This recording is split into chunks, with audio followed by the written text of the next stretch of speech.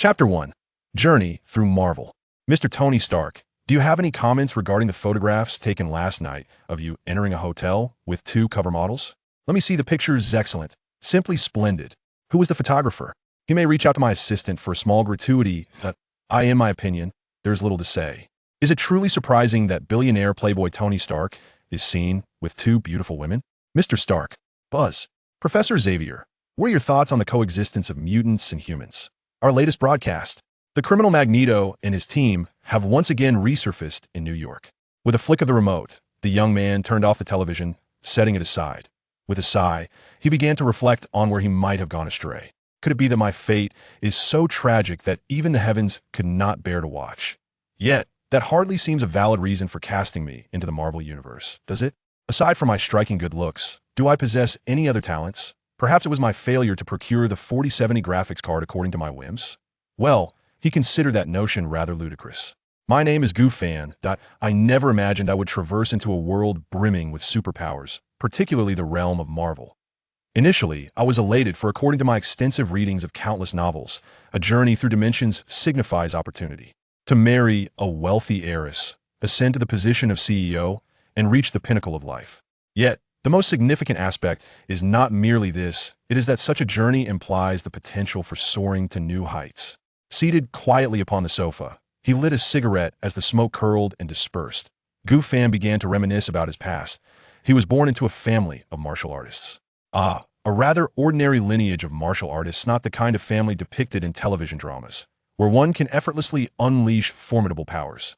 His ancestors had once operated a martial arts school, and by the time it reached his parents' generation, they were already the 8th generation of practitioners. From a young age, he exhibited remarkable talent. Not only was his memory exceptional, but his comprehension was also profound, and his physique was ideally suited for martial arts. Truly a rare prodigy among practitioners. Had he encountered a disheveled beggar, Goofan would have willingly spent $10 to acquire all the martial arts manuals the man possessed. With such extraordinary talent, he naturally garnered great attention from his family. He began training at the tender age of 4, and by 14 had mastered all the techniques within his household, becoming proficient in various weapons. Though not invincible, his early martial arts training allowed him to elevate his physical abilities to their utmost limits. He had tested his strength, discovering he could exert nearly a ton, approximately 2,000 pounds. This figure was indeed abnormal, leading him to suspect that the family's martial arts secrets might contain elements of the fantastical. However, no matter how much he inquired, his family consistently withheld answers. Yet, it mattered not. Possessing such extraordinary strength allowed him to accomplish many things, or so he believed as a teenager. Regrettably, he lived in an era of peace, where he learned not the graceful forms of martial arts, but rather techniques that lacked any significant flair. It seemed increasingly improbable for him to participate in the national martial art competition and emerge as the champion, subsequently enrolling in Huaxia Sports University as a freshman, only to be discovered by a renowned director who cast him as the primary antagonist in a film. Throughout his life, he had only once resorted to violence, during his second year of high school, when he single-handedly confronted a gang of delinquents bullying his classmates. Unfortunately, his family incurred a debt of over 200,000 yuan in his initial act of aggression. He miscalculated his strength, resulting in 3 fractures and 1 disability. From that moment on, he refrained from engaging in physical altercations. He had presumed that life would persist in its mundane trajectory, that he would endure a few years of societal trials post-graduation, and ultimately inherit his parents' martial arts school, leading an unremarkable existence. The sole acknowledgement of his prowess came from an uncle serving as a bodyguard for a military official, who conceded that Goofan's skills had surpassed his own. This was Goofan's only affirmation of his capabilities.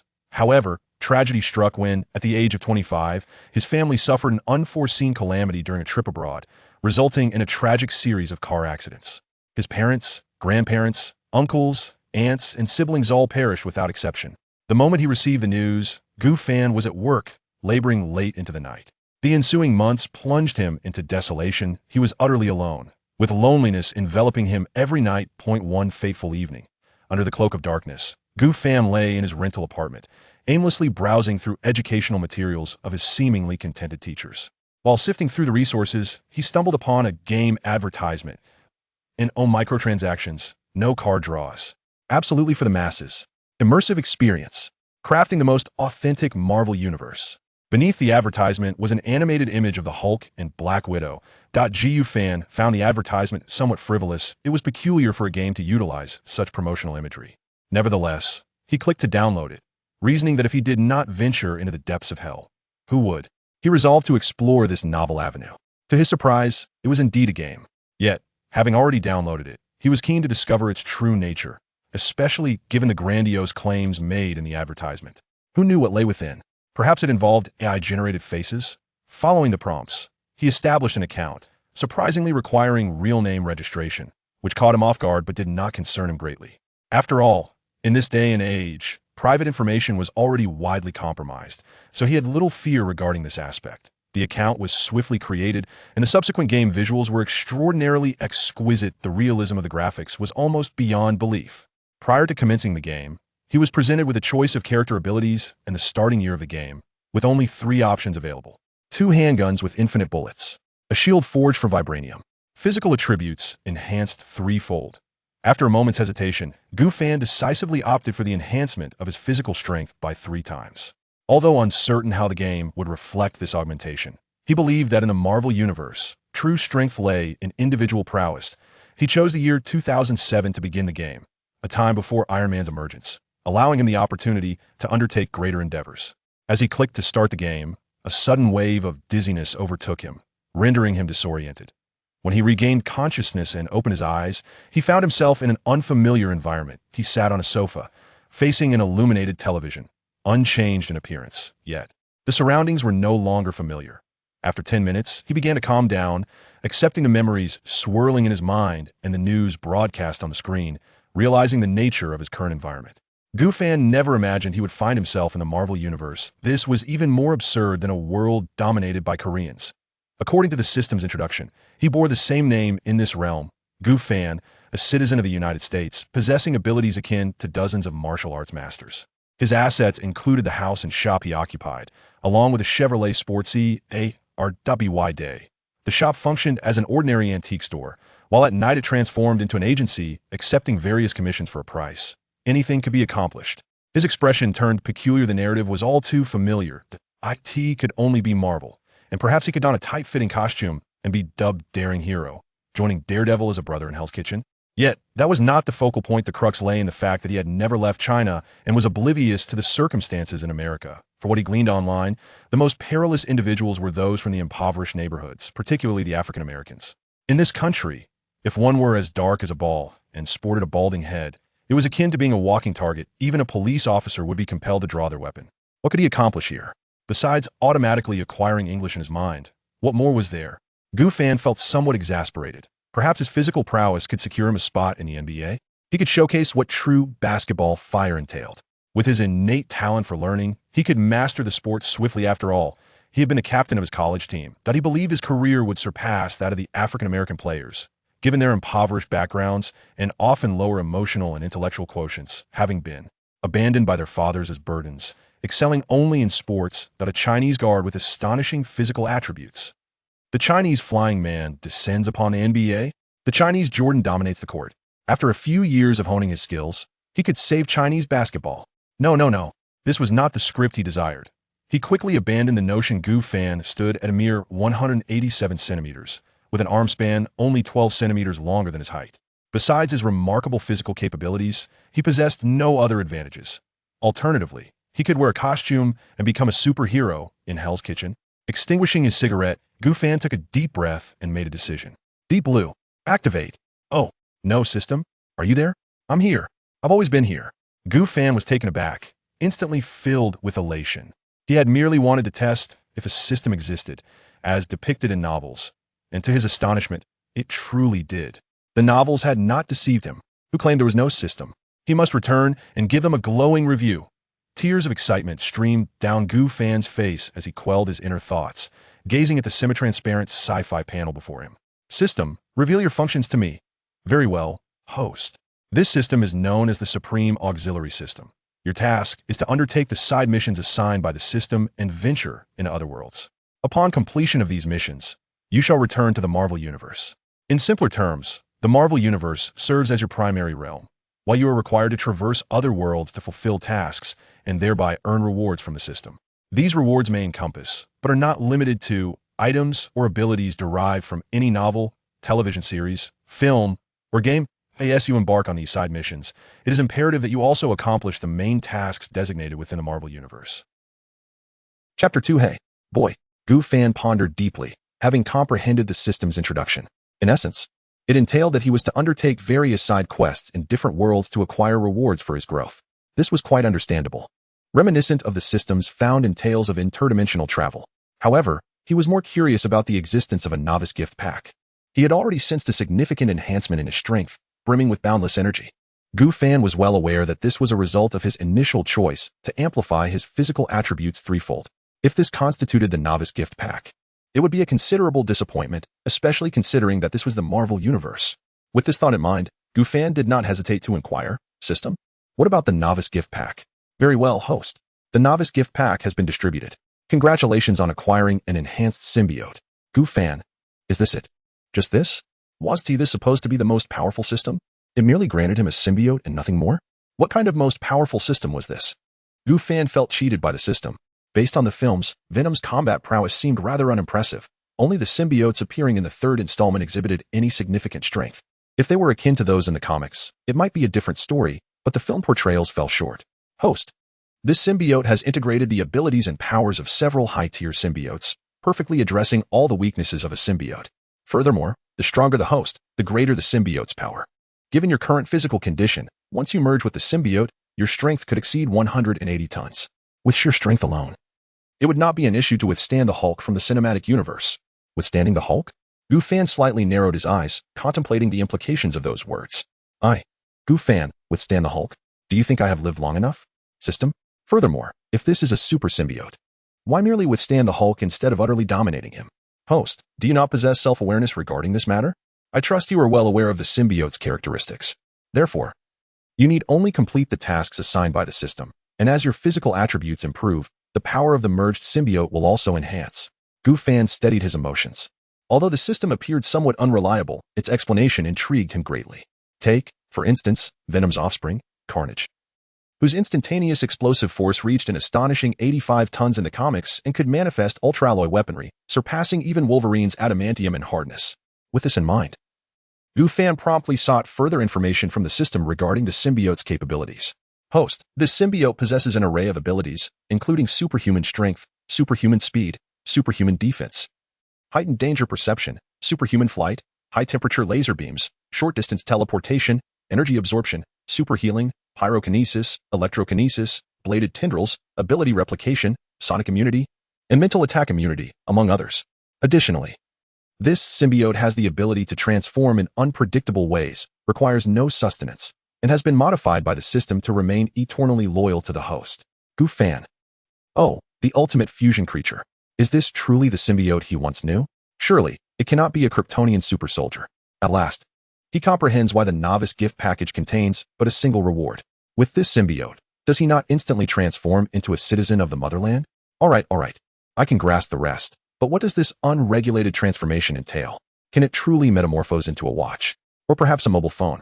This symbiote may, at the host's discretion and during periods of non-combat, transform into garments such as clothing, trousers, and footwear. Any accessory upon the body can undergo transformation. However, it cannot assume the form of a mechanical entity. Gu Fan's breath began to quicken. He felt as though he were on the brink of soaring.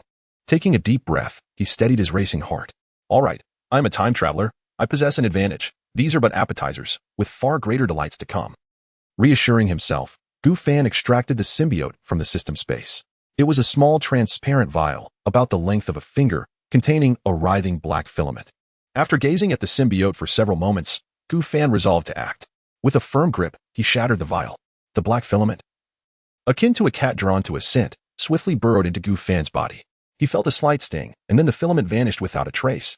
Before Gu Fan could react, a torrent of black fluid surged forth from his body, rapidly enveloping him. In the blink of an eye, he was cloaked in darkness, resembling a suit of black armor. He raised his hands to inspect them, feeling an unprecedented surge of strength. It was as though an inexhaustible energy coursed through him, a sensation he had never experienced before. Approaching the bathroom mirror, he was momentarily transfixed by his reflection. Unlike traditional symbiotes, this one conformed more closely to human aesthetics. He appeared to stand over 190 centimeters tall, yet not exceeding 2 meters. His physique was not that of a hulking mass of muscle, but rather a sleek black combat armor. His eyes no longer bore the terrifying whites that could frighten a child. Instead, his entire form resembled a mechanical exoskeleton. What shall I call you? If I am not mistaken, this is your creation, is it not? Gu Fan pondered within, aware that the symbiote could indeed hear him. As anticipated, a raspy yet piercing voice resonated within his mind. Indeed, my master. I have altered my form according to your subconscious preferences. I possess no name. Should you wish, you may bestow one upon me. All right, let me think. You are the first symbiote to appear in this world, so let us adhere to tradition. I shall call you Venom. After 3 seconds of consideration, he decisively abandoned the notion. Naming was a task that taxed his cognitive faculties. Clenching his fist with vigor, he reveled in the surging power, his black visage in the mirror revealing a sinister grin. From this day forth, I shall abstain from beef. Note, host, do not rejoice too soon. This world is a fusion universe, predominantly Marvel, intertwined with various other cinematic narratives. As the host has just arrived in this world, the first task is hereby issued, a preliminary test of skills, as night descends. The host is to venture into Hell's Kitchen to confront the nefarious vampires poised to commit evil deeds. Gu Fan. Very well. Let me examine the system panel. Ultimate Auxiliary System. Host, Gu Fan. Height, 187 centimeters. Weight, 106 kilograms. Physique, 30. The highest limit for an ordinary person is 10. Abilities, Symbiotic Venom. Mastery of Traditional Martial Arts, Proficiency in English. System Space, 10 cubic meters. New York, Hell's Kitchen. Damn it. I've been careless. I've gotten lost. At 9 p.m., Gu Fan stood on a street in Hell's Kitchen, cursing under his breath. He had forgotten that he had never been to New York and was utterly unfamiliar with the layout. After aimlessly wandering without finding his way, he ultimately opted for a taxi. However, to his dismay, upon mentioning his destination as 8th Avenue in Manhattan, the drivers flatly refused to go. Eventually, lured by the allure of cash, he found a black man whose route coincidentally aligned with his own. Upon disembarking, the man pulled out a gun, pointing it at Gu Fan. Hey, boy, I'm giving you a choice. Hand over all your money. This is not a place for you. Gu Fan smiled faintly and replied, Oh, that doesn't sound like a favorable proposition. I too offer you a choice. Surrender all your money, and I shall allow you to return to enjoy your donuts. What the F? Kid, you think you're funny. Oh my God, Mom. In the dimly lit alley, a surge of black fluid coalesced behind Gu Fan, rapidly forming into a monstrous figure clad in armor. Before the man could react, Gu Fan swiftly seized the gun from his grasp, effortlessly twisting and distorting it in his hand. Hey, buddy, don't be rash. The man stammered, retreating in panic, trembling as he begged for mercy. Chapter 3, Blade Warrior. Don't worry, just be more cautious in your next life, a hoarse whisper echoed. Amidst the terrified gaze of the black man, Gu Fan merely raised his finger and pointed. In an instant, a blue laser pierced through the man's skull. Gazing upon the lifeless body, Gu Fan furrowed his brow momentarily before relaxing it again. This was his first act of taking a life, yet he felt no remorse. This man was clearly steeped in wickedness, and ending his existence burdened Gu Fan's conscience not at all. A true martial artist possesses a resolute mind, that is the essence. Moreover, how many sons and daughters of Kyushu fell victim to the Americans during the Korean War? With this thought, Gu Fan found himself even more justified in his actions. Hell's Kitchen, one of New York's most chaotic neighborhoods, was a battleground by day, where gunfights erupted openly, and the police dared not intervene. At night, it transformed into a paradise for criminals. Not a single FBI agent would dare to enter this territory alone. Clad in a black hooded sweatshirt, Gu Fan ignored the advances of the street thugs lining both sides and made his way directly to a bar at the end of the street. This establishment was his target for the evening, as the system had informed him that vampires would be lurking there tonight. Unimpeded, Gu Fan swiftly entered the dance hall. As he pushed open the door, the intense sound of music assaulted him, drowning out the voices of those around him. He furrowed his brow in discomfort, momentarily disregarding the music, and scanned the interior of the bar. The lighting was dim and enchanting, with colorful lights flickering over the dance floor, where youthful figures ride to the rhythm of the music, their bodies seemingly controlled by a mysterious force, showcasing exaggerated and alluring poses. These sights were both familiar and foreign to Gu Fan. He rarely visited bars, the only occasion being a gathering with classmates during his university days. Back then, he was young and filled with curiosity about such passionate and indulgent places. Gu Fan casually found a seat, his gaze inadvertently intersecting with those around him, their greedy eyes betraying their nature. He understood that these glances came from a group of lower-class vampires who thrived on blood, hiding among the crowd, their hungry stares fixed on every newcomer, seeking their next prey. With a sense of awareness, Gu Fan ordered a drink and nonchalantly began to survey his surroundings. He noted the bizarre paintings adorning the bar's walls, depicting figures contorted in grotesque expressions, seemingly narrating untold stories. After lingering for several minutes, boredom began to set in. Just then, his attention was drawn to a booth not far away, where several men and women were seated, sipping their drinks while whispering conspiratorially. As Gu Fan's gaze fell upon them, it seemed they had taken notice of him as well, one man offering a knowing smile. "Bella, go charm him. The appetizer for tonight has arrived," commanded a blonde man to a voluptuous woman beside him. The enchanting woman remained silent as she rose gracefully, swaying her form towards Gu Fan. "I imagine you must be quite lonely by yourself. Why not indulge in something more exciting?" She leaned against Gu Fan's table, her ample curves pressing against his arm, and deliberately leaned closer to whisper in his ear. Gu Fan wore a teasing smile, swirling the wine in his glass. "Is that so? I dare say you may have missed your chance." The woman froze, and before she could respond, the music in the dance hall abruptly ceased, and a figure emerged at the entrance. Following Gu Fan's gaze, a young black man stood at the doorway, clad in a black tactical vest and draped in a long black coat, his face obscured by sunglasses. One could only say he was fortunate, resembling a superhero. Dressed as he was, standing in the shadows, he could easily remain unseen if he chose silence. The moment Gu Fan laid eyes on him, recognition struck. It was Blade. Blade, whose true name was Eric Brooks, bore a lineage of both human and vampire blood, a result of his mother, Miriam, being bitten by the vampire Deacon Frost shortly before his birth, leading to her untimely death. He grew to become a valiant vampire hunter. The revelry has come to an end, children. True to his Marvel persona, as everyone turned to look at the entrance, Blade, with his sunglasses on and striking a pose, uttered the night's first boastful line. "Daywalker. Damn humans. Eliminate him." Chaos erupted in the bar as the vampires lurking in the shadows revealed their fangs. "All right, kid. Go to hell and repent to Satan." The female vampire before Gu Fan sensed the shift in the atmosphere, revealing her true form as she bared her claws at him. "That is not a wise suggestion. Allow me to send you down first." In the midst of the woman's terrified gaze, a surge of black fluid swiftly enveloped Gu Fan from behind. "Farewell." At the moment the symbiote merged with Gu Fan, his right hand transformed into a colossal blade, glimmering with a chilling light as if forged from the hardest metal. Without hesitation, Gu Fan swung the blade with lightning speed towards the woman's neck. The sound of the blade slicing through flesh resonated as her neck was effortlessly severed, the cut precise and devoid of blood.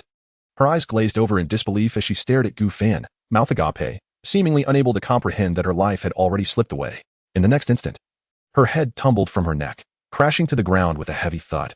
Gu Fan paid no mind to her demise. His attention shifted to the other vampires surrounding him. Suddenly, several black tendrils erupted from behind him, slithering like venomous serpents as they darted towards the nearby vampires. Simultaneously, Gu Fan's body swayed slightly, enveloped in a crackling aura of blue electricity. The current enveloped his body, illuminating the space around him with a radiant glow. In the next instant, a blue silhouette darted past, and Gu Fan commenced his hunt for the surrounding vampires with astonishing speed. His hands transformed into two razor-sharp blades, each swing claiming the lives of two vampires.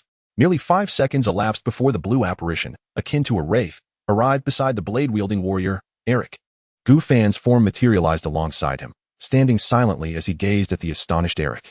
Behind him, all the vampires lay defeated, some decapitated, others gruesomely cleaved in two, and yet others mutilated into several pieces, a sight both horrific and tragic.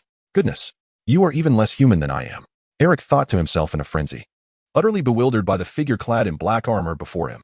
He couldn't even ascertain whether this being was indeed human. Who possesses a tongue so lengthy? "Return now, Venom." Without a glance at the dazed blade warrior, Gu Fan commanded, and Venom swiftly retreated, merging seamlessly into his body in the blink of an eye. "Eric, if you seek an autograph, you may have to wait until next time. I haven't brought a pen today." Chapter 4. Alice and Eric came to his senses.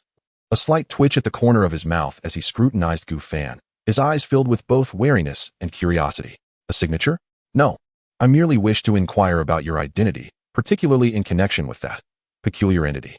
Gu Fan offered a subtle smile, glanced around, and then replied, "I am Gu Fan, merely a concerned citizen passing through, occasionally assisting humanity in dealing with those who threaten societal harmony." Eric, unimpressed by Gu Fan's banter, casually twirled the katana in his hand, the blade glinting menacingly. "Before encountering you, I anticipated a more prolonged effort to resolve this." After a moment's hesitation, Eric continued, "However, these are merely the lower-tier vampires. The real threat lies ahead." He was unaware of how this enigmatic man was familiar with him, having never laid eyes on him before. It appeared that the superhero Eric had more world-saving to do. "Well," Gu Fan paused, lowering his voice, "perhaps I should rephrase that. Sunglasses hero. Shouldn't you introduce yourself before posing questions?"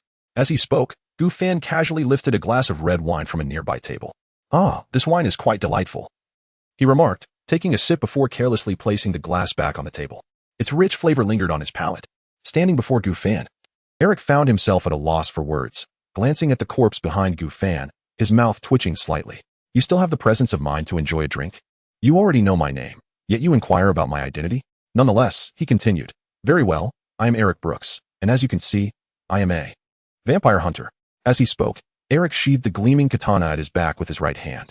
He removed his sunglasses with his left, revealing his eyes, and faced Gu Fan directly, adding, "Furthermore, I am not the sunglasses hero. You may refer to me as Daywalker, but that is of little consequence. What about you? Who exactly are you? An extraterrestrial?" Though Eric harbored doubts, he did not display them outwardly. He was aware that many formidable superpowered beings existed in this world, and perhaps this man before him was one of them, regardless of the stranger's identity. As long as their objectives aligned, he would not be an adversary. "Eric? A fine name. Who bestowed it upon you? With a helmet. You should have a new moniker. How about Black Magneto?" Gu Fan jested. "Blade. Ahem, I am Gu Fan. You may call me Gu. I am not an extraterrestrial." Gu Fan gestured to his shoulder, prompting Eric to shift his gaze, only to see a black fluid surging from Gu Fan's shoulder, quickly coalescing into a small, dark head before him. "Homo sapiens, should you continue to regard me with such a look of disdain, I cannot guarantee I won't devour your brain. Without any dressing, mind you." Venom snarled, baring his ghastly white tongue. "As you can see, this is my friend, Venom." Gu Fan smiled at Eric. Eric's lips twitched slightly as he shifted his gaze back to Gu Fan. He found this person quite peculiar. Were they really that familiar? Recalling Eric's earlier words, Gu Fan raised an eyebrow and inquired, "You mentioned earlier that there are greater troubles ahead? Pray tell, perhaps I could be of assistance." Eric nodded, his expression turning grave. "To my knowledge, there exists a vampire clan in this vicinity secretly plotting a grand conspiracy. They aim to awaken a long-dormant vampire progenitor. Should they succeed, the entire world will be engulfed in darkness." Upon hearing this, Gu Fan was not surprised. According to the narrative of Blade, it indeed aligned with that. However, he was confident in his own abilities. After all, a mere vampire progenitor? By the time it emerged, he might have grown even stronger. Moreover, such matters were hardly his concern. Given that this was the Marvel Universe, it surely harbored numerous formidable entities, like the likes of Doctor Strange. Yet, based on this familiar storyline, it was certain that a mission would be issued by the system. Thus, establishing a good rapport with Eric would not be amiss. Contemplating this, Gu Fan feigned deep thought for a moment before responding, "A vampire progenitor? What a worthy adversary. I relish the prospect of saving the world. Do you have any leads?" Eric fixed his gaze on Gu Fan for a few seconds before replying. "I have been tracking these vampires for some time and have discovered that they frequent a villa on the outskirts of the city. That is likely their stronghold. However, there will undoubtedly be more vampires present." Gu Fan patted Eric on the shoulder, exclaiming, "What is saving the world without challenges? When do we take action? I own an antique shop in Brooklyn. With your abilities, I am sure you can uncover the details. Do remember to seek me out." "Very well, my friend. We must depart. The police will arrive shortly. Farewell, Gu." Eric nodded, donned his sunglasses, and turned to leave. Gu Fan watched him go, having already received the system's reward. It was time for him to return to his shop. Stepping out of the bar, Gu Fan surveyed his surroundings and leapt lightly into the air. In an instant, Venom enveloped him completely, and super flight was initiated. Within moments, they ascended to the heights of a skyscraper, where the entirety of New York sparkled with lights. This was the epicenter of Marvel's calamities. Almost all significant events transpired in the city. After orienting himself, Gu Fan's body radiated a blue luminescence once more. With a subtle shift in space, he vanished into the night. The system informed him that Venom's teleportation ability extended up to 10 kilometers, provided he had previously visited or held memory of the destination. At the very least, it required a coordinate. Alternatively, an image or a sensed location would suffice. If no memory existed, then the teleportation destination would be randomly assigned within 10 kilometers. System. Claim the reward. Affirmative. Host. Congratulations on completing your first task with finesse. You have received the reward, Immortal Mask, Replica Version. Immortal Mask, low-grade replica crafted from the technology of the Eternal Cycle Universe, iteration 79831. Human civilization has endured countless conflicts sparked by the Immortal Mask. After innumerable cycles, the Immortal Mask was once again acquired by a sovereign of humanity. Dedicated scientists toiled day and night, ultimately developing a replica of this legendary artifact, which was graciously bestowed upon Yushan by the ruler of the Wuja Empire. Adorning this mask enhances one's physical attributes tenfold, encompassing, but not limited to, strength, recovery, defense, and speed, while also granting the ability of basic flight and rudimentary control over lightning. The following day, in Brooklyn, New York, an array of buildings with diverse architectural styles lined the street, varying in height and age. Among these structures, a quaint two-story Chinese house, painted in a rich green hue, stood in stark contrast to its surroundings. The exterior of the house featured traditional slanted roofing adorned with deep gray tiles, exuding an air of antiquity. Although modest in size compared to its neighbors, it radiated a distinct charm. Flanking the building were several large red lanterns, saturating the atmosphere with a quintessentially Chinese essence. The vibrant lanterns contrasted beautifully with the verdant facade, making the house a prominent feature along the street. The windows had been transformed into transparent exhibition glass, through which one could glimpse an array of seemingly priceless antiques within. A sign above the entrance displayed the words "Antique Shop" in both English and Chinese. Inside, a young man with dark hair reclined in a lounge chair, intently examining a mask in his hands. This individual was Gu Fan.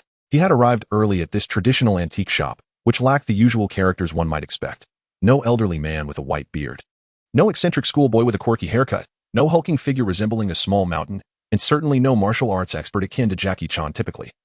This establishment functioned as an ordinary grocery store, occasionally serving as a makeshift office to resolve the troubles of others that they could not manage themselves. Chapter 5. The Serum of Limb Regeneration. Sunlight streamed through the glass, illuminating the antiquated shop where Gu Fan found himself alone. As he examined the purple mask in his hands, he couldn't help but marvel at it. As a devoted player of the game Eternal Oblivion, he was all too familiar with the immortal mask. The game described it as a mask that sealed the divine power of the dark deity, Zhulong. Legend had it that the wearer would gain unparalleled divine strength. However, this was also a trap left by the cunning Zhulong. While the mask indeed bestowed great power, it also exerted a disturbing influence, potentially leading the wearer to lose their sanity and become a vessel for Zhulong's resurrection. The mask, entirely purple, bore a striking resemblance to Zhulong's head.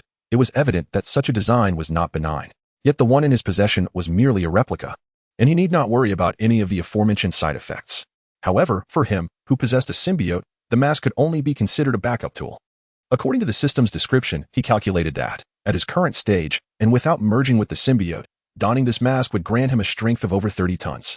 This was even less than Loki from Asgard. Who would have thought that the third princess, Loki, could exhibit around 75 tons of strength? This was quite at odds with the portrayal in the films.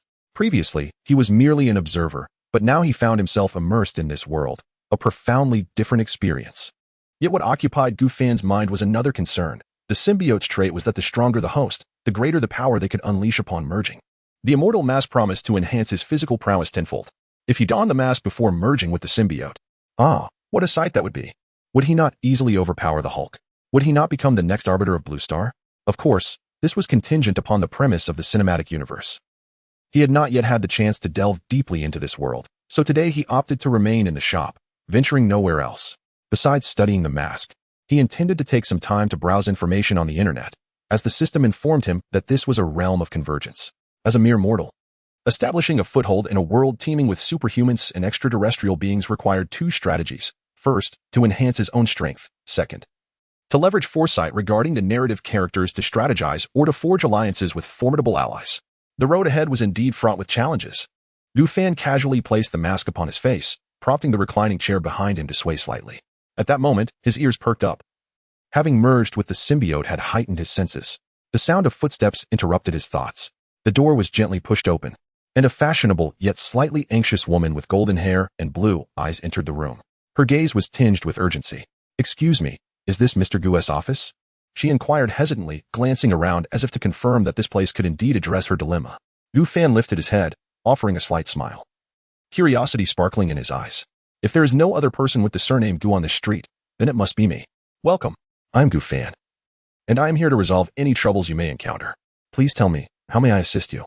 Upon hearing this, the woman took a deep breath. Steeling herself, "My name is Allison. Last night at midnight, my research report was inadvertently lost. It is not merely a report. It pertains to my very existence. I have conducted an investigation, and the clues point to the minions of Jean Bing. I understand the difficulty, but I must retrieve it. Jean Bing, a name that strikes fear into the hearts of many in the Marvel Universe, is the ruler of New York's underworld, with vast influence and numerous subordinates. Yet, Gu Fan bore no trace of trepidation. Instead, a smile graced his lips. "Madam, I believe it would be more prudent for you to seek assistance from the FBI rather than from me. Do you not think? This is Jean Bing we are speaking of. He is ruthless. If you speak the truth, I might consider taking on this task. Allison felt a twinge of embarrassment but pressed on. You must promise me. You will not disclose this matter to anyone else. Of course. That is my principle in conducting business. Please, go on.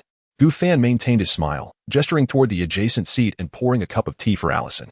She accepted the tea, murmuring her thanks, hesitating briefly before gazing at Gu Fan and beginning her tale. I am an employee at a research facility, and my employer wishes to study a serum that could enable the regeneration of severed limbs. However, I know this is no simple feat. It sounds more like a fantasy. Taking a sip of tea, Allison fixed her bloodshot eyes on Gu Fan, revealing that she had not slept a wink throughout the night. Regeneration of severed limbs? That is quite an intriguing concept. Your employer possesses some ambitious ideas, Gu Fan remarked, also taking a sip of his tea. No, he is nothing short of a madman. For this idea, he has recruited a dozen highly educated individuals, including myself, to conduct research exclusively for him. But if it were only that, it would be manageable. The issue arose when, initially, everything progressed smoothly, but then for reasons unknown, he grew increasingly impatient. The moment we made any progress, he could hardly wait to commence experiments. We informed him that the serum was still unstable, yet he showed no concern whatsoever. Gu Fan listened attentively, allowing her to share her distress until she once more turned her gaze to him. Oh my God! You cannot fathom the horrors he has perpetrated. He began secretly abducting homeless individuals, rendering them disabled, and injecting them with the serum without any protective measures. This is utter madness. The serum is fundamentally unstable. Those individuals, without exception, perished under its effects. Allison's eyes widened, as if recollecting some dreadful memory, her hands trembling slightly around the teacup. Gu Fan set down his cup and spoke calmly. Do not be alarmed, Ms. Allison. Based on your account, it appears your employer poses a greater danger than the lost research report itself. His words trailed off, and he refrained from elaborating further.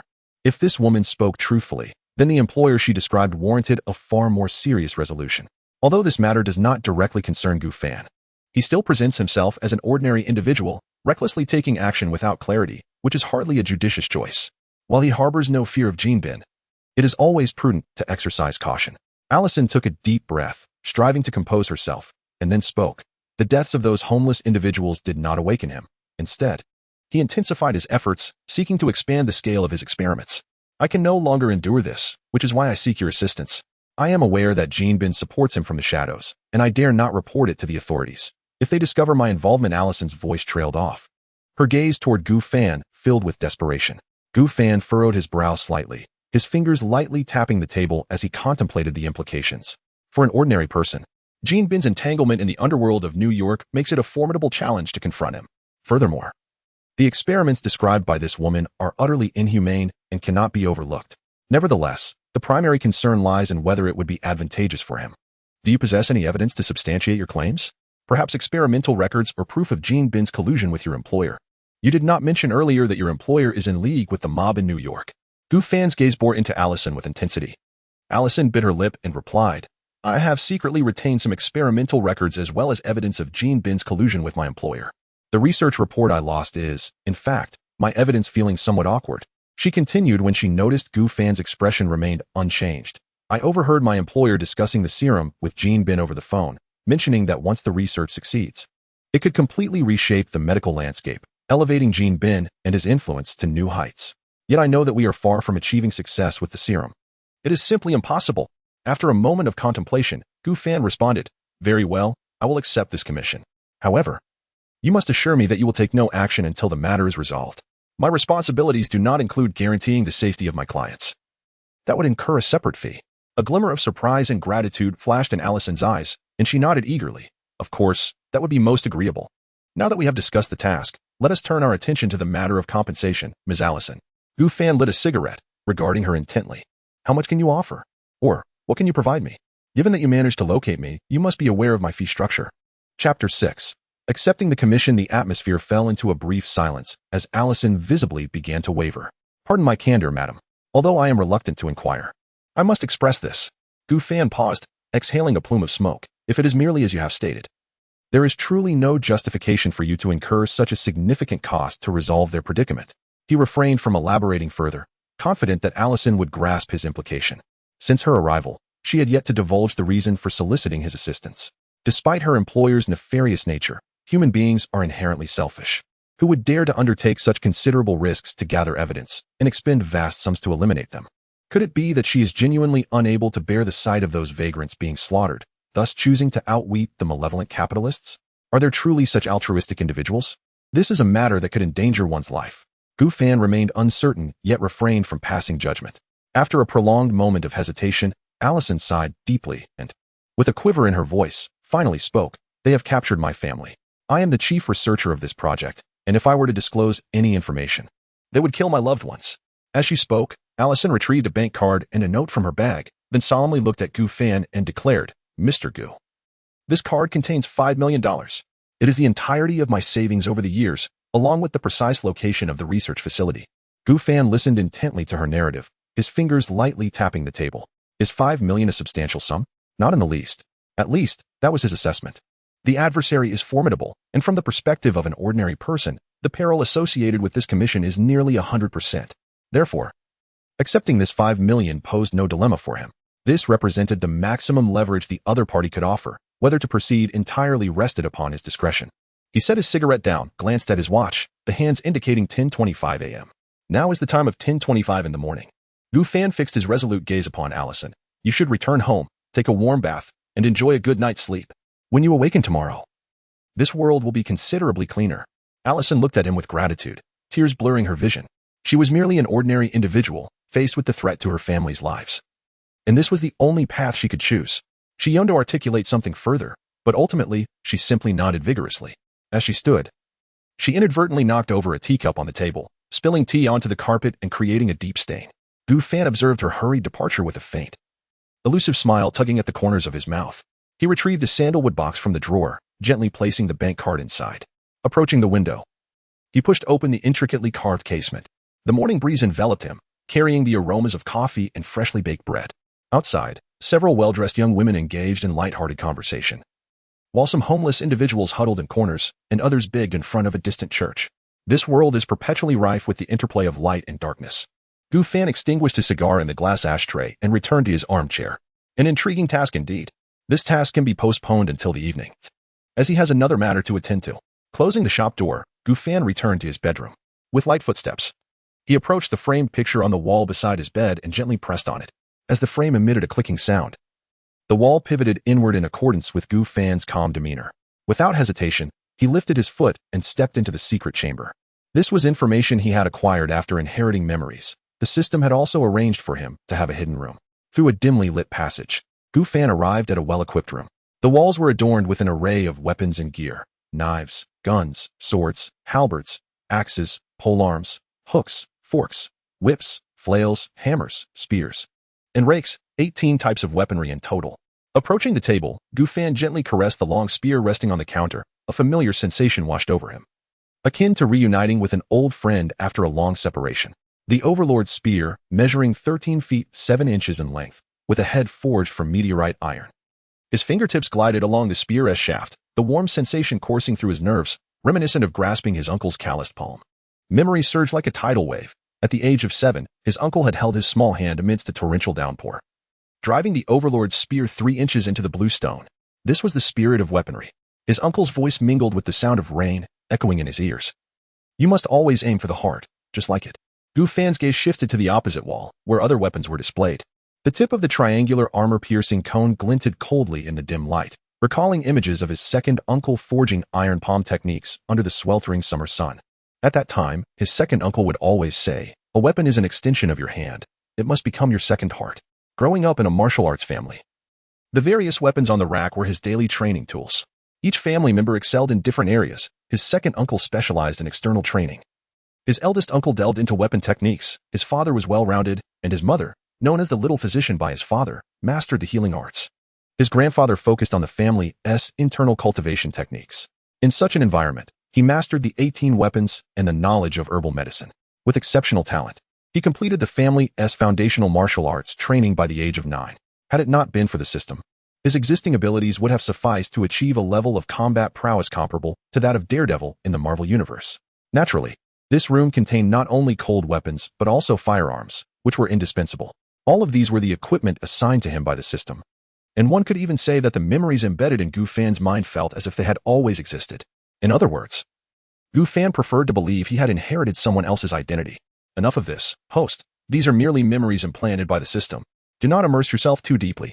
Gu Fan remained unfazed by the system's admonition, losing interest in the weapons and moving to another corner of the room. There stood a computer, one that could access any information without being traced, even possessing certain privileges in some areas. This was the purpose of his visit to this room. He intended to verify the truth of Allison's claims.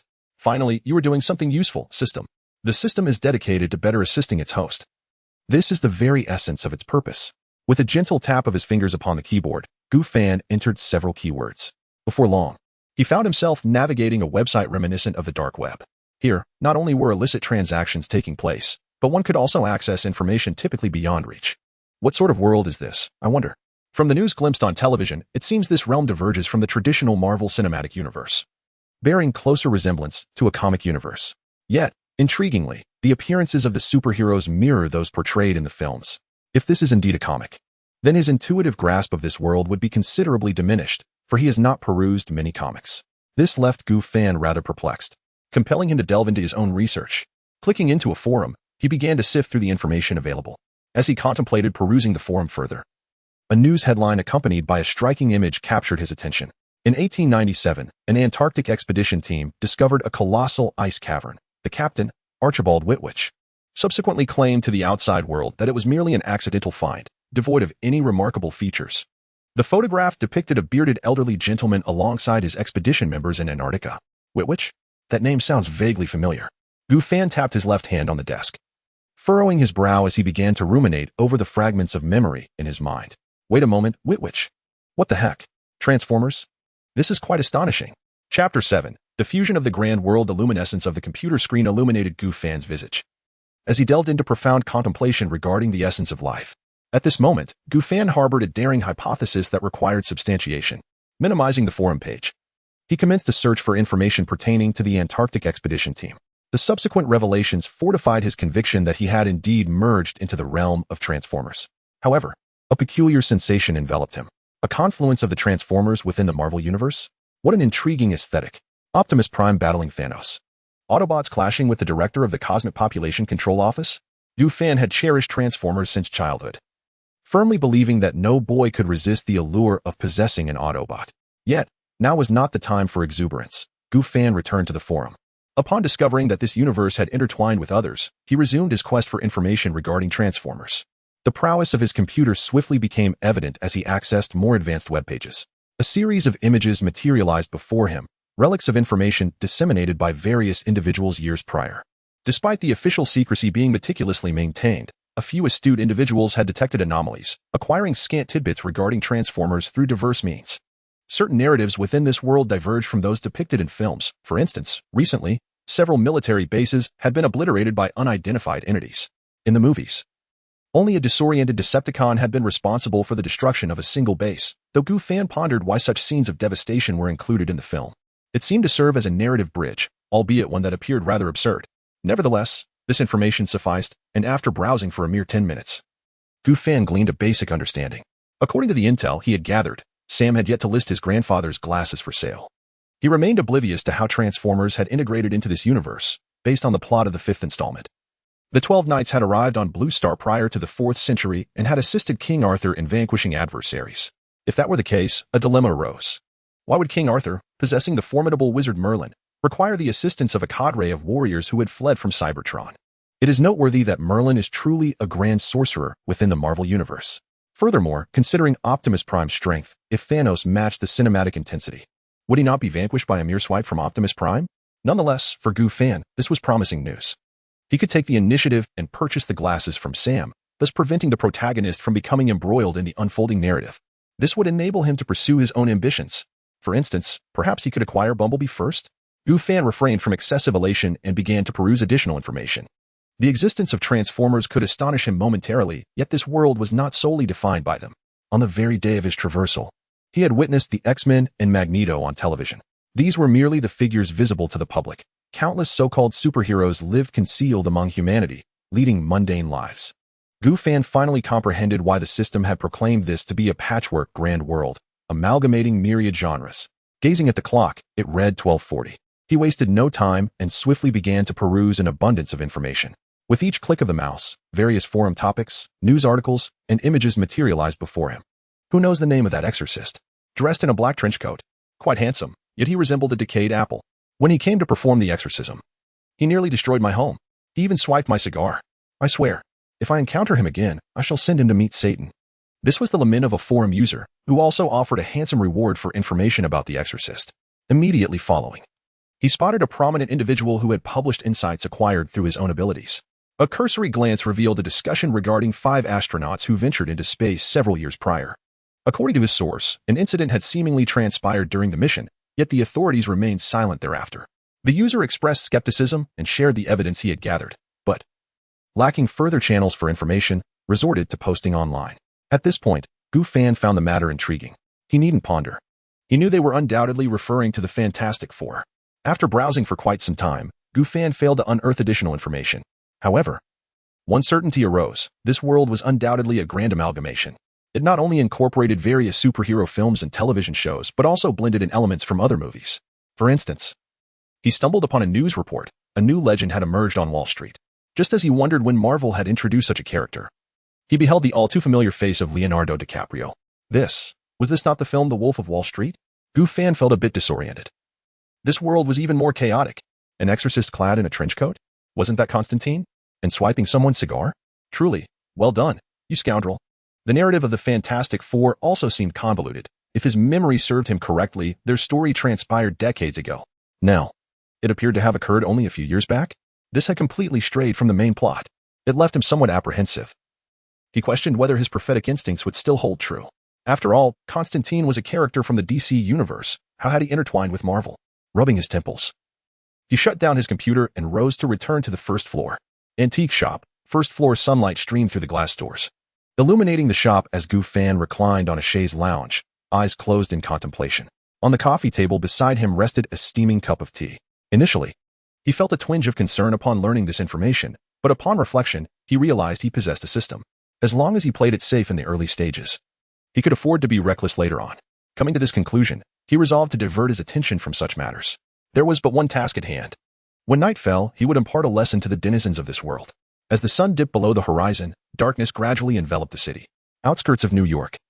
A research facility utilizing the location provided by Allison, Gu Fan harnessed the capabilities of his super symbiote, teleporting several times until he arrived near the research facility she had mentioned. The laboratory is situated in a secluded industrial district, heavily guarded with numerous enforcers patrolling the area. Gu Fan landed atop the research facility, crouching slightly with his hands gently resting on the floor. In the darkness, the liquid metal of the symbiote flowed languidly, and Gu Fan's eyes ignited with a blue glow as his super senses activated. Lowering his gaze towards the research institute, his perspective transformed into a thermal imaging-like view. Master. 20 armed guards, 9 researchers, and 12 hostages, echoed the voice of Venom within Gu Fan's mind. Well done, Venom. Do you have a plan? Master. I suggest we charge in directly. Against a throng of ordinary humans, we are akin to gods. You are absolutely right. Let's proceed. Gu Fan replied with a subtle smile. Fixing his gaze upon a specific point, utilizing his teleportation ability, he silently infiltrated the interior of the laboratory. Inside, an array of intricate experimental apparatus filled the space. And in a concealed chamber, he discovered documents pertaining to serum research, confirming the veracity of Allison's claims. He swiftly stored the materials within his system space and turned his attention forward. Now, it is time for the hunt. The mission commenced: rescue the hostages. On the second floor of the research institute, Gu Fan adhered to the wall like liquid metal. His crimson eyes scanned the laboratory below, where fully armed guards were inspecting their weapons, clad in tactical helmets and bulletproof vests emblazoned with the emblem of the Jinbing Company, standard issue. Gu Fan whispered, and instantly, Venom manifested a dozen sharp bone blades, fanning out from his spine. As he descended from above, the bone blades whirled into a high-speed cutting machine, severing 3 guards at the waist. FXXXK. Enemy attack.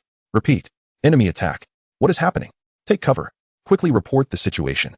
The remaining 17 guards rapidly dispersed, seeking shelter as the alarm reverberated throughout the research facility. Chapter 8. Target I. The alarm echoed through the research facility like a mournful wail, leaving the scientists engaged in experiments bewildered as they glanced around. The hostages, confined and perplexed, pressed against the windows in hopes of glimpsing a favorable outcome. Meanwhile, in the office on the top floor, the head of the research lab, James, learned of the intrusion, and his countenance darkened considerably. He dialed Gene Bing's number. Mr. Fisk. There's been a breach in the lab. I require assistance. Our personnel are utterly overwhelmed. A hoarse voice resonated from the other end. The rat has begun to move again. Target Eye is nearby. He will handle this situation. Let us hope so. Our research has made significant progress. After hanging up the phone, James stared at the surveillance footage, his expression of shock unwavering. In the corridor, Gu Fan's body emanated a blue glow as arcs of electricity coursed through him, causing him to vanish from sight. In the next instant, he flickered around 3 corners, each appearance leaving behind a corpse pierced by searing rays. When he materialized in a room, several hostages huddled in a corner, trembling, while others gazed at him, the uninvited guest, in sheer terror. Who are you? Oh my God! How did you get in here? Fear not. You are free. His voice emerged from beneath the mask, devoid of hesitation. Venom extruded several tendrils, gently enveloping the hostages. The steel door of the laboratory erupted explosively, preceding the arrival of the individual as a torrential hail of gunfire erupted, bullets igniting as they surged into the room. Within Gu Fan's perception, 7 guards armed with shotguns were firing towards them. Swiftly, he pivoted, and additional tendrils manifested behind him, swiftly forming a vast shield. The bullets struck the shield, inflicting no damage whatsoever. He was unconcerned for himself. His primary focus was the protection of these innocents. Simultaneously, Gu Fan's right hand transformed into a cannon, unleashing a laser with a diameter of 20 centimeters that shattered the wall, the shockwave propelling the guards back over 10 meters. He strolled through the burning debris, the symbiotic surface flowing like liquid metal. Those bullets hadn't even breached the most basic defenses. Just as he intended to eliminate the guards, the alarm suddenly shifted to a piercing drone. 6 rotary machine guns descended from the ceiling, unleashing a torrential downpour of bullets. Gu Fan's back split open, forming a large shield that enveloped the hostages tightly within. The remaining tendrils swiftly extended, their tips transforming into blades, dispatching all the machine guns in an instant. At that moment, a voice abruptly resonated. You are quite unfortunate. Target Eye has arrived. A deep male voice echoed through the surveillance, promising to reveal the consequences of crossing his boundaries. Gu Fan did not need to guess. It was undoubtedly Jean Bing's voice. I'm sorry, but today, it is not I who shall face misfortune, he retorted, glancing at the surveillance device above. Without further ado, he activated his teleportation. And in the next instant, he and all the hostages found themselves in an open field far from the base. The tentacles gently lowered the group of individuals. And Gu Fan stated, leave this place. You have seen nothing tonight.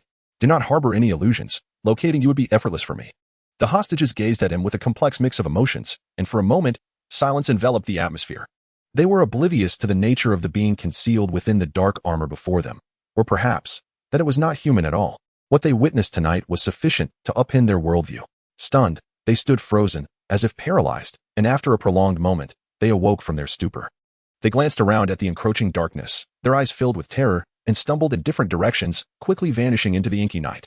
The air was thick with the acrid scent of gunpowder, and faint flames flickered in the research facility, undying in the night breeze, casting a weak glow. Gu Fan stood silently, watching their retreating figures, while the symbiotic venom pulsed like a living black liquid across his skin, awaiting his command. He did not depart. Instead, he returned to the research facility, effortlessly dealing with the trembling director, James, in his office. Now, he awaited the arrival of Jean Bing, who had mentioned that the target was en route, eager to ascertain the combat prowess of this individual. Tap, tap. The footsteps approached, accompanied by faint breaths and the sound of weapons clashing against the walls. The slender figure of the target materialized at the end of the corridor, wielding a pair of silver throwing knives that gleamed with a chilling light under the flickering flames, resembling harbingers of death from the depths of hell. Did your boss not inform you that you would not be returning tonight? Gu Fan chuckled lightly, his voice cutting through the silence of the chaotic environment with remarkable clarity. A cold smile curled at the corner of the target's lips, a grimace that appeared sinister in the shadows. With a swift motion of his arm, the 2 throwing knives shot towards Gu Fan like lightning, whistling sharply through the air. In an instant, as the knives were released, the black tentacles pierced through the target's forehead like steel spears. The elite assassin did not even have time to manifest his trademark maniacal grin before his head exploded like a watermelon. Too weak. Gu Fan dismissed the red and white mixture from his tentacles and smirked at the surveillance camera. Jean Bing, your subordinate seems rather inadequate. You ought to consider a change in personnel. The surveillance equipment remained unresponsive, but Gu Fan paid it no mind. He approached the main control computer, severed the data cables, and stored the palm-sized hard drive within the system space, an acquisition from dispatching the guards. Within 30 seconds, all experimental data, along with the surveillance logs, had been physically severed. Just as Gu Fan prepared to teleport, he was taken aback for a moment, then shook his head in resignation. What was Jean Bing thinking? Ordinary firepower was utterly ineffective against him. Upon emerging outside, he found 12 black Chevrolet Suburbans blocking the entire exit.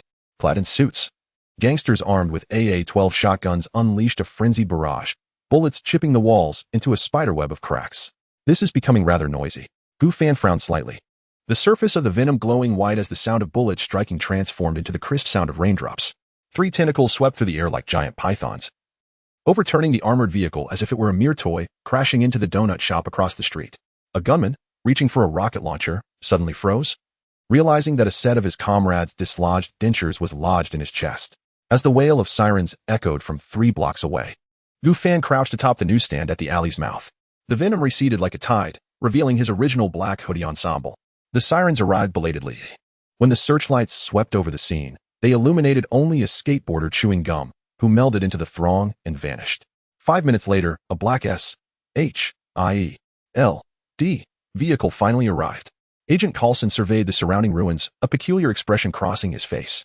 Sir, the commotion here appears to be the handiwork of a formidable entity. Gather all evidence. Let the rest wait. Understood. Meanwhile, Gu Fan in the distance opened his phone, listening to the recently restored voicemail. Gu. This is Allison. Thank you. You are a good person. He closed his phone, his gaze drifting to the large screen in the square broadcasting news from Oscorp. No one noticed a dark figure slip away into the corner of the plaza. In the shadow of a nearby skyscraper, Jean observed the scene with a brooding expression.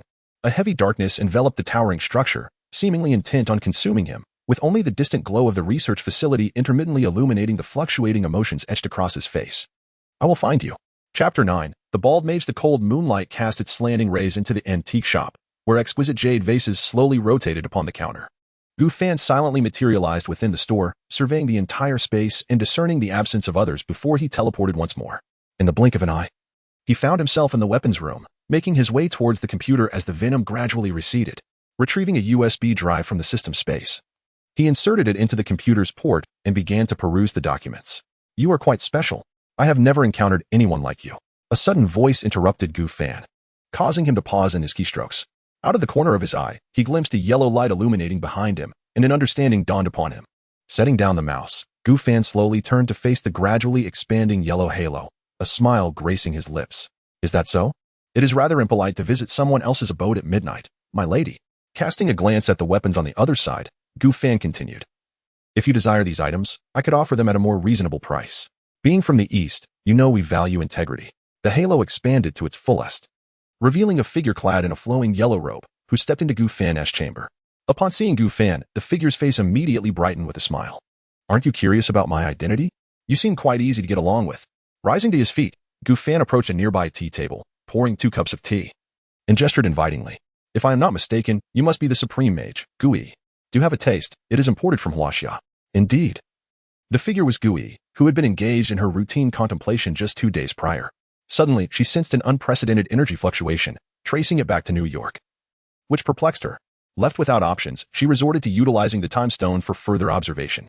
However, the results deepened her confusion as the once clear timeline began to blur, becoming inscrutable. While she could still view the timeline from 2 days prior, the moment beyond that had become elusive.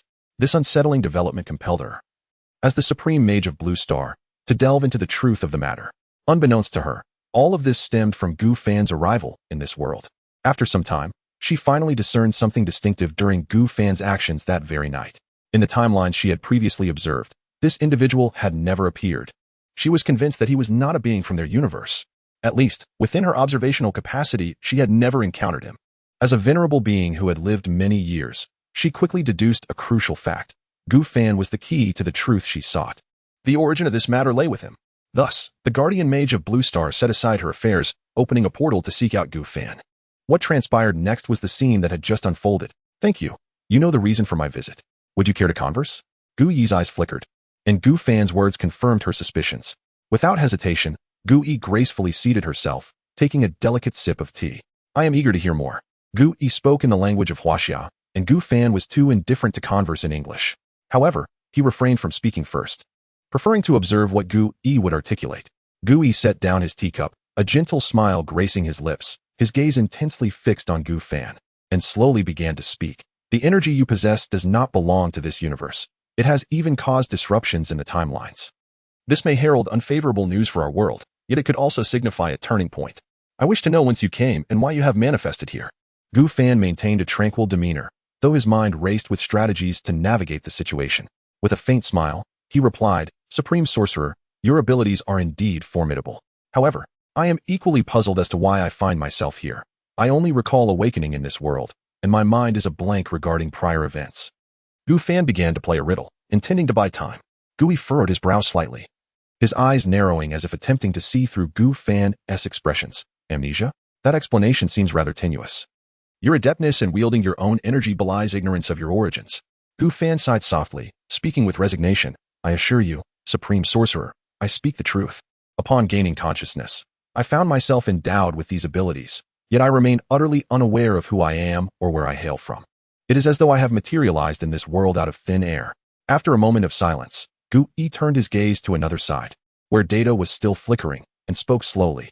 Even if your words ring true, the impact you have had on this world has already manifested. The chaos in the timelines may precipitate a series of unpredictable consequences. Gu Fan nodded, deliberately clearing his throat, his expression turning grave. I comprehend the gravity of the situation, which is why I have been striving to seek a resolution. Gu gently shook his head. The ancient knowledge of this world may offer you some guidance. Yet rectifying the issues with the timelines is no simple task. In my many years of existence, I have witnessed countless extraordinary phenomena, but your predicament is unprecedented. After a moment of contemplation, Gu Fan suggested, perhaps we could collaborate. As the Supreme Sorcerer, you possess profound understanding of the mysterious forces of this world. And I too harbor unique abilities. Together, we might discover a means to restore normalcy. A flicker of hesitation crossed Gu Yi's eyes, but he soon resolved, very well. I shall cooperate with you. However, throughout this process, you must ensure that no greater harm befalls this world. Gu Fan extended his right hand, earnestly stating, it is a promise. Gu Yi reciprocated, gently shaking Gu Fan's hand, thereby sealing their pact of collaboration. Meanwhile, as Gu Yi and Gu Fan engaged in dialogue, Agent Coulson of Symbiote was solemnly gathering evidence related to the mysterious events of the previous night. Near the vicinity of the graduate student, he discovered remnants of peculiar energy fluctuations and fragments of objects distorted by a formidable force. Drawing upon his years of experience as an agent, he keenly sensed that this matter was anything but simple. Coulson carefully placed the collected evidence into a specialized container before swiftly returning to Symbiote headquarters. Within the concealed and expansive confines of Symbiote's headquarters, Agent Coulson hurriedly made his way to Director Nick Fury's office. Director, I have an urgent matter to report. As Coulson entered, he found Fury standing before a colossal holographic display, his brow furrowed in concentration as he scrutinized various intelligence documents. Turning to face Coulson, Fury's singular eye fell upon the container in his hand. What have you discovered? Coulson placed the container on the desk, opening it to reveal the evidence within. Director, these were found near the site of last night's battle. The energy fluctuations contained here are remarkably unique, unlike any we have previously encountered. Preliminary assessments suggest that a formidable entity has emerged, possessing immense power. Fury picked up a distorted fragment, examining it with increasing gravity. It seems we have a new predicament on our hands. Continue your investigation diligently and report any new developments to me immediately. Additionally, keep a close watch on the happenings in New York. I have a foreboding sense that this situation is far from straightforward. Understood, Director. Coulson acknowledged before swiftly exiting the office, re-engaging in his investigative duties. Meanwhile, Nick Fury remained fixated on the fragment in his hand, lost in contemplation, acutely aware that his responsibilities were growing ever more burdensome. Chapter 10, Samwat Wiki outside. Dark clouds quietly parted to reveal a sliver of moonlight, which seeped into the pitch-black room, casting a luminous patch. A figure stood silently at the edge of that light, half engulfed in the dense darkness, the other half adorned with a silvery sheen from the moon. Gu Fan quietly observed the direction in which Master Gu Yi had departed, his mind seemingly engaged in deep contemplation. Turning back, he settled onto the sofa beside the coffee table, lighting a cigarette as he began to ponder. To his astonishment, he realized he had completely forgotten about Master Gu Yi. It was only natural for the old sorcerer to be aware of such matters. However, it was not a significant issue. As long as he did not harbor intentions of annihilating the earth, Gu Yi would not take action against him. Master, that individual was formidable. We are not yet a match for them. A small head emerged from the shoulder of Venom, as if sensing Gu Fan's thoughts. Gu Fan exhaled a puff of smoke, rolling his eyes in exasperation. Of course, I know we can't win. I won't take action against her. She is a good person. Venom paused for several seconds before responding. Master, I do not comprehend the distinction between good and evil.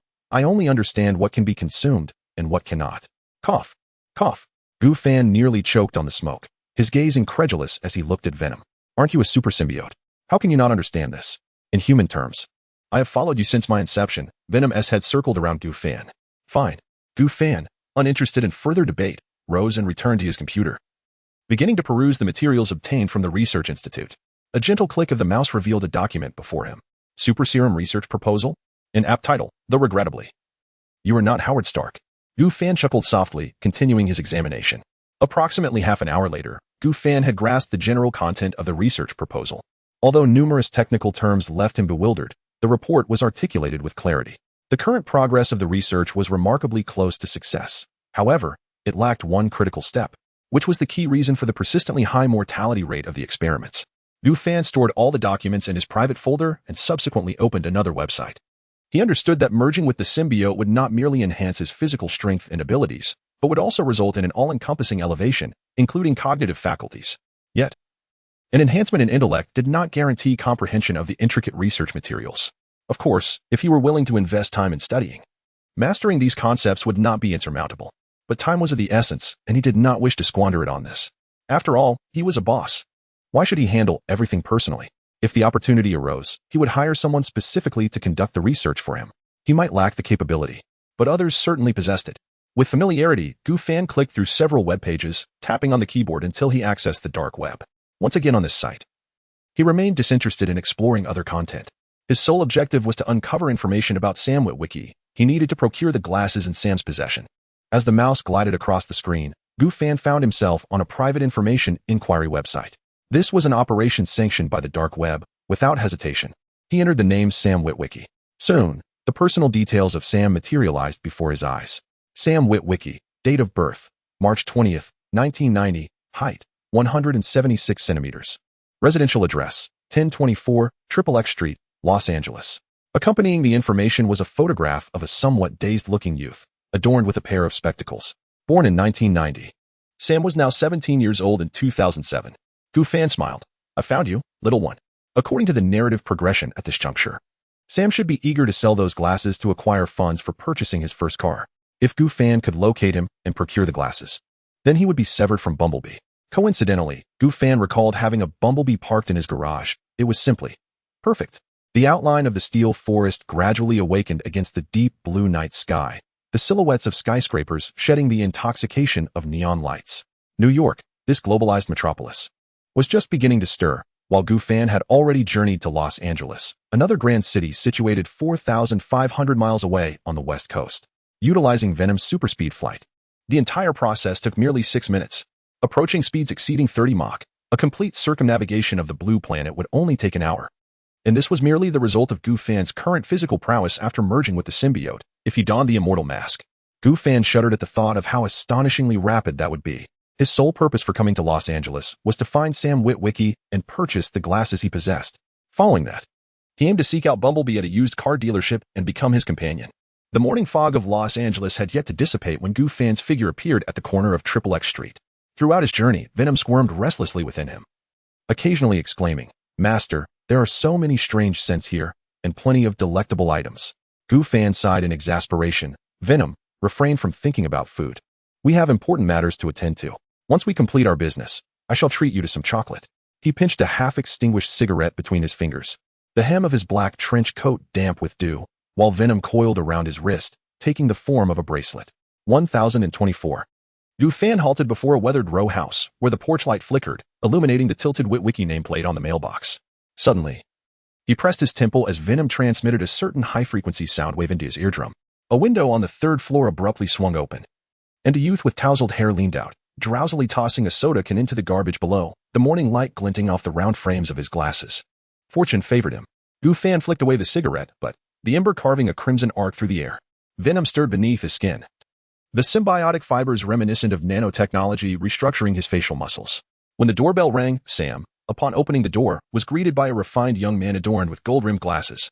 "Mr. Vidovich?" Sam gazed at the unfamiliar Gu Fan, his eyes filled with perplexity. "Who are you? What brings you here?" Gu Fan responded with a friendly smile. "Hello, Sam. My name is Lin Fan.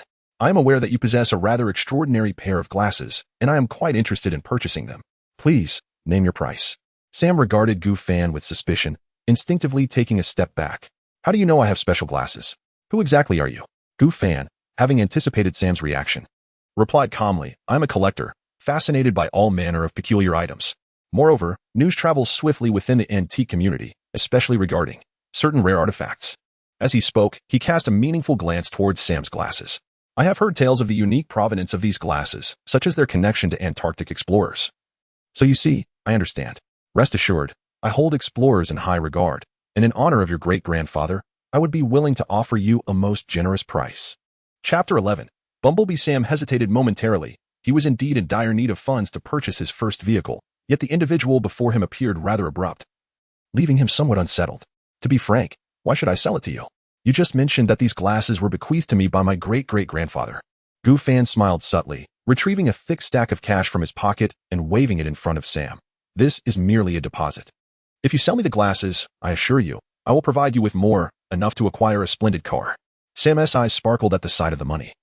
His internal defenses wavering. After all, purchasing a vehicle had been at the forefront of his thoughts recently. Okay, will you truly give me that much? Sam gulped, inquiring. Gu Fan nodded, a smile gracing his lips as he assured him, absolutely, I guarantee it with my integrity. Furthermore, I can provide you with a portion of the payment now. Just show me the glasses, and if all is well, the remaining funds will be promptly yours. Sam bit his lip, resolutely deciding, very well, please wait a moment. With that, he dashed back into the house, emerging shortly after with a pair of vintage glasses. Gu Fan took the glasses, scrutinizing them meticulously. Indeed, they were the very pair from the film Transformers, the ones that Sam's grandfather had left behind. Capable of revealing the location of the Allspark, a thrill coursed through him as he realized he was one step closer to his plan. Yes, this is it, Gu Fan proclaimed, handing over the remainder of the money to Sam. This constitutes the final payment. The transaction is complete. Sam accepted the cash, his face beaming with excitement. Thank you, sir. You are truly a kind person. Gu Fan chuckled, giving Sam's shoulder a friendly pat. No need for thanks. I hope you find the car of your dreams. As he turned to leave, Sam called out to him. If I may ask, who exactly are you? Gu Fan's smile faded, his gaze deepening. Someone who understands the value of those glasses far better than you do. It has been a pleasure, Sam. He pivoted towards the door, adding, by the way, I suggest you refrain from visiting the used car market today. The weather forecast predicts rain. Once the door closed behind him, Sam remained frozen in place, an unsettling feeling gnawing at him, though he could not articulate why. Meanwhile, Gu Fan stood at the street corner, and Venom was utilizing his heightened perception to locate Bumblebee. Master, I have detected a coordinate lock. Venom's voice resonated with excitement. Bumblebee's location has been confirmed, approximately 4 kilometers away, at a dealership named Bobby's Used Cars. How did you find him? Gu Fan inquired. The nearby energy signature was the strongest. Thus, I instantly determined the position. Gu Fan nodded, gazing towards the distant sky. Let us proceed to meet our new acquaintance. Venom chimed in. Master, are we heading straight to find the vehicle named Bumblebee? I mean, shouldn't we indulge in some delightful food first? Gu Fan nodded. Let us not be overly gluttonous. Our next stop is the used car dealership. Bobby's used car lot in the early morning of Los Angeles. The sun cast its slanted rays upon the streets as Gu Fan stood outside the rusted iron fence of the used car lot, his gaze drifting over the dilapidated sign. The symbiotic presence within him writhed restlessly, dark tendrils creeping along his neck and up the side of his face, whispering in a husky tone, Master, that yellow tin box. It is observing us. Following the tendril's direction, Gu Fan beheld the flickering headlights of a bumblebee, barely visible in the shadows. This 1977 Volkswagen Beetle. Its exterior, mottled with age, emitted a low, throaty hum from beneath the hood, reminiscent of the steady heartbeat of an ancient machine. A smile crept across Gu Fan's face. His objective was nearly within reach. At that moment, the sound of a bicycle bell echoed from behind. Hey, wait. Sam Witwicky puffed, breathless, as he stood by the roadside. Clutching a crumpled paperback, Gu Fan raised an eyebrow, noticing the beads of sweat on the boy's brow and the whitened grip on his handlebars. Having second thoughts? No. Not at all. Sam adjusted his glasses, his Adam's apple bobbing as he spoke. I want to know what you intend to do with those glasses. The tendrils of the symbiote stirred restlessly at Gu Fan's sleeve, but he subdued them quietly. To collect, he replied succinctly, turning to leave, yet Sam seized his sleeve. No. This isn't right. The boy's voice rose in pitch. That pair of glasses is certainly not an ordinary antique. My grandfather. He always said that the glasses held secrets, that someone would come looking for them. Gu Fan observed Sam's flushed face in silence before suddenly breaking into a light laugh. He leaned closer to Sam, the dark tendrils of the symbiote spreading across his visage, distorting his features into a terrifying visage as he murmured ominously, Do not inquire further. Leave swiftly. Sam's face paled in fear, instinctively retreating a step. This is not for you to know, kid, Gu Fan whispered. As the voice of the symbiote thundered in Sam's mind, Human, flee. Sam hastily scrambled onto his bicycle, the wheels skimming past Gu Fan's shoe as he sped away. The iron gate of the used car lot opened automatically, and the bumblebee gradually emerged from the shadows in Gu Fan's eyes, its body refracting flowing patterns of light under the sun. The shop owner ambled out from the lot, his eyes gleaming with shrewdness and calculation. Observing Gu Fan's determination to acquire the vehicle, he couldn't help but begin to plot in his mind. Hey, sir, to be honest, this car holds significant value. Though it appears worn, it possesses special meaning, so. The shop owner, donning a beach hat, began to ramble on about the car. Gu Fan raised an eyebrow, casting a knowing glance at the proprietor, fully aware that the man sought to exploit the situation. After a moment of silence, he retrieved a thick stack of cash from his pocket, shaking it forcefully in his hand, producing a crisp sound. This money should suffice to keep you silent. I will purchase this vehicle, and you will vanish from my sight at once. His gaze bore an undeniable authority. Upon seeing the substantial bundle of cash, the shop owner's eyes widened with eagerness. After a brief hesitation, he reached out to accept it. He understood that this individual was not to be trifled with. Better to avoid unnecessary trouble. Thus, he nodded vigorously, saying, "Rest assured, sir, Bobby Jackson conducts business with utmost integrity. Farewell, sir." Subsequently, the shopkeeper swiftly commenced the transaction process. Meanwhile, Bumblebee's reflective mirrors remained fixed upon Gu Fan. Once Gu Fan completed the formalities, he turned to face Bumblebee, his steps light and untroubled. "I know you can understand me," he declared, extending his arms towards the vehicle with unwavering conviction. "The war for the Allspark has concluded. Cybertron yearns for a new leader." Upon hearing these words, Bumblebee's chassis flickered with light, as if engaged in a profound contemplation and assessment. "Welcome, my friend." Following this, the doors of the vehicle opened gracefully like a pair of scissors. This feature was not typically possessed by this model, and as the doors swung open, a smile graced Gu Fan's face as he confidently took his place in the driver's seat. This spectacle left the shopkeeper, observing from a distance, utterly astounded, exclaiming, "Good heavens! What has transpired? I must be dreaming." Chapter 13. Conversations in the empty space. As Gu Fan's fingers barely grazed the steering wheel, Bumblebee's engine emitted a low, rumbling growl. As if to issue a warning, it resented our touch. Venom hissed ominously beside Gu Fan's ear, the black symbiote writhing uneasily beneath his skin. It was agitated. Venom continued its discourse, and he could smell the acrid scent of overloaded circuits. Suddenly, the hood of Bumblebee sprang open, the radiator blades flaring like the gills of a shark, while the radio crackled to life, shifting to a country music station.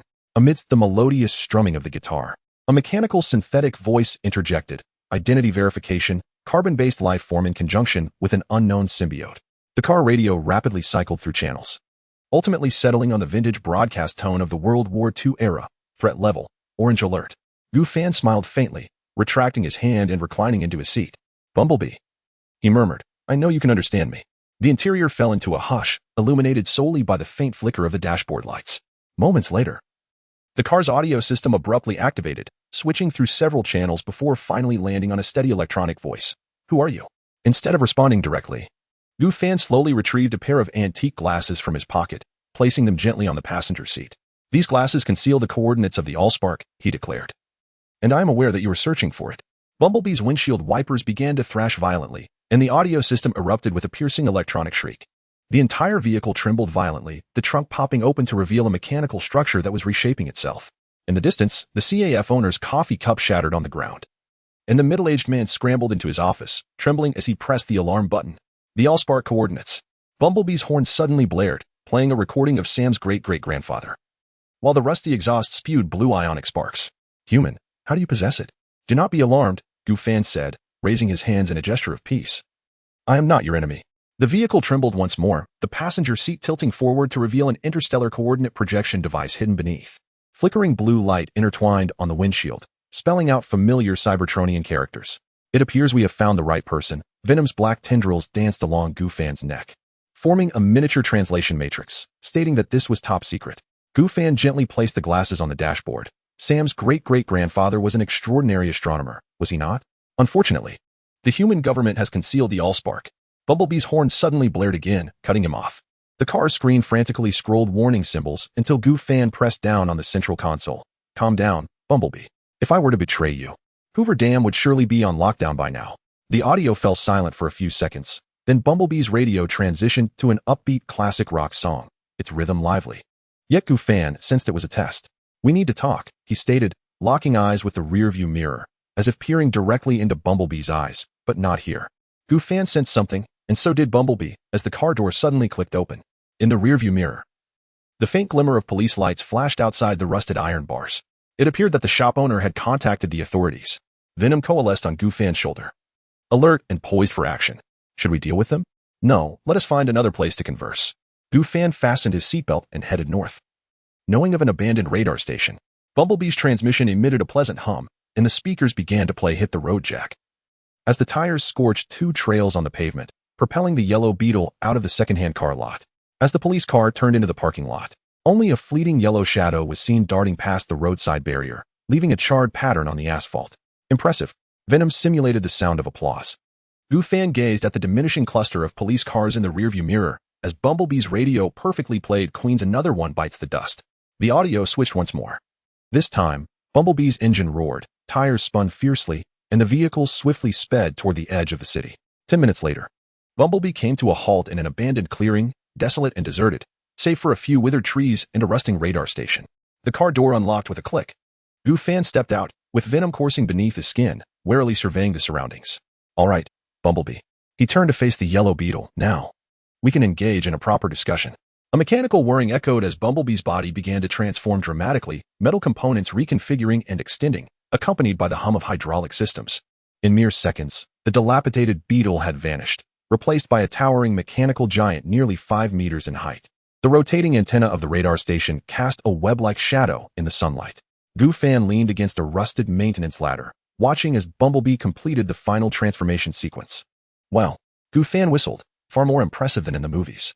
Bumblebee knelt down, lowering his height, while the optical lens adjusted its focus. He extended a finger, cautiously tapping Gufan's chest as the speakers played the opening notes of Who Are You? Gufan, for now, consider yourself as our diplomatic advisor? He chuckled, patting the space beside him. Venom, stop hiding and say hello. The black viscous substance flowed down his arm, coalescing in his palm into a small smiling face. Bumblebee, curious, tapped it with his fingertip, only to be gently bounced back by the elastic symbiote as the speakers erupted with laughter-like electronic sounds.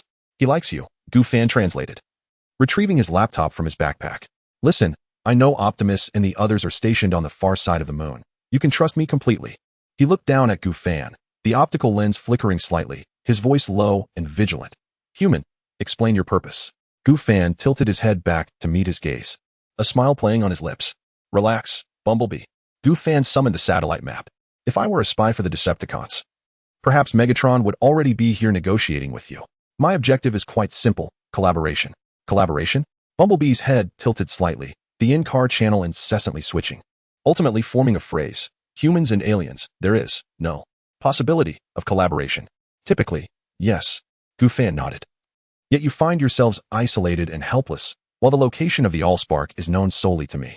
Bumblebee fell silent for a moment, seemingly assessing Gufan's credibility. You possess a symbiote within you, he finally stated. It does not belong to Earth. Venom, Gufan acknowledged, yet it is now my ally. Much like you and Optimus Prime. Bumblebee's armor trembled slightly, seemingly displeased with the analogy, yet he refrained from contesting it. Friend, you mentioned the Allspark. Bumblebee stepped forward, the ground trembling ever so slightly beneath him. Chapter 14. S-H-I-E-L-D. In the vast expanse of the open air, Gufan extracted a compact projection device from his pocket and pressed a button. A holographic image materialized before him, revealing a star map with a specific coordinate marked at its center, Hoover Dam. The source of the spark lies right there, Gufan declared. The optical lens of Bumblebee suddenly contracted, and streams of data flashed rapidly. The human government has concealed it, Gufan continued, while you have remained blissfully unaware. The armor plating of Bumblebee slightly parted, and a puff of hot air was expelled from its cooling system, evidently indicating the shock of this revelation. I need to contact the leader, my friend, and reclaim the source of the spark. Can you assist me? After a brief silence, Bumblebee finally spoke through the vehicle's communication channel. Gufan shrugged and nodded. That is precisely what I desire. Bumblebee pivoted, and his chest armor opened to reveal a signal transmitter. Adjusting the frequency, a secure Cybertronian signal soared into the sky, piercing the atmosphere and reaching outer space. Optimus Prime. This is B-127. Bumblebee's voice resonated through the signal. I have uncovered critical intelligence and a trustworthy human ally. With the transmission complete, Bumblebee turned back to Gufan, and cheerful music began to play through the vehicle's speakers. We shall arrive on Earth in a few days, he stated.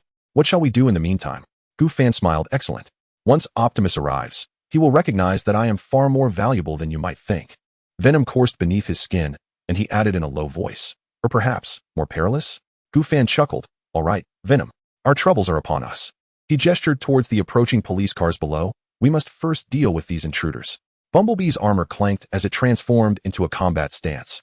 But Goofan had already moved towards the edge of the cliff. Venom enveloped him in a complete black suit, turning to reveal the iconic white grin. Fear not. I excel at creating dramatic exits. As the police cars arrived at the radar station, Goofan had already seated himself in Bumblebee's driver's seat. With a spatial ripple, the yellow beetle vanished from the spot. A white police officer and a black police officer emerged from one of the vehicles, gazing at the empty terrain and exchanging glances. Mike, did you see anything? The white officer inquired. The black officer furrowed his brow. No. All I saw were two officers made to look foolish. With that, the black officer returned to the vehicle, and the white officer, after surveying the surroundings, followed suit. As the engine roared, the police car departed from the mountaintop. Meanwhile, in the parking garage of an antique shop, a yellow beetle suddenly appeared next to a Chevrolet Camaro. Goofan opened the door and stepped out, patting Bumblebee's hood. Hey, buddy, don't you think this one next to us looks cooler? Bumblebee's optical lens flickered slightly, fixating on the Chevrolet Camaro for several seconds, emitting a low rumble as if in defiance. Oh, look at that, my friend. This is the latest Camaro sports car. Goofan smiled as he patted the roof of Bumblebee. Frankly speaking, wouldn't it be simpler to scan it directly and give it a new appearance? The heat dissipation panels of Bumblebee unfurled with a swish, seemingly contemplating the suggestion earnestly. In the next moment, a beam of light emanated from Bumblebee, swiftly scanning the entirety of the Camaro's body. Immediately, the structure of Bumblebee began to reorganize. The metal plates flipped and transformed, accompanied by the mechanical sounds of gears interlocking. Within mere seconds, the original yellow beetle vanished, replaced by a pristine Chevrolet Camaro, its iconic yellow and black stripes still intact. Goofan raised an eyebrow and chuckled softly. Much more handsome. Bumblebee's engine roared in response, and the headlights flickered, as if proudly acknowledging the compliment. Goofan stretched languidly and turned to enter the antique shop. The interior was tranquil, with only a few rays of sunlight streaming through the slats of the blinds, casting patterns on the wooden floor. He flipped the closed sign to reveal open on the other side, sauntered to a corner where a recliner awaited, and lazily reclined, resting his hands behind his head. The symbiotic venom coursed beneath his skin, whispering, Are we just going to wait here? What's the rush? Goofan replied, eyes closed, a smile playing at the corners of his mouth. Optimus hasn't arrived yet, and the human government hasn't come knocking. Rest is our most pressing concern. Venom fell silent for a moment before surrendering. Very well, Master. I still fail to comprehend humanity. Goofan offered no further response, merely listening to the sporadic sounds of engines outside. Bumblebee seemed to be outside, adjusting to his new form, occasionally revving the engine like a child reveling in a new toy. At that moment, an elderly man with graying hair happened to pass by and pushed open the door to the antique shop, inquiring, Is that car outside yours? Sort of. Goofan replied lazily. The old man squinted. Didn't it just change its appearance? Goofan opened one eye, a smirk playing on his lips. Sir, I recommend you visit a hospital for a thorough checkup. Perhaps you possess a touch of sci-fi talent. The old man scrutinized him for a few seconds before shaking his head and muttering, Young people these days are truly peculiar, as he turned to leave the shop. Goofan closed his eyes once more, feeling the dark substance of venom swirl slightly at his fingertips. Once Optimus arrives, Goofan murmured, things will truly become interesting. So be it, he softly replied, but before that let me rest for a while. In the garage, Bumblebee's engine gradually quieted, and Goofan also closed his eyes. Meanwhile, in the Office of Strategic Homeland Command and Logistics Support, on the rooftop, the name S-H-I-E-L-D remained unchanged. A long and cumbersome title that often vexed their agents. Nick Fury, hands clasped behind his back, gazed intently at the mural before him, relishing one of his rare moments of leisure. Suddenly, the office door swung open, and Coulson entered, holding a tablet. Director, an anomaly has been detected in Los Angeles. Nick Fury turned to face Coulson, his single eye fixed upon him, as he solemnly accepted the tablet. In the agency, call me Director. Nick Fury glanced at Coulson once more.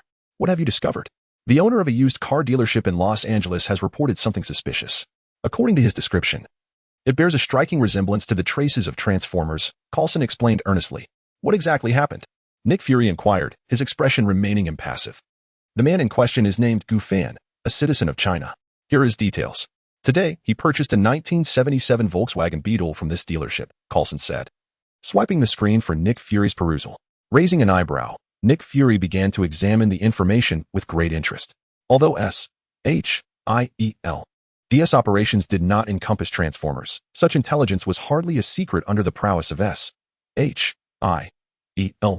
agents.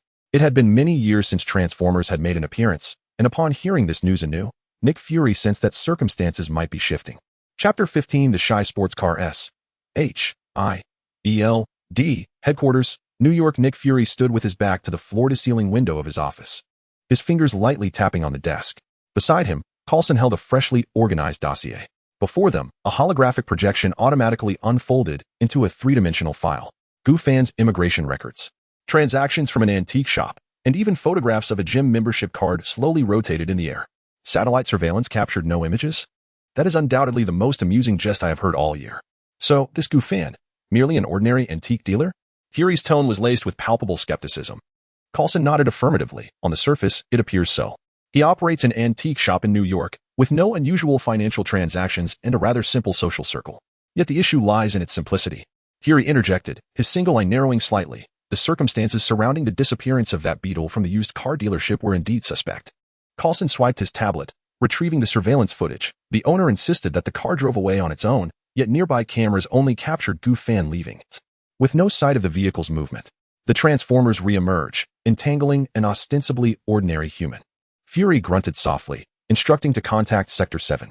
To ascertain their awareness of the situation, Coulson's expression turned uneasy. Sector 7 has consistently refused to share intelligence, Director.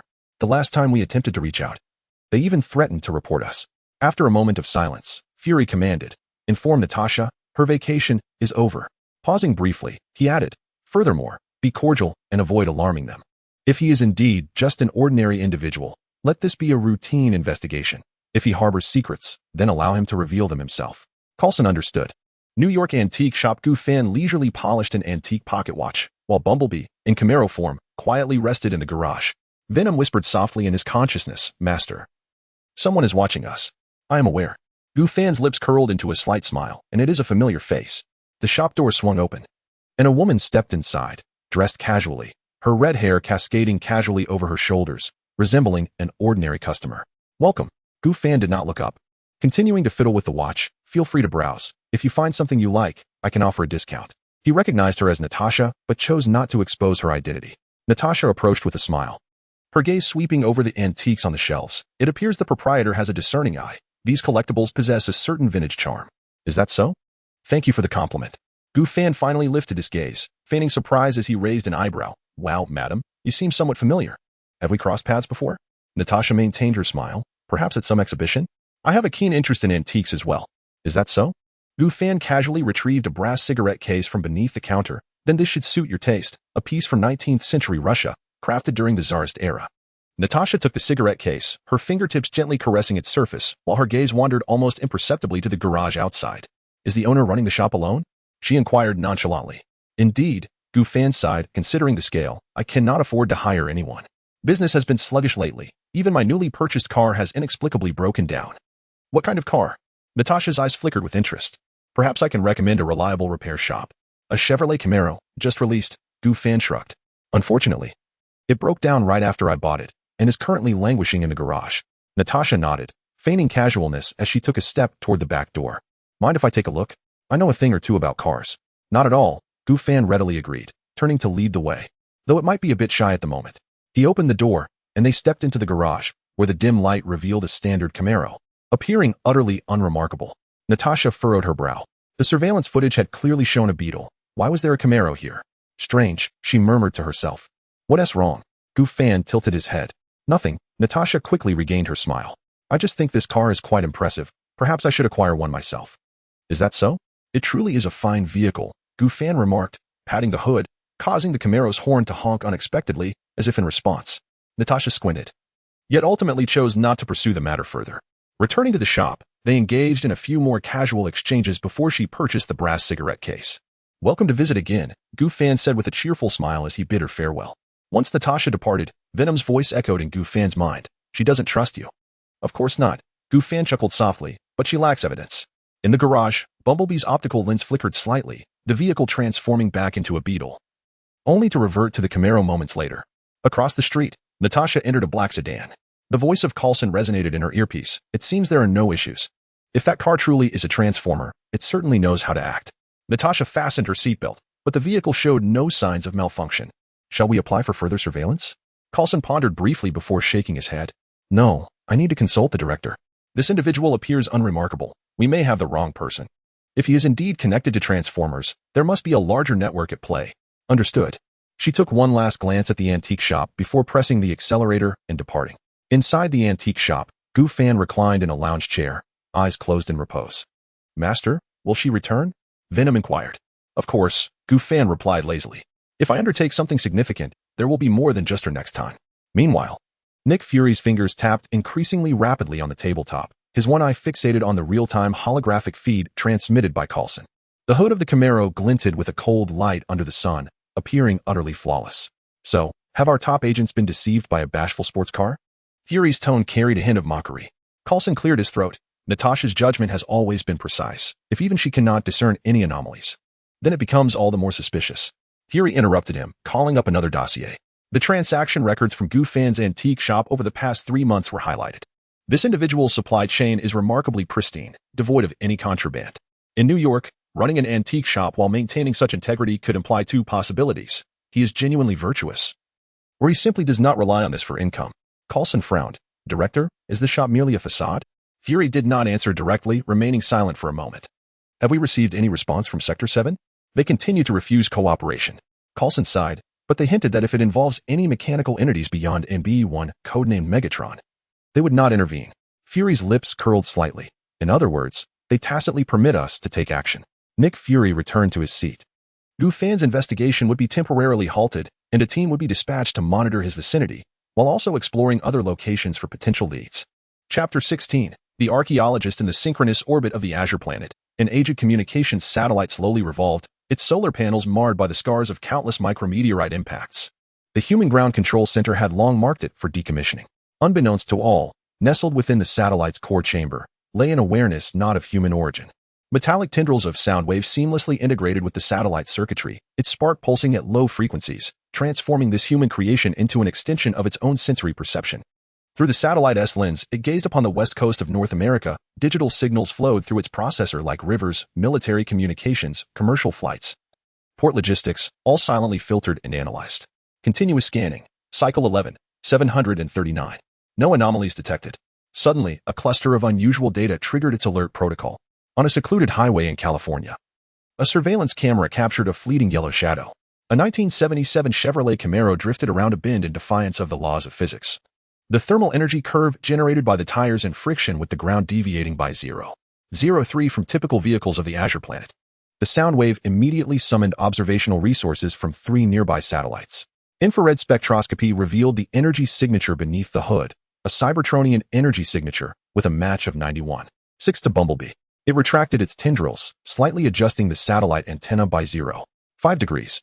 Encrypted data streams were transmitted through the backup frequencies of the human GPS system, disguising themselves as ordinary orbital correction signals. The information traversed the atmosphere, intercepted by a piece of space debris in low Earth orbit. This was, in fact, a quantum relay set by the sound wave. 30 seconds later, the communication link was established. The sound wave reported, target confirmed.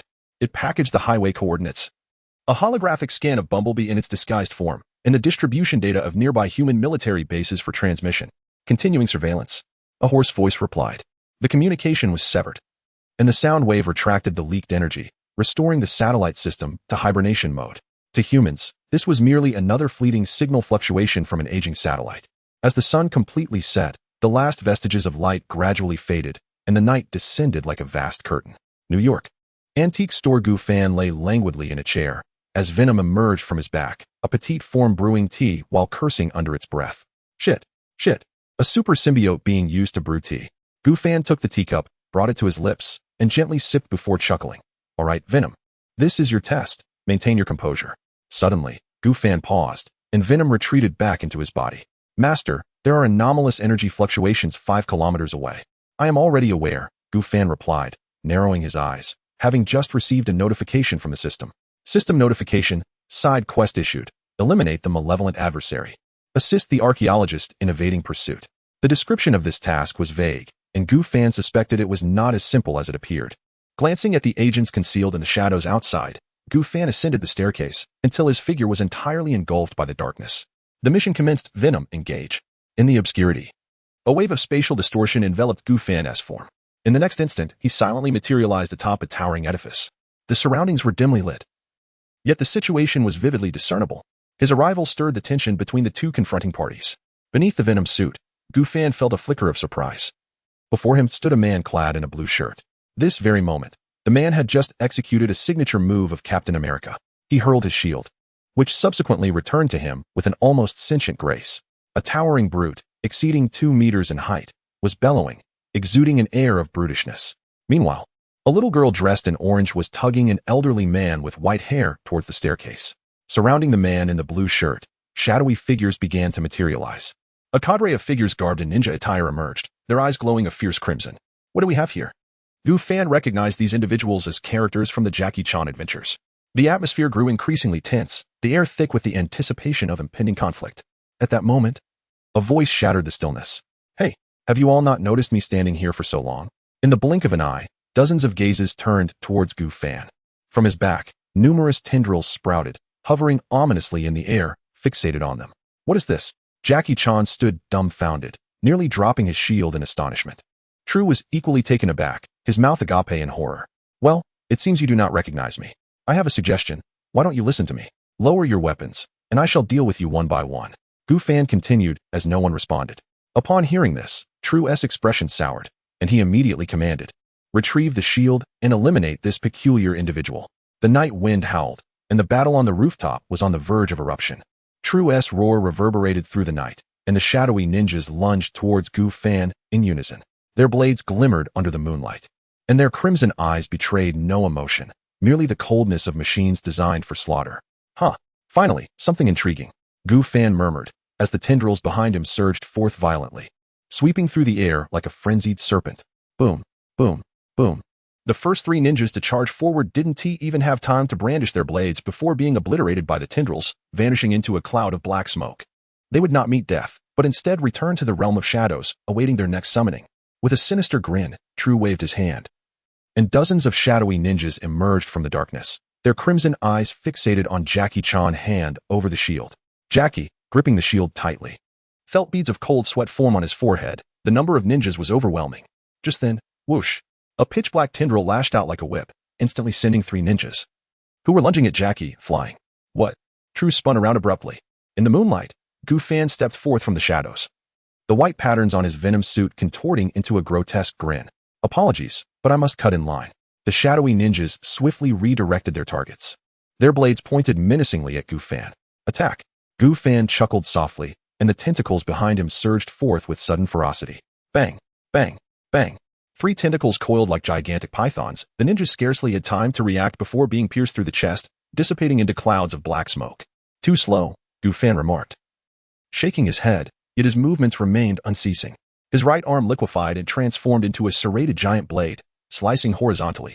Whoosh! 5 ninjas were simultaneously cleaved in half, black smoke billowing around them. Cheng Long stood agape. Is this guy an ally? Uncle Long, watch your back, Xiao Yu shouted. 2 ninjas seized the opportunity to spring from the shadows, their blades aimed straight for Cheng Long's back.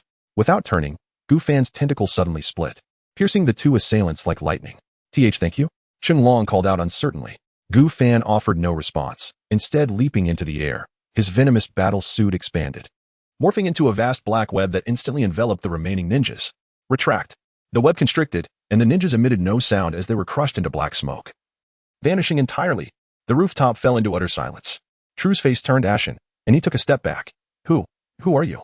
Gu Fan landed, his battle suit returning to its original form, casting a fleeting glance at True. You are not worthy to know. With that, he turned to Cheng Long. The rest is up to you. True let out a furious roar and charged at Cheng Long with a clenched fist. Bang! Cheng Long raised his shield to block, but was staggered back several steps by the immense force. Xiao Yu, quick-witted, leaped onto True's back, grasping at his ears. Ugh! True faltered, and Cheng Long seized the chance to sweep his legs, bringing him down. Just as everyone's attention focused on True, Gu Fan's fingertips quietly extended hair-thin tendrils, delicately retrieving the fallen shield, extracting its talisman and silently storing it within his system space. Task accomplished. He turned towards the edge of the rooftop, his venomous suit flowing under the moonlight. Wait, Cheng Long suddenly called out. Who are you? Why did you help us?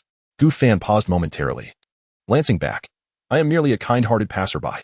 Before his words faded, his figure melted into the night like ink, disappearing without a trace. Dad? The old man adjusted his glasses, brows furrowed. Oh no. Where did the shield go? Xiaoyu blinked. It's right here, Dad. On the second floor of the antique shop. Gu Fan toyed with the talisman in his hand, a glimmer of light flashing in his eyes. Tonight's haul was quite satisfactory. Chapter 17. The Phantom Under the Glow of the Lights. Gu Fan sat serenely on the sofa, a steaming cup of tea resting upon the coffee table beside him. Congratulations, host, on completing the task. You are rewarded with an original Cybertron robot. A Cybertron robot? Are you certain? Gu Fan's expression turned peculiar as he glanced towards the window, where Bumblebee was stationed in the garage. Host, this is a transformer crafted by the system utilizing Cybertron technology. However, it is a smaller version, possessing abilities akin to Venom, capable of transforming into mechanical entities such as a mobile phone, a watch, or even a drone. It is a triple changer, predominantly designed to assist the host, akin to Jarvis. Manipulating the internet. Indeed, it possesses such functionality. Sounds rather promising. All right, let it emerge. Gu Fan gestured with his hands and sipped his tea. Buzz. Suddenly, countless blue luminescent points materialized in the air, converging before Gu Fan like stardust. The points rapidly coalesced into a metallic cube, its surface adorned with data streams reminiscent of Cybertronian script. System initialization complete. The mechanical cube emitted an electronic synthesized voice as its edges began to intricately reshape, scanning the host's biological characteristics. Match complete. Gu Fan observed with keen interest this metallic object, measuring less than 20 centimeters on each side. It then unfurled into a flat surface, enveloping his left wrist like liquid metal, ultimately solidifying into a dark silver wristwatch. The watch's face illuminated with a holographic projection of the Cybertron insignia. Please suggest a name. The watch spoke with a faint electromagnetic crackle. The teacup on the coffee table trembled suddenly, and venom peeked from Gu Fan's shoulder. Another tin toy? You may call it Phantom. Gu Fan gently tapped the watch's face, and deep-sea blue light pulsed through the metallic seams. Now, showcase your abilities. The wristwatch abruptly disassembled into hundreds of mechanical components, reconfiguring in Gu Fan's palm into a miniature drone. As its wings unfurled, a humming sound akin to a hummingbird's wings resonated, with 4 thrusters expelling azure ion streams. Currently connected to 60 million civilian surveillance nodes. The drone's optical lens contracted and focused, detecting an anomaly, a Hydra signal transmission located 35 kilometers to the southwest. Gu Fan raised an eyebrow. Venom swiftly spread along his arm, forming the outline of a tactical visor upon his skin. The imagery transmitted by Phantom projected directly onto his retina, revealing several suited men in an alley, transporting metallic boxes, their surfaces deliberately worn to obscure the skull emblem. Intriguing. Gu Fan remained seated, retrieving a chicken talisman from the system space. For now, let us set aside those matters and examine this object. He held the chicken talisman up to the light, its ancient stone surface emanating a gentle golden glow. Venom extended its head from his shoulder, its black viscous eyes nearly touching the talisman. Can this thing truly enable flight? Venom prodded it with a slender tendril, resembling a moldy biscuit. Understanding Gu Fan's thoughts, Venom grasped the purpose of the chicken talisman with clarity. Gu Fan disregarded Venom's remarks, focusing intently as he cradled the talisman in his palm. He sensed a peculiar energy coursing through his fingertips, as if some latent will was resonating with him. Phantom, initiate a scan, he commanded. The wristwatch-shaped Cybertronian robot promptly projected a blue holographic screen. However, as the scanning beam made contact with the talisman's surface, the data stream abruptly became chaotic, and the holographic projection flickered before collapsing entirely. Warning. Unable to analyze target material composition. Energy type exceeds database parameters, the mechanical voice of Phantom noted, tinged with confusion, and suggested attempting activation via a biological neural link instead. Raising an eyebrow, Gu Fan placed the talisman against his palm and closed his eyes. In an instant, a gentle force surged forth from the talisman, cascading down his arm and enveloping his entire being. His feet gradually lifted from the ground, and he found himself suspended in midair, as if gravity had lost its grip on him. The teacup resting on the coffee table also began to float, the tea within maintaining a perfect level surface. Wow! Venom exclaimed, excitedly swirling around him, forming streamlined black patterns. I can fly too. So what use is this thing to us? Gu Fan paid no heed to Venom's quips, instead attempting to harness this newfound power. With a subtle shift in his center of gravity, his body glided forward effortlessly. He maneuvered gracefully through the confined space of the second floor of the antique shop, lightly tapping the wall with his fingertips, causing himself to pivot like a feather. A hefty, ancient tome lifted from the bookshelf, pages turning automatically before him. Controlling objects with thought. Gu Fan mused, realizing that the talisman's power seemed to directly influence the user's mental waves. The nuances of flight control were more intuitive than he had anticipated. Just then, Venom split off a portion of itself, forming slender black tendrils that sought to envelop the talisman. Let me give it a try. Yet, the moment the symbiotic slime made contact with the talisman, a surge of yellow light erupted, causing Venom to retract sharply, emitting a shrill cry. Ow. This thing despises me. Gu Fan landed and withdrew the talisman. It appears to react only to complete entities. Complete? Venom grumbled discontentedly. All right, that means I need to separate from you. Moving towards the window. Moonlight streamed through the glass and illuminated the floor. Gu Fan aimed the talisman at a street lamp outside, concentrating deeply. Rise. The metallic lamppost, 50 meters away, suddenly emitted a jarring distortion, uprooting from its base and spinning in midair. The bulb flickered erratically, casting eerie shadows on the darkened street. SHIELD agents concealed in the shadows looked up in terror, one hastily grasping a walkie-talkie. Sir, there is an anomalous gravitational phenomenon on 7th Avenue. Gu Fan abruptly ceased the force, and the street lamp crashed back into its original position. As he turned, he noticed Phantom documenting the holographic data. Energy effect radius approximately 80 meters, significantly more pronounced on non-living entities. Fascinating, Gu Fan mused, toying with the talisman. If combined with your propulsion system, well, I still feel you're not as swift. Suddenly, venom erupted from Gu Fan's shoulder, morphing into a grotesque black visage. Its crimson tongue gliding over sharp teeth. Master, those rats lurking in the shadows have been observing us all day. Shall we turn them into missing persons? Gu Fan cast a glance outside the window, where, under the moonlight, several dark figures swiftly retreated into the depths of an alley.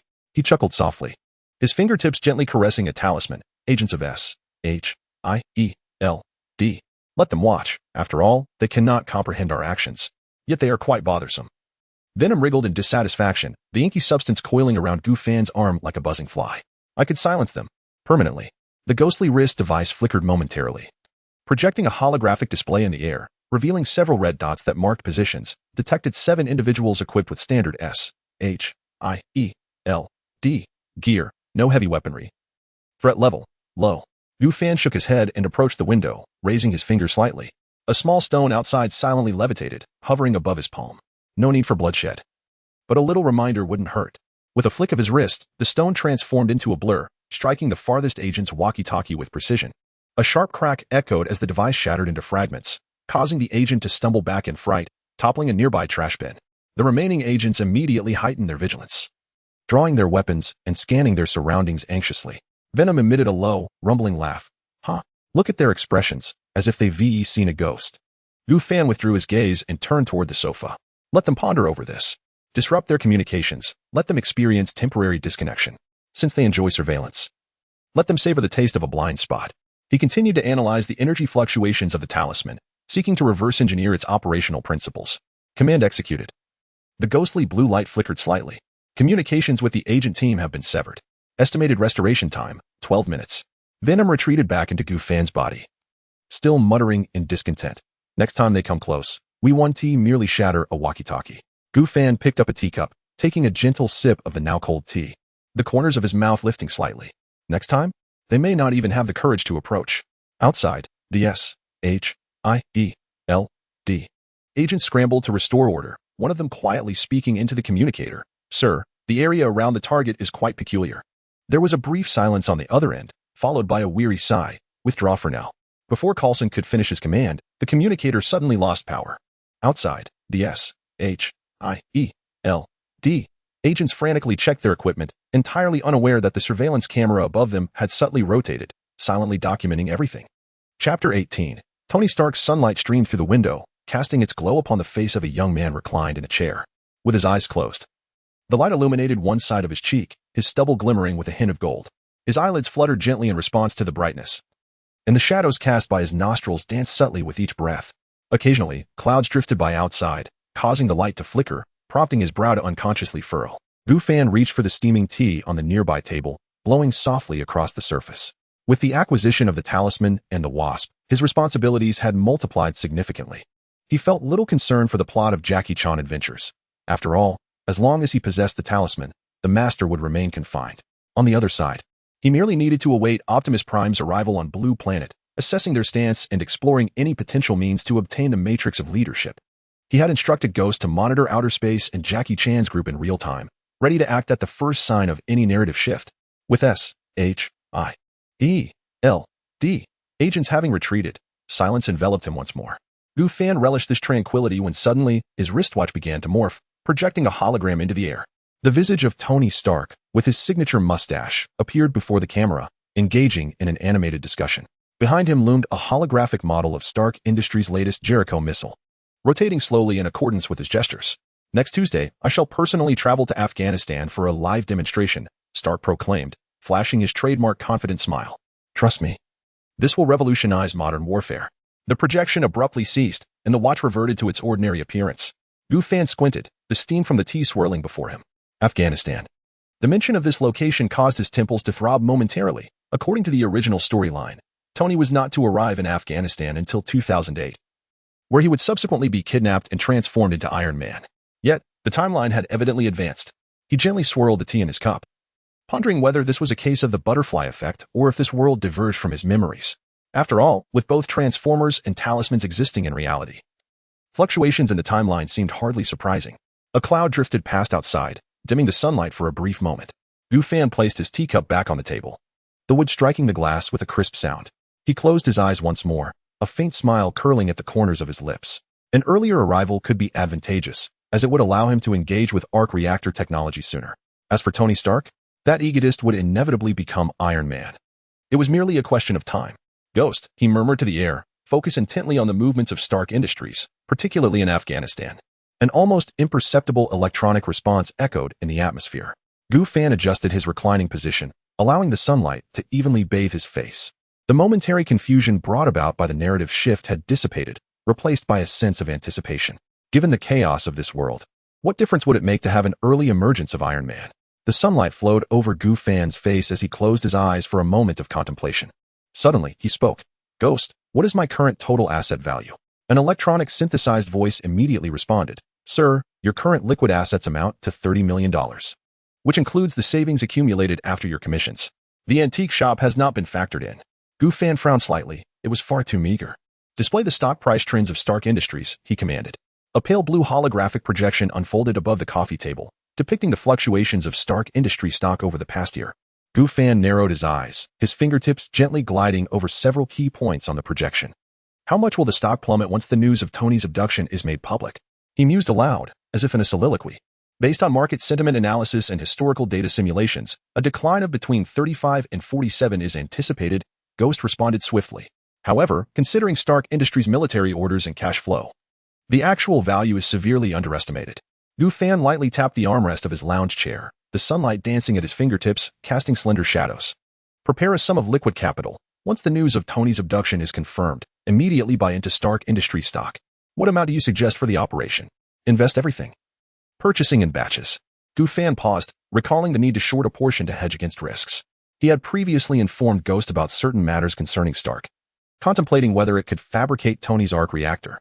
Surveillance has been established. We will monitor the situation in Afghanistan and the financial market's reactions in real time. Ghost's voice remained calm and efficient. Should we prepare a contingency plan for the rebound following the press conference? Gu Fan lifted his teacup, the steam swirling, rendering his gaze particularly profound. No rush. Let us wait until Tony begins constructing Mark I. He sipped his tea, then added, by the way, look into Obadiah Stane's recent activities. Stane had met with 3 senators last week, and yesterday, his assistant scheduled a private meeting with Hammer Industries. Do you require more detailed surveillance? Gu Fan shook his head, sunlight casting mottled shadows across his face. Not for now. Just keep a close watch on his financial movements. He set down his teacup. Let us see how many buying opportunities this loyal partner will create for us. Outside, a cloud drifted by, causing the sunlight to flicker. Gu Fan closed his eyes once more, yet the smile at the corners of his mouth deepened. The fluctuations in the financial market were merely another plot point for him to exploit. The tribulations that Tony Stark was about to endure would serve as a shortcut on his path to financial freedom. Oh, and when Tony returns to announce the closure of the weapons division, remember to short 5 minutes in advance. Added to the operation list, Ghost replied. Shall we prepare a real-time trading system for the press conference? Gu Fan chuckled softly. You are becoming increasingly attuned to my ways. The sunlight once again flooded the room, the aroma of tea gradually permeating the air. Gu Fan stretched his body, seemingly engaged in the simple planning of an ordinary afternoon leisure. Yet, within the invisible realm of numbers, countless trajectories of capital flow were being recalibrated, awaiting that pivotal moment that would transform Tony Stark and, in turn, the entire Marvel Universe. Sunlight cascaded across Gu Fan's face as he suddenly opened his eyes. Ghost, he called softly. An electronic voice resonated through the air. I am here, sir. Fan's fingertips gently tapped the edge of his teacup, producing a faint, crisp sound. He squinted, his gaze penetrating the swirling tea mist as his thoughts raced. I recall that your capabilities extend beyond mere surveillance and data analysis, do they not? His tone was calm, yet laced with a hint of curiosity. You can directly intervene in electronic systems, manipulate data streams, and even rewrite the trading records of the financial markets? The ghost fell silent for a moment before responding. Theoretically, yes. Any digital barriers on the internet are non-existent to me, including those of banking systems, stock exchanges, and data nodes of the global financial market. Chapter 19. Alien Allies. Fan wore a reassuring smile as the sun cast a gentle glow on his profile. He slowly set down his teacup, his voice low and contemplative. If I wish to profit from the stock market crash following Tony Stark's disappearance, I intend to invest substantially. Can you assure me that my funds can be multiplied without regulatory constraints? He paused, then added, is it possible for you to transfer money from other accounts to mine? The ethereal voice of Ghost responded without hesitation, based on the current level of financial firewalls. A safe operational limit of $200 million can be managed within 72 hours. Exceeding this threshold may trigger an abnormal trading alert from the SEC. Fan chuckled softly, his fingertips gliding across the coffee table, summoning a holographic projection that displayed real-time data streams from several major global stock markets. 200 million, he murmured, his gaze sweeping over the fluctuating numbers. It was sufficient. As the sunlight flickered, a cloud drifted by outside, casting a brief shadow over the room. Fan's voice resonated clearly in the dimness. Let us proceed. Within 30 minutes of confirming Tony's abduction, I want that 200 million converted entirely into Stark Industries stocks. Understood. Ghost replied. I will ensure that the flow of funds remains entirely invisible and bypasses all conventional regulatory scans. Reclining back in his chair, Fan relaxed as sunlight poured in once more, his expression returning to tranquility, as if their earlier conversation had merely been idle chatter about the weather. Oh. By the way, he suddenly recalled, a playful smile gracing his lips, when Obadiah Stane begins to sell his stocks, synchronized with his trades. But do not let him catch on. Noted, Ghost's voice remained calm and efficient. Shall I monitor his private account? I can track every movement of his funds in real time. Fan closed his eyes, the sun dancing upon his lashes. Not for now, he replied coolly. Let him unwittingly deliver his weaknesses into our hands. The room fell silent once more, the only sounds being the occasional whisper of the wind outside and the cooling tea on the table. Beneath the surface of the digital realm, a silent financial storm was brewing. The $200 million was poised to quietly rend a fissure in the global stock markets. Fan's breathing was steady, as if he could already envision the future. When Tony Stark burst forth from the cave clad in that rough marca suit, his account would already be overflowing with enough wealth to grant him financial freedom. As night fell, Bumblebee in the garage emitted an unusual honking sound. Fan opened his eyes and rose to his feet. He's starting to make noise again. That tin can is quite bothersome. Venom emerged from his shoulder, muttering curses. All right. Let us see what our friend is up to. In swift motion, Fan opened the garage door, revealing a brand new Chevrolet Camaro parked quietly within. The garage lights cast a glow upon the gleaming body of the Chevrolet Camaro, when suddenly, Bumblebee's radio activated on its own, emitting a cacophony of static before coalescing into a hurried message. Leader signal received. Coordinate locked. Expected arrival in 30 minutes, requesting assistance. Fan smiled gently, tracing his fingers across the holographic projection to unveil a map of northern New York State. Venom peeked from his shoulder, the inky substance subtly writhing. So, that group of extraterrestrial tin cans has finally decided to descend? Do not be so harsh. They may very well be our future allies. Fan patted Bumblebee's roof. Lead the way, old friend. The engine roared to life, the doors swung open automatically, and the dashboard illuminated with the navigation route. Fan settled into the driver's seat, while Venom transformed into a flowing black liquid, enveloping his wrist to form a tactical glove.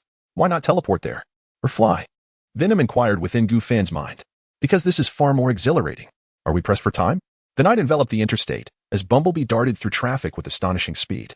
Suddenly, a few headlights flashed in the rearview mirror, a silver Pontiac Firebird, a matte black military Hummer, and a deep blue Ford Mustang GT approached at nearly synchronous velocity. It seems they have scanned our terrestrial vehicles ahead of time, Fan murmured. Venom concurred. At least their aesthetic is superior to that of the Decepticons. The trio of vehicles quickly drew nearer, their windows descending to reveal flickering mechanical structures within. The silver Pontiac Firebird accelerated slightly, aligning alongside Bumblebee, as a deep, magnetic voice emanated from its sound system. Human, you travel with Bumblebee. State your identity. Jazz, relax. Bumblebee's speakers played a light-hearted tune interspersed with electronic sounds. P.S.A. friend. Friend? Came a deeper voice from the Ford Mustang GT, unmistakably that of Ironhide. His tone was laced with caution. We have just arrived on Earth. We cannot afford to trust strangers indiscriminately. Gu Fan steadied the steering wheel with one hand, while the other rested on the window. What if I told you I know you are searching for the Allspark, and I can help you evade human surveillance? The three vehicles simultaneously decelerated, seemingly engaged in a fervent internal discussion. Moments later, Jazz's vehicle sound system resonated again. Interesting. The leader wishes to meet you.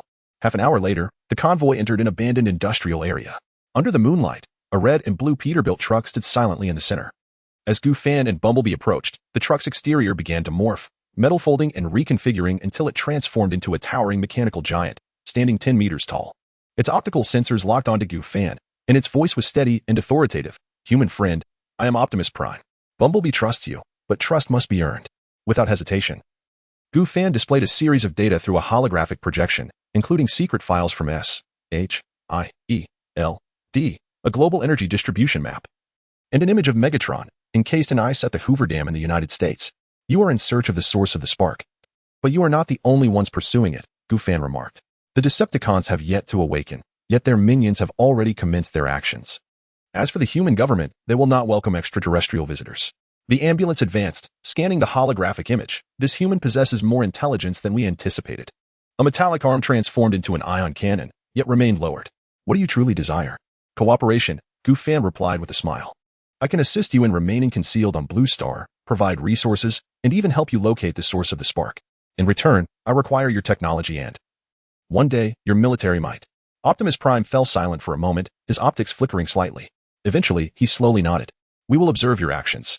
Should you prove your sincerity, the Cybertronians will not forget their allies. Gu Fan wasted no time, immediately instructing Phantom to operate on the dark web. Within a few hours, a luxurious villa in the suburbs of New York, listed for sale, was purchased at an exceedingly low price by an anonymous buyer. The transaction records were encrypted in layers, ensuring that any official investigation would point towards a fictitious Eastern European consortium. The villa's basement led directly to a Cold War-era air raid shelter, large enough to accommodate all the Autobots. When Optimus Prime and his companions entered the concealed base, Jazz whistled. The ambulance suddenly interrupted with a medical scanning beam. Wait. If I am not mistaken, your human currency system can operate in such a manner? Welcome to the financial warfare of Blue Star, Gu Fan smiled. Optimus Prime's exhaust emitted a sound akin to a sigh. Perhaps we should learn from you the unique survival techniques of Blue Star.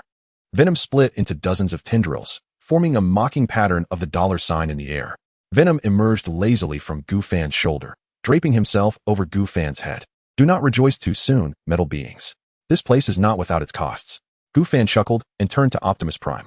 Now, we should discuss our next steps. For instance, how to locate the source of the spark before Megatron awakens. Optimus Prime's optics brightened slightly as he nodded in agreement.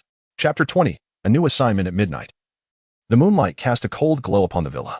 Gu Fan stepped outside, making his way directly to the Bumblebee parked on the driveway. The car door opened and closed with a definitive sound, the engine's roar resonating distinctly in the stillness of the night. As the headlights flickered to life, the Bumblebee departed from the villa, swiftly vanishing into the depths of darkness. The discussion with Optimus Prime had concluded, and in 3 days, they would set off for Hoover Dam. The spark would be jointly safeguarded, a sensible arrangement for both parties. By the time Gu Fan returned to the villa, it was already early morning. He casually tossed his coat onto the sofa and sank into the chaise lounge on the balcony, gradually drifting into slumber. The night breeze was cool, and occasionally, the distant chirping of insects could be heard. The night seemed to pass swiftly, with the sun rising quietly on the horizon before anyone had fully awakened. At 10 a.m., lying on the chaise, Gu Fan gently blew on the teacup in his hands when suddenly, the doorbell rang. Slowly opening his eyes, he appeared calm and unperturbed. He rose and approached the door. And the moment he pulled it open, a familiar face greeted him. Ah, hello. Jackie Chan offered a friendly smile, though his eyes held a hint of scrutiny. I apologize for disturbing you so early. I'm Jackie Chan, and Sheriff Blake from District 13 sent me to find you. Leaning against the doorframe, Gu Fan replied casually. Oh, what brings you here? Jackie produced a photograph from his pocket and handed it over. We discovered this in Europe. Sheriff Blake believes we could use some extra assistance. And you seem quite experienced in such matters. The photograph depicted an ancient stone slab engraved with bull-like markings. Gu Fan accepted the photo, glancing down at it with a barely perceptible smirk. He had previously engaged in the struggle for the chicken talisman, albeit concealed beneath the guise of a symbiotic entity. Unbeknownst to Jackie. It sounds rather intriguing, Gu Fan remarked, lifting his gaze with a nonchalant tone. However, why seek me out? Jackie scratched his head, his smile tinged with mild embarrassment. To be honest, I'm not entirely sure. But Sheriff Blake insists you are a reliable individual. and this mission may prove to be more perilous than before. Gu Fan scrutinized Jackie for a moment before stepping aside to grant entry. Come in. Let us discuss this further. Jackie exhaled in relief, following Gu Fan into the antique shop. His gaze swept across the living room, eventually settling on an ancient copper coin resting on the coffee table, upon which faint runes were inscribed. Are you knowledgeable about antiques as well? Jackie inquired with curiosity. Gu Fan casually picked up the coin, flipping it between his fingers. Just a personal hobby, he replied. Jackie nodded, refraining from further inquiries. He retrieved a document from his bag and spread it across the table. This is the item in question. It's called the Bull Talisman, and the last known location was a castle in Romania. However, according to intelligence, the Mafia and several other factions are also in search of it.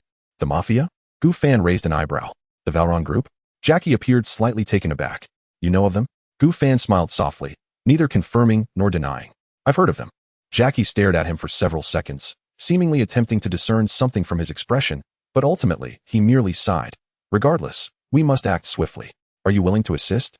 Gu Fan flicked the ancient coin into the air and caught it steadily, his gaze profound. Certainly. However, I have a condition. What condition? During the course of our mission, refrain from asking too many questions. Furthermore, should the Black Hand be involved, that incurs an additional cost, which Sheriff Blake will comprehend. Jackie furrowed his brow but quickly relaxed, nodding in agreement. As long as it does not hinder the mission, that is acceptable. You need not worry about the payment. Gu Fan, satisfied, pocketed the coin and rose. Then it is settled. Additionally, when shall we depart? This afternoon. I will secure the tickets immediately. Watching Jackie leave, Gu Fan narrowed his eyes slightly. The narrative was shifting.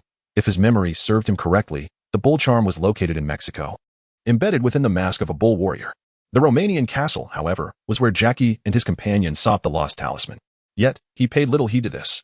Strength was the ultimate truth, and the Black Hand posed no genuine threat. Outside, the sun still shone brightly, but beneath the surface, dark currents were already stirring. Evening in Europe. The sun streamed through the airport glass, and Gu Fan stood at the boarding gate, toying with the ancient coin. Jackie approached briskly, dragging a small suitcase. Beads of sweat glistening on his forehead. Apologies, it took a bit of time to purchase the tickets, Jackie panted. Sheriff Blake insisted on arranging for us to travel in business class. Gu Fan tucked away the coin, a slight smile gracing his lips. The accommodations in Zone 13 are quite splendid. Once aboard, Gu Fan settled by the window. As the plane began to taxi, he noticed Jackie's fingers unconsciously drumming on the armrest. First time to Romania? Gu Fan casually inquired. Jackie shook his head. It's my third time. The previous two were to recover stolen cultural artifacts. He paused, but this time felt different. That stone, it may possess some unique power. Gu Fan gazed out at the diminishing cityscape, choosing not to respond.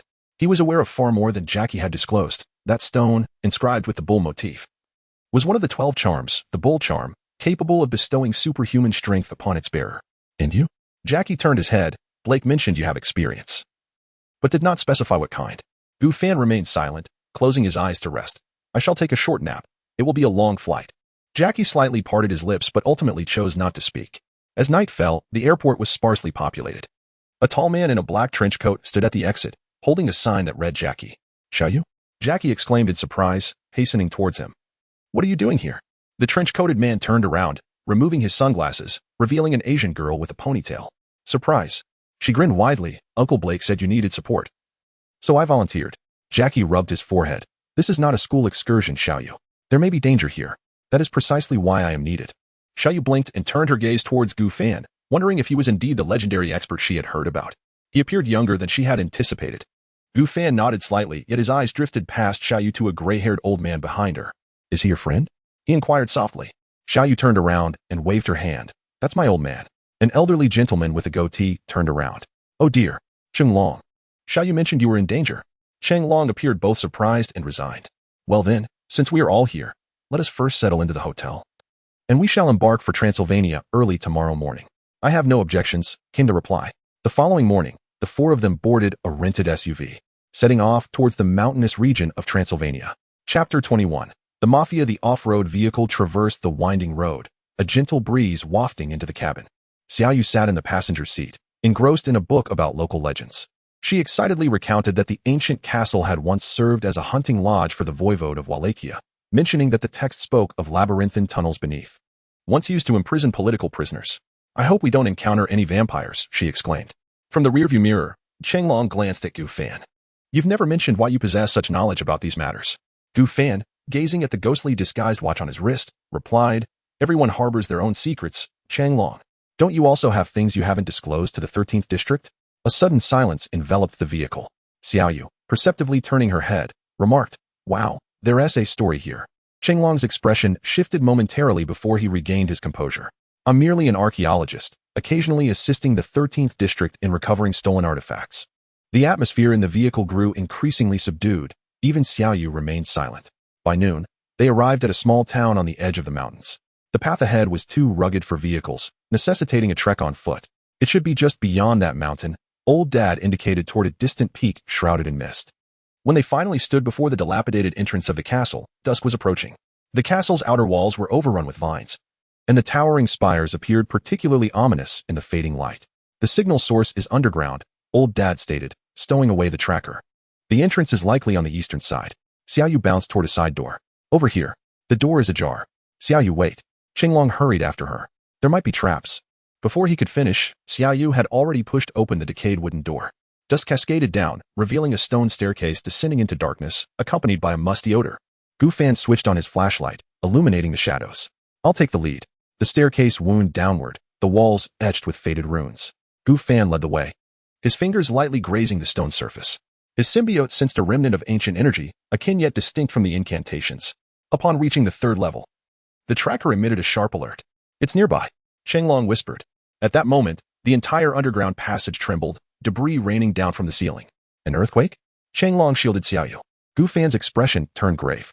"No, it's an energy fluctuation. The incantation has been triggered." A mechanical whirring resonated ahead, and a concealed door slowly creaked open, revealing a circular stone chamber. At the center of the chamber, an altar held a bull incantation, suspended in midair, emanating a faint red glow. "That's it," Xiaoyu gasped. Yet Gu Fan abruptly seized Changlong, who was about to step forward. "Wait, there are mechanisms around the altar." He picked up a fragment of stone and hurled it toward the altar. Instantly, dozens of hidden arrows shot from the walls, embedding deeply into the ground. "Wow." Xiaoyu's eyes widened. "How did you know that?" Gu Fan remained silent, his focus entirely on the incantation. "Let me handle this." Changlong retrieved a coil of rope from his backpack. "I can swing across from above." As Jackie Chan prepared to take action, the wall on the opposite side of the stone chamber suddenly exploded, and amidst the flying debris, several shadowy figures rushed in. The Black Hand Gang. Jackie immediately assumed a defensive stance. Valen, holding a golden-headed staff, elegantly stepped over the rubble, saying, "Thank you for leading the way, Jackie. Now, hand over the talisman." The air within the stone chamber became palpably tense as behind Valen, Leisu, Efen, and Zhou brandished their weapons, blocking the sole exit. "Hand over the talisman," Valen commanded, tapping the ground with his staff, "or we shall take it by force." Jackie shielded Xiaoyu behind him and whispered, "Gu Fan, take Xiaoyu and leave first." Yet, Gu Fan remained unmoved, his fingers discreetly revealing a cold metallic object in his grasp. It was the immortal mask, a reward from the system that he had never utilized in real combat since the last mission. "Dodge to the right in 3 seconds, Gu Fan suddenly instructed Jackie, swiftly donning the mask. The moment the mask touched his skin, purple veins ignited with luminescence, and the mask activated. Gu Fan felt an explosive surge of power erupt from his spine, his blood igniting as if set ablaze. 1. Efen raised his submachine gun and unleashed a hail of bullets, which whistled through the air. 2. Gu Fan's figure suddenly blurred, his reflexes, magnified tenfold, rendered the flying bullets as if they were captured in slow motion. He grasped Jackie's shoulder with one hand while using the other to hoist Xiaoyu by the scruff of her collar. 3. The trio shot to the right like cannonballs, the ground beneath them pockmarked with bullet holes. Gu Fan propelled himself off the stone wall, causing the granite surface to crack in a web-like pattern. He was nothing short of superhuman. Lacey gasped and staggered back, while Gu Fan's purple gaze beneath the mask locked onto his throat. Valen's staff suddenly shot out a grappling hook aimed at the floating bull talisman. Gu Fan bent his knees slightly. The ground caved and cracked beneath his powerful push, allowing him to reach the staff midair and yank it with ferocity. The metallic staff twisted like pasta, sending Valen stumbling forward due to inertia. Seizing the opportunity, Gu Fan delivered a knee strike, the sharp crack of Valen's ribs echoing throughout the stone chamber. "Boss!" Zhou exclaimed, producing a smoke grenade and hurling it to the ground. As the gray smoke enveloped the area, Gu Fan's enhanced vision penetrated the haze, revealing all thermal outlines. The mask heightened his senses, allowing him to see through the smoke. Efen was making his way toward the altar.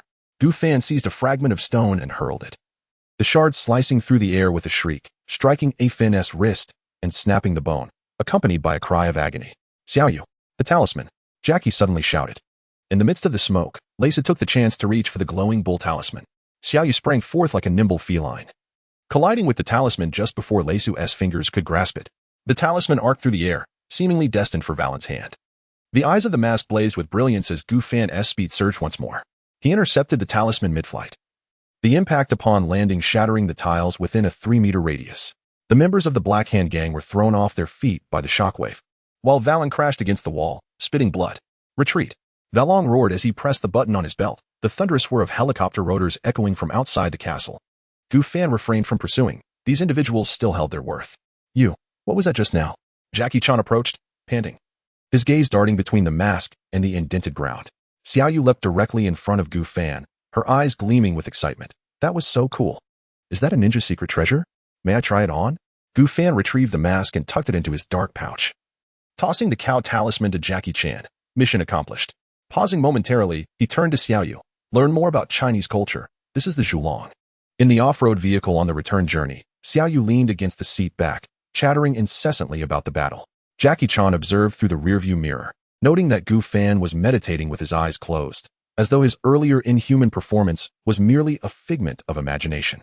Outside the car window, sunlight streamed in, prompting Gu Fan to slightly open his eyes. He had already switched the cow talisman. The moment he acquired it had been a ruse. Prior to their departure, he had contemplated countless possibilities, and crafting a counterfeit cow talisman was merely one of them. Although the 2 talismans he obtained were somewhat superfluous for his current needs, his ambitions extended far beyond this. Collecting all 12 talismans was his ultimate objective. One wonders whether the power of possessing all 12 talismans surpasses that of the venomous influence he bears. Chapter 22. The invisible serpent. The night enveloped the old street like a thick, inky darkness, casting a deep blue hue over its entirety. Concluding his travels across Europe, Gu Fan stood before an antique shop, its brass nameplate glistening with a muted sheen under the moonlight. He produced a key, the metallic clinks echoing sharply in the silent street. Just as the key was inserted into the lock, a sudden beam of light burst forth from behind, elongating his shadow and pinning it against the weathered wooden door. Please wait a moment. The voice was deep and steady, imbued with an undeniable authority. Gu Fan's hand froze midair as he slowly turned around. Beyond the blinding flashlight, a tall, imposing figure emerged. As the light shifted slightly downward, it revealed a sharply defined face, graying temples, deep-set eyes, and that characteristic, slightly drooping smile. He wore a dark blue police coat, the badge on his chest reflecting a cold luminescence. George Stacy, the newly appointed chief of the New York Police Department. Still open at this late hour? The white man said, retracting his flashlight, his breath crystallizing into mist in the frigid night air. Gu Fan noticed the chief's gaze flicker to the key in his hand, then to the darkened display window of the antique shop. Behind the glass, time-worn porcelain and brass artifacts lay silently in the shadows, like a congregation of slumbering witnesses. No, I reside here, Gu Fan replied, tucking the key back into his pocket, his wristwatch subtly brushing across George's face. You are the new chief, I presume? I have not seen you before. George's mouth curved into a semblance of a smile. I was just promoted last week. This district is now under my direct supervision. His gaze swept past Gu Fan's shoulder, assessing the facade of the antique shop. How long has this place been operating? 3 years and 4 months, Gu Fan answered instinctively, then realized the precision of his response. George raised an eyebrow but chose not to comment. A gust of cold wind swept through, stirring a few dry leaves at their feet. Kid, things have been rather unsettled around here lately, George suddenly remarked, his tone colder than the night breeze. Are you managing the shop alone? Gu Fan nodded. I trust you can see that my shop cannot afford help. The officer's gaze sharpened, as if attempting to penetrate Gu Fan's facade. Yet ultimately, he merely extracted a business card from his pocket. For any irregularities, call this number, George said, handing over the card, especially those unusual disturbances. Gu Fan accepted the card, casting a brief glance at it before nodding politely. As you wish, officer. George took one last look at the darkened windows of the antique shop's second floor before turning to walk toward the police car parked at the curb. The engine's roar shattered the night stillness as the headlights swept over the old buildings lining the street, eventually disappearing around the corner. Gu Fan remained where he was, watching the red glow of the taillights fade into the night until it vanished entirely. He looked down at the card in his hand. Aside from the standard contact details, a line in pencil on the back read, "Beware of the invisible serpent." Oh, how intriguing. A flicker of interest crossed Gu Fan's eyes as he smiled faintly and pushed open the door to the antique shop. In the darkness, something awaited him. The night was profound, and the antique shop lay in silence. Gu Fan stepped inside, casually locking the door, yet refraining from illuminating the space. A venomous presence clung to his face, his eyes emanating a faint crimson glow in the shadows. The symbiotic perception he possessed allowed him to discern the thermal distribution throughout the room with clarity. Concealed behind a bookshelf on the second floor, a slender figure held her breath, perfectly still. Playing hide and seek? How amusing, Gu Fan mused with a slight smile, whispering to himself. He deliberately slowed his pace, feigning ignorance as he approached the counter, his fingers gently tapping the surface, creating a rhythmic sound. It seemed merely a routine nocturnal patrol. However, each step he took was meticulously calculated, silently sealing off any potential escape routes for the other party. He was aware that she was observing him, waiting for a moment of his complacency. Behind the bookshelf, the small snake pressed against the wall, clutching a serpent talisman tightly. She had only recently infiltrated the shop when she overheard Gu Fan conversing with the police chief outside the door. In a state of urgency, she activated the talisman's power, her form instantly blending into the air. The newly appointed police chief appeared particularly interested in the establishment, not wishing to complicate matters. She resolved to remain hidden until Gu Fan fell asleep before making her move. He shouldn't be able to see me, she thought, yet for reasons unknown. She felt as though Gu Fan's gaze was brushing past her concealed position. Gu Fan leisurely poured himself a glass of wine, gently swirling the liquid, and suddenly spoke. Did you know? The invisibility of the serpent talisman is indeed remarkable, but for certain individuals, it holds no significance. The small snake's heart raced, yet she remained breathless, refraining from making any sudden movements. For instance, me, Gu Fan chuckled lightly, abruptly raising his hand and hurling the wine glass towards the bookshelf. Crack! The glass shattered in midair, wine splattering, yet peculiarly suspended in the air. That was the outline of the small snake's body. Blast! Discovered. She gritted her teeth, swiftly dispelling her invisibility, her form flickering as she leapt toward the window. However, in that fleeting moment of thought, Gu Fan's figure suddenly vanished from her sight. What? Panic gripped her heart, instinctively sensing danger. In the next instant, a shadow emerged from the darkness behind her, Gu Fan's voice whispering in her ear, laced with a hint of mockery, "My dear lady, visiting in the dead of night without a word of greeting. Isn't that rather impolite?" Startled, the small snake sought to change direction, but as she took a step, Gu Fan's presence appeared before her like a specter. With a single hand, he grasped her wrist with precision. "Where do you think you're running off to?" he asked, a smirk playing on his lips. "Since you're here, why not have a chat?" The small snake forcefully yanked her hand back, drawing a dagger with her other hand, the blade gleaming as it aimed for Gu Fan's throat. Gu Fan deftly tilted his head, evading the strike, countering with an elbow that landed squarely on her wrist, causing the dagger to clatter to the ground. "Impressive, but a touch too slow," he remarked. Unwilling to concede, the small snake executed a sweeping kick. But Gu Fan merely raised his hand, firmly catching her ankle. With a swift pull, she lost her balance, and he pinned her against the wall with a single hand. "Let go," she glared fiercely. Gu Fan remained unperturbed, his other hand swiftly reaching for her waist, skillfully seizing the serpent talisman. "It is best not to use such things recklessly. Save your energy, thief. You are no match for me." He casually tucked the talisman into his pocket, completely severing her escape route. The little serpent struggled momentarily, realizing it was utterly futile, and finally huffed. "What do you intend to do? Who are you, after all?" "That question should be directed at you," Gu Fan replied, releasing her and taking a step back, his hands casually tucked into his pockets, exuding an air of leisure. "And who sent you to pilfer my possessions? I seem to have taken a wrong turn. Perhaps I should not have ventured next door." The little serpent sensed his gaze, her heart sinking, though her demeanor remained composed. Gu Fan smiled. "Is that so? That sounds rather plausible." But he suddenly reached out, gently lifting her chin with his fingertip, his gaze turning dangerous. "Next time, be sure to ascertain the identity of your intended target before attempting to steal from them." The little serpent swatted his hand away, retorting coldly, "That is hardly gentlemanly." Gu Fan shook his head. "I never claimed to be a gentleman." He turned towards the liquor cabinet, poured another glass of wine, and offered it to her. "Finish this, and then you may leave. I will keep the talisman."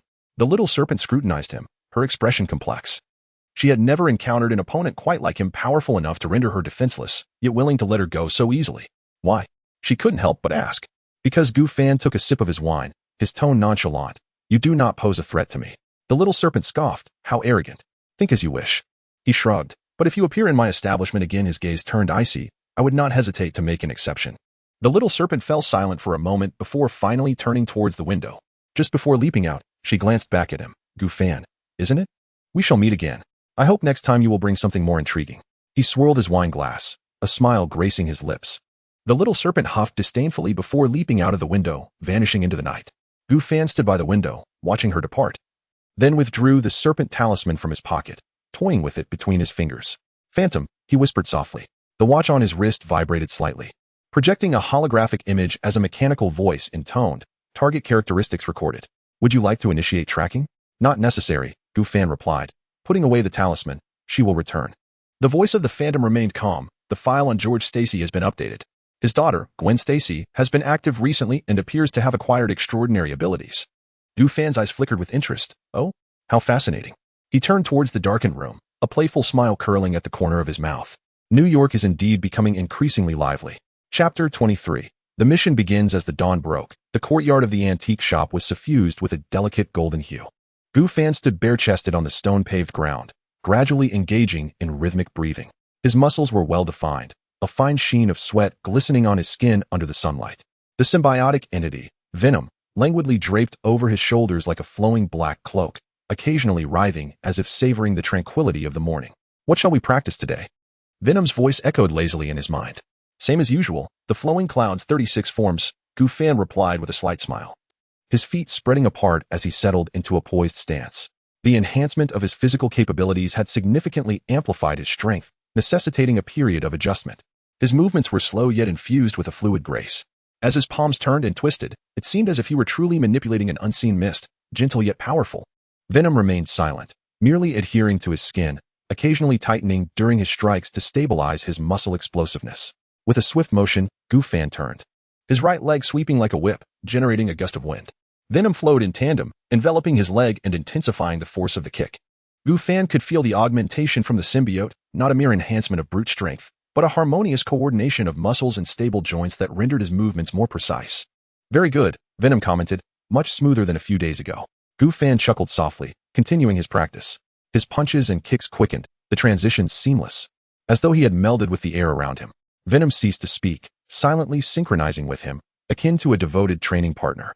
As he concluded his final move, Gufan exhaled deeply, his chest rising and falling gently. Venom slowly receded, retracting back to his shoulder and yawning languidly. Shall we continue tomorrow? It inquired. Of course. Gufan replied, wiping the sweat from his brow and gazing up at the rising sun, its light reflected in his eyes. Martial arts were his foundation, and Venom was his companion. The two were not in conflict. Rather, they complemented each other, enriching his martial path.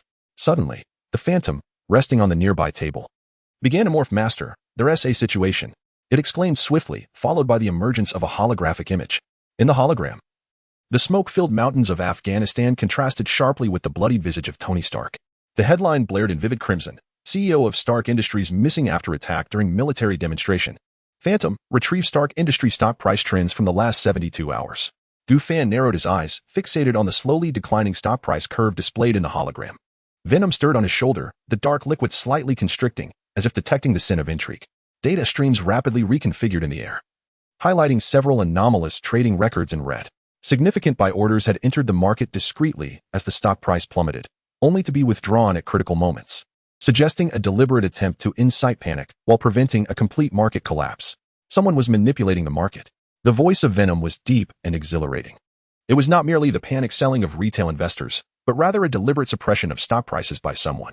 A subtle smile curled at the corners of Gufan's lips. It seems our partner, Obadiah, has taken action.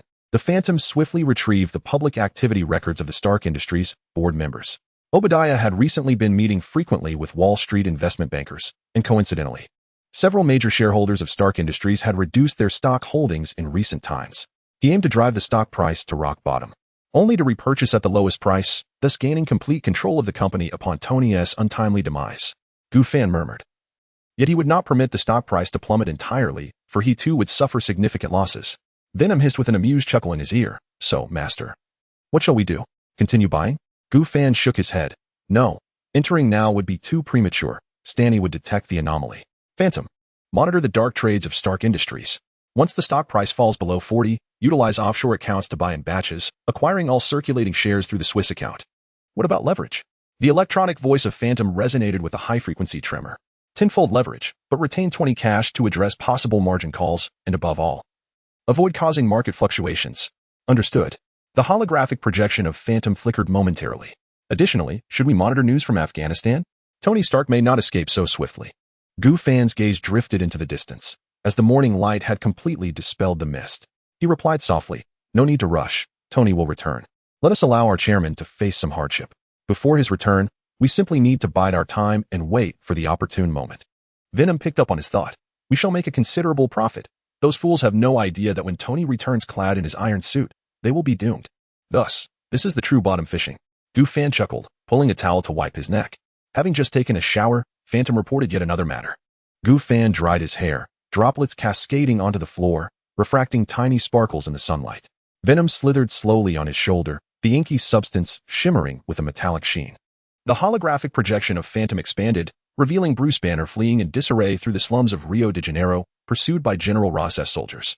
Suddenly, Banner's body convulsed violently, his skin taking on an eerie green hue, muscles bulging, bones cracking, and in the next instant, the roar of the Hulk shattered glass, causing the entire street to collapse under the immense force. The projection extinguished, and Phantom's voice remained calm. Based on behavioral pattern analysis, Dr. Banner will cross the Mexican border within 24 hours, reaching Guatemala. Venom grinned, revealing his sharp, white fangs. Shall we go after that green fellow? No. Fan shook his head. The Hulk is not our target, but General Ross's pursuit will draw too much attention, conveniently facilitating our actions. He waved his hand, and Phantom transformed into multiple watches, floating upward and projecting a blue light screen. Phantom, connect me to Optimus Prime.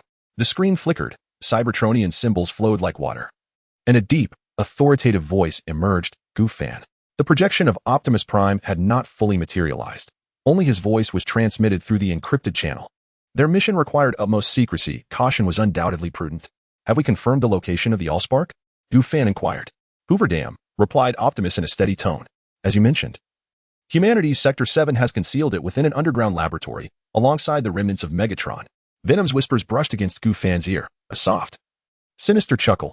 Humans have an affinity for locking away dangerous artifacts, only to feign their non-existence. A slight smirk crept across Fan's lips. Let them continue their charade. Jazz and Bumblebee are in position, Optimus continued. I will arrive in 10 minutes. Proceed as planned. Avoid detection by humanity and retrieve the Allspark directly. Excellent, Fan nodded. You will divert Sector 7 surveillance. Venom and I will approach directly. Communication ceased, the ghostly projection retracting. Fan turned towards the backyard, where Venom's dark fluid enveloped him instantaneously, transforming into a sleek, ebony symbiotic battlesuit, with streamlined biological wings extending from his back. Ghost, calculate the fastest route. A holographic map unfolded, a red line directing towards Nevada's Hoover Dam. The straight-line distance was approximately 500 kilometers, calculating the maximum speed of the symbiote. The estimated flight time was 8 minutes. Fan slightly bent his knees, Venom's wings glimmering coldly in the sunlight. Shall we begin again? Venom's voice resonated in his mind, laced with excitement. In the next instant, Fan vanished from the antique shop, reappearing high in the sky. The sonic boom erupted, his figure instantaneously breaking the sound barrier, transforming into a black meteor hurtling towards the heavens. 30 Mach. The air ionized under supersonic velocities as Venom adjusted the angle of his wings, carving a pitch-black trajectory through the stratosphere. Below, the clouds were torn asunder like waves, and the curvature of the blue planet was faintly discernible in Fan's view. Human radar cannot detect us. Venom's voice remained clear amidst the speed. Our biological signals are cloaked, and our infrared signatures are disguised as avian forms. Fan offered no reply. His gaze was fixed on the distant horizon. In 8 minutes, the outline of Hoover Dam materialized within his sight.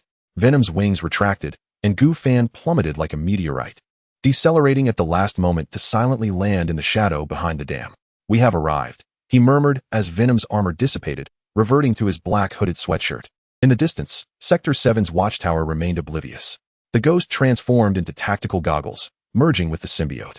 A few cars and trucks rested silently in the distance. Upon Fan's arrival, no words were exchanged as Optimus and the others began their transformation. A cold smile curled at the corners of Fan's mouth. Now, let us retrieve our prize. Chapter 24. Infiltration of Sector 7. The sun blazed fiercely, and waves surged beneath the dam. Fan's figure seamlessly melded into the shadows, the symbiotic substance coursing across his skin, mimicking the intricate textures of his surroundings. The surveillance system of Sector 7 remained utterly oblivious, as the detectors atop the watchtower methodically swept the area, failing to capture the almost indistinguishable silhouette. The fragility of human defenses is truly laughable. The substance jeered within his mind. Fan paid no heed to the taunts, his gaze firmly fixed on a concealed entrance at the side of the dam. This was the clandestine passageway of Sector 7. The Phantom had already breached their surveillance system, rendering all cameras momentarily entrapped in a loop. Successfully controlled. The Phantom's voice echoed in his ears. Their technology is woefully primitive. Fan nodded slightly, and the dark liquid enveloped him entirely. His form became ethereal, and in the next instant, he materialized before the metallic door of the entrance 100 meters away. Biometric lock. The Phantom swiftly scanned the requirements. Retina and fingerprint verification, merely a precaution for the ordinary. Mere moments later, the lock emitted a soft beep, and the green light illuminated. All set. The Phantom's tone brimmed with triumph. The metallic door slid open soundlessly, and Gu Fan slipped inside, the door closing quietly behind him. The passageway was dimly lit, illuminated only by faint emergency lights casting a weak red glow. 20 meters ahead, a right turn led directly to the underground laboratory. The Phantom's holographic map unfolded within Gu Fan's field of vision, marking the optimal route. Without hesitation, Gu Fan advanced, the symbiotic armor of the substance rendering his movements almost inaudible.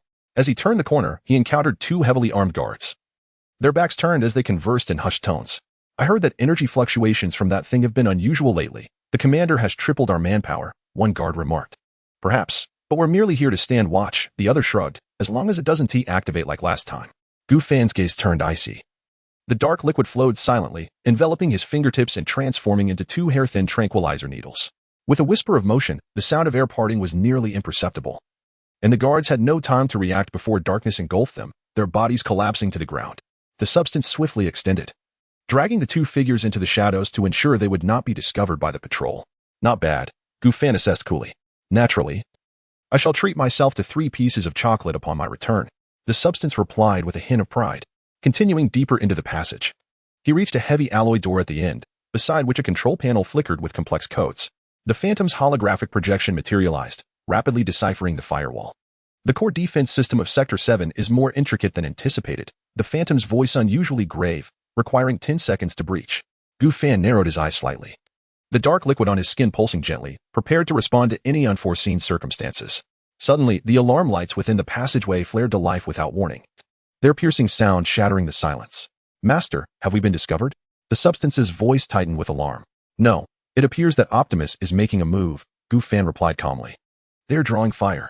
Indeed, a muffled explosion reverberated from afar, causing a subtle tremor throughout the corridor. The holographic projection of the Spectre flickered momentarily before stabilizing. The decryption was complete. The alloy door creaked open, and Gu Fan stepped inside without hesitation. Before him lay an expansive underground laboratory. At the center platform, a colossal cube radiating an ethereal blue light hovered silently, unmistakably the source of ignition. Beside it, encased in ice, lay a massive figure, which Gu Fan recognized as Megatron. Finally, he had found it. The voice of Venom brimmed with excitement. A faint, cold smile curled at the corners of Gu Fan's lips as he advanced, the Spectre preparing to morph. Yet, just as he was about to touch the source of ignition, the laboratory lights flared to life. Halt your movements. Dozens of fully armed agents surged from all directions, their weapons trained squarely on Gu Fan. The leading man regarded him with a frigid gaze. 7th District on high alert. Intruder, you are surrounded. Gu Fan slowly raised his head, the black liquid of venom coursing across his surface. Surrounded? He chuckled softly. You have misconstrued a critical detail. In the next instant, the obsidian symbiotic armor transitioned into combat mode, its crimson eyes igniting in the darkness. It is you who are encircled by me. Spectre, commence. The Spectre instantly detached from his wrist, transforming into a silver streak of light, rapidly reconfiguring midair. A mechanical entity, approximately 50 centimeters tall, landed gracefully, its arms extending as it conjured a blue energy field, enveloping the source of ignition. Shrink program initiated. The Spectre's voice resonated coolly and efficiently. The energy fluctuations of the source of ignition abruptly contracted, the cube diminishing at a visible rate until it was reduced to the size of a palm, which the Spectre seized and tossed to Gu Fan. He raised his hand, and the source of ignition was promptly absorbed into the system space. Mission accomplished. The Spectre swiftly returned, reintegrating into the symbiotic entity. Meanwhile, the agents of the 7th District had already squeezed their triggers, a barrage of bullets raining down. Futile. Gu Fan murmured. The obsidian symbiotic armor remained untouched, the bullets impacting it as ineffectually as raindrops on the ocean. In the next moment, Venom's form erupted. A multitude of black tendrils piercing forth like blades, instantly penetrating the bulletproof vest of several agents. Bang, bang, bang. The remaining agents recoiled in terror. But Gu Fan had already closed the distance, delivering a punch that shattered the air, sending the 2 foremost men hurtling backwards, crashing through the laboratory's tempered glass. Alert! Alert! Source of ignition has been compromised. A shrill mechanical voice echoed throughout the facility. Gu Fan laughed coldly, his form flickering as he smashed through the ceiling, ascending to the upper levels. However, just as he was about to breach the outer perimeter of the dam boom, A scarlet energy cannon plummeted from the sky, blasting a massive breach into one side of Hoover Dam. The Decepticons had arrived. The Spectre swiftly scanned the skies. It was the Red Spider. In the sky, the F-22 Raptor, resembling a crimson spider, swoops down, its wings twisting in an instant transformation. The silvery mechanical giant crashes to the ground with a thunderous roar, maniacally raising its arm cannon. The spark of life belongs to me. With a resounding boom, another energy blast hurtles towards Gufan. Instantly, Venom unfurls a vast shield, defiantly absorbing the impact, yet the tremendous force still propels them back several meters. It appears that someone is unwilling to let us depart with ease, Gufan scoffs. His gaze icy, Gufan has yet to respond to the crimson spider when the ground suddenly quakes violently. Crack. The steel structure of Hoover Dam is rent asunder by an immense force, the frozen remnants of Megatron reanimated by some potent energy, his crimson eyes abruptly igniting. Lord Megatron has awakened. The crimson spider rejoices. Chapter 25. The Great Battle Against the Decepticons in the United States, at the Hoover Dam. A jagged fissure had opened in the concrete structure. Raging torrents surged forth from the breach, carrying debris and steel fragments cascading downwards. The dam's integrity was compromised, and the crack continued to expand.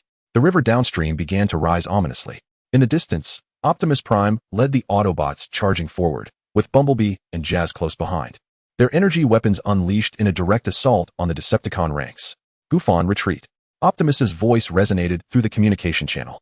The Decepticons aim for the Allspark. We must thwart their plans. Gufan narrowed his eyes as the black substance of venom flowed across his skin. Ghost, disrupt their communications. The electronic warfare protocol was initiated, and the Decepticons' signals were temporarily jammed.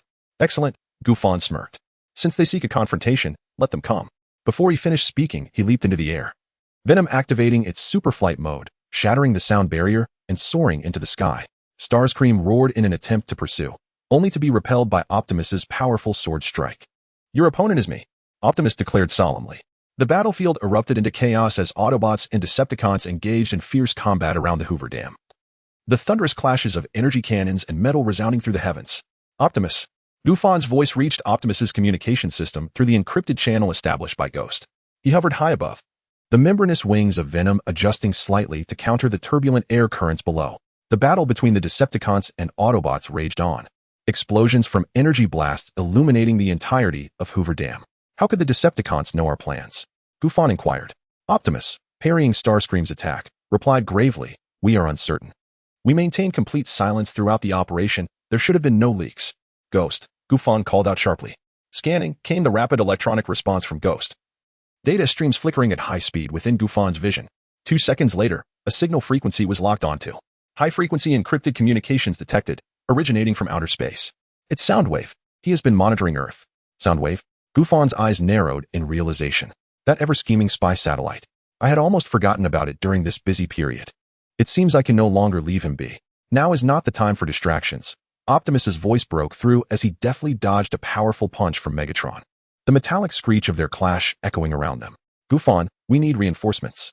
Though Megatron had just awakened and his combat capabilities were not fully restored, his strength remained formidable. Starscream circled above, persistently harassing them with energy blasts, while in the distance, Shockwave and several mass-produced Decepticons drew nearer. Then let us resolve this swiftly. Gufan's eyes glinted with determination. Venom's wings abruptly folded, propelling him downward in a rapid dive. Simultaneously, his right hand transformed, revealing a miniature energy cannon on the outside of his right arm, its muzzle glowing with intense white heat. Superheated laser beam fully charged. Let's see how you fare against this, alien machines. Boom. A blinding white light pierced the battlefield, striking precisely at the chest of a mass-produced Decepticon.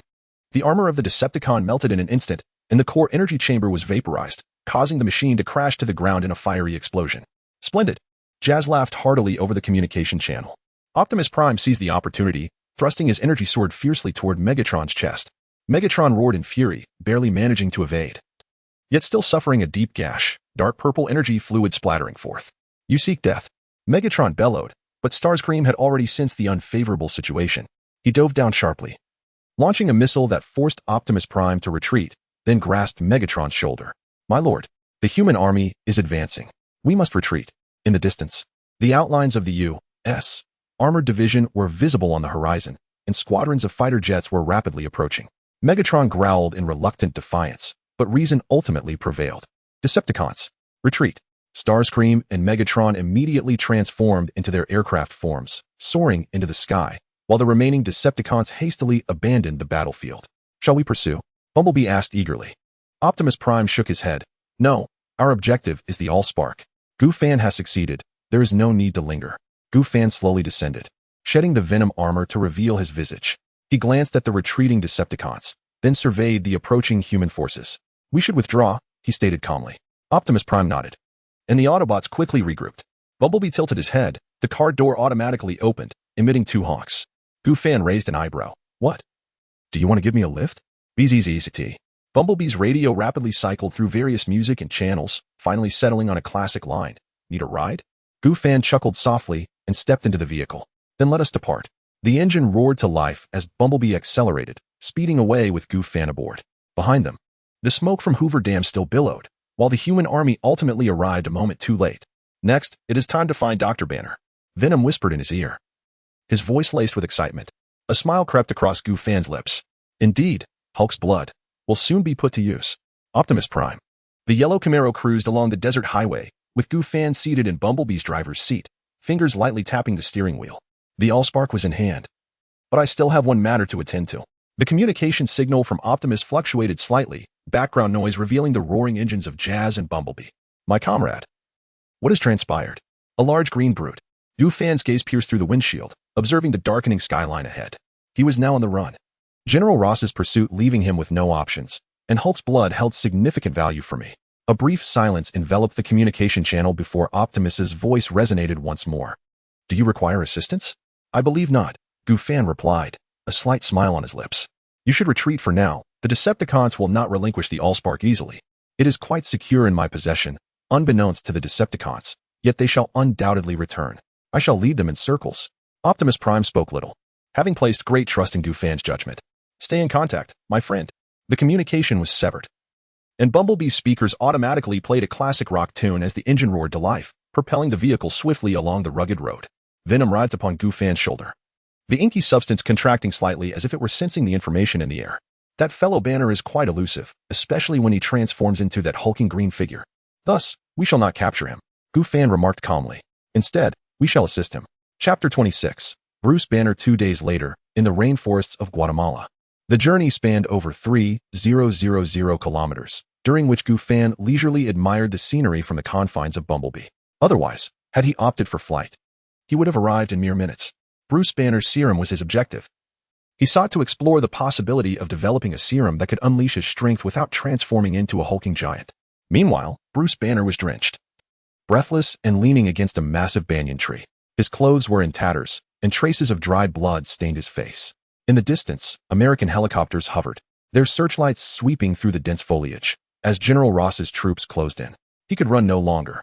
Banner gritted his teeth, glancing down at his palm, where an unusual hint of green flickered beneath his skin. If this continued, the monster would emerge. Suddenly, a low rumble of an engine resonated through the trees. Startled, Banner lifted his gaze, his pupils narrowing. A yellow Chevrolet Camaro slowly came into view, its headlights piercing through the dim rainforest.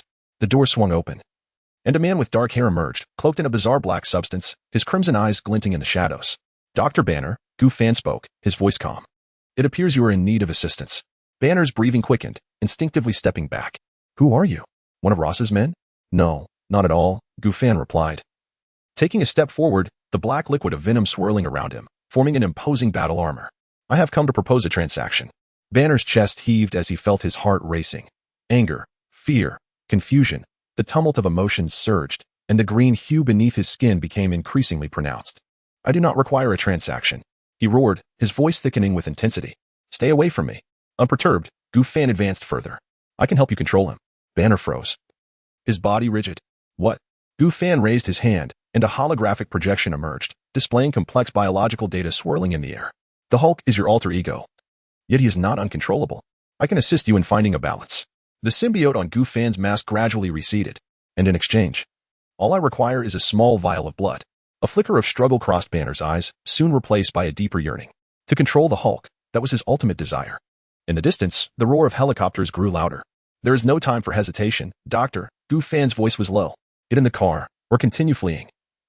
You have 3 seconds. The choice is yours. Banner's fists clenched and then released. Finally, he inhaled deeply and stepped towards Bumblebee. I hope you do not regret this decision. Gu Fan smiled, the black liquid of venom subtly writhing on his shoulder. I never regret. The door closed, and the engine of Bumblebee roared to life, surging deep into the rainforest, leaving General Ross's forces far behind. The Bumblebee raced through the muddy jungle path, its yellow paintwork scratched by the incessant caress of vines, yet remaining unscathed. Banner curled up in the back seat, his hands trembling uncontrollably, the green hue beneath his skin flickering intermittently. Steady your breath. Gu Fan observed Banner's condition through the rearview mirror. I've been trying to stay calm. Banner gritted his teeth, forcing out a few words, his nails digging into his palms. I can control it. Suddenly, venom seeped from the front seat's backrest, the inky substance forming a grotesque grin. Little green man, your heart rate has soared to 180. If this continues. Before the words could fade, the vehicle jolted violently. A rocket exploded behind them, the shockwave snapping several palm trees in half. General Ross's pursuers were closing in faster than anticipated. The ghostly electronic voice resonated as a holographic map unfurled above the dashboard. 3 red dots rapidly approaching. Banner's pupils constricted sharply, his skin taking on a more pronounced green hue. Gu Fan acted decisively. Bumblebee, transform.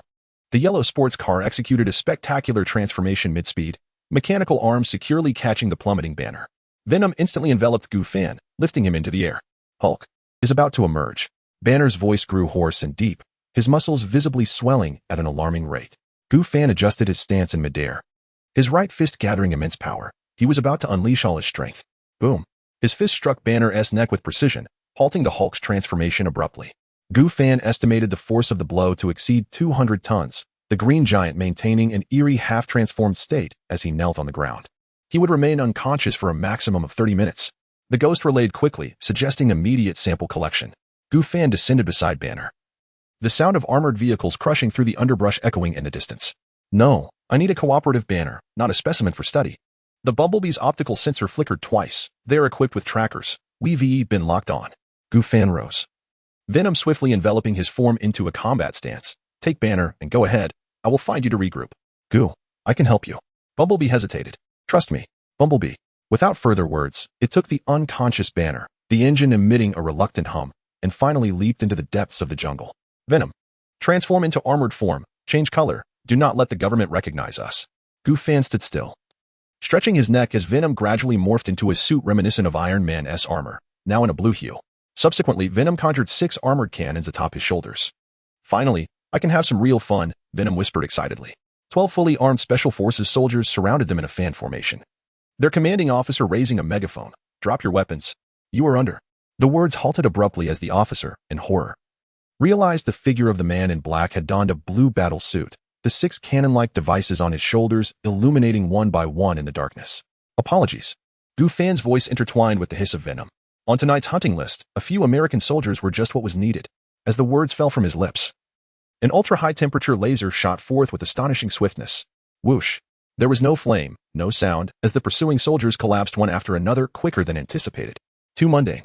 Gu Fan shrugged his shoulders, expressing a wish that they would not encounter him in their next life. Casting a glance behind, he soared towards the direction of the Bumblebee. As the first rays of dawn pierced through the rainforest, Gu Fan stood at the edge of a cliff, gazing into the distance. The Phantom was analyzing Banner's physical condition, with a holographic projection revealing a complex genetic map. Intriguing.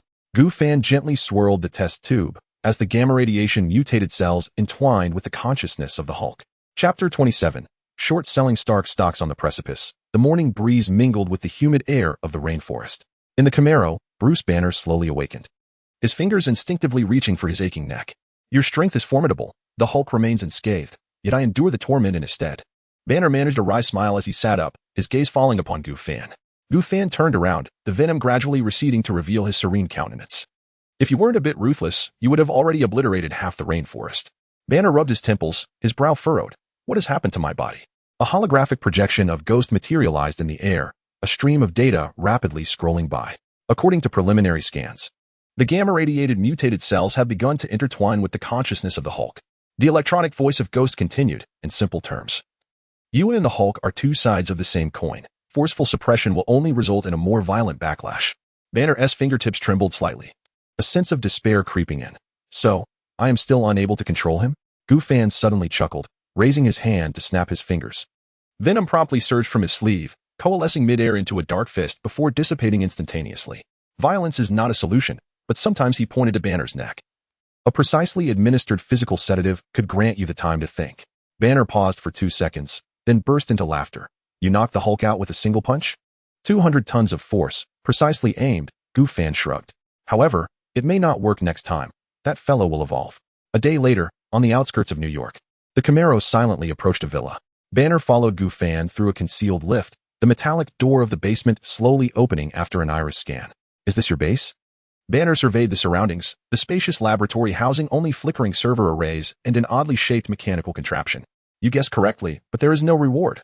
Gu Fan gestured for Ghost to activate the experimental platform. But it is secure enough. General Ross's satellites cannot detect it. Banner touched the edge of the platform, hesitating briefly before looking up. To be honest, can you truly help me coexist with the Hulk? Not coexist.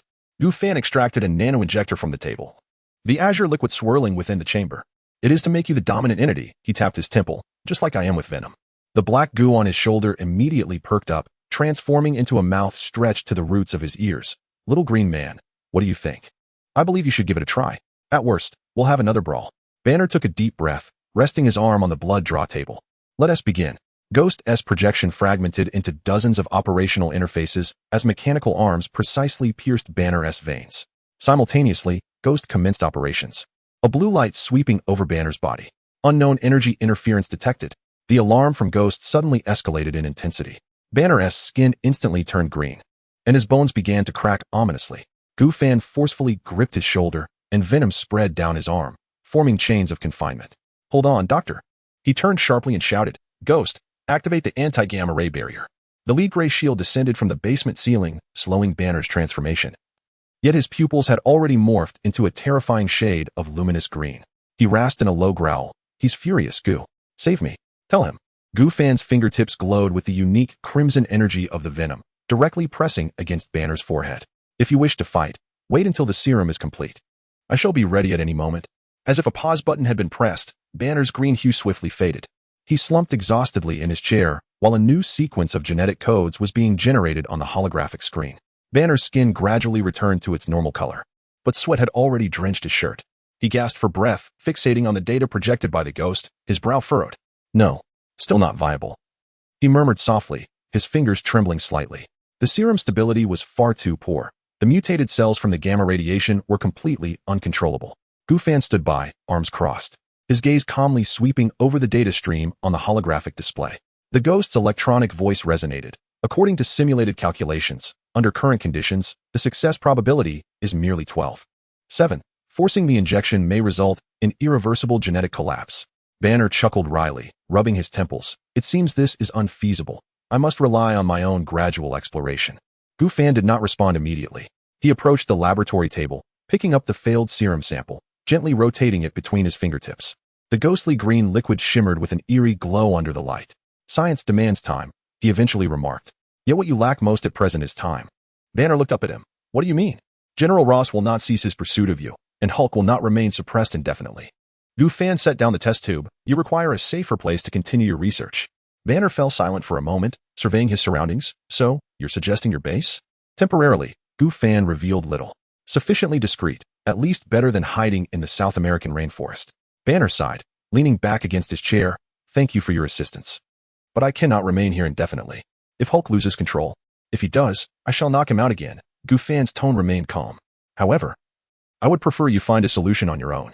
Banner stared at him for several seconds before suddenly laughing. Gu, you are indeed a peculiar person. I have always been this way, Gu Fan replied with a smile. A scientist capable of transforming into a green monster is hardly normal. They exchanged a knowing glance, mutually deciding not to delve deeper into each other's secrets. New York, Gu's antique shop, early morning. Gu Fan sat before a rosewood tea table, his fingertips lightly tapping on the surface.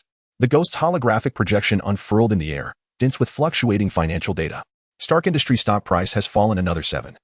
The Ghost's electronic voice reported calmly. The market's reaction to Tony Stark's disappearance was intensifying. Gu Fan lifted a Celadon teacup, the rising steam obscuring his expression. What is the progress on Obadiah's acquisition? 17.3% of shares have been absorbed. The projection shifts to reveal the equity structure chart, with several key nodes pulsating in crimson light. If this trend continues, he will secure absolute control within a fortnight at the latest. Gu Fan set down his teacup, the porcelain clinking melodiously against the mahogany. Purchase, he declared suddenly. The ghostly cursor hesitated for a moment. Master, I recommend confirming the risk level. Currently, The market sentiment is fraught with panic, it appears. Proceed as planned, Gu Fan interjected. His finger glided across the projection, tracing a precipitous drop in the candlestick chart, while simultaneously contacting the shell company in Switzerland to acquire an additional 5% in their name. The holographic display erupted with a flurry of trading commands. In the shadows beyond the projection's reach, a faint smile graced Gu Fan's lips. Soon, he would become a billionaire, achieving financial independence. This was all unfolding too swiftly. He suddenly felt that it was all rather simplistic. As the final transaction was completed, Gu Fan locked the shop door. The Bumblebee transformed at the alley's mouth into an unremarkable gray sedan, its engine emitting a subdued growl. "Let us depart," he said, pulling open the car door. "It's time to check on our hefty friend." The radio on the dashboard unexpectedly auto-tuned. Broadcasting the morning news, a spokesperson for Stark Industries once again emphasized that the company's operations remain unaffected by the founder's disappearance. Gu Fan chuckled softly and switched off the radio.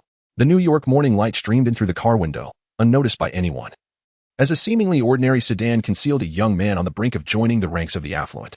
Chapter 28, Kung Fu Hulk. In a villa on the outskirts of New York, Banner sat in the corner of the laboratory, intently poring over the biological data provided by Ghost. Gu Fan stood by the window, gazing at the distant skyline of the city. "Are you really not going to tell me who your friends are?" Banner suddenly remarked, a hint of teasing in his tone. Gu Fan, without turning around, replied, "Knowing too much is not beneficial for you." "Wow, classic line," Banner shrugged. "Well, I don't have the energy to concern myself with anything else right now."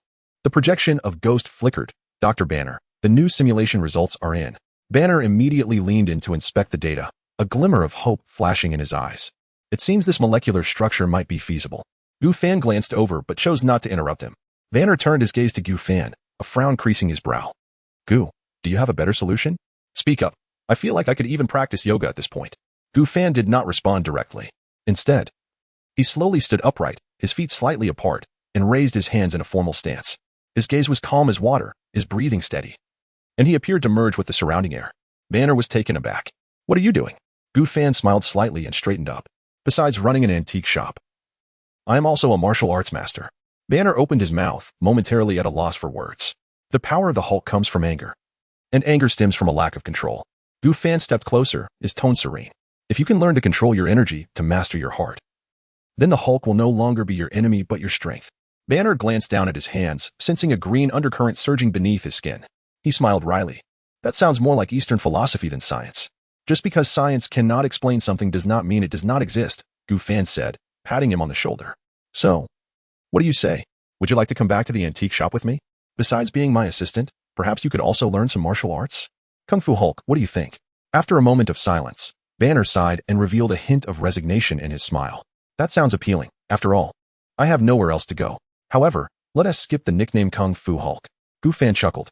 "Too late. I've already planned how to introduce you to others." New York, Gu's antique shop. As the morning sun streamed through the intricately carved wooden windows into the courtyard, Banner sat cross-legged on a mat, his eyes closed in meditation. His breathing was steady, beads of sweat forming on his forehead, yet his expression was more tranquil than ever. Gu Fan stood nearby, holding a cup of tea, nodding in satisfaction. "Good progress. At least now you can sit still for 10 minutes. Banner opened his eyes and shook his head with a hint of disbelief. "I still find it hard to believe that meditation and martial arts can help me control the Hulk. It's not about control, nor coexistence, it's about dominance," Gu Fan stated, setting down his teacup and moving to the center of the courtyard, his form shifting swiftly as he unleashed a powerful punch. "The Hulk's strength is your instinct, but instinct requires guidance. Anger can become fuel, not a shackle." Banner stood up thoughtfully, mimicking Gu Fan's movements as he attempted to throw a punch.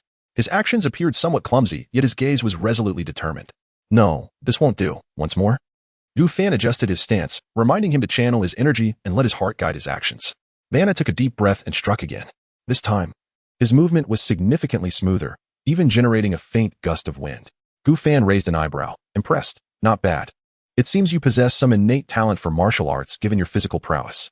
Banner wiped the sweat from his brow, a rare smile breaking through his usual demeanor. "So, should I learn the 18 dragon-subduing palms next?" Gu Fan feigned seriousness and shook his head. "No, you must first master the Hulk roar technique." Banner was taken aback, then chuckled. "Gu, isn't that a bear's instinct? Think what you will."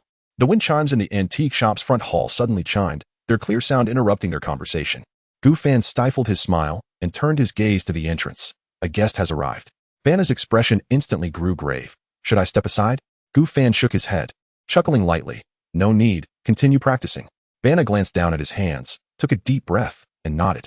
Thank you, Gu, as he pushed open the intricately carved wooden door. Gu Fan spotted a blonde woman standing before the antique cabinet. She was clad in a well-tailored business suit, though it was somewhat wrinkled, evidently worn for several days. Her eyes were bloodshot, dark circles prominent beneath them, exuding an air of exhaustion and anxiety.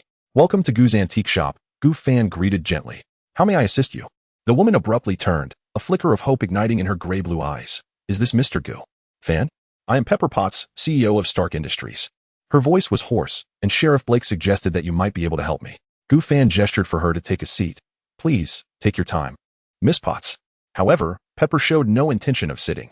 Tony Stark has gone missing after a missile demonstration in Afghanistan. It has been a week. And the military has found no clues. The private search team I hired has also come up empty. Her voice quivered, her fatigue more pronounced. Gu Fan retrieved a purple clay teapot from beneath the counter and began to brew tea. Afghanistan? Do you know the specific location? Near the Gamala Valley. Pepper pulled a map from her bag and spread it across the counter. This is where he was last seen. The military found shell casings and tire tracks in the Gamala Valley, but no blood. She maintained her composure, stating that all of Tony's bodyguards had perished. And there was nothing at the scene, no remains. Gu Fan glanced at the map and poured 2 cups of tea. Why seek me out? There are countless private detectives in New York. Because those I consulted. Pepper bit her lip. They all suggested that Tony might be dead. No. I refuse to believe that.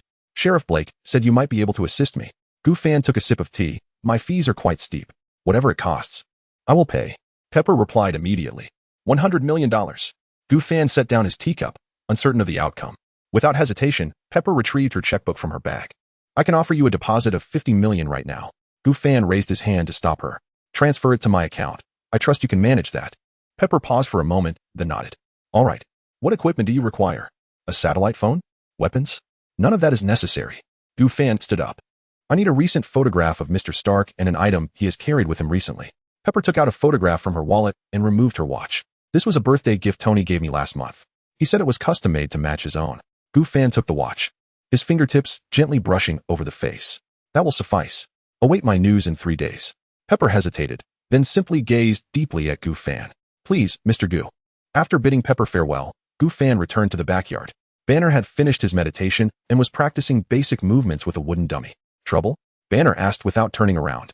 A commission, Gu Fan replied, lighting a cigarette. I will be away for a few days. Banner halted his movements, wiping the sweat from his brow. Do you need assistance? Gu Fan shook his head. No, continue your practice. Remember, anger is not your enemy. Losing control is. Banner chuckled wryly. You've said that 20 times. Have I? Perhaps so. I must reiterate until it sinks in. Gu Fan retrieved a few changes of clothes from the inner room. There is ample food in the fridge. And keep the shop closed. If anyone comes looking for trouble, let Hulk handle it. Banner observed Gu Fan's simple belongings with curiosity. Is that all? No special equipment? Gu Fan raised his hand, indicating the specter on his wrist, then patted his shoulder. With those 2 around, I need not carry anything. The antique shop will be entrusted to you. Chapter 29. The Venomous Avenger, New York, in the backyard of the Gu antique shop. Gu Fan stood in the courtyard, gazing up at the sky before murmuring, Phantom, prepare the route plan. The coordinates for the Gamma Valley in Afghanistan have been locked in. And the optimal flight path has been generated. The electronic voice of Phantom resonated in his ear.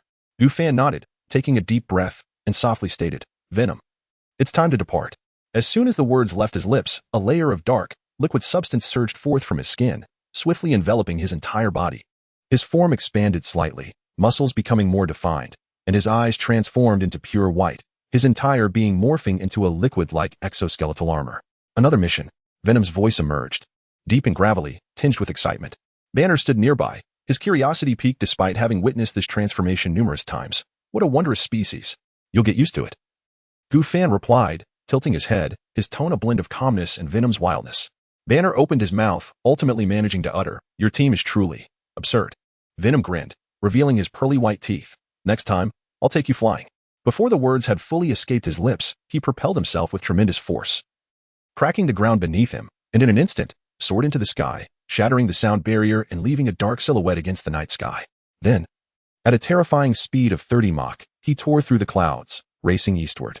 Banner looked up, not uttering a word until that figure vanished completely from view. Then murmured to himself, All right, it seems I must redefine absurd. He inhaled deeply, turned back to the inner courtyard, and sat cross-legged, continuing to regulate his breathing.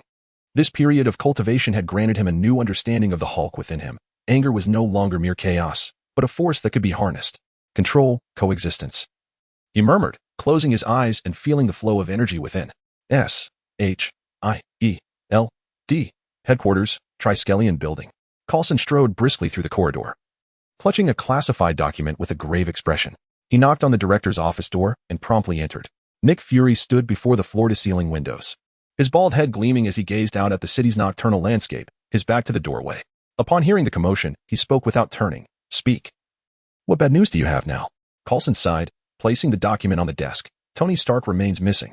The local militant group, the Ten Rings, claims responsibility, but our intelligence indicates they lack the capability to have captured Stark. Fury turned around, his brow furrowed. What about the military? Road search team found nothing. Coulson shook his head. More troubling is the situation at Hoover Dam. Fury's solitary eye narrowed slightly. Those robots have been unusually active lately. Indeed, Coulson nodded. Test subject NBE-1 is broken free from its cryogenic restraints, breached the base defenses, and is now unaccounted for. The U.S. government is quite displeased, and the pressure is mounting. Director. Fury rubbed his temples, muttering a curse under his breath. What about Ross? Is he still pursuing Banner? Yes. Coulson offered a wry smile as he entered Nick Fury's office, where the atmosphere was laden with tension. So, Fury fixed his penetrating gaze on Coulson, a cold glimmer flickering in his single eye. Tony Stark had been missing for a week. The experimental subject at Hoover Dam had escaped, and General Ross was tirelessly pursuing Bruce Banner across the globe. Fury bore down on Coulson as he continued, and we don't even know where Banner is now? Coulson's expression was grave. Yes, sir. Banner's whereabouts have completely vanished. Our surveillance network has yielded no clues. Fury's fingers tapped lightly on the table. Coulson, this is abnormal.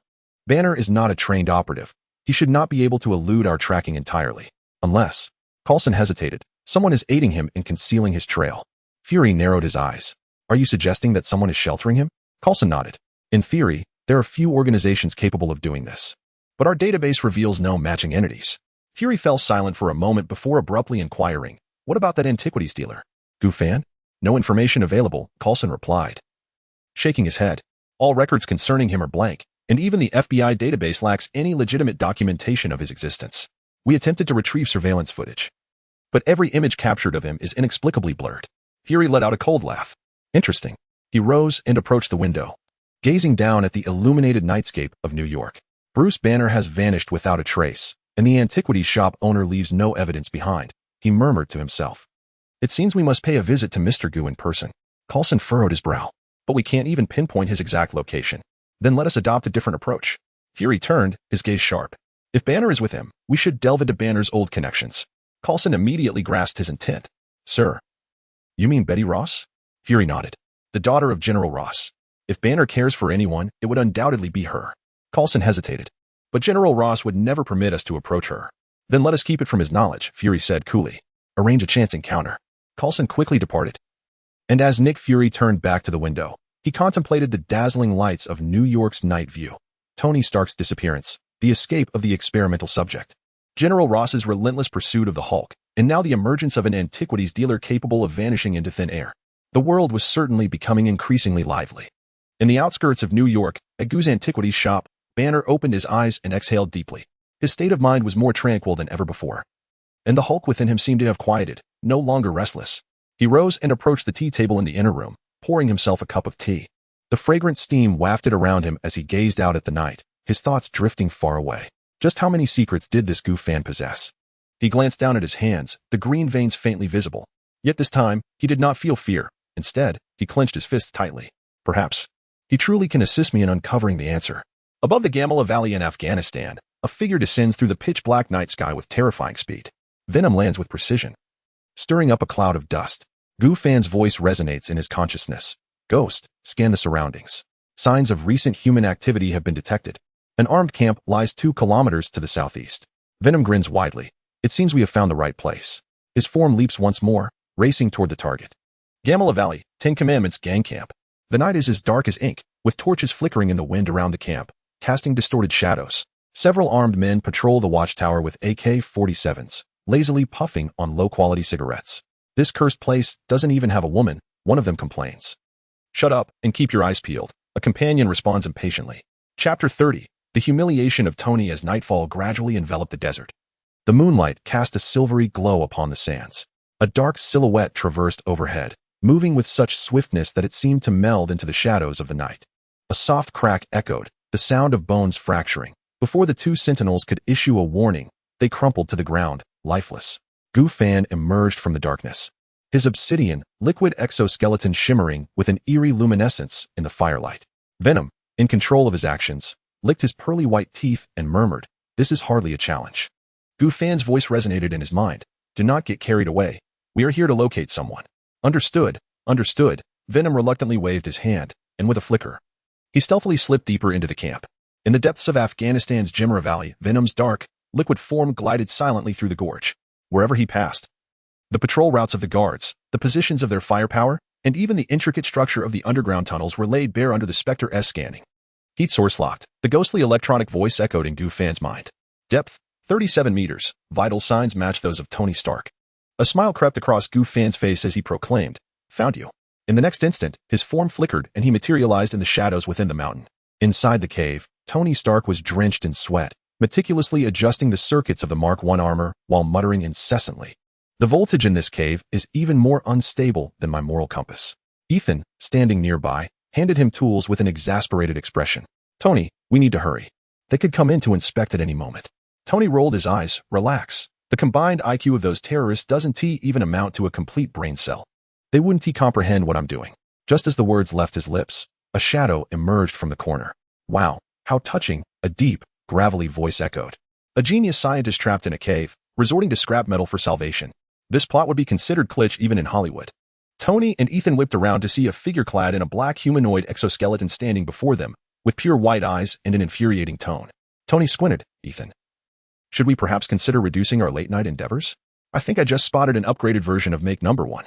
Venom slowly retreated, revealing Gu Fan's visage. "Tony Stark, Pepper sent me to rescue you, although I suspect she may have overestimated your intellect." Tony raised an eyebrow. "Oh, sent by Pepper? Prove it." With a flick of his appendage, a finely crafted watch soared towards Tony. It was the very one he had gifted to Pepper. Tony caught the watch, his expression softening slightly, yet his tongue remained sharp. "All right then, even if you were sent by her, is that Halloween promotional attire I see?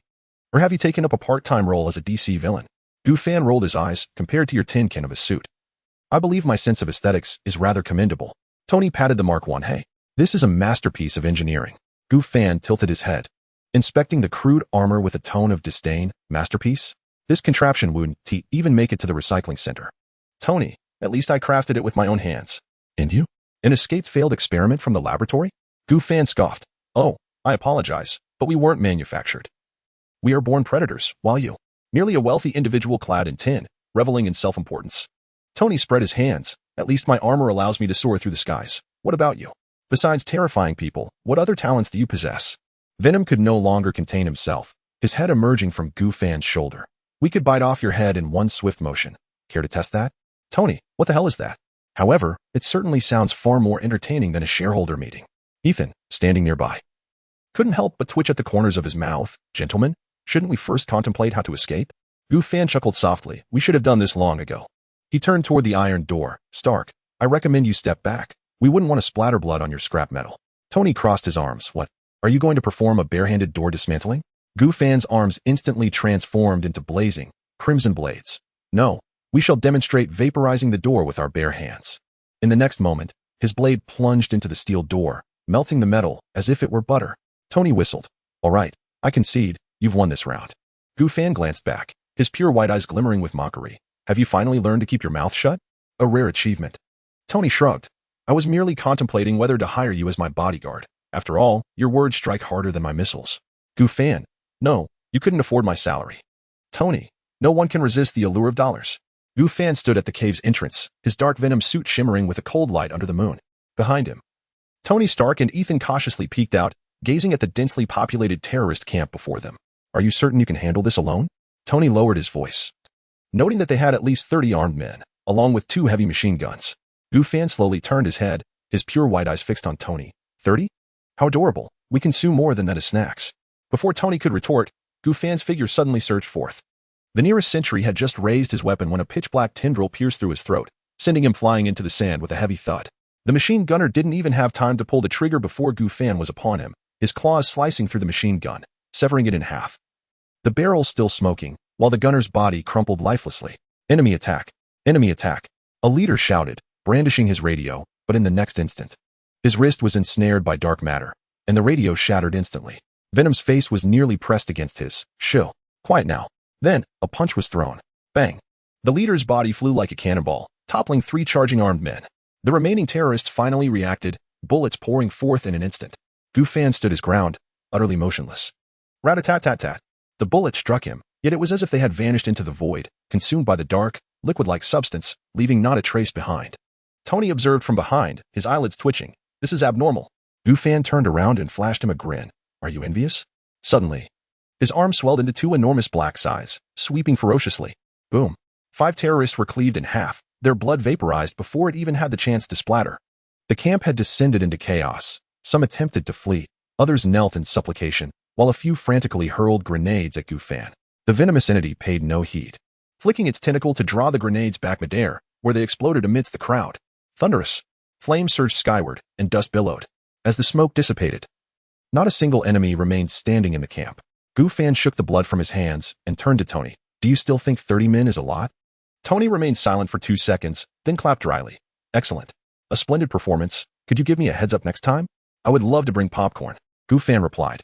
Sure. Next time you can take the lead role, and we shall handle the applause. Tony countered. Never mind. I am better suited as an audience member. Ethan, rubbing his temples nearby, remarked, your banter is more exasperating than the battle itself. Gufan shrugged. You'll get used to it. This guy's tongue is tougher than his armor. Tony retorted. Likewise, your sense of humor is as terrifying as your appearance. Gufan replied. Thank you for the compliment. Tony, flustered, exclaimed. I was not complimenting you. Chapter 31. The conclusion of the mission 5 minutes later, at the perimeter of the camp. Gufan shed his venom suit and reverted to his human form, retrieving a satellite phone from his pocket and tossing it to Tony. Call Pepper. She must be frantic. He instructed. Tony caught the phone, raising an eyebrow. Wow, you actually possess a normal human mode? Gufan chuckled lightly. What, disappointed? As Tony dialed the number, he shrugged. A bit. That earlier appearance, while terrifying, was at least more intriguing than your current handsome but ordinary face. Gufan smirked coldly. Rest assured, if you keep talking, I won't hesitate to revert, allowing you to experience a rather interesting close encounter. Tony immediately raised his hands in surrender. I'll keep quiet. The call connected swiftly, and Pepper's anxious voice resonated through the receiver. Tony, is that you? Tony's expression softened instantly. Hey, sweetheart, it's me. Yes, I'm fine. Someone is here to rescue me. No, not military personnel. What was your name again? He glanced at Gufan, who answered, Gufan, with a smirk. Tony replied, Gufan, right? A particularly chatty fellow. Gufan rolled his eyes, choosing to ignore him. Tony reassured Pepper over the phone. Yes, we'll be back soon. Don't worry, I'm truly okay this time. After ending the call, Tony exhaled deeply, turning to Gufan. So, how do we get back? Don't tell me you plan to carry us home. Gufan raised an eyebrow. Would you like to try? Tony quickly shook his head. Forget it. I trust my private jet more. Gufan nodded. All right then, figure it out yourselves. Tony's eyes widened in disbelief. Wait, you're just leaving like that? Gufan had already turned away, the venom suit enveloping him once more, as he casually remarked, Pepper only asked me to save you, not to be your chauffeur. In the next instant, he soared into the sky, vanishing into the night. Tony stood rooted to the spot, finally muttering, that bastard did it on purpose. Ethan patted his shoulder, sighing, at least we're alive. Tony rubbed his temples. True, though my pride took a bit of a hit. Ethan replied. You'll get used to it. You two seem to have quite the rapport. Tony groaned. Shut up, Ethan. New York. S-H-I-E-L-D. Headquarters. Nick Fury stared intently at the blank satellite surveillance screen, his brow furrowed. Still no anomalies? Coulson shook his head. All satellite data indicates that the Gemera Valley is entirely normal, yet our ground intelligence confirms that the Ten Rings camp has just been attacked. Fury's lone eye narrowed slightly. Interesting. Director, should we investigate further? Yes, Fury replied with a cold smirk. However, let us approach it from a different angle. Let us directly inquire with Pepper Potts. Afghanistan. Tony gazed out at the vast desert, somewhat exasperated. Has that guy forgotten we're still on terrorist territory? Ethan leisurely lit a crumpled cigarette. He dealt with the terrorists. Tony chuckled dryly. So, are we now expected to trek across the entire desert on foot? Dressed in tattered attire. He tugged at his ragged t-shirt. Haute couture? Ultimately, Tony dialed Rod's number, and after 3 beeps, his friend's urgent voice came through. Tony? Good heavens, you're alive. Surprised, are you? Tony kicked a shell at his feet. I require VIP transport. I've sent you the coordinates. The military has been searching for you for 3 weeks. Rod's voice resonated with a mix of anger and relief. Stay put. I'll personally bring a team over. After hanging up, Tony turned to Ethan. Are you prepared to meet the U.S. military? I wager they will be quite intrigued by your past as a former terrorist. Ethan grimaced and shook his head. I hope they provide coffee. In a villa in New York? Gu Fan's figure emerged from the shadows as Pepper paced before the floor-to-ceiling window. Upon hearing the noise, she spun around abruptly. Gu? Where's Tony? If I'm not mistaken, he should be under Colonel Rod's escort now. Gu Fan retrieved a data chip from his pocket and placed it on the coffee table. The mission is complete. The final payment can be sent to the antique shop. Leave no trace. Pepper swiftly grabbed the tablet and began operating it. Are you sure there is no trace left? Gu Fan smirked. Much cleaner than the call records you deleted. He suddenly turned to the doorway. Remember, you do not know me. You've never seen any black armor. When Pepper looked back up, only the fluttering curtains remained. She took a deep breath and discarded the chip into the running shredder. At S-H-I-D-L-D. After listening to Nick Fury's directives, Coulson nodded slightly. Understood. I'll arrange the meeting. Fury raised a hand. Wait, don't alert her yet. Investigate the source of that satellite phone signal. Coulson quickly operated his tablet. The signal is coming from Stark Industries' encrypted channel, but it passed through an unknown relay node. Unknown node? Fury's single eye gleamed with interest. Can we trace it? Attempting. Wait, the signal has suddenly vanished. Coulson frowned, realizing the other party had severed all trace routes. Nick Fury raised an eyebrow, a professional move. It seems our adversary is not to be underestimated. Half an hour later, at Stark Industries headquarters, while Pepper was reviewing documents, the office doors silently creaked open. Nick Fury loomed at the entrance like a dark shadow. Miss Potts, would you mind having a brief conversation? Pepper's expression reflected surprise. She indeed did not recognize Nick. Who are you? Director of the Department of Strategic Homeland Security and Logistics. Nick Fury. He flashed his credentials, his single eye fixed intently on her. There are some details regarding Tony Stark's rescue that need clarification. Pepper gracefully gestured for him to sit. I am quite busy, Director. Moreover, the military has already taken statements. Fury did not take a seat. Instead, he moved toward the floor-to-ceiling window. Interestingly, our satellite did not capture any footage of the rescue. He abruptly turned. Who did you hire, Miss Potts? Pepper's eyelashes fluttered slightly, yet her voice remained steady. I don't understand your meaning. Tony said he was rescued by the military. Fury extracted a sealed bag from his pocket, containing photographs of Pepper en route to an undisclosed location. I apologize for taking these candid shots, ma'am, he said, leaning over the desk. Now, let us discuss the individual known as Gu Fan. Pepper's fingertips quivered delicately at the edge of her tablet, a subtle movement that did not escape Fury's keen observation. In Brooklyn, at the Gu family antique shop, Gu Fan pushed open the shadowy door to the backyard, where a holographic apparition sprang to life. Master. Fury is causing trouble for Pepper. As anticipated, he removed his coat, revealing his robust back. Where's Dr. Banner? Not present. He is meditating in the backyard. Master. The apparition replied calmly. Stark has returned. Prepare for action. We shall sell at the peak tomorrow. Once he announces the closure of the weapons division, we must swiftly invest. Gu Fan smiled, acknowledging that Tony was indeed a veritable engine of fortune. Chapter 32. Bruce Zhang. The morning light streamed through the glass, casting a delicate golden hue over the shelves of the antique shop. In the backyard, Dr. Banner was engaged in his routine meditation, beads of sweat forming on his forehead. Hearing footsteps, he slowly opened his eyes. Is Stark back? Gu Fan tossed him a tablet. Not only has he returned, but he also brings significant news. The screen displayed a live broadcast of Tony Stark at a press conference. Banner furrowed his brow as he read the headline. Stark Industries announces permanent closure of weapons division. Has he lost his mind? Mad enough, it seems. Gu Fan observed the stock market charts conjured by Ghost. I sold at the peak. Now, I am a billionaire. The stock prices have begun to plummet, and when they hit rock bottom in 3 hours, I would acquire 15 of the circulating shares under a shell company. Banner adjusted his glasses. The authorities will notice the unusual trading. Thus, we shall utilize Hammer Industries' firewall as a springboard. Gu Fan abruptly turned his head. Ghost. Pull up the Hammer security protocols intercepted last week. Prepare for action. An hour later, Ghost's holographic projection suddenly materialized. Master, Stark Industries stock has plummeted by 37. We have successfully bottomed out. Gu Fan sipped his tea, a subtle smile gracing his lips. Once he announces the new energy source, we shall be the most significant thorn in the board's side. Banner opened his eyes, his voice low. Are you certain he won't discover this? And if he does, what then? Gu Fan set down his teacup. In the realm of business, one must wager and accept the outcome. Banner fell silent for a moment, then suddenly frowned. Someone is approaching. The doorbell in the foyer chimed. Gu Fan smiled, grabbing his coat. Stay here and remain silent. In the antique shop's foyer, Nick Fury stood with his hands clasped behind his back, his lone eye scanning the displayed porcelain. The door swung open, and Gu Fan leaned lazily against the counter, looking to buy antiques. Fury remained silent, the dim light of the shop mingling with the scent of sandalwood and aged books. Gu Fan, unfazed, continued to polish a celadone vase, not lifting his gaze. Feel free to browse. Everything here is vintage, and prices are non-negotiable.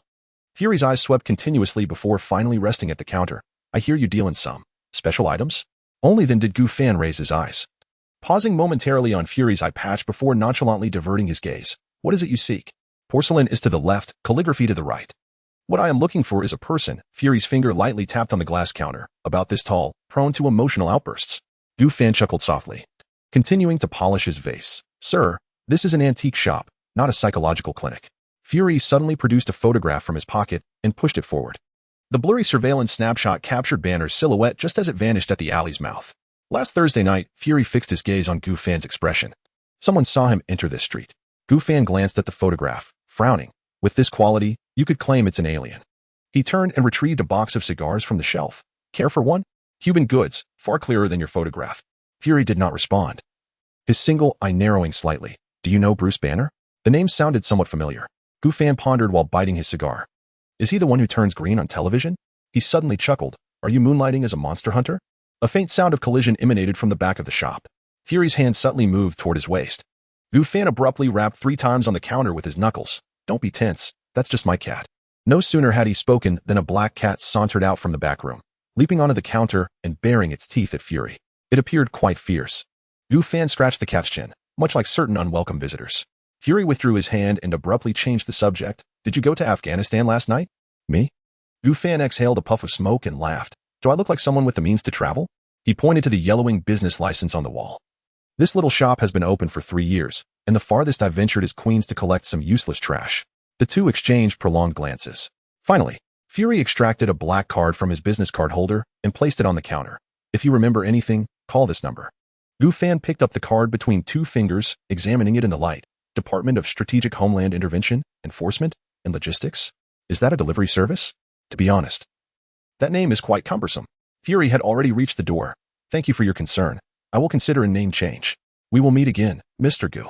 As the doorbell chimed once more, the smile vanished from Gu Fan's face. He softly whistled, and the black cat jumped down from the counter, swiping the business card into the trash bin with its paw. The door to the back room creaked open, and Banner peeked out. Gone? When did you get a cat? Temporarily, Gu Fan extinguished his cigar. What cat? This isn't mine. Perhaps it's the old man's next door. Banner nervously adjusted his glasses. He seems to think I'm here. Gu Fan retrieved a black briefcase from beneath the counter. Perfect timing. Your new identity is ready. He grinned mischievously. From today onward, you are my distant relative, Bruce Zhang, specializing in East Asian history. Your degree is all set. You're a doctor now. Outside, the sound of a car engine gradually faded away. A few blocks away, in a black Chevrolet, Coulson lowered his binoculars. Sir, should we maintain surveillance for 24 hours? Fury fastened his seatbelt. No need. First, investigate this so-called cousin. He cast one last glance at the antique shop's sign. I have a feeling that Mr. Gu's story is far more intriguing than his collection of antiques. In the Stark Mansion laboratory, Tony scrutinized the holographic projection of the antique shop's profile, his brow slightly furrowing. In the photo, Gu Fan stood beneath the sign of Gu's antique shop, smiling easily, holding a blue and white porcelain vase. Jarvis, I am all too familiar with that face. He is an insufferable fellow. He rubbed his temples. But damn it, why can't the database yield more information? Sir, all public records indicate he is merely an ordinary antique dealer, Jarvis replied. There are no unusual financial transactions, no suspicious social connections, and not even a speeding ticket. A clean criminal record, no financial violations, and tax filings indicating an annual income of less than $800,000. Tony rolled his eyes. How could someone who precisely targeted my stocks just before the market crash merely be a porcelain dealer? He stared at the photograph for a few more seconds, then suddenly snapped his fingers. Just yesterday, he had extorted Pepper for $100 million. Never mind. I'll call him directly. At the Gu antique shop, the vintage telephone on the counter suddenly rang. Gu Fan was polishing a Song Dynasty teacup and smiled slightly upon hearing the ring. He set the cup down and leisurely picked up the receiver. This is the Gu antique shop. Who is calling? On the other end, the iconic languid tone of Tony Stark came through. Gu, it's me, Tony, your newly appointed partner. Gu Fan chuckled softly. Mr. Stark, it has been a while. What? Do you wish to invite me for coffee? You just flew to Afghanistan to rescue me yesterday, Tony retorted, momentarily speechless, then continued. I'm more curious about how you knew I was about to shut down the weapons division. His voice was probing, after all. Even my CEO was kept in the dark. Gu Fan casually toyed with an ancient coin, his tone nonchalant. Business intuition, Mr. Stark. I simply surmised that a weapons dealer who narrowly escaped death in the desert might reconsider his life choices. There was a brief silence on the line, followed by Tony's low chuckle. Not a bad thought. So what are your ambitions? Majority control? A position on the board? Or are you merely testing my limits? I merely aspire to be a billionaire, Gu Fan shrugged. As for your company, rest assured, I have no desire to interfere. I simply wish to be a quiet shareholder, occasionally earning a bit of money and collecting antiques. Tony scoffed. A bit of money? You've acquired 17 of my shares. And soon, you will exponentially increase their value with renewable energy. Gu Fan laughed. Thus, we are actually benefiting each other. Tony paused, seemingly in contemplation. Ultimately, he chuckled. All right, Gu. But let me remind you, I detest when others engage in underhanded tactics behind my back. Is that so? Gu Fan replied lightly. However, since you initiated this call, why don't we establish some ground rules? You may act as if I do not exist, and I assure you, I will not cause your board too much trouble. After a moment of silence, Tony lazily responded, Deal. But next time you plan to meddle with my stocks, at least treat me to a cup of coffee first. Not a problem, Gu Fan replied with a smile. I have some exquisite Longjing tea that is far more suitable for business discussions than coffee. After hanging up, Gu Fan set the receiver down and turned to the back room. Dr. Banner, it seems the little mustached arms dealer has conceded. Meanwhile, in his Malibu villa, Tony stared thoughtfully at the screen that had just ended the call. J-A-R-V-I-S. Yes, sir? Keep a close watch on him, Tony squinted. I refuse to believe that someone capable of precisely targeting my stocks genuinely wishes to remain a quiet shareholder. Chapter 33. The rabbit charm. The setting sun bathed the antique shop's display shelves in a honeyed hue as Gu Fan reclined in a wicker chair, feigning slumber. The tranquil sounds of Dr. Banner's meditative breaths wafted in from the backyard. The television broadcasted a special report, the newly arrived Galapagos giant tortoise at the Manhattan Zoo. Its shell adorned with mysterious inlays. Gu Fan gradually opened his eyes, the camera zooming in to reveal an orange-yellow charm engraved with a rabbit motif, glimmering peculiarly in the sunlight. Ah, the rabbit charm. His fingertips unconsciously stroked the rim of his teacup. Footsteps echoed from the wooden corridor outside, and Dr. Banner approached, wiping sweat from his brow. What? A charm? What is this? An Eastern incantation? Doctor, please assist in tending to the shop, Gu Fan said. Shaking off the porcelain shards from his hand, he retrieved a camel-colored trench coat from the coat rack. A relic requires authentication. Banner caught sight of the charm's close-up on the television. Do we need a hefty fellow for that? In public, we engage in civilized transactions. Gu Fan replied with a smile, opening a drawer to reveal a stack of cash and checks. I am a law-abiding merchant. A long line formed at the ticket counter of the Manhattan Zoo, where Gu Fan stood before the sign for the mysterious ancient tortoise exhibition. Suddenly sidestepping to avoid a colliding visitor, 3 young Asian men clad in hip-hop attire hurriedly apologized, one wearing a baseball cap nearly toppling the warning sign. Are you from Huaxia? Gu Fan inquired in Cantonese. The young man nodded reflexively, only to be pulled away by his companions. A reprimanding voice floated over from offing. Valen demands that we must. Glancing at them, Gu Fan paid no heed. Before the display case, he gazed at the slumbering giant tortoise. The charm at the center of the shell emitted a faint glow, with the information card suggesting it was a possible ancient ritual artifact. Excuse me, he interrupted a passing zookeeper, brandishing his visiting professor credentials from Columbia University. The institution is willing to sponsor research. May I request permission for non-destructive testing? I'm sorry, sir. I need to consult, the zookeeper replied. Of course. As the zookeeper turned to make a call, Gu Fan's fingertips brushed the edge of the charm. In an instant, the movements of surrounding visitors slowed as if captured in cinematic slow motion. Flies hovered midair, while only his reflection moved normally across the glass. With a deft flick of his fingers, he grasped the charm in his hand. 10 meters away, sparks erupted from the detector in Zhou's hands. As Offing reached for his waist, he found Gu Fan already standing in the shade at the exit, tossing shredded remnants of checks into a trash bin. When did he? La Sue's gasp was drowned out by the sudden blare of an alarm. Gu Fan strode towards the exit. To the eyes of ordinary onlookers, his movements appeared graceful and leisurely, while the members of the Black Hand gang seemed to be caught in a slow-motion freeze.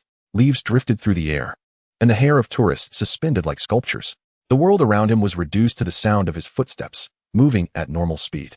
As he passed an ice cream cart, Gu Fan instinctively steadied a little girl about to stumble.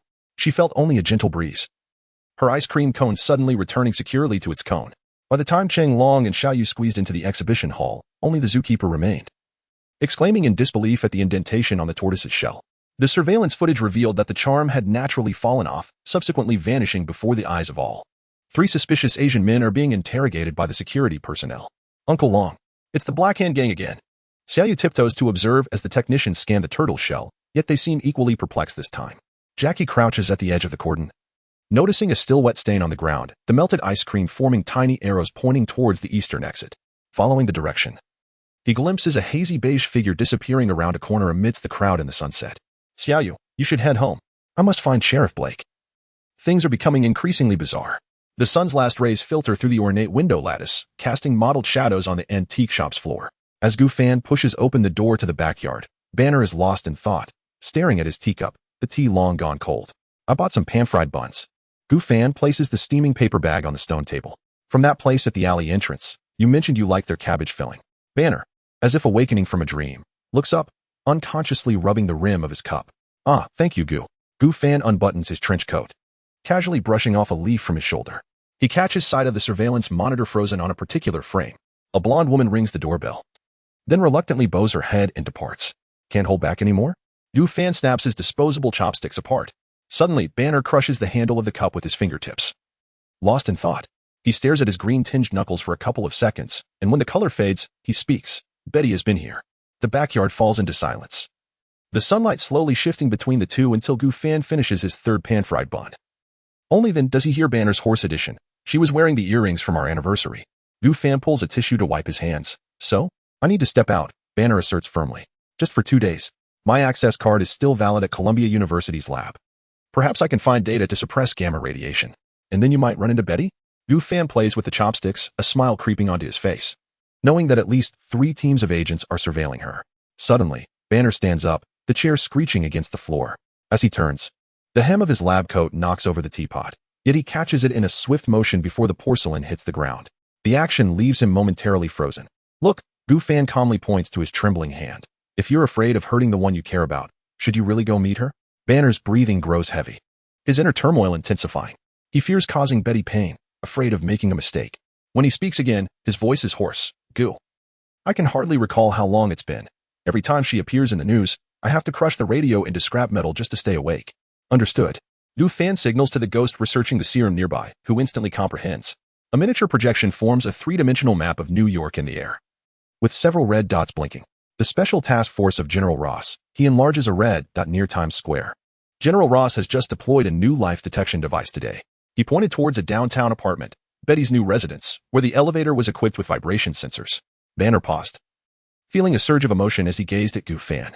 You knew all along. Don't look at me. This is the handiwork of Ghost, Gu Fan chuckled, gesturing towards the specter. However, since you've brought it up, Bumblebee will be stationed in the alley. He will watch over you. Kid, if I were you, I would tell that girl that I have no desire to part ways with you. The blue robotic form of Ghost transformed and addressed Banner. Gu Fan retrieved a deep gray work uniform from the hangar, the attire of a maintenance worker at the wastewater treatment plant, which housed Ghost's latest invention, an interference detector. Lastly, Gu Fan donned a pair of tinted glasses, another creation of Ghost, featuring iris camouflage lenses. Good luck, Doctor. As Banner accepted the glasses, both noticed the green hue at his fingertips gradually fading. Gu Fan suddenly smiled. It seems you can hardly contain yourself. Just hearing the plan has already calmed you down. Thank you. Banner cast a grateful glance. I'll head to the lab to copy the data, if I happen to encounter her.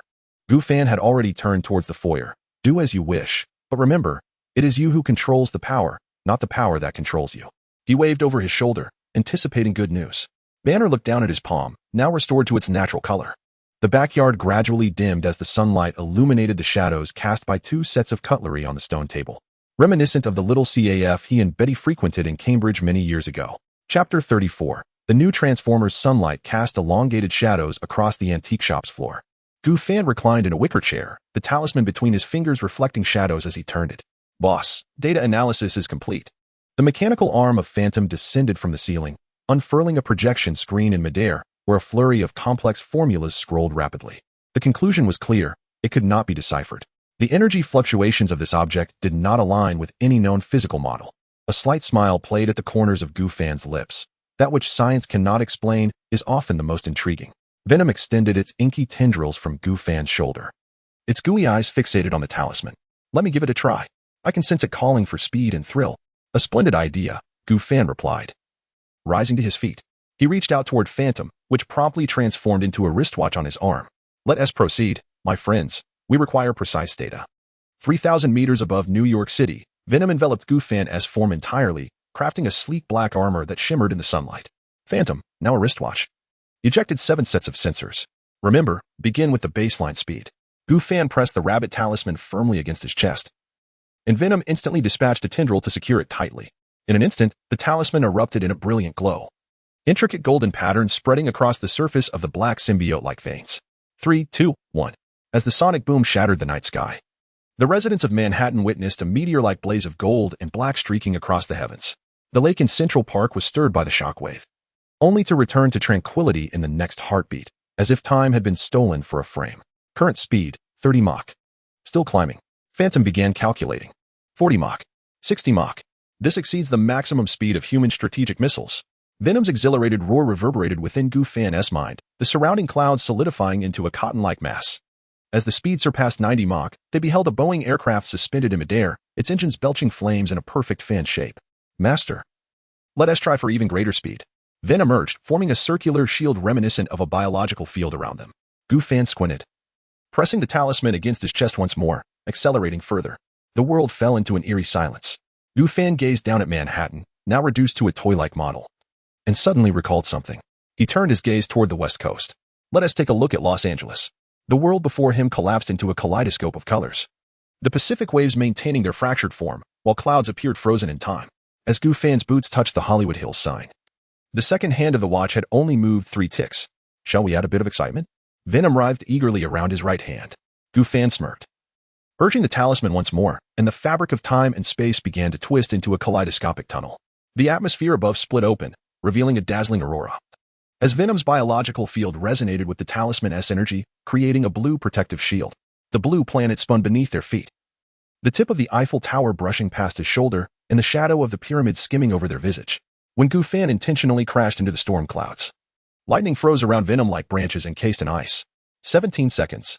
Upon returning to the antique shop, the mechanical voice of Ghost resonated with excitement. Master, we have circumnavigated Blue Star's circumference of 40,076 kilometers in merely 17 seconds. This was merely a casual test. Goofan released his battle suit and reclined comfortably in the armchair. Venom, reluctantly retracting into his form, muttered while extending his inky tendrils from Goofan's shoulder, Master, that recent test barely qualified as a warm-up. 3,000 Mach? I can sense that this stone has not even released 1% of its energy. Goofan chuckled softly, grasping a teacup. Suddenly, Ghost switched to holographic projection mode, illuminating several moving red dots on a 3-dimensional map of New York. General Ross's agents were gathering in Midtown, while Dr. Banner and Bumblebee had safely arrived at Columbia University. Subsequently, Ghost projected a data model, indicating that to achieve the theoretical threshold for time-space traversal, an immense amount of energy would be required. No rush, we have another matter at hand. Goofan straightened up, casually placing the rabbit talisman on the coffee table, and then retrieved a cube from the system space. It was the Allspark. The surface of the cube, inscribed with ancient Cybertronian glyphs, occasionally glimmered with a faint light. Goofan caressed it, feeling the stable blue aura emanating from the cube. Ghost, scan the Allspark for its reaction to the talisman's energy. A mechanical arm extended from the table, a scanning beam traversing the surface of the Allspark. Data streams rapidly scrolled across the projection screen, yet the Allspark remained quiet, exhibiting no unusual fluctuations. No energy resonance detected, Ghost reported. The two energy systems seemed to abide by entirely different dimensional rules. Goofan pondered while tracing the patterns on the Allspark surface. It appeared that Eastern metaphysics and Cybertronian technology indeed followed divergent paths. He placed the Allspark beside the rabbit talisman, and Venom poked his head out from Goofan's shoulder. Master, why not attempt to activate the Allspark with the talisman's energy? No, let's not be reckless, Goofan chided, tapping Venom's head. Unless you wish to transform the entire street into a fleet of animated appliances. Suddenly, Goofan squinted, contemplating a possibility. Ghost, connect me to Optimus Prime. I believe he could use some new companions. The holographic projection materialized in the center of the antique shop, revealing Optimus Prime's metallic visage gradually becoming clear amidst data streams. Goofan, your communication always arrives at the most opportune moments. Optimus Prime's voice resonated with its characteristic metallic timbre. Venom, extending from Goofan's sleeve, formed an exaggerated grin of slime. Hey, Tin Can. We have an idea that will make you grateful. Goofan restrained the exuberant Venom. Lifting the Allspark before the projection, I wish to try using this to augment your ranks. We need not await reinforcements from Cybertron. Instead, We can assemble a team right here in New York. What do you think? The optical sensors of Optimus Prime flickered slightly, accompanied by the distant sound of jazz whistling in the background. Theoretically feasible, Optimus Prime's armor plates shifted slightly, yet activating the Allspark is inherently random. Thus, all of you must be armed and ready. Goofan rotated the Allspark, the Cybertronian inscriptions on its surface moving as if alive. An hour later, we shall meet outside New York. As communication was severed, Venom entwined around Goofan's wrist, inquiring, Master, may I devour the substandard Decepticons? I'd be content with merely consuming a tire. Silence. Goofan flicked the symbiotic entity's mimetic eye, redirecting his attention to the Phantom, who was in the process of automatically closing the shop. Procure 5 distinct models of new vehicles, ensuring their engines are intact. An hour later, in the northern expanse of New York, a rusty highway sign swayed in the twilight as 5 new cars formed a neat line. At the far left stood a Toyota pickup truck, flanked in succession by a Chevrolet SUV, a Ford Mustang, and 2 Honda sedans. A swarm of Phantom's nanodrones was conducting a final inspection on them. Suddenly, the ground trembled. 12 Autobots emerged from all directions, with Optimus Prime leading the charge. His red and blue livery ablaze in the setting sun, flanked by Ironhide and Ratchet, each wielding a particle cannon and a scanner respectively. A Mercedes sports car, transformed from jazz, glided beside Goofan, the theme from Pirates of the Caribbean resonating from its horn. It appeared to be an all-out mobilization. Goofan tossed the Allspark. As Venom coalesced into a black armor upon his shoulder, Optimus Prime knelt, his optical sensors aligned with Goofan's gaze. My friend. The Allspark is a sacred relic of Cybertron. Even the slightest energy leakage could be perilous. I understand, Goofan interjected, suddenly pressing the Allspark against the nearest Toyota's hood. So let us make this swift. The cube erupted with a sun-like blue radiance. Amidst the piercing wails of twisting metal, the pickup's doors transformed into armor, while its exhaust pipes reconfigured into jointed legs. Before the assembled crowd knelt a robot towering approximately 8 meters, its armor gleaming as if brand new. The Autobot insignia prominently displayed on its chest. I am who? The newly awakened Transformer-S optical sensors flickered erratically. Ratchet promptly advanced to scan, Allspark wave stable. But the native metal is excessively brittle. He tapped the robot-S calf, and a piece of metal clattered to the ground. It requires at least 3 tons of chromium alloy for an upgrade. Goofan had already approached the second vehicle. Make a note of that. Chevrolet, prepare. The activation process commenced in similar fashion. 2 minutes later, 4 Autobots stood in the wilderness. The reconnaissance unit, transformed from the Mustang, known as Bumblebee, was conversing in an accent-laden English with Jazz. The 2 activated Honda twins, Gear and Bearing, were testing their combined transformation capabilities. Chapter 35, The Annihilated Experimental Data. Sunlight bathed the wasteland, illuminating the colossal figures that loomed there. The final vehicle stood before them, while Optimus Prime's particle cannon pointed symbolically at the Ford van. Ironhide and Ratchet flanked him, more for ceremonial purposes, as all present were well aware of the formidable defensive capabilities exhibited by Goofan and Venom. As the spark ignited upon contact with the vehicle's surface, a discordant crimson hue emerged amidst the blue glow. The van contorted and deformed, emitting a piercing metallic groan, ultimately transforming into a diminutive mechanical entity compared to an ordinary Autobot. Its back was adorned with uneven heat sinks, and its right arm bore a rudimentary drilling apparatus, with exposed wiring visible at the seams of its armor. It was a Decepticon. An excited electronic voice resonated from Jazz's speaker system. The newly formed mechanical being wobbled to its feet, its optical lens flickering erratically. Scrap. Obey. Its vocal apparatus resembled a malfunctioning radio, and suddenly, the drill swung toward Goofan. Without even altering its form, Venom extended a tendril from Goofan's shoulder. With a swift, delicate motion, it effortlessly swatted the drill away. The inferior metal component traced a parabolic arc in the air, embedding itself into a dirt slope 50 meters away. Is that all? Venom mimicked a hand gesture of disdain. The last vending machine I dismantled possessed more combat prowess than you.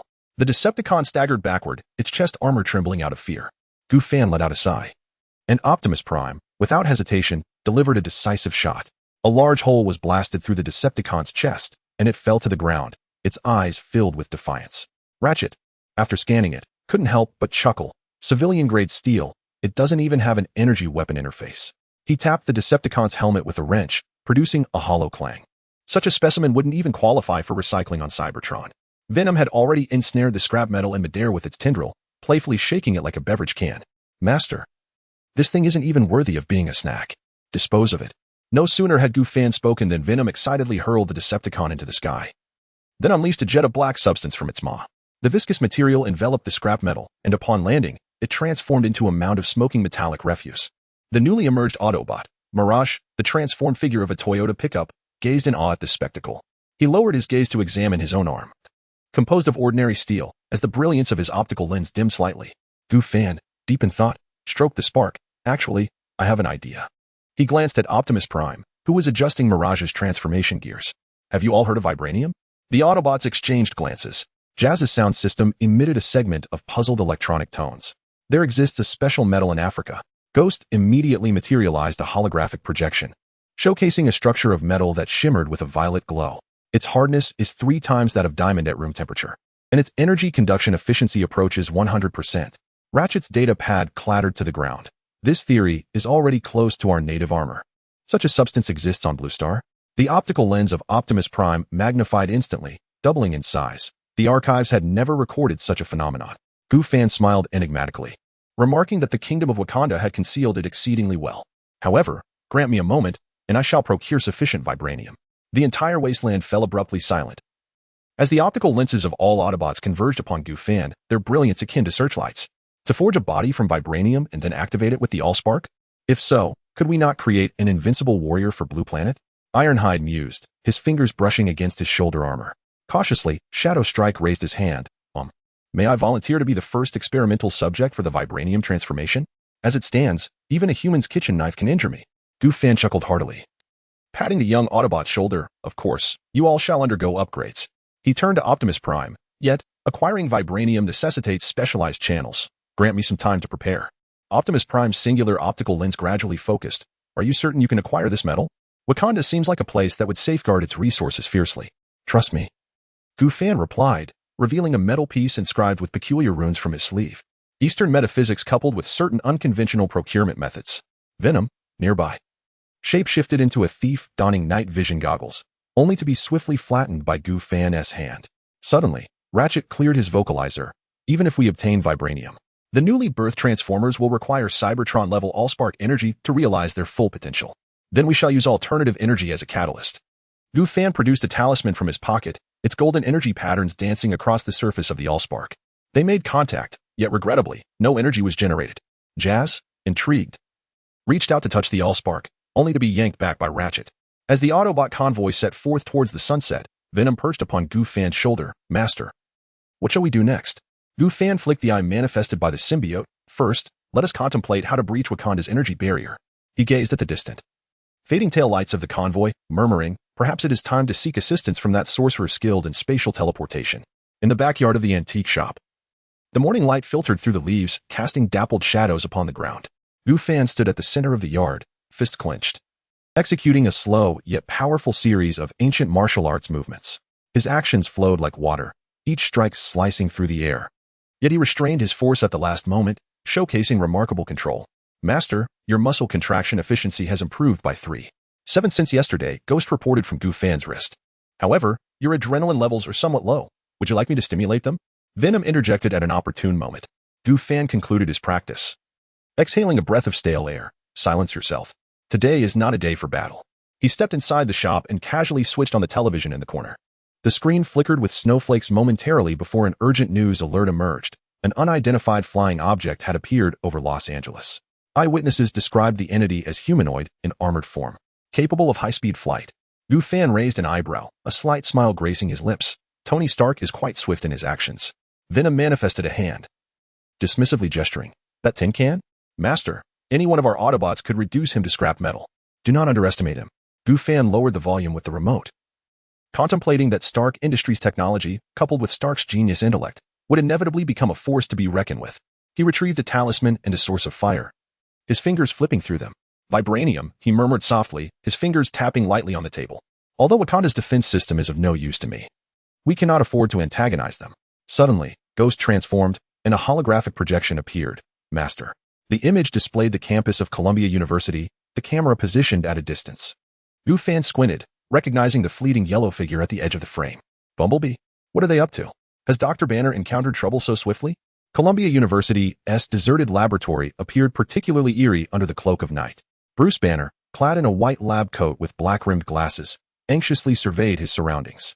His heart rate monitor indicated values nearing a perilous threshold, 185 beats per minute. Calm down, Doctor, Bumblebee communicated through a switch channel. His voice adjusted to a level only Banner could perceive, followed by an odd sound comprehensible solely to Dr. Banner. According to my scans, there are only 3 security personnel in this area, all stationed at the first-floor duty room. Banner took a deep breath, his fingers trembling as he entered the password. The laboratory door lock emitted a faint click, the green light illuminating. Success, he murmured, pushing the door open. Inside the laboratory, chaos reigned. The computer's casing was dismantled. The hard drives had vanished. The file cabinet stood ajar, utterly empty. Banner rushed to a specific drawer, pulling it open forcefully, only to find it barren as well. No. No. He struck the metallic surface with his fist, his knuckles instantly reddening, all research data obliterated. General Ross must have preemptively eliminated all evidence. Defeated. Banner sank to the floor, cradling his head in his hands. His breath quickened, a hint of green surfacing beneath his skin. No, I must maintain control. Remember the breathing techniques Gu taught me. 10 minutes later, Banner finally found his composure. He descended the stairs, opened the car door, and removed his glasses. Wearily rubbing his eyes. I need to see her, just for a moment, then we shall return. Bumblebee paused for a moment. This is perilous, Doctor. I know. Banner replied with a wry smile, but I must ascertain that she is well. Chapter 36. The Hulk's eruption. The lights of Betty Ross's apartment radiated warmth. She sat at her desk, meticulously grading her students' papers, her golden hair casually tied back in a ponytail, with a few stray strands brushing against her cheeks. Outside, the shadows of trees swayed gently in the breeze. Bruce Banner concealed himself in the adjacent alley, observing the woman he cherished yet had to leave through a telescope provided by Bumblebee. His heart raced once more, but this time, not from anger, rather from a profound and almost painful longing. She has lost weight, Banner murmured, noticing the dark circles under her eyes, a clear indication of yet another night spent working. Bumblebee remained silent, quietly stationed beside him. Suddenly, Betty lifted her head as if sensing something, gazing intently out the window. Banner quickly ducked behind the wall, but it was too late. Betty had already risen and approached the window. Bruce? Her voice pierced the night, trembling with uncertainty. Is that you? Banner froze in place. Years of evasion and restraint crumbled in an instant. He slowly emerged from the shadows, tilting his head to meet Betty's gaze. The next moment, she burst through the apartment door. They encountered each other in the open space before the building. Betty's hands trembled as they caressed Banner's face, tears cascading silently down her cheeks. I knew it. I knew you would return. She choked out. Banner could no longer contain himself, enveloping Betty tightly in his embrace. Her breath, her warmth, everything felt both familiar and foreign. I just wanted to see if you were okay. Banner's voice broke. I should have left immediately. No. Betty grasped his collar. This time, I want to let you bear everything alone. Bumblebee observed this poignant reunion quietly, its optical lens flickering slightly. Out of curiosity, it stealthily transformed, mechanical components emitting faint sounds in the night, then cautiously positioned itself against the exterior wall of the apartment. Its massive metallic visage pressed against Betty's window, like a curious child peeking at the reunited lovers. Ah! Betty gasped in shock at the sudden appearance of the mechanical head, nearly losing her balance. Banner quickly steadied her. Don't be afraid. That Bumblebee. It's a friend of mine. Bumblebee shyly retracted its neck. Jazz music playing softly from its speakers as an expression of apology. Betty widened her eyes, incredulously gazing at the colossal mechanical entity. Is this what you encountered during your disappearance? A transformer, a mechanical being from Cybertron? Banner explained, suddenly aware of the urgency of their situation. Betty, we must leave. The military may be on their way. The shrill sound of sirens interrupted him. In the distance, several military vehicles sped towards them, searchlights sweeping the streets. Damn it. Banner grasped Betty's hand. Quick, get in the car. Bumblebee swiftly transformed into a Chevrolet Camaro, its doors flinging open automatically, just as Banner and Betty leaped into the vehicle. The first barrage of bullets struck the ground behind them. Hold on tight. The sound system of Bumblebee blared as the engine emitted a thunderous roar. Tires screeching against the asphalt, accelerating to 100 kilometers per hour in an instant. Betty clutched the seatbelt tightly, her complexion pale. Bruce, what is happening? How could they know you were looking for me? They are hunting me, Banner said with anguish, and Bumblebee. We shouldn't have come here. I've put you in danger. Betty resolutely grasped his hand. We will face this together. In the rearview mirror, 3 military Humvees relentlessly pursued them, machine guns mounted on their roofs spitting fire. Bumblebee deftly navigated the narrow streets, executing daring drifts to shake off some of their pursuers. Turn right at the intersection, Banner shouted.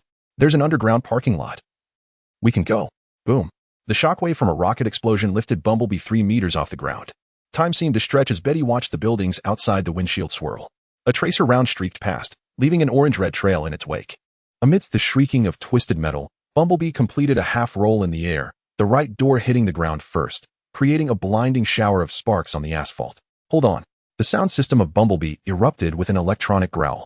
Just as the vehicle was about to roll again, its chassis extended 6 hydraulic stabilizers, anchoring into the ground. In the violent shaking, Betty's head slammed against the window. The heartbeat monitor attached to Banner emitted a frantic buzz. He looked down to see the veins on the back of his hand swelling visibly, a sickly fluorescent green hue spreading beneath his skin. No, not now. He quickly began to relax, attempting to keep the Hulk at bay. The sound of treads grinding against the pavement echoed from outside. Through the smoke, Betty glimpsed 2 M2 Bradley fighting vehicles pivoting their turrets, the loading mechanism of their 25mm chain gun clicking ominously. "Bruce!"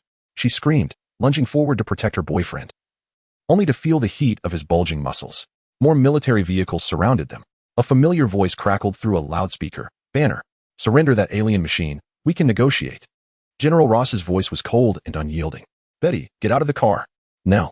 Betty rolled down the window and shouted towards the source of the voice. "Father, stop. Bruce is not your enemy. You are blinded, daughter. That machine is extremely dangerous alien technology." General Ross roared. "Banner, final warning." Bumblebee suddenly halted, the door flinging open. "Doctor, take Miss Betty and go. I will hold them off." Banner's pupils began to dilate, green overtaking the whites of his eyes. "No, we stay together. There's no time." Bumblebee transformed abruptly, rising fully and shielding Banner and Betty within its metallic grasp. "Go find Mr. K. He will protect you." General Ross's voice grew sharp. "Open fire. Stay away from my daughter." Dozens of firearms erupted in unison, unleashing a hail of bullets. Bumblebee shielded them from most of the gunfire, sparks flying from its armor. It carefully placed Betty in a relatively secure corner before turning to face the army. "Run, Betty." Banner's voice had transformed into a hoarse growl. "Go find Goofan." In that final moment, Betty witnessed Bruce's form begin to swell, his garments bursting apart as his skin turned an entirely verdant hue. Accompanied by a deafening roar, the Hulk fully awakened. As the towering green giant rose from the haze of smoke, fragments of shattered pavement erupted in a radial spray, with nearby military jeeps being toppled by the shockwave. "Hulk." The syllables reverberating in the giant's throat caused a profound pause in the gunfire. General Ross's pupils constricted sharply behind the lens of his binoculars.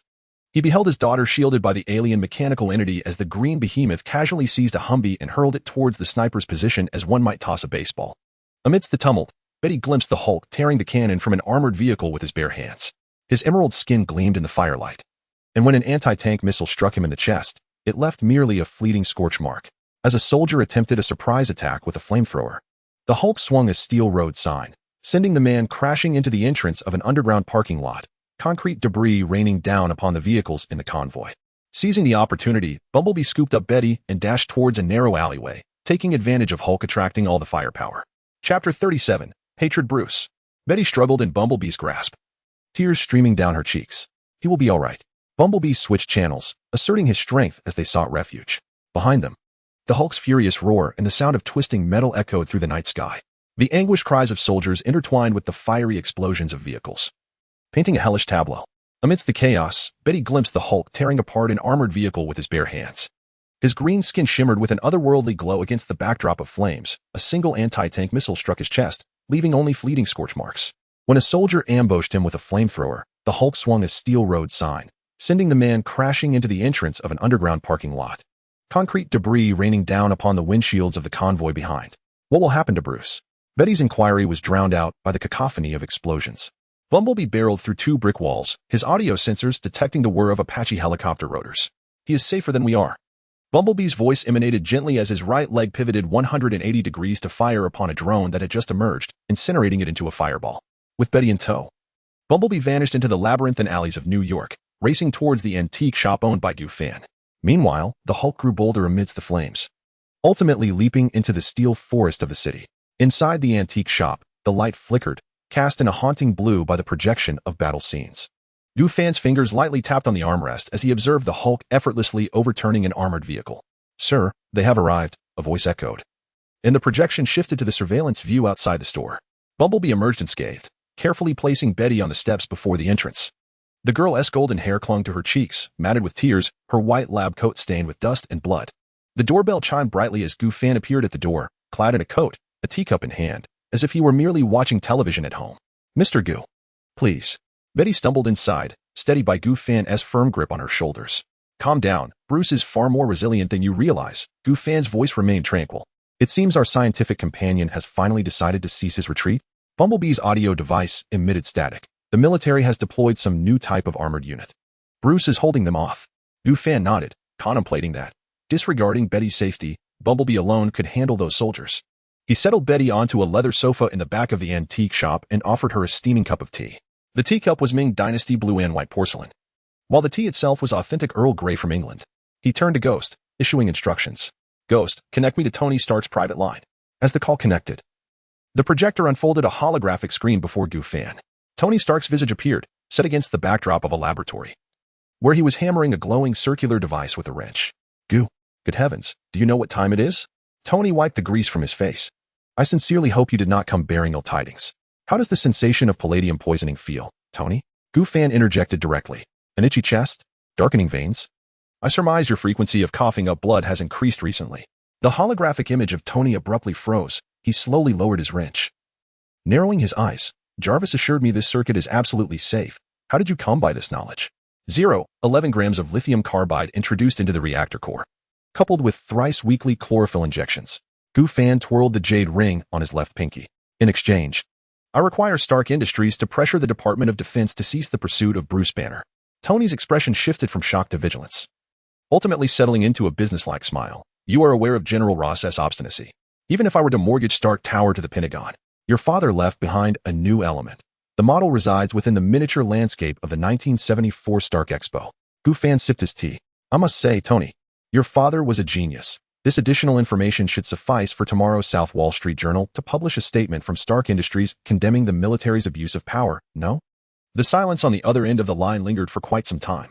Betty tightened her grip on the sofa armrest, her anxiety escalating. The Phantom's audio receiver captured the distant sound of an explosion. Deal. Tony finally spoke, his voice low, yet Banner had better not demolish New York. The antique shop's old clock pointed to midnight. Goofan handed a cup of hot cocoa to the still trembling Betty, who curled up on the sofa in the back of the shop, her hands tightly clasping the cup without taking a sip. Take a moment to rest. General Ross won't find us here just yet. Goofan adjusted the wall lighting, dimming it slightly. Bruce is stronger than you realize. As Betty looked up, tears crystallized on her lashes. But the military has deployed new weaponry this time. I witnessed them using some sort of sonic device. The effects of sound waves on Hulk will diminish over time. Goofan retrieved a vintage gramophone from the mahogany cabinet and placed a vinyl record within.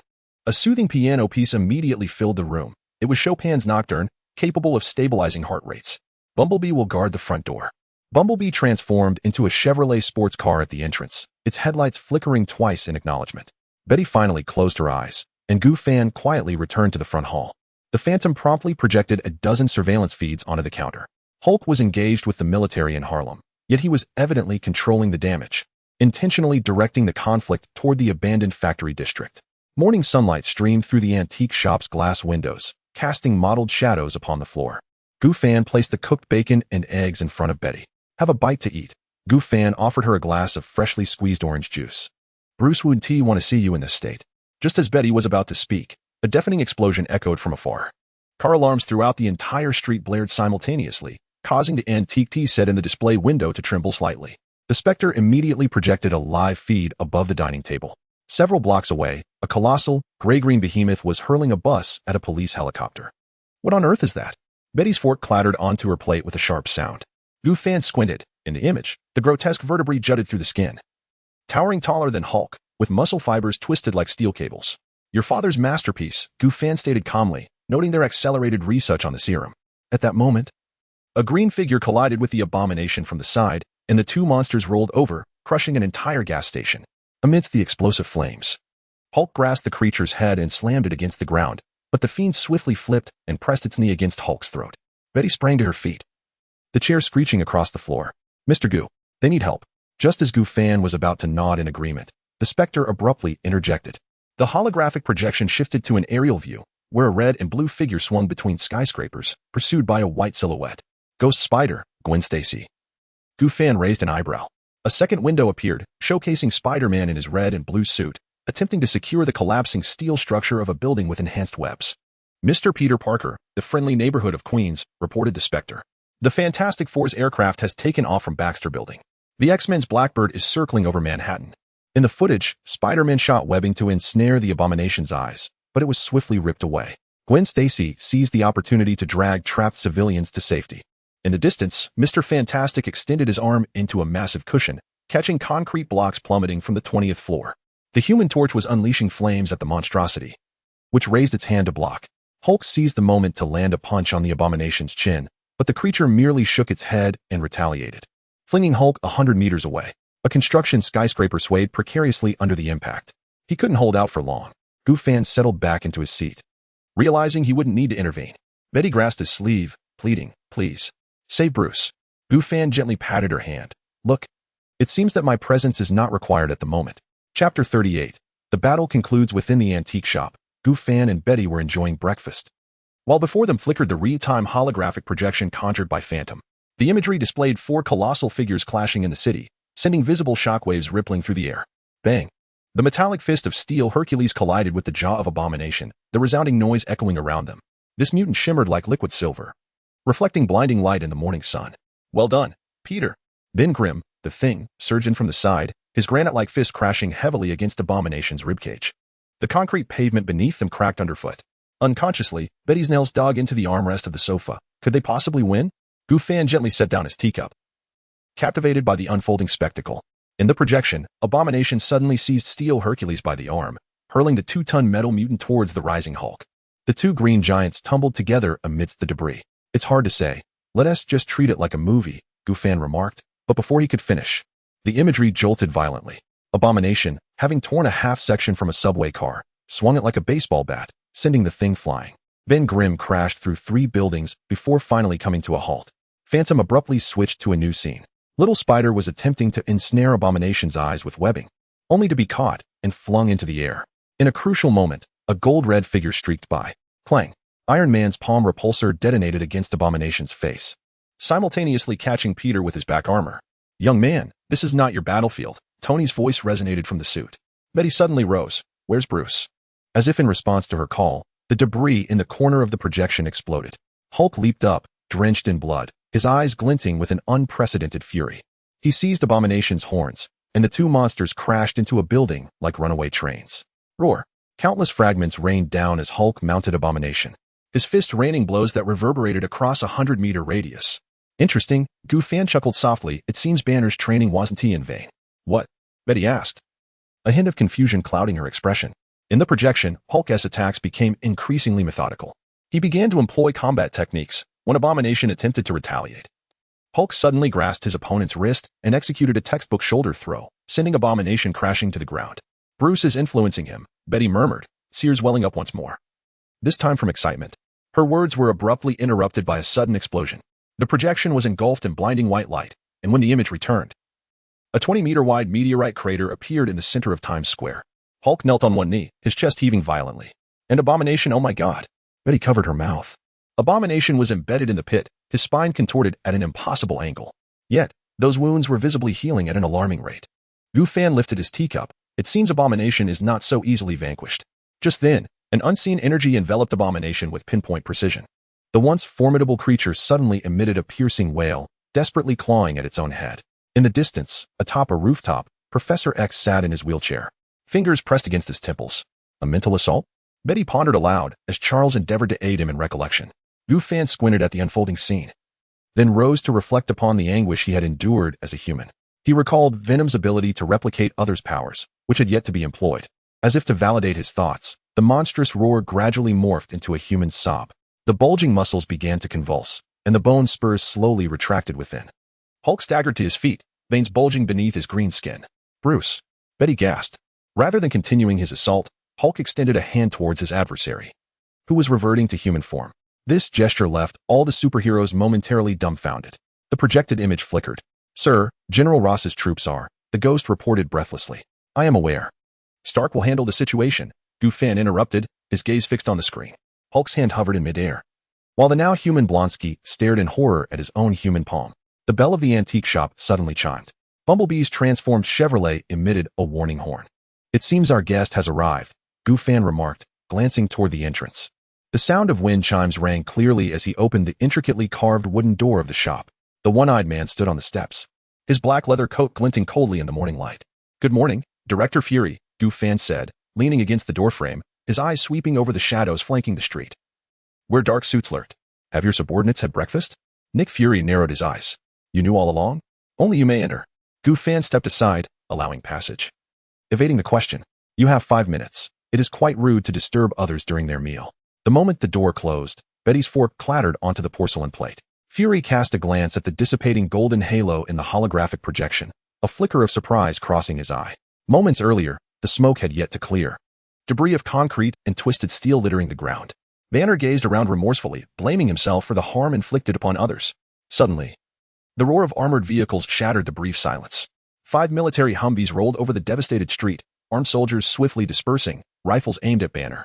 The lead Humvee's door swung open with force, General Ross stepping out with a heavy stride, his military boots crunching on the gravel. Banner, Ross barked, you are under arrest. Banner stepped back, muscles tensing once more, but hesitated upon surveying his surroundings. The soldiers cocked their rifles, the red dots of their scopes dancing upon Hulk's chest. Just then, with a sharp sound, a gold and crimson figure descended from the sky, the glow of its palm cannon illuminating Ross's ashen face. Iron Man's helmet retracted, revealing Tony Stark's sardonic smile. General, may I interrupt? What are you doing? Are you here to apprehend a hero who has just saved New York? Ross sneered. He is a wanted criminal, Stark. The military has the authority. A wanted criminal? Tony raised an exaggerated eyebrow, glancing at the seemingly harmless Banner. All I see is a valiant citizen, Mr. Bruce Zhang, who has only recently immigrated, fortuitously possessing a mutated physique, and happened to assist us in subduing a rampaging monster. Ross clenched his fists, the sound of his knuckles cracking echoing in the tense air. Stop playing word games, Stark. Tony shrugged, producing a mobile phone from the armor's gauntlet and handing it over. Why don't you take a call first? Ross snatched the phone, pressing it to his ear, but his expression shifted dramatically. The cold voice of the Secretary of Defense resonated on the other end. Ross, withdraw the troops immediately. I repeat, withdraw the troops. But that is an order. The call ended, leaving only the monotonous tone of a disconnected line. Ross's knuckles turned white as he nearly crushed the phone in his grip. He glared at Tony, then turned to the now human Banner, who was wrapped in the blanket Tony had offered, with a copy of his passport lying beside him, clearly displaying the name Bruce Zhang. Finally, Ross forced out through gritted teeth, we are leaving. The soldiers exchanged glances but complied with the orders, swiftly retreating to the armored vehicles. Before turning away, Ross cast one last glance at Banner, his eyes a tumult of anger and resentment. The convoy departed, tires kicking up dust that slowly dissipated into the air. Tony whistled, turning to Banner. Welcome to the Legitimate Identity Club, Mr. Bruce Zhang. Banner managed a weak smile. Yet before he could respond, he was abruptly interrupted. Mr. Stark, I think you should take a look behind you. The voice of Spider-Man echoed from atop a crumbling wall. Banner and Tony turned to see. A furious roar erupted from the rear, but in the next moment, golden sparks ignited out of thin air, tracing a perfect circle in the sky. The abhorrent figure contorted in the golden light, vanishing in an instant. Tony raised an eyebrow. Well, it seems magic has joined the party today. Chapter 39.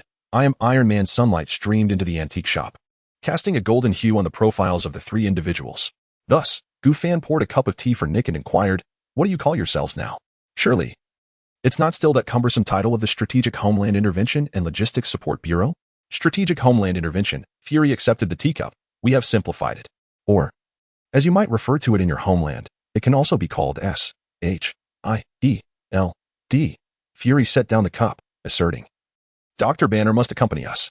Betty suddenly sprang to her feet, the chair scraping noisily against the floor. Gu Fan placed a steadying hand on her shoulder and retrieved a document from the drawer.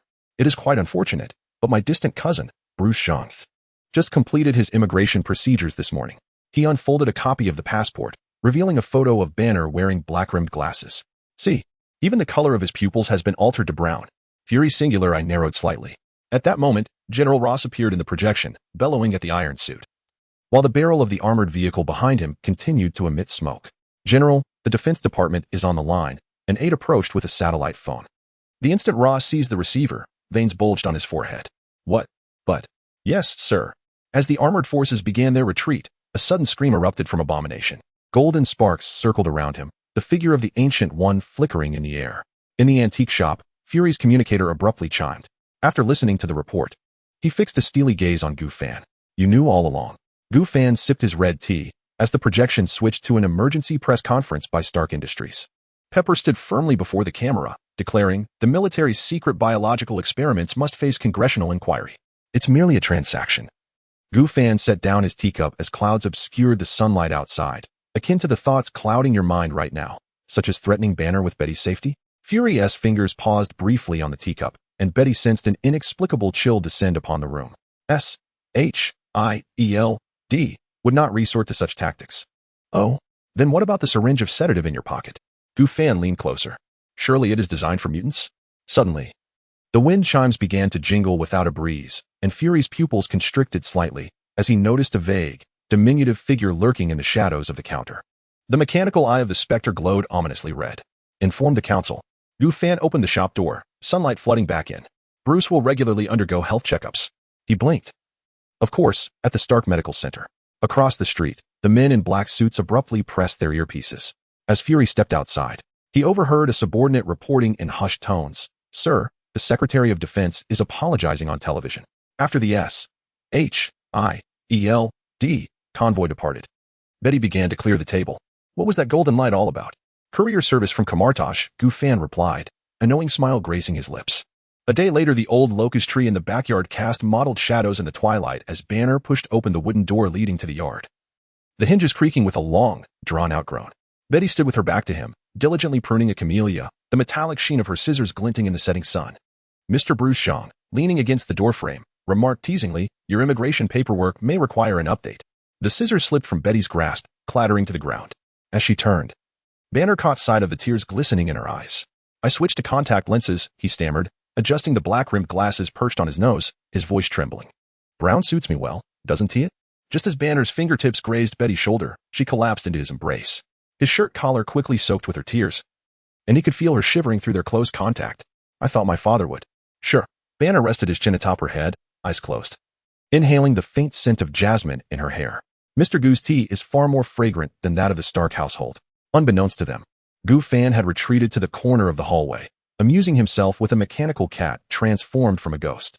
The cat's metallic tail brushed against his wrist, emitting a faint crackle of electricity. Gu says you can control the Hulk. Betty tilted her face upward, her fingers lightly caressing Banner's chest. He grasped her fingers, guiding her to feel the steady rhythm of his heartbeat. It's not about control, it's about coexistence. As his gaze settled on Gu Fan, he noticed venom emerging from his shoulder, scaring the ghost on the floor.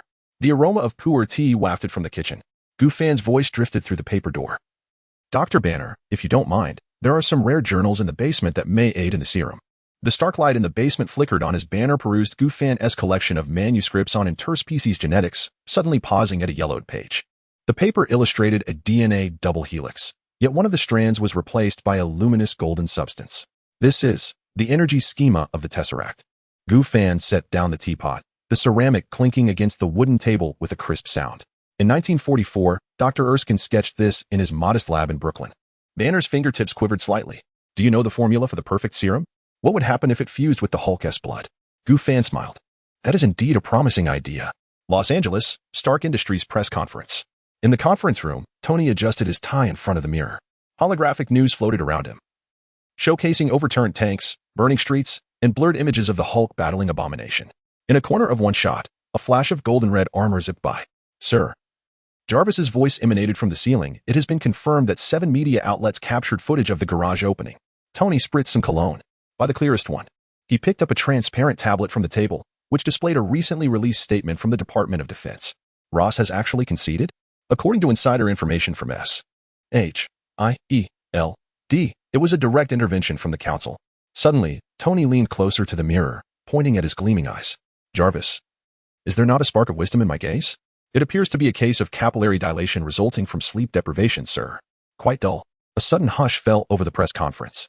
As Tony emerged through the side door, all cameras pivoted simultaneously. His agile ascent of the steps prompted several journalists to exchange knowing glances. I am aware of your inquiries, Tony asserted, taking a seat at the edge of the podium. That is not me. The armor is a military project. Indeed, it can fly faster than an F-22. He casually accepted a bottle of mineral water from a staff member, spinning the cap 3 times on his fingertips before unscrewing it. A voice from the back shouted, Mr. Stark, these assertions lack credibility. Flashbulbs illuminated the podium as Tony Stark loosened his tie, a signature smirk playing on his lips. Behind him, a holographic display cycled through footage of the Iron Man suit taking off from his Malibu estate. Well, I cannot hide it from you. Tony took a sip from the cup. Our security system has encountered a minor glitch. Laughter erupted from the journalist section. Pepper facepalmed from the audience. While Colonel Rhodes twitched at the corners of his mouth, Tony set down the water bottle, glancing at his notes. I admit to many things. such as my alcoholism and arrogance. Indeed, I possess numerous flaws, but these cannot serve as evidence against Iron Man. The audience responded with boos, clearly dissatisfied with these excuses. In fact, Tony suddenly adopted a serious demeanor, and the room fell into silence. Those suits did not fly away on their own. He paused for 3 seconds, allowing the suspense to linger in the air. It was I who flew away in them. Utter silence. Indeed, Tony removed his sunglasses, his gaze fixed upon the camera lens. I am Iron Man. The hall erupted in chaos.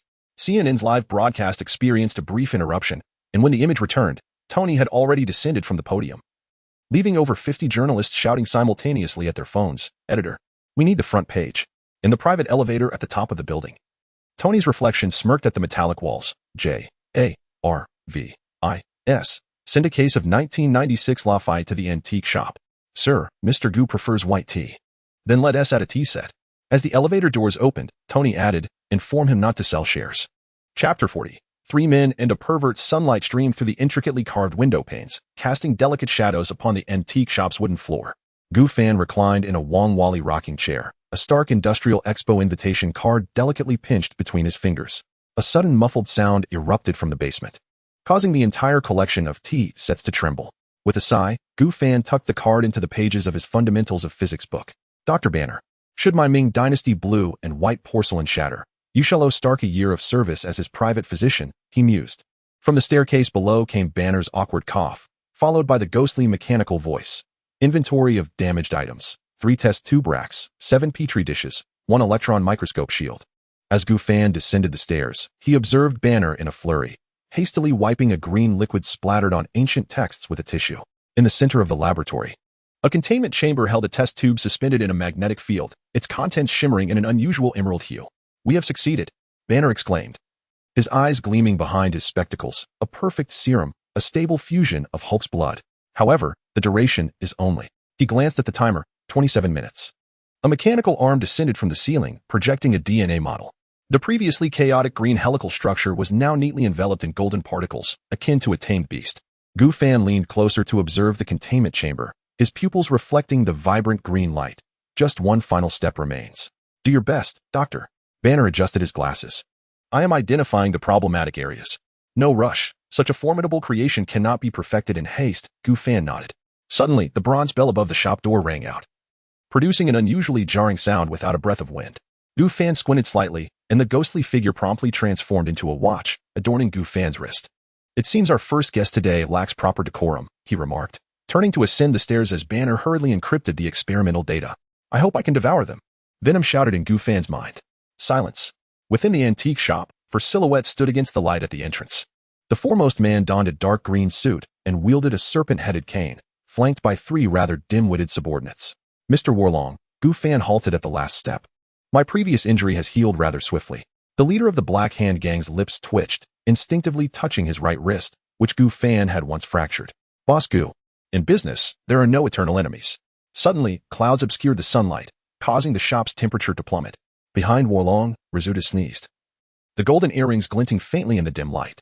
You brought a Finn, Rizuta, and Zhou, Gu Fan remarked nonchalantly as he brewed tea. But I do not see Te Luo. I suspect he has been swayed by Chunglong. Warlong's serpent-headed cane struck the floor with authority. I am here to discuss business. Mr. Gu, there exists an Amaru cave in South America where the dragon talisman lies. I require your assistance in obtaining it, with a commission of $20 million. Gu Fan gently placed the teacup on the wooden table, the porcelain producing a crisp sound upon contact with the surface. Mr. Valen, his fingertips caressing the rim of a porcelain cup, inquired whether I was aware that the last individual who sought my counsel commanded a commission of $100 million. However, today I find myself in a good mood. With an additional $500,000, I shall ensure your personal safety.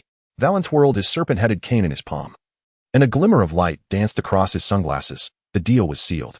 He snapped his fingers, and Zhou promptly presented a crocodile leather briefcase. The head of the Black Hand Mafia extracted 3 photographs from the case and slid them across the table towards Gu Fan. The first image depicted a man clad in a tight red suit, flashing a peace sign at the camera. The second showcased a burly figure with facial stubble, glinting ominously between his fingers. The third was a black and white photo of a one-eyed man, his mechanical eye emanating a chilling glow. Other members included Deadpool, Wolverine, and the Clockmaker.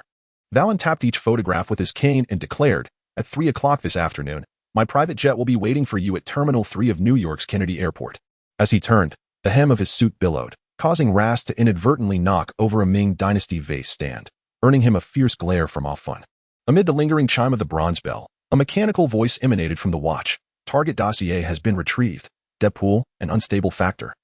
Previously blacklisted by 6 airlines for dismantling seats mid-flight. Wolverine, a mutant with a high tolerance for alcohol. The Clockmaker, a professional mercenary, classified as SS-level danger. Gu Fan idly flipped through the fundamentals of physics on the table, murmuring, I hope the plane is insured for a substantial sum.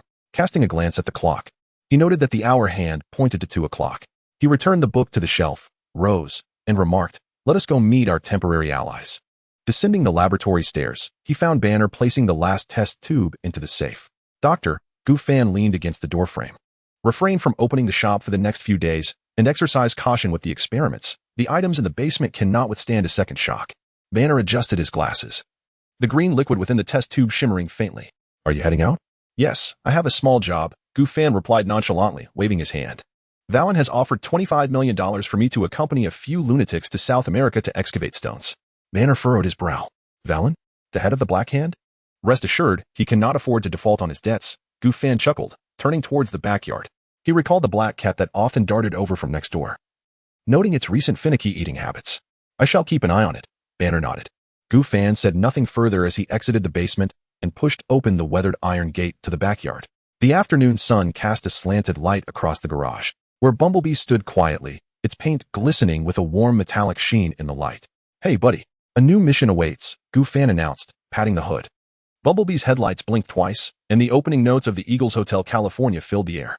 This time, I can't take you with me. Gu Fan leaned against the car door. The South American jungle is no place for a delicate American vehicle like you. The sound system promptly switched to Heartbreak Hotel, and the door slammed shut in protest. Gu Fan chuckled lightly. Don't be stubborn. I'll bring you back some new motor oil. Bumblebee reluctantly started its engine, the onboard speakers blasting Highway Run. At Terminal 3 of Kennedy Airport, the throngs of people bustled about. Gu Fan immediately recognized his teammates, despite their efforts to blend in as ordinary travelers. Deadpool, adorned in a Hawaiian floral shirt and flip-flops, was blowing kisses at a model featured on an airport advertisement. Wolverine was clad in a wrinkled plaid shirt. Clutching a bottle of whiskey, Domino appeared the most composed, donning a black jacket and sunglasses, though one could hardly overlook the bulging weapon belt at his waist. Hey there, sweetheart, Deadpool exclaimed, darting towards Gu Fan in an attempt to drape an arm over his shoulder. Are you our new babysitter? Gu Fan sidestepped, causing Deadpool to stumble and nearly collide with a luggage cart. The rules were simple. Gu Fan surveyed the trio. First, follow orders. Second, avoid trouble. Third, remember to buy insurance for Deadpool's mouth? Deadpool interjected, his mask's white eyes narrowing into slits. This is our first meeting, and my instincts tell me you're the martial arts antique shop owner. Did you really eliminate many wealthy individuals? By the way, what are we searching for this time? Dinosaur eggs? Alien toilet seats? Or dragon talismans? Domino interrupted coldly. Valen didn't pay you to perform stand-up comedy. Wolverine took a swig of whiskey. As long as there's a fight involved, the objective doesn't matter. Gu Fan raised an eyebrow, his gaze landing on the whiskey bottle in Wolverine's hand. So the X-Men are taking side gigs now? Wolverine tilted his head back for another gulp. The liquid dripping down his stubble. Valen's offer is too steep. Well, Deadpool interjected immediately. So now superheroes are moonlighting? Should I start an OnlyFans? Codename, Spandex Stud. Domino expressionlessly pressed down on Deadpool's head. Be quiet, or I'll stuff you in the cargo hold. Deadpool struggled to peek from beneath Domino's hand. Don't be shy, Domino. You could join too, codename. One-eyed temptation, rar. Domino's knuckles accurately tapped the back of his head. Gu Fan, uninterested in their antics, walked directly towards the boarding gate. Bumblebee flashed its headlights in the distance on the tarmac, and Gu Fan waved before turning back toward the gate. Chapter 41. The ancient cave. The aircraft pierced through the clouds, its fuselage trembling slightly, while outside, a white mist billowed. A projection of the flight path appeared on his wristwatch, the AI voice softly advising. Flight time, 14 hours. It is recommended that you rest. Deadpool had somehow sidled up again, tilting his head to scrutinize Gu Fan's watch. This AI voice sounds oddly familiar. Wait, isn't that the computer voice from Star Trek? Aren't you infringing copyright? Gu Fan shot him a glance. If you utter one more word, I shall throw you out of this aircraft at 10,000 meters. Deadpool dramatically clutched his chest. Good heavens, you actually have artificial intelligence. What a luxurious setup. He turned to Wolverine and exclaimed, Logan, he's far cooler than us. Wolverine grunted in response. Shut up. Wait. After boarding, Deadpool plopped down beside Gu Fan, his eyes beneath the mask sparkling with curiosity. So, have you crossed swords with Kim? Fan closed his eyes to rest. Would you like to give it a try? Cool. Deadpool whistled. Can you get him to sign something for me? Perhaps on my... No. Rear. Deadpool concluded unabashedly, completely unfazed. Speaking of which, does your antique shop need any extra hands? I could work part-time. I come with my own uniform and can tell jokes. Fan opened his eyes and slowly turned to face him. If you utter one more word, I shall affix you to the ceiling of this cabin until we land. Deadpool blinked and mimicked zipping his lips. 3 seconds later. So, do you need help, or not? Fan took a deep breath, contemplating whether the commission for this mission was truly worth it. As the boarding announcement sounded, Deadpool suddenly leaned closer. Seriously, are you selling that watch? A cannon barrel morphed from the projection on Fan's wrist. Master, just say the word, and I can turn him into a sieve. Wow, what is that? Deadpool exaggeratedly recoiled. I love this kind of dark flare. Fan rubbed his temples, pondering whether to toss Deadpool into the baggage compartment. When the plane landed at a remote airport in Peru, the setting sun had painted the Andes a vivid crimson. Fan was the first to descend the staircase, the chill mountain breeze lifting the hem of his dark cloak. He touched the indestructible mask hanging at his waist, a mask shimmering with a purple hue, subtly swirling with dark red patterns in the twilight. For now, Venom preferred to remain hidden from the likes of Varong and others. It was not out of fear, but rather his fondness for the clandestine allure. The AI projected a local topographical map on Fan's wrist, the pale blue glow particularly striking against the dusk. Master, according to the coordinates, Varong should be waiting for us at a camp 10 kilometers away. Deadpool bounced along behind, his red uniform standing out vividly against the gray-brown mountainous backdrop. Wow, South American vibes. Anyone want to buy souvenirs? I can perform live. Shut up, wait. Wolverine, with a cigar clenched in his teeth, strode past, his metal claws barely visible. The last to disembark was the Grim Reaper, meticulously checking his firearms, his solitary eye scanning the surroundings. This place is too quiet. It's not normal. 3 modified off-road vehicles awaited on the helipad. Fan strode directly toward the first one, but Deadpool hastily opened the passenger door. I get car sick. I must sit in the front, he proclaimed with unyielding conviction, his white eye patches on the mask exaggeratedly blinking. Fan, uninterested in a debate, took a seat in the rear. Ghost projected a holographic map within the vehicle, revealing a serpentine mountain road leading to a cave entrance marked in crimson. According to the data, this cavern belonged to an Incan civilization site. Yet the locals referred to it as the Breath of the Dragon, with 17 expedition teams having mysteriously vanished there over the past 50 years. Deadpool whistled. Sounds like my dating history. Wolverine's voice crackled through the radio from the second vehicle. What exactly is Valen searching for? A dragon talisman, Fan replied tersely, said to grant the bearer control over flames. The bell toller scoffed. Sounds like a fairy tale. The vehicle jostled along the rugged mountain path for 2 hours before finally halting before a secluded camp. Valen awaited there with his 3 subordinates, Reizu, Zhou, and Afin, who had been waiting for quite some time.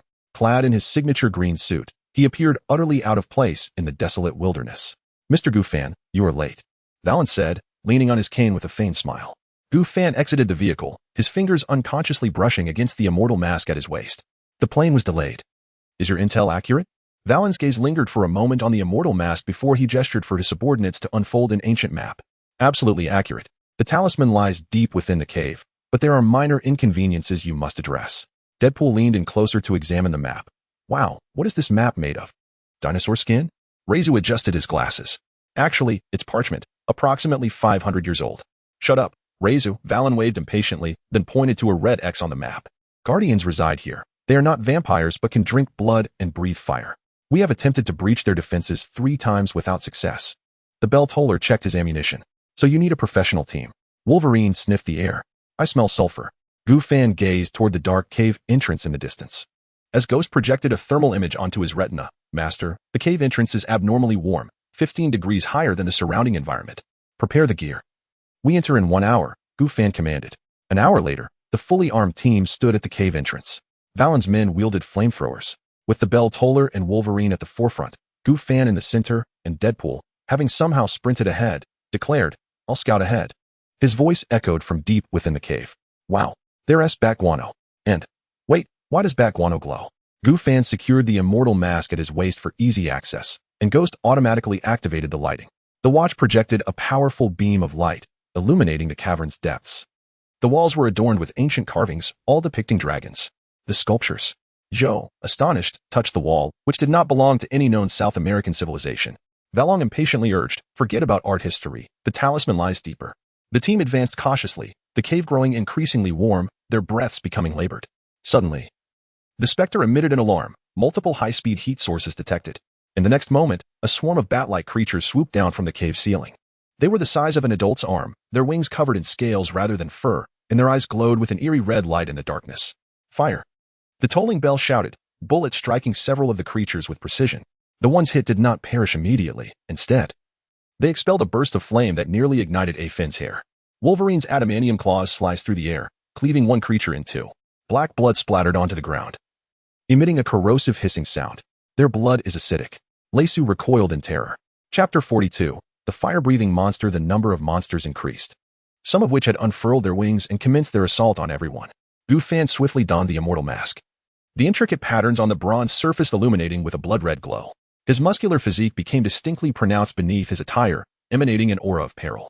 A creature lunged at him, but he effortlessly evaded, delivering a punch that shattered its skull, his movements so swift they nearly left an afterimage. Deadpool leapt around amidst the chaos, brandishing his dual blades. Come on, little cuties. Let Uncle Deadpool check your teeth. One creature latched onto his shoulder, prompting an exaggerated scream from him. Hey, I thought we agreed on just bloodsucking and no biting? More creatures surged forth from the depths of the cave. The bell ringer switched to specially crafted ammunition, each shot resulting in a creature exploding into a fiery ball. Wolverine found himself besieged by 3 monsters, one of which unleashed a torrent of flames that struck his chest, incinerating his shirt and exposing the metallic framework beneath. Logan, you're exposed, Deadpool quipped, still finding time to jest. With the immortal mask enhancing his sensory perception tenfold, Gufan discerned that these creatures seemed to be guarding something. The voice of Ghost echoed in his ears. Master, there's a significant energy reaction 50 meters ahead. Valen, the talisman is up ahead. Gufan's voice, filtered through the mask, resonated deep and raspy. These creatures were indeed protecting it. Valen's eyes gleamed with determination. Then let us break through. Rezu flamethrower. Reza hesitated. But boss, using a flamethrower in such a confined space. Do as I say. The intense flames engulfed the cave passage, incinerating many creatures to charred remains. Yet, more were enraged, emitting a piercing shriek and charging collectively towards Rezu. Gufan moved with incredible speed, the immortal mask granting him reflexes that allowed him to effortlessly intercept most of the attacks. The Bellringer and Wolverine seized the opportunity to advance. Meanwhile, Deadpool was engaged in a playful chase with one of the monsters. At the end of the passage lay a vast cavern, dominated by a stone altar at its center. Resting upon the altar was a glowing red talisman, etched with a dragon motif. Strangely, the walls surrounding the altar were inscribed with incomprehensible patterns. Valen, unable to contain his excitement, rushed towards the altar. The dragon talisman. We finally found it. Wait, Gufan cautioned, there are traps. But it was too late. The moment Valen's hand made contact with the talisman, the entire cave began to tremble. The ground beneath the altar fissured, and a colossal shadow gradually emerged. The cavern shook violently, debris cascading from above. From the gaping chasm below the altar, a pair of crimson eyes ignited in the darkness, accompanied by a chilling roar. Valen, clutching the newly acquired dragon talisman, felt his legs weaken. What is this monstrous thing? From the crevice crawled a gargantuan entity, resembling a Komodo dragon but endowed with 6 legs and 2 pairs of bat-like wings. Its body was cloaked in black and red scales, and the saliva dripping from its maw corroded the rocks, emitting wisps of white smoke. The talisman, in a state of panic, Valen let the dragon talisman slip from his grasp, sending it rolling towards the monstrous foe. Thank you, Gufan silently acknowledged, as the immortal mask rapidly enveloped his visage, its intricate patterns glowing with a crimson hue. His muscles surged with newfound power, causing the rocky ground beneath him to shatter violently. Just as the creature bent down to consume the talisman, Gufan propelled himself forward like a cannonball. The explosive force of over 30 tons instilled him with confidence as his right fist collided with the monster's jaw. A thunderous boom echoed through the cavern as the creature was sent careening through the air, crashing into 3 stone pillars before coming to a halt. With 6,000 pounds of foundational strength amplified by the mask, the might of that punch rivaled that of a small missile. Wow, Deadpool whistled. That punch was heavier than my ex-wife's divorce settlement. Wolverine emerged, unsheathing his adamantium claws. Finally, a worthy adversary. He charged forward, his claws slicing through the monster's abdomen, igniting sparks in their wake. The creature roared in pain, all 3 of its heads simultaneously unleashing torrents of searing flame. The clock tower executed a tactical roll to evade, turning and firing 2 shots into the creature's eyes. Aim for the vitals. Move aside, Gufan shouted from behind. He hefted a 5-ton boulder, adopting a shot-put stance, and hurled it forcefully towards the beast. The rock struck the creature's back with pinpoint accuracy, causing it to stumble forward. Seizing the opportunity, Gufan advanced, venom enveloping his legs in an instant. In the following moment, a powerful kick connected with the monster's chin, the 30-ton impact distorting one of its heads grotesquely. The remaining two heads thrashed wildly in retaliation, but Gu Fan stood his ground, gripping each head by the jaw, his muscles straining. With a horrific tearing sound, he wrenched the two heads off, black blood splattering onto his mask, only to be instantly vaporized by the intense heat. As the creature's remnants convulsed, Gu Fan approached the site where the talisman had fallen. In the act of bending down to retrieve it, he completed the exchange within the system space, securing the genuine talisman while a flawlessly replicated counterfeit appeared in his hand. Casually tossing the replica to the dazed Valen, he remarked, "Next time, hold on to it more securely." Valen fumbled to catch the talisman, his complexion pale. Thank you, Mr. Gu." Deadpool, squatting beside the creature's carcass, poked at it. "Hey, can this thing be preserved? It would look awesome in the living room." The clock tower sheathed his weapon. "Mission accomplished. We can head back now." Wolverine flicked the monster's blood from his claws. This was easier than anticipated. Earning 20 million was too effortless. Gu Fan removed the mask and glanced at the time displayed by the Spectre. The helicopter arrives in an hour. He led the way towards the cave's exit, while the dragon talisman quietly hovered in the system space, emitting a faint red glow. Once the team departed, silence reclaimed the cavern. The only remnants of the battle were the gradually cooling corpse of the beast and a few drops of drying blood scattered on the ground. A day later, amidst the roar of the helicopter's rotors, Deadpool clung to the cabin door and shouted to the clock tower, "Next time there's a job like this, remember to call me. I'll give you a 20% discount." The clock tower, expressionless, donned his tactical goggles. "Last time, you blew the employer into the ICU. That was an accident." As Deadpool turned, his cape was whisked away by a gust of wind, causing him to ascend like a kite. "Well, free bungee jumping." Gu Fan seized his ankle with one hand and pulled him back, rolling his eyes. "Make another noise, and I'll toss you out." The cabin finally descended into silence, save for Deadpool's quiet grumbling about the lack of creativity in the villainous monologues. Beneath the clouds, the neon lights of New York began to flicker to life. As the helicopter landed on Staten Island's private helipad, a Chevrolet Camaro awaited with its headlights aglow. "Cool." Deadpool dashed over to rap on the hood. "How much for this beauty? Can you sell it to me?" Suddenly, Bumblebee's radio blared "Baby One More Time," the headlights pulsing in time with the beat. "He's mocking you," remarked Wolverine, who strolled by with a cigar in his mouth. Varlon hurriedly slipped into a black van, clutching a lead box containing a dragon talisman. From the window, Lisa poked his head out, saying, "Mr. Gu, the final payment has been transferred."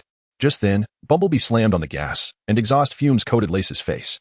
Chapter 43, A New Mission, Save Raccoon City. Gu Fan pushed open the intricately carved wooden door of the Gu Antique Shop, the bell chiming melodiously.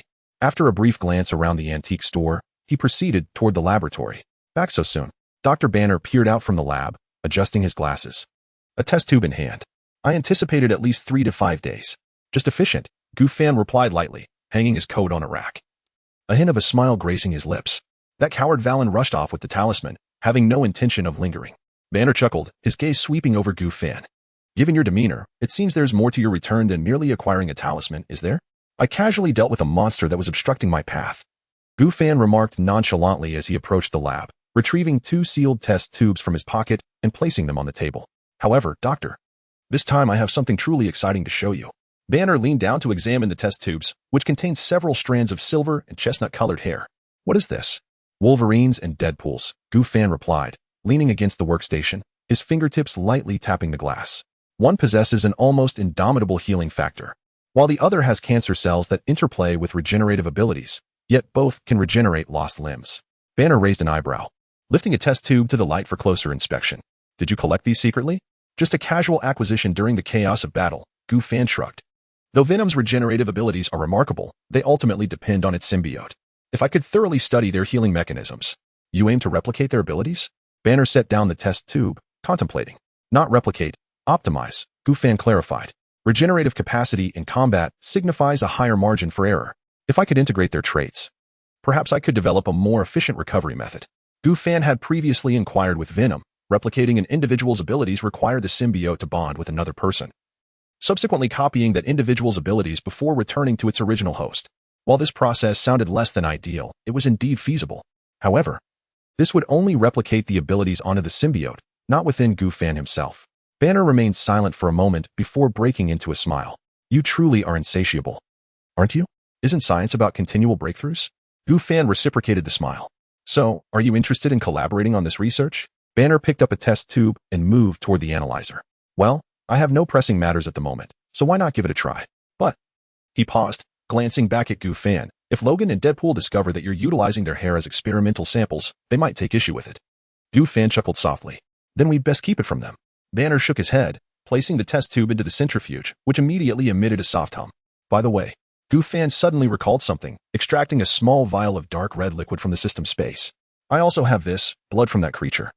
It's highly corrosive and might yield something useful. Banner took the vial, scrutinizing it closely. What exactly did you encounter? A lizard with 3 heads that can breathe fire. Gu Fan spoke with a tranquil demeanor, as if discussing the weather, deeming it not particularly troublesome. In comparison to Hulk, Banner chuckled softly, inquiring, what constitutes trouble for you? Gu Fan pondered for a moment before responding with a faint smile. As of now, I have yet to encounter any.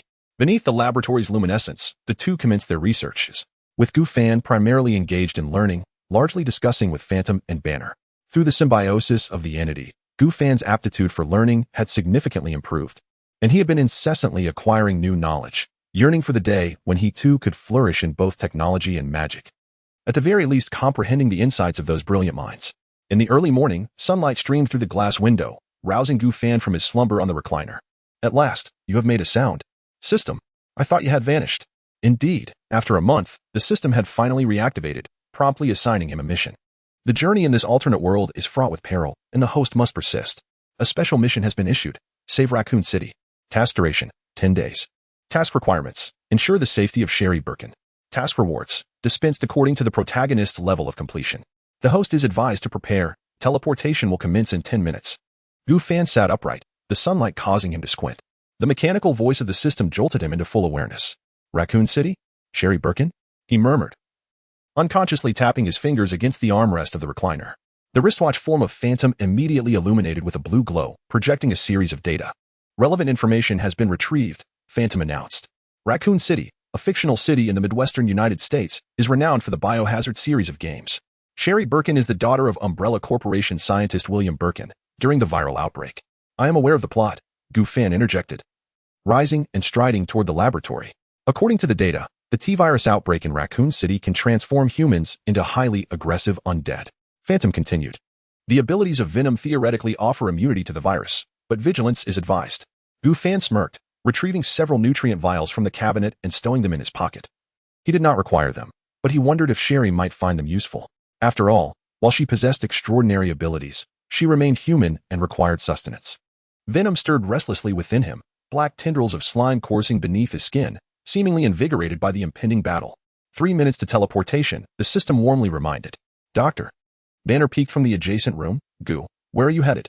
The data from earlier hasn't been. Urgent mission, Gu Fan succinctly replied, sensing Venom fully enveloping his form, creating a protective layer. I may return in a few days. Banner appeared to have more to say but ultimately just nodded. Be careful. 1 minute remaining. Gu Fan inhaled deeply, positioning himself at the center of the laboratory. Venom whispered in his ear, the voice grating like sandpaper. We shall tear those undead apart, sever their heads one by one. 30 seconds. The Phantom's projection contracted back into the form of a wristwatch, the blue light fading into a dark crimson alert state. Gu Fan closed his eyes, feeling the venom coursing powerfully through his veins. 10, 9, 8. He recalled the image of the golden-haired little girl, Sherry Birkin, trembling in the wardrobe. 3, 2, 1. The world before him twisted, and a wave of dizziness swiftly engulfed him. The piercing sound of sirens and the echoes of screams instantly flooded his eardrums. Gu Fan opened his eyes to find himself standing in a dimly lit alley. The air was thick with the noxious stench of rotting flesh mingled with gunpowder, while distant gunfire and chilling howls resonated in the background. Casting a glance at the scene before him, he resolved not to linger for long. Chapter 44. The woman in the red jacket. The streetlights flickered intermittently, illuminating a chaotic scene strewn with discarded mobile phones, backpacks, and overturned bicycles. The glass of a vending machine lay shattered, its contents long pilfered, leaving only a few solitary coins wedged in the crevices. In the distance, a solitary abandoned shoe lay in the middle of the road, its laces meticulously tied, as if its owner had evaporated into thin air. Transmission complete. System notification. Current time, 36 hours post-outbreak in Raccoon City. Sherry Birkin is located in the police station's underground facility, expected to face imminent danger within 12 hours. Gu Fan stretched his shoulders, and the symbiotic venom promptly manifested a black suit of armor upon his body, with 2 white light bands framing his eyes. He activated his superflight, soaring instantly to the rooftop. The sight before him caused him to furrow his brow. Raccoon City was engulfed in flames and thick smoke, with zombies wandering aimlessly through the streets. Some were missing limbs, while others dragged their intestines behind them, yet they persisted in their grotesque advance. Several police cars lay overturned at the roadside, their doors flung open, a trail of blood leading off into the distance. Ghost, scan the location of the police station. Gu Fan murmured. His wristwatch projected a holographic map, where a red dot blinked 3 kilometers away. Raccoon City Police Station, a straight-line distance of 8 kilometers. A multitude of life signals detected, if they could still be classified as life. Just as Gu Fan prepared to act, he sensed an imminent danger approaching from the right. Without turning, he unleashed a black tendril that precisely pierced the skull of a zombie attempting to ambush him. Brain matter and black blood splattered against the wall as the corpse fell silently to the ground. It seems the game does not deceive. A headshot is indeed effective. He muttered, shaking off the remnants from his tendril. The venom within him emitted a low chuckle. How foul. These creatures are akin to food for dogs. Gu Fan disregarded the venom's quip, determined his direction, and flew slightly lower, navigating swiftly between the buildings. This was his first venture into such a world, and he was eager to witness its true nature. Approaching the main thoroughfare, a sudden flurry of gunfire caught his attention. Leaning down for a closer look, he spotted a woman in a red jacket cornered by 7 or 8 zombies, her handgun nearly out of ammunition. Claire Redfield. Ghost instantly recognized her identity. The sister of Chris Redfield and one of the protagonists of the game. Without hesitation, Gu Fan descended from above. The venom expanded a force field during his descent, allowing him to land silently behind the throng of zombies. Need some assistance? He deliberately raised his voice. Claire spun around abruptly, almost pointing her gun at him. Heavens, where did you come from? Her words faltered as she gaped at the flowing black substance enveloping Gu Fan. What on earth was that? A savior. Gu Fan replied succinctly, transforming his hands into cannon-like appendages, and in an instant, he pierced through 3 zombies. Black blood sprayed forth. Yet the protective layer formed by the venom shielded him from the filth. Claire gasped, instinctively taking 2 steps back. The remaining zombies turned their attention toward this new target, dragging their mangled bodies forward. Gu Fan remained utterly still, extending several sharp tendrils from behind him, piercing the skulls of all assailants like spears.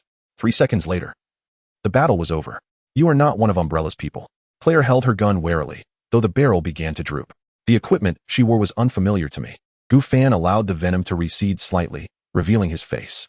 I am Gu Fan, specially trained to handle such exceptional situations. He gestured toward the multitude of corpses scattered about.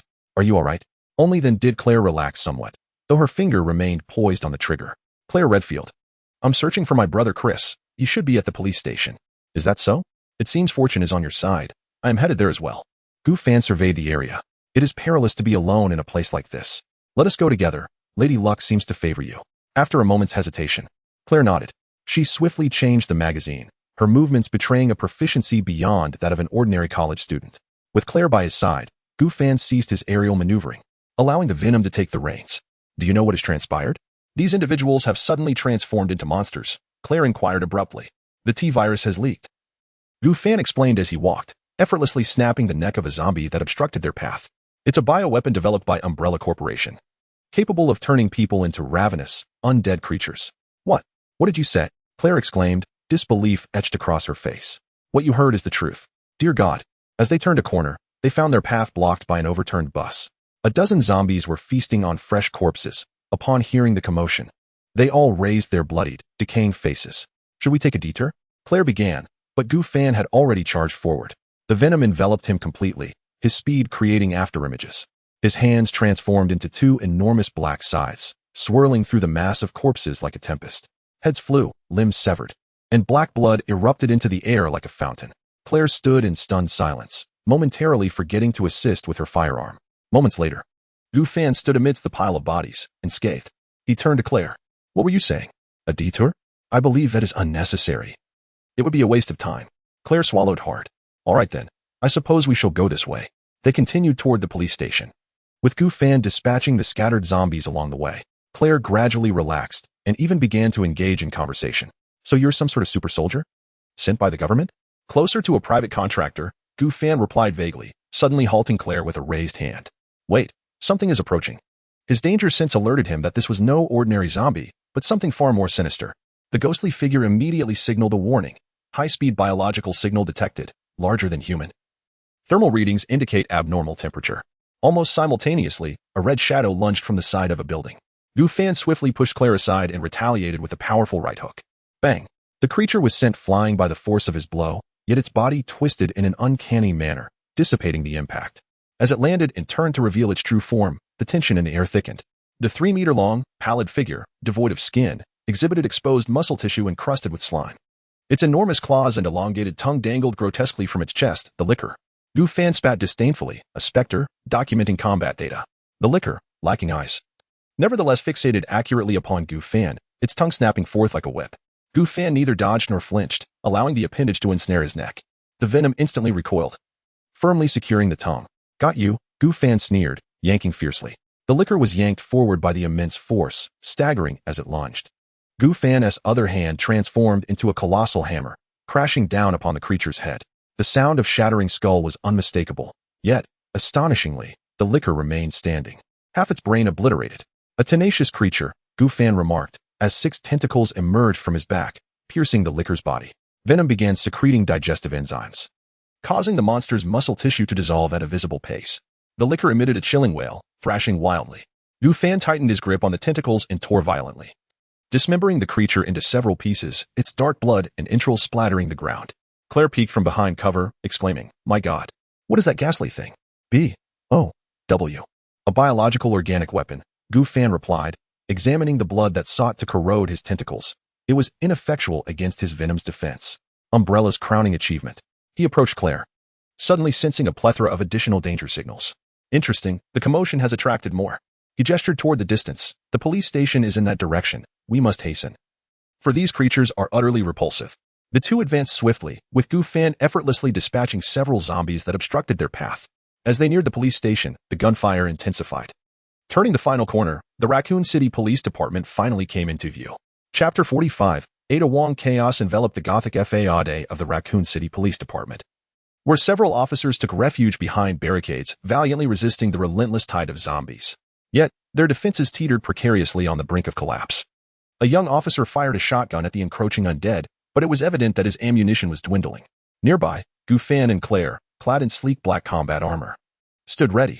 Leon S. Kennedy, a ghostly figure, recognized them as former officers and one of the protagonists of the unfolding saga.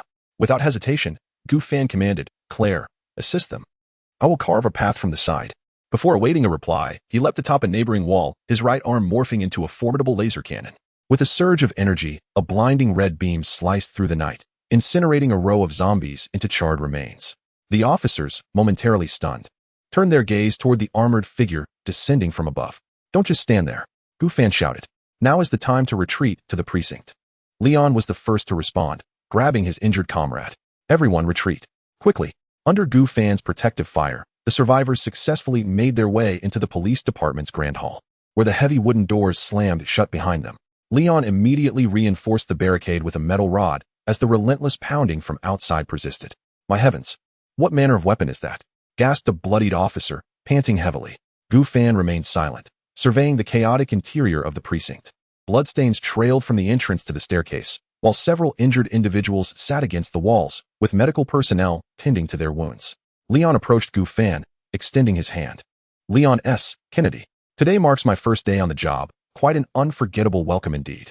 "Gu Fan," he replied curtly, shaking hands briefly. "How dire is the situation?" "An infection has spread citywide," Leon replied wearily, wiping his face. "Communications are down, and rescue is nowhere in sight. We managed to contact a few survivors holed up near the clock tower, but we cannot reach them."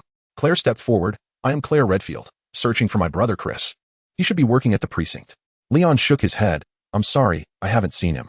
Most of the force has been dispatched to manage the crisis. Only a handful of us remain here." Gu Fan interjected. "How do we access the underground facilities?" Both Leon and Claire were taken aback. "Underground?" Leon furrowed his brow. "Are you referring to the archive room or the detention area?" "Further below," Gu Fan whispered. "The entrance to Umbrella's secret laboratory." Leon's expression hardened with suspicion. "How do you know about this? Who exactly are you?" Just as the atmosphere thickened with tension, a woman's voice echoed from the second floor. "That is a question I too would like answered." Everyone looked up to see an Asian woman in a red dress leaning against the banister.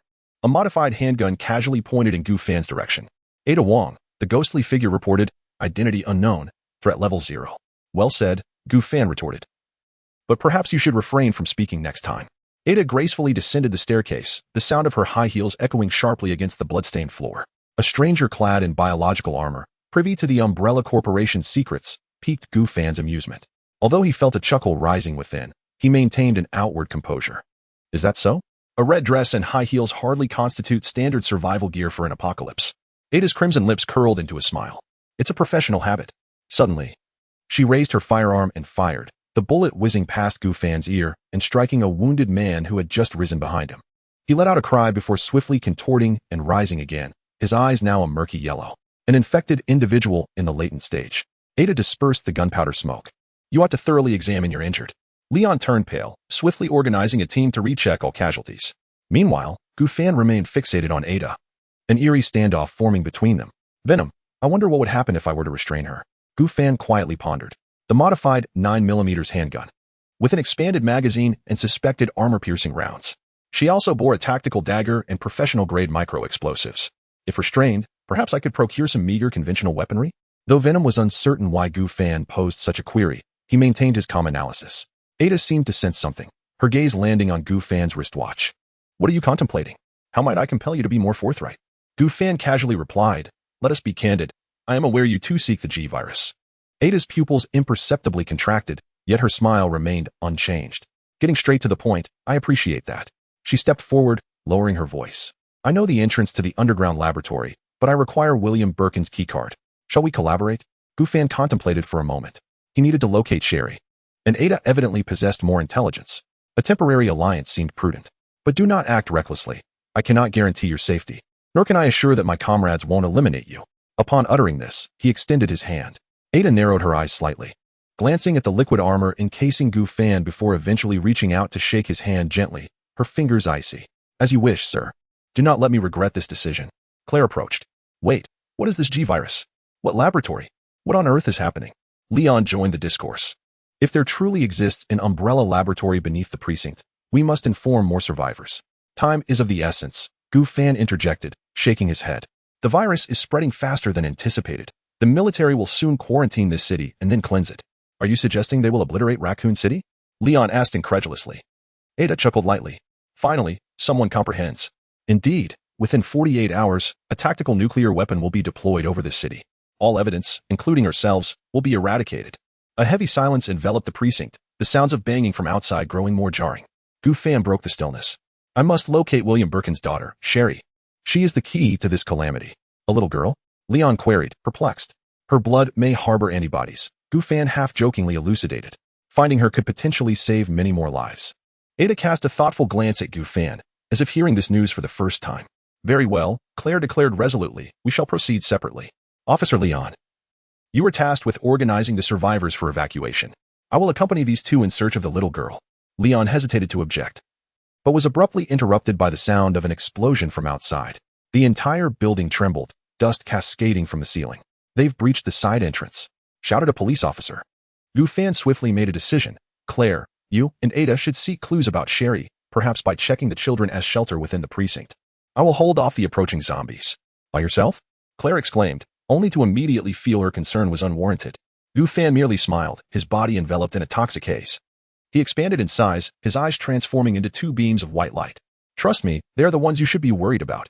With that, he shattered a window and leapt outside. Instantly, a cacophony of screams and tearing sounds erupted from the outside. Chapter 46. Sherry Birkin. The atmosphere within the police station was palpable with tension as everyone gazed at the imposing Gufan, exchanging glances laden with unspoken thoughts. Ada raised an eyebrow, remarking, your friend is quite intriguing. Claire shook her head. I didn't know him until today. Let us go find that little girl. Leon observed their departing figures, tightening his grip on the shotgun, muttering a silent prayer for their safety. Suspended 3 meters above the police station, Gufan's black cloak billowed dramatically in the night breeze. The venom coursed across his skin, adopting a flawless aerodynamic form, allowing him to survey the dying city below like a deity. His left hand split into several small cannon-like appendages, reminiscent of a Gatling gun, continuously unleashing lasers that instantaneously evaporated the zombies beneath. Phantom, scan the entire precinct for Sherry Birkin's life signal, he commanded, his voice filtered through the symbiote, resonating with a metallic timbre. Witnessing the city's dire state, he resolved to expedite this mission. He swore to himself that he could no longer endure a world strewn with dismembered human remains. His wristwatch projected a holographic image, revealing a three-dimensional schematic of the police station. A faint red dot flickered in the basement level, identifying a target of interest. He noted the weak life signs amidst numerous hostile signals. Without hesitation, all cannon ports converged, and a single blast of laser obliterated the zombies lining the street. Ignoring the astonished Leon, Gu Fan shattered a window and plunged into the police station's lobby. The glass shards rebounded off the symbiote's surface upon contact, producing a crisp sound. The officers inside looked up in terror, some rookies even raising their weapons.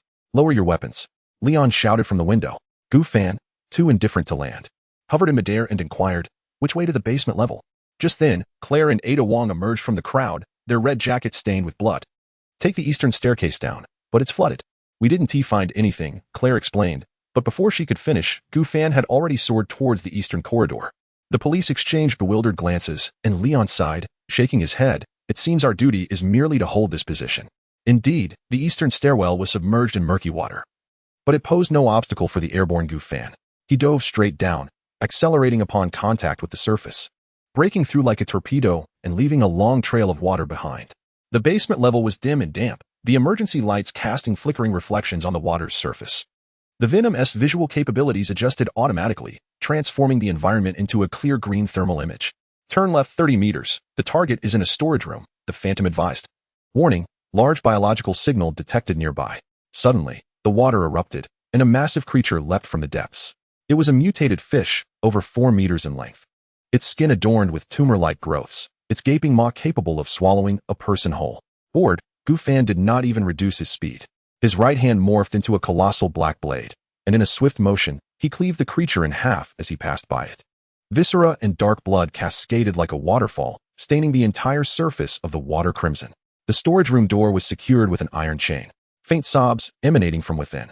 Gu Fan enveloped the lock with his symbiotic entity, the secreted strong acid swiftly corroding the metal to oblivion.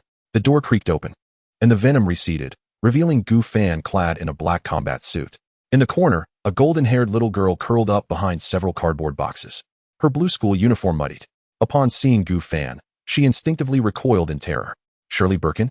Gu Fan commanded the symbiote to withdraw, exposing his face. "I am here to help you." The girl's eyes widened in disbelief. "You are not one of those monsters?" "On the contrary, I am specifically here to confront those monsters," Gu Fan replied, crouching to her eye level. "Your parents sent me to find you." It was a benevolent deception. Shirley's father, William Birkin, had long since transformed into the G-monster, and her mother, Annette, was unaccounted for. However, gaining the girl's trust was paramount. After a moment of hesitation, Shirley suddenly leaped into Gu Fan's embrace, sobbing, "I am so scared. Those man-eating things are everywhere. Mommy told me to hide here and wait for her." Gu Fan gently patted the girl's back. "You are safe now. We shall go find your mother, all right? Do not be afraid. Close your eyes." The little girl obediently shut her eyes as he lifted her, the symbiotic entity extending a protective membrane around her, leaving only a small gap for her breathing. This ensured her safety without frightening her. "Hold on tight. We are going to ascend." Gu Fan bent his legs slightly before leaping upward, crashing through floor after floor until he landed in the foyer on the first floor. The police were startled by the sudden commotion, raising their firearms in alarm. Upon spotting the girl in Gu Fan's arms, Claire was the first to rush over.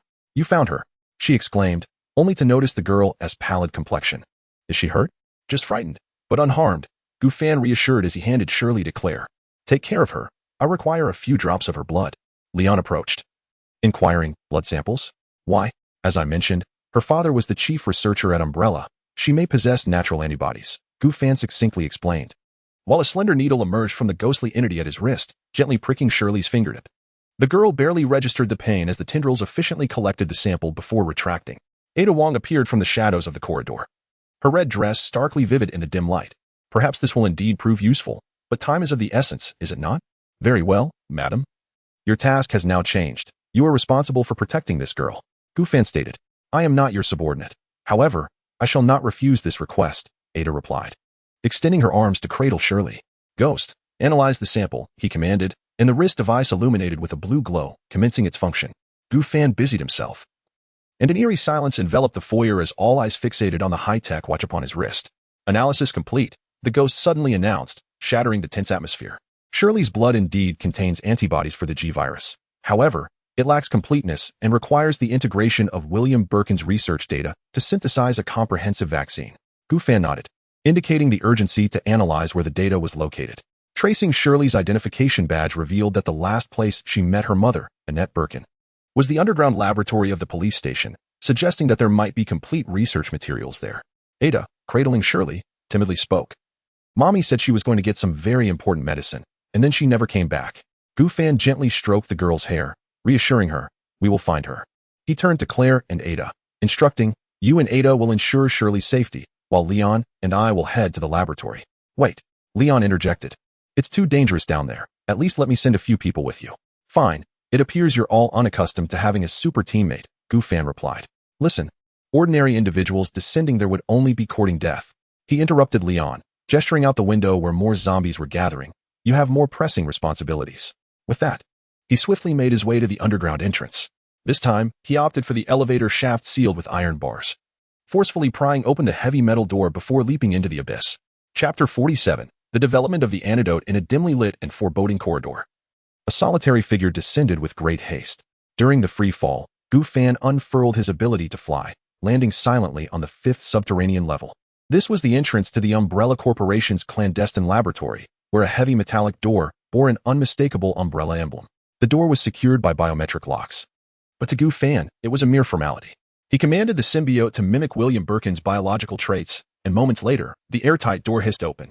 Inside the lab, chaos reigned. Shattered computer screens and scattered documents littered the floor. A blonde woman clad in a white lab coat lay in a pool of blood, a horrifying penetrating wound marring her chest. Annette Birkin was still alive, albeit barely. Upon seeing Gu Fan enter, she struggled to gesture towards a safe. "Sherry, she's safe," Gu Fan replied tersely, assessing her injuries. "They are too severe. I cannot save you." He lied, yet he would not offer help. The virus was a creation of the two of them, and regardless of their original intentions, it was of no concern to him. Annette offered a bitter smile, retrieving a magnetic card from her pocket. "All the data is in here. Save my daughter. Save this city." Her hand fell limp, and her eyes closed forever. In silence, Gu Fan took the magnetic card and inserted it into the laboratory's main control computer. The Spectre immediately began downloading all research data, requiring 1 minute to complete the task. The Spectre reported multiple rapidly approaching life signals, hypothesizing them to be Tyrant units. Gu Fan scoffed, striding towards the laboratory exit. In the corridor outside, 3 towering giants, each over 2 meters tall, advanced in synchronized steps. Beneath their exposed grayish-white skin, bulging muscles rippled, and their right hands had mutated into colossal claws, the ultimate biological weapon of the Umbrella Corporation. Gu Fan cracked his neck, eager to witness their strength. The first tyrant launched an attack, its claw slicing through the air with a menacing whoosh.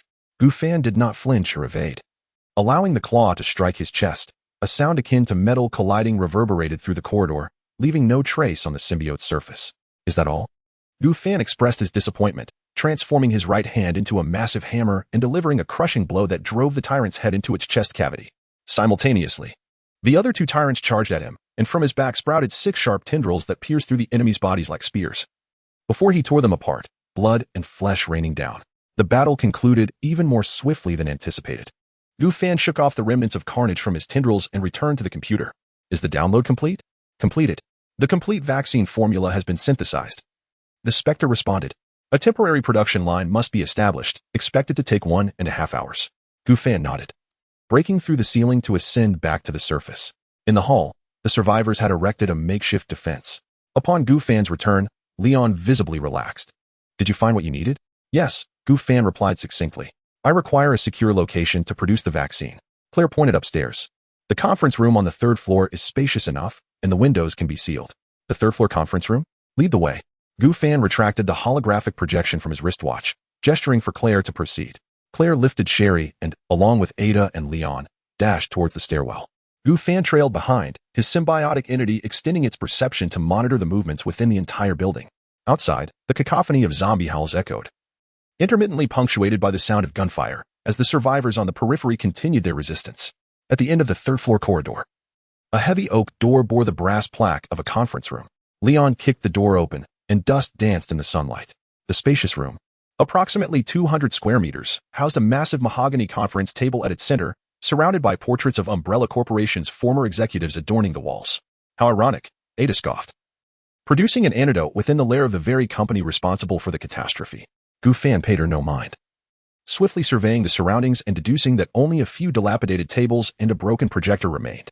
Claire furrowed her brow. Gu Fan tapped his wrist device. "That will suffice." Ghost scanned the environment. The metallic bracelet on his wrist transformed and disassembled, hundreds of components cascading to the ground, reassembling into a half-human-sized mechanical entity. 6 optical lenses on its spherical head rotated and flickered, emitting pale blue scanning beams. "Environmental assessment," Degrade. The ghost's machinery crackled with electrical noise as it detected 3 sets of wooden tables and chairs, along with some damaged electronic equipment. It appeared further modifications were necessary. Basic separation mode would suffice. Gu Fan dragged 2 relatively intact tables together. Sherry, provide me with a drop of blood. As the girl extended her finger, the ghost's chest cavity slid open, revealing a probe as fine as a hair. The blood collection process was so swift it was nearly painless, with only a faint red glow at the needle's tip indicating that a sample had been taken. Initiating antibody analysis. The ghost's back armor unfolded, exposing a miniature reaction chamber. It placed the droplet inside, and 6 mechanical tendrils emerged from within, commencing operations without any specialized equipment. Leon watched in astonishment as those tendrils morphed. One transformed into a microscope, another into a centrifuge, while the remaining 4 began etching microfluidic chip circuits onto the table. This is precision engineering? Cybertron basic medical protocol, the ghost replied without lifting its gaze, its optical lenses fixated on the reaction chamber, detecting a decline in antibody activity that necessitated a stable carrier. Gu Fan retrieved a rusty can from his pocket. Use this. The mechanical tendrils promptly dismantled the tin can, reshaping it into a filter. Ada observed with intrigue as the metal emitted a pulsating luster akin to living organisms during the reassembly. Is this how you all operate? She couldn't help but inquire. Emergency manufacturing mode, the ghost replied monotonously. According to Article 137 of the Interstellar Medical Code, the use of any available materials is permitted in the absence of equipment. Suddenly, the liquid within the reaction chamber began to churn violently. Sherry clutched her chest, her complexion paling. Warning. Antibodies are rejecting residual virus. The ghost's mechanical arm elongated abruptly, enveloping the girl within its scanning beam, confirming biological lock. Gu Fan pressed down on Sherry, reassuring her, don't be afraid. I'm here. The original commands were being overridden. The Spectre-S optical lenses extinguished simultaneously, and when they reignited, they glowed a perilous crimson. The Cybertronian forbidden medical procedure was initiated. Its chest cavity fully opened, revealing the core energy within. Eerie azure sparks flowed like liquid into the reaction chamber, casting intricate molecular structure diagrams upon the table. These images bore no resemblance to any models known in human science. Rather, they were composed of perpetually reorganizing geometric symbols. What language is this? Claire stepped back a half pace. An alien tongue. Gu Fan fixated on the shifting patterns. I am borrowing the medical wisdom of my ancestors, the spectre replied nonchalantly. Suddenly, the spark energy solidified into a dodecahedron, encapsulating the roiling liquid within. The Spectre-S mechanical arm began to tremble at an imperceptible speed, as rusted iron nanoparticles on the table autonomously arranged themselves into a miniature reaction tower. Time trickled by, though the duration was indeterminate. The creation was complete. With a click, the Spectre-S core reclosed. It extracted a glass vial filled with a luminescent blue liquid from the reaction chamber, the tube evidently reshaped from shattered projector lenses. Chapter 48. The antidote. As dawn's gentle light gradually painted the horizon, a soft azure glow seeped into the third-floor conference room, casting a hazy golden sheen across the long table. Leon took hold of the vaccine and noticed the tube's walls were inscribed with an array of unfamiliar symbols. Could this truly be effective?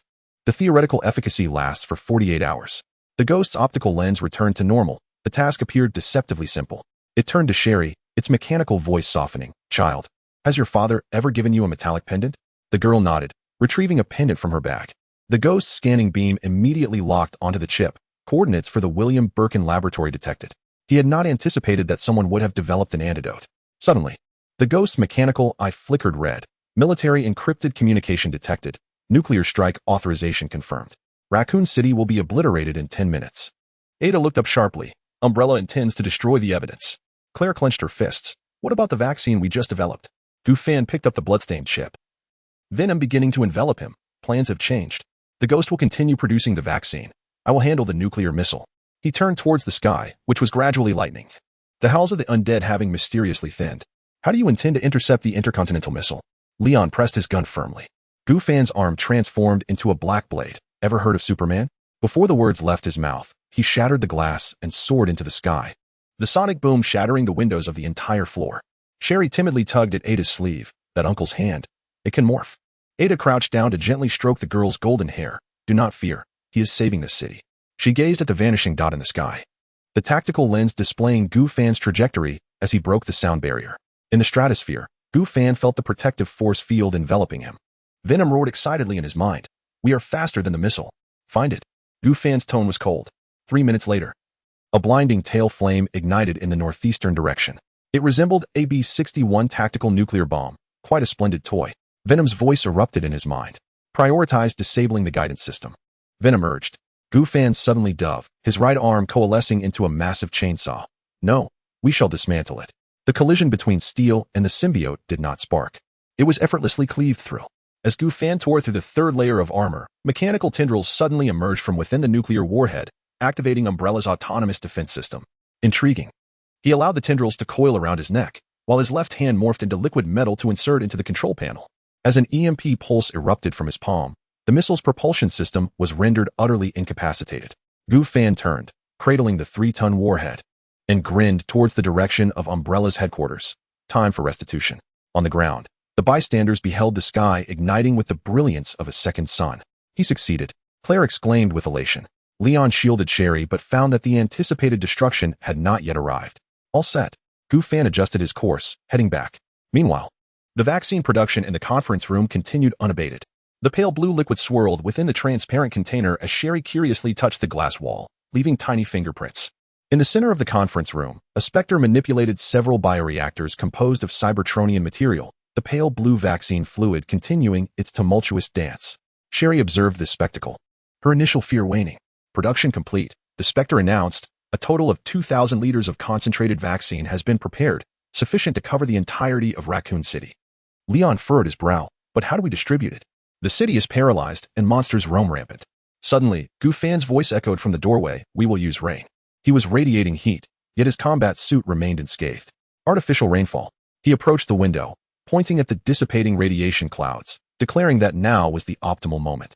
Gu Fan explained that the Spectre had infiltrated Raccoon City's meteorological control center. The vaccine would be loaded into rain-inducing ordnance, disseminated throughout the city via high-altitude air currents. Claire's eyes sparkled with realization. This way, everyone will come into contact with the vaccine, including those who are infected but have not fully mutated. You are quite astute. Gu Fan nodded. Sherry's antibodies are crucial. They can reverse the mutation process of the T-virus. Leon promptly grabbed the intercom. I will contact any operational police units, urging them to gather survivors in open areas. The plan was swiftly executed. 2 hours later, 3 helicopters laden with vaccine rain ordnance ascended from the police station rooftop. Borrowed from the Umbrella Corporation, Gu Fan escorted them, effortlessly dispatching several flying zombies attempting to attack. The countdown commenced. 10, 9, 8. The Spectre's voice resonated in Gu Fan's ear. As the countdown reached its conclusion, the rain ordnance exploded high above, forming a billowing blue cloud.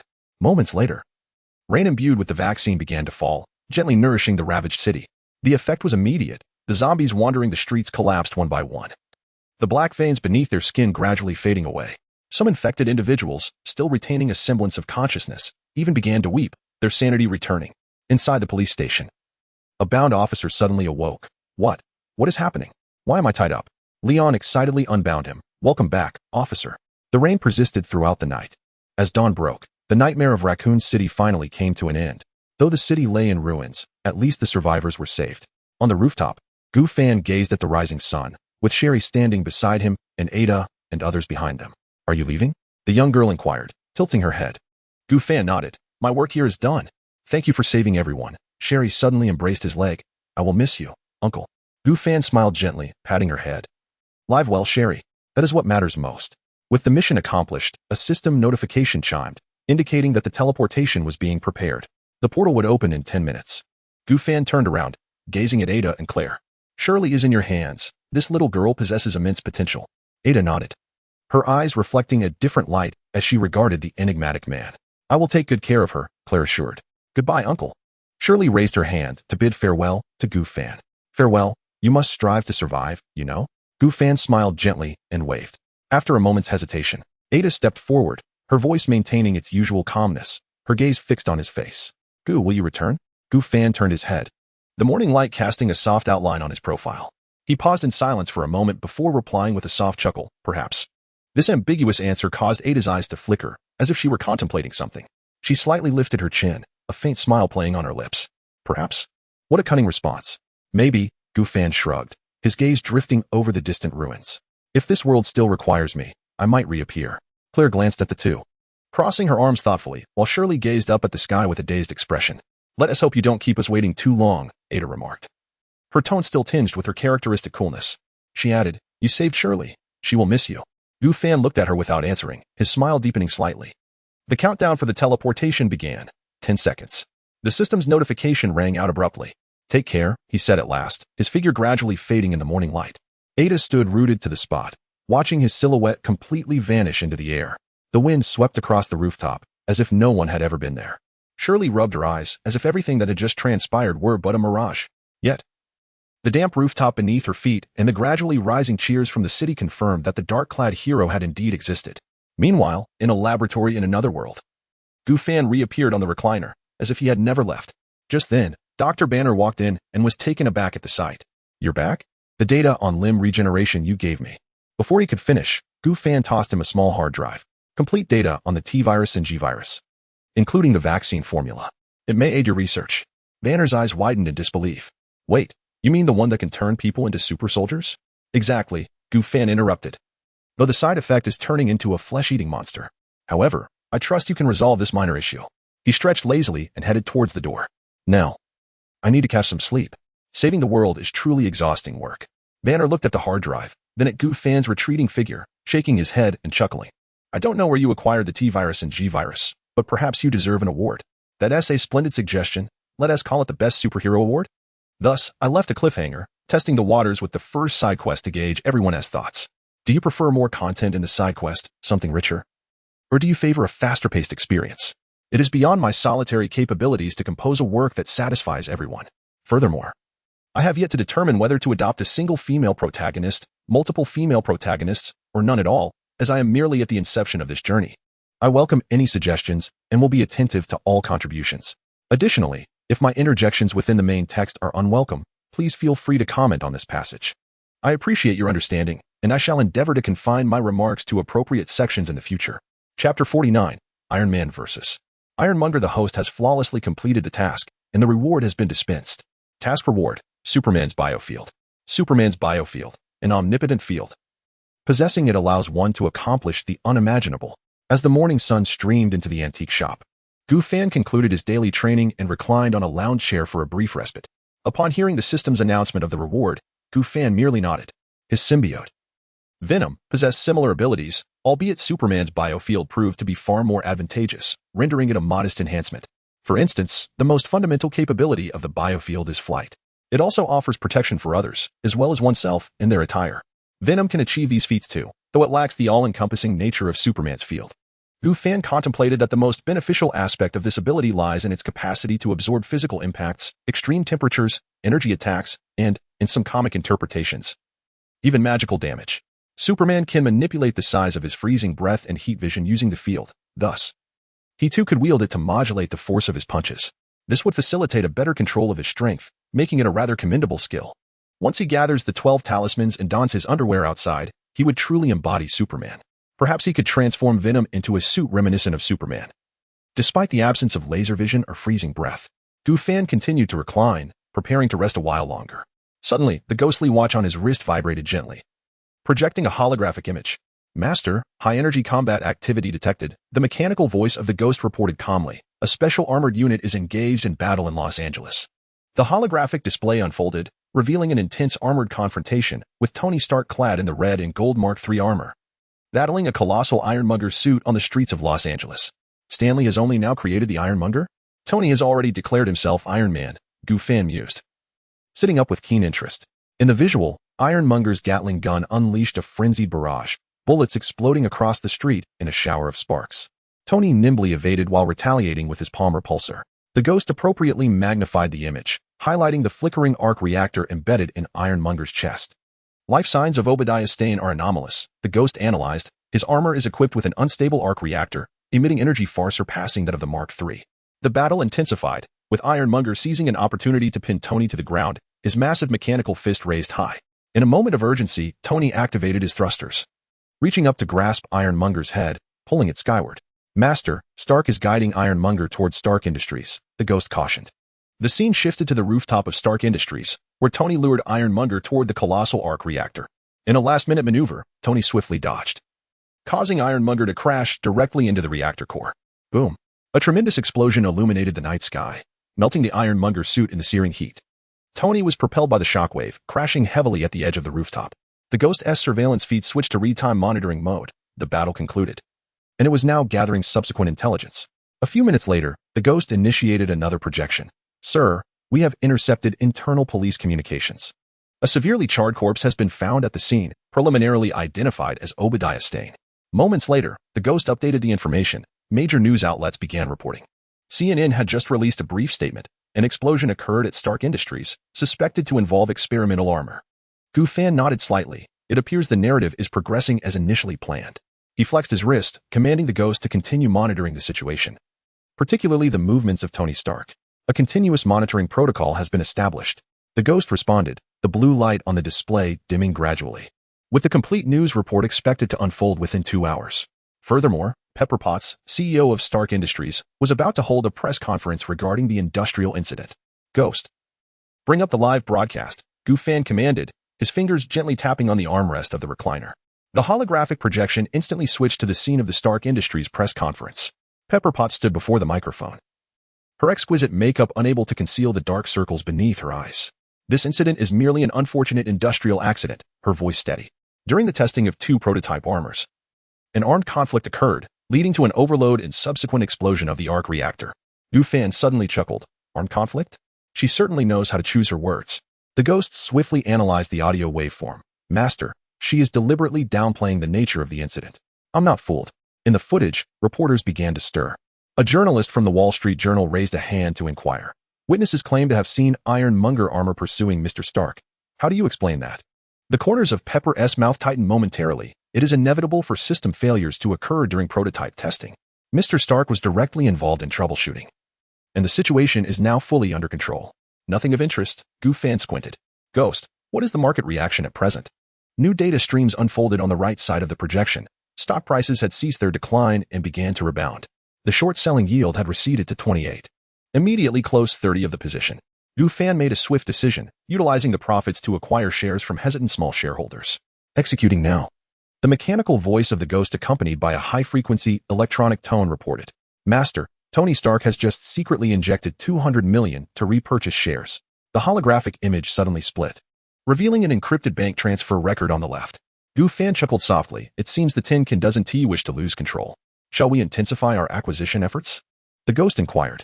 No, let us leave Tony some room. Begin acquiring Stark Industries bonds and convertible bonds, especially those nearing maturity. An astute choice, Master. The ghost's lens quickly zoomed in. The bondholders were eager to cash out, with a discount rate reaching 15. The press conference suddenly erupted into chaos. A CNN reporter raised his voice to inquire. There are reports that Obadiah Stane has perished in the incident. Is this true? Pepper steadied her nerves, responding, Mr. Stane was indeed unfortunate enough to be involved in the accident. We have lost a remarkable partner. She swiftly turned to the next questioner. Yet the camera captured her unusual demeanor. Sir, anomalies detected. A sudden alarm blared. The S-H-I-E-L-D encrypted channel was discussing this press conference. Gu Fan raised an eyebrow. Is Fury finally restless? Not only that, the ghost retrieved a surveillance video revealing that Natasha and Hawkeye were also present at the meeting. There was a situation on Tony Stark's end as well. The projection shifted to Stark Tower's underground laboratory, where Tony was rapidly manipulating a holographic interface, Jarvis's voice faintly resonating. Sir, an unusual flow of funds has been detected. Oh, Tony is also on edge. Gu Fan decisively instructed, route all transaction chains through Hydra's shell companies. The path has been disguised, reported the ghost. However, Pepper Potts' deception has inadvertently aided us. The bond acquisition price is 12 lower than anticipated. Gu Fan observed the ongoing press conference, where Pepper was repeatedly emphasizing the accident and technical failures. He suddenly inquired, does Stane's lab assistant hold employee stock options? Maria Chun, senior engineer. The ghost promptly pulled up her file, indicating she possessed 0. 3 of the options, which were set to be unlocked today, offer her 3 times the market price. A victorious smile spread across Gu Fan's face. He would utilize Stane's anonymous account in the Cayman Islands. At the press conference, Pepper finally delivered her concluding remarks. Stark Industries will establish a special investigative committee. As the conference gradually drew to a close, her voice faded in the holographic projection. Master, the final statistics are complete. The ghost's mechanical voice carried a hint of pride. Through bond conversions and stock acquisitions, we now control 15.7 of the shares. Coupled with the potential conversion rights of convertible bonds, our actual influence approaches 18. Master, I must say, the web of the human world resembles a sieve. Gu Fan gently caressed the ghost's interface. From now on, the watches will need to be of higher quality. After all, I am now the second largest shareholder of Stark Industries. He dispatched a message to Stark, informing him that if he desired a complete body, he should exchange it for reactor technology. Perhaps then they could negotiate. Understood, Master. The S-H-I-E-L-D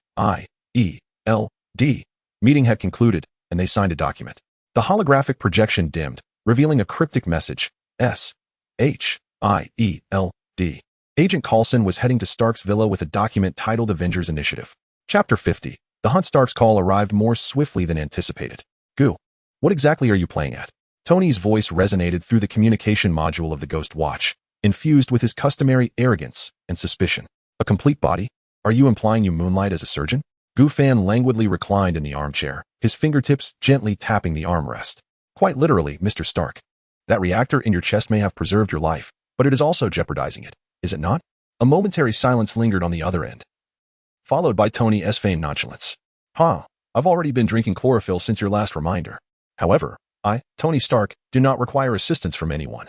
Especially not from an enigmatic antiquities dealer. Suit yourself, Goofan replied with a dismissive smile. When you change your mind, do remember to bring your sincerity. Sincerity? You might want it. Goofan severed the communication before he could finish. Master, Stark's signal is still attempting to connect, Ghost reported. Block him. Goofan waved his hand, allowing Stark to stew in his own thoughts for a while. As night descended, the cold moon silently ascended the horizon. The bell of the antique shop chimed crisply. Goofan glanced up to see a tall figure standing at the door, muscles taut beneath a black trench coat, sunglasses concealing his eyes. Eric. Goofan's lips curled into a slight smile. It's been a while. It seems you were prepared. The Winter Soldier stepped into the shop, the hem of his trench coat swaying slightly with his movements. Without any pleasantries, he tossed a metallic USB drive towards Goofan. Coordinates, number of guards, possible escape routes, all contained within. Eric's voice was low. The vampire elders will be convening in the New York Underground tonight. This is our best opportunity. Goofan caught the USB drive and tossed it casually to Ghost. The blue light on the watch flickered as the data was swiftly processed. Interesting, Goofan remarked, glancing at the holographic projection of the information. The VE hidden their lair in abandoned subway tunnels? How glitch, yet effective, Eric continued. Humans 1T venture there. The police are disinterested, and sunlight cannot penetrate. Goofan rose from his seat and stretched. Well, I have nothing better to do. Eric scrutinized him, his gaze behind the sunglasses laced with skepticism. Aren't you bringing along your friend? Rest assured, my collection is far more extensive than you imagine. Goofan chuckled as venom surged from within, gradually transforming into a sleek black combat suit. With a gentle shake, the hood slowly enveloped his head. Goofan flexed his wrist. This time, I wish to test out my newly acquired abilities. Eric frowned. What abilities? Goofan offered no response, merely smiling faintly. In the next moment, his body began to levitate, hovering half a meter above the ground, his attire billowing without wind. Eric's brow furrowed even deeper. You can fly? Just learned, Goofan replied casually, before descending smoothly back to the ground. Let us go, Eric, and grant that group of vampires a night to remember. Goofan retrieved the immortal mask from the system space, the dark purple patterns shimmering with a chilling luster under the light. The mask's eye sockets glowed with a violet light, as if a dormant power flowed within. Eric gazed at the mask, his brow furrowed. What is this? A mere trinket. Goofan replied casually, slowly placing the mask upon his face. In an instant, the mask conformed to his skin as if it were alive. The dark purple patterns radiating brilliance, and a torrent of ferocious energy surged through his limbs. Goofan's muscles began to transform, his bones emitting faint cracks, and an overwhelming sense of oppression emanated from his very being. Eric instinctively took a step back, his hand resting on the hilt of his silver sword. This is no ordinary object. Do not be alarmed, Eric. Goofan's voice deepened, gravelly and imbued with an inhuman resonance. This is merely a temporary enhancement. He raised his hand and clenched it lightly, the sound of air being crushed echoed within the shop. With over 30 tons of force, he could effortlessly crush steel. Although it was not as potent as the venomous embrace, this power was entirely under his command. Phantom, record the data, Goofan commanded. Data recorded, Master. The Phantom's mechanical voice responded, muscle strength increased by 980, bone density enhanced 12-fold, metabolic rate abnormally accelerated, no signs of loss of control detected. Excellent. Goofan nodded in satisfaction, then retrieved another item from the system space, the Dragon Talisman. As soon as he grasped it, a searing energy coursed through his palm. He could feel that, should he wish, he could unleash a devastating conflagration at any moment. Eric's gaze was fixed intently on the talisman. What is that? A safety measure. Goofan grinned, revealing teeth that glimmered coldly under the light, for one could never tell what surprises might lurk within the vampire's lair. After a moment of silence, Eric finally conceded, As long as you do not accidentally harm me, you may proceed as you wish. Rest assured, my control is far superior to what you might imagine. Gu Fan replied, tucking the dragon talisman into his pocket before heading toward the door. Let us go. The night is dark and the wind howls, perfect for our endeavor. What did you say? Nothing. Gu Fan and Eric stood at the entrance of the antique shop. The night deepened, and the cold wind stirred the fallen leaves. Eric tightened his coat, speaking solemnly. The gathering point is at the abandoned City Hall subway station, 3 levels underground. It will take at least 20 minutes to walk there. We must hurry. Gu Fan, however, smiled. Walk? Too slow. Eric frowned. What do you mean?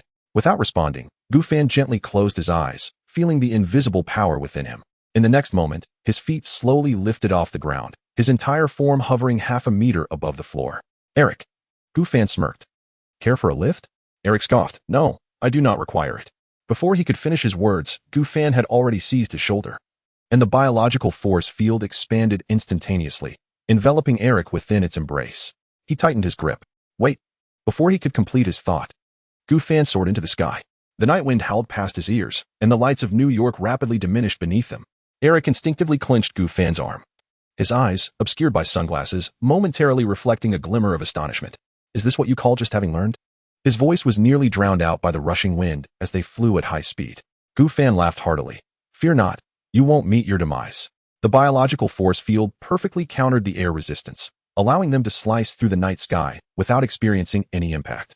In a mere few seconds, they traversed several blocks, racing swiftly towards their objective. Chapter 51. The Blood God in the Depths of Night. 2 shadowy figures soared above the city, swiftly navigating between towering edifices.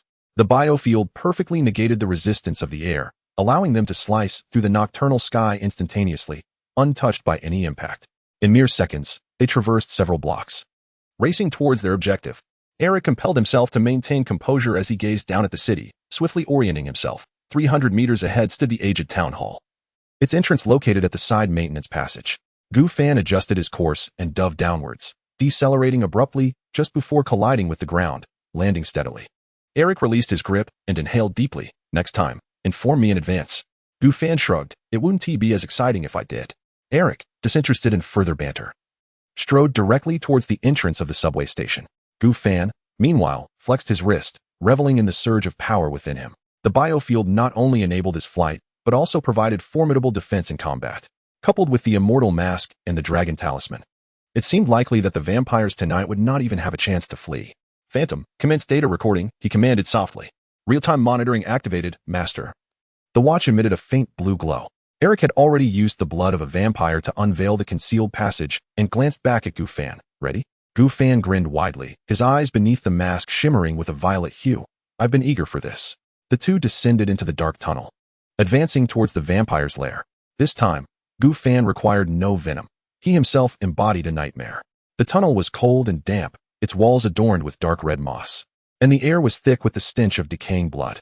As they ventured deeper, whispers and eerie laughter gradually became distinct. We've arrived, Eric whispered, halting at a corner. Ahead lay the assembly hall, home to at least 20 vampires, 3 of whom were elders. Gu Fan leaned forward to glimpse the spacious underground chamber, where candle flames flickered. Dozens of vampires were gathered around a colossal stone table, while 3 elders clad in ancient robes stood upon a platform, seemingly presiding over some ritual. What are they doing? Gu Fan inquired softly. Blood sacrifice, Eric replied in a low voice. They are preparing to summon an ancient entity. Gu Fan narrowed his eyes, a smile gradually forming beneath his mask. Then let us interrupt their gathering. Before Eric could intervene, Gu Fan had already stepped forward. Hey, you. Good evening, gentlemen. Gu Fan's voice resonated throughout the expansive underground hall. I apologize for interrupting your, bloodline tea party? All the vampires turned in unison, their crimson eyes glinting ominously in the darkness. The elder on the platform slowly raised his head, his aged visage contorting into a grotesque grin. Daywalker. And a human who doesn't know his place? Gu Fan tilted his head. Human? Oh, my apologies, I forgot to introduce myself. He raised his hand and lightly tapped the immortal mask adorning his face. Tonight, I am your nightmare. In the next instant, he abruptly raised his hand, unleashing the formidable force of the dragon talisman. A searing pillar of fire rent the darkness, hurtling directly towards the high platform. Amidst the resounding explosion, Gu Fan's laughter echoed like a malevolent whisper. The game had begun. Flames soared skyward as the intense dragon explosion shattered the stone platform into countless fragments. Amidst the flying debris, the figures of 3 elders eerily hovered in midair, their black robes billowing ominously. "Foolish humans," the leading elder proclaimed, extending his frail hands as a viscous pool of blood surged from the ground. "The ritual is complete. You cannot thwart the arrival of the blood god." Eric unsheathed his silver sword, swiftly severing the heads of two advancing vampires. "Gu Fan, they are stalling for time." Gu Fan's pupils narrowed beneath his mask. The blood pooling on the ground began to twist and contort, forming a colossal inverted pentagram. A pungent stench of sulfur mingled with the scent of blood, causing the entire subterranean chamber to tremble. "Phantom, scan that magic array." "Detecting high-dimensional energy fluctuations, Master," came the response. A blue light swept across the ground, revealing the core energy source 5 meters below, impervious to conventional means of destruction. "I smell blood. The beings beneath us are formidable," venom shouted in Gu Fan's mind. Suddenly, a young vampire lunged from the side. Gu Fan, positioned against the wall, used his left foot to propel himself off it, executing a perfect spinning kick that sent the vampire's head flying. Yet, more vampires surged forth from every direction, their eyes gleaming with a frenzied red light, completely disregarding their own lives. "Eric, buy me 30 seconds. Gu Fan suddenly soared into the air, the dragon talisman repeatedly striking the ground. The explosive shockwave sent 7 or 8 vampires flying, yet the blood array remained unaffected, the splattered blood seemingly possessing a life of its own. Flowing back into the magic formation, the half-vampire warrior wielded his silver sword, creating a barrier of light as he decimated the lesser foes. "You'd better hurry." Gu Fan landed at the edge of the array, the purple light of his mask surging dramatically. He plunged his hands into the viscous blood, and with a thunderous explosion of strength from his right fist, the ground cracked, sending debris flying. However, the blood array remained unmoved, instead generating a wave that rebounded Gu Fan's power back at him. He was thrown back, his back crashing heavily against the stone wall. Yet a manic smile crept upon his lips beneath the mask. Well, if I strike, you retaliate?" "Eric," he bellowed, flipping himself upright, his biological force field absorbing much of the impact. "It has fully emerged yet. We can still interrupt it." Eric swept his silver sword, cleaving through 2 approaching vampires, his voice cold. "And how do you intend to interrupt it? By smashing the magic array with your fists?" "Close enough," Gu Fan murmured, the purple light of his mask surging once more, the fluid of venom enveloping his feet. He stomped the ground fiercely, unleashing an explosive force that shook the entire subterranean space. "Phantom, record the energy fluctuations." "Core of the array locked, Master," came the reply. The watch's blue light flickered, suggesting the use of the dragon talisman for a high-energy impact. "Exactly what I need." Gu Fan clasped his hands together, the searing energy of the dragon talisman converging in his palms, transforming into a blinding pillar of fire that he hurled fiercely towards the heart of the blood array. Boom! The explosive flames engulfed a significant portion of the formation, and a mist of blood rose ominously. Yet, in the next moment, the scattered blood coalesced as if animated, becoming even more viscous than before. "Damn it!" Eric cursed as a silver sword pierced through an ambushing vampire. Physical attacks proved futile, and magic was of no avail. "Gu, do you have any other means?" Gu Fan narrowed his eyes and suddenly summoned a rabbit talisman from the system space, the talisman hovering in his palm.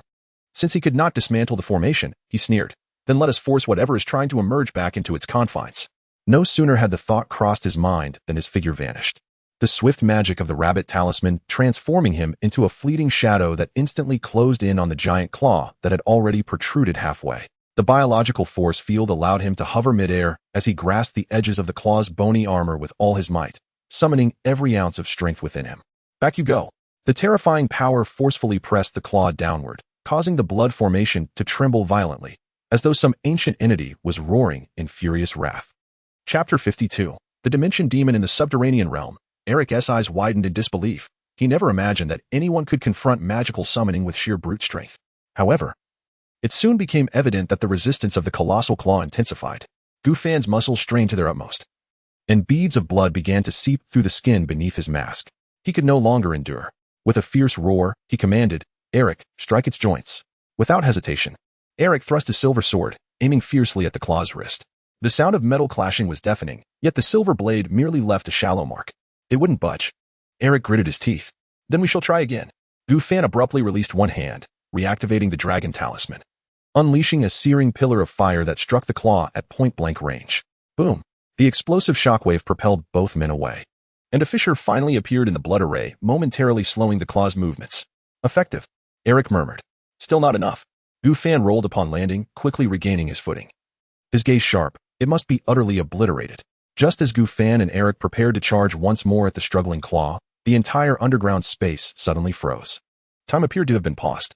The flying debris hung suspended in midair, the flickering candle flames stood still, and even the vampire's grotesque expressions were locked in place. Gu Fan was taken aback, realizing he could still move, yet his body felt ensnared in an invisible quagmire, his movements becoming sluggish. What is happening? Eric gritted his teeth. The silver sword felt almost too heavy to lift. Time magic, Gu Fan whispered, his expression beneath the mask relaxing. In the next moment, a golden spark whirled in the void, forming a circular portal. A bald woman clad in a golden robe stepped forth, her hands weaving intricate seals, her gaze serene. It was the Ancient One. The disturbance you have caused is greater than anticipated. Her voice was gentle, yet bore an undeniable authority. Eric eyed her warily. Who are you? A passerby, the Ancient One remarked, her gaze settling on Gu Fan, particularly on the immortal mask adorning his face and the talisman in his hand. A flicker of curiosity illuminating her eyes. An intriguing combination of powers, the abilities of the Holy Master alone are insufficient to contend with the Dimension Demon. Dimension Demon? Gu Fan instantly comprehended, the purple glow of the mask flickering slightly. So, the Supreme Sorcerer has come to assist? The Ancient One did not respond but instead raised her hand gently, a golden magical array swirling in her palm. The previously frenzied claw was suddenly ensnared by countless golden chains, emitting a piercing shriek as it struggled to retract into the blood array. It has not yet fully descended. It can still be sealed, the Ancient One stated calmly. But if you continue to act recklessly, you will only facilitate its complete escape. Eric scoffed. So? Are we to merely stand by and watch? The Ancient One regarded him with a slight smile. No, you may assist, but in a different manner.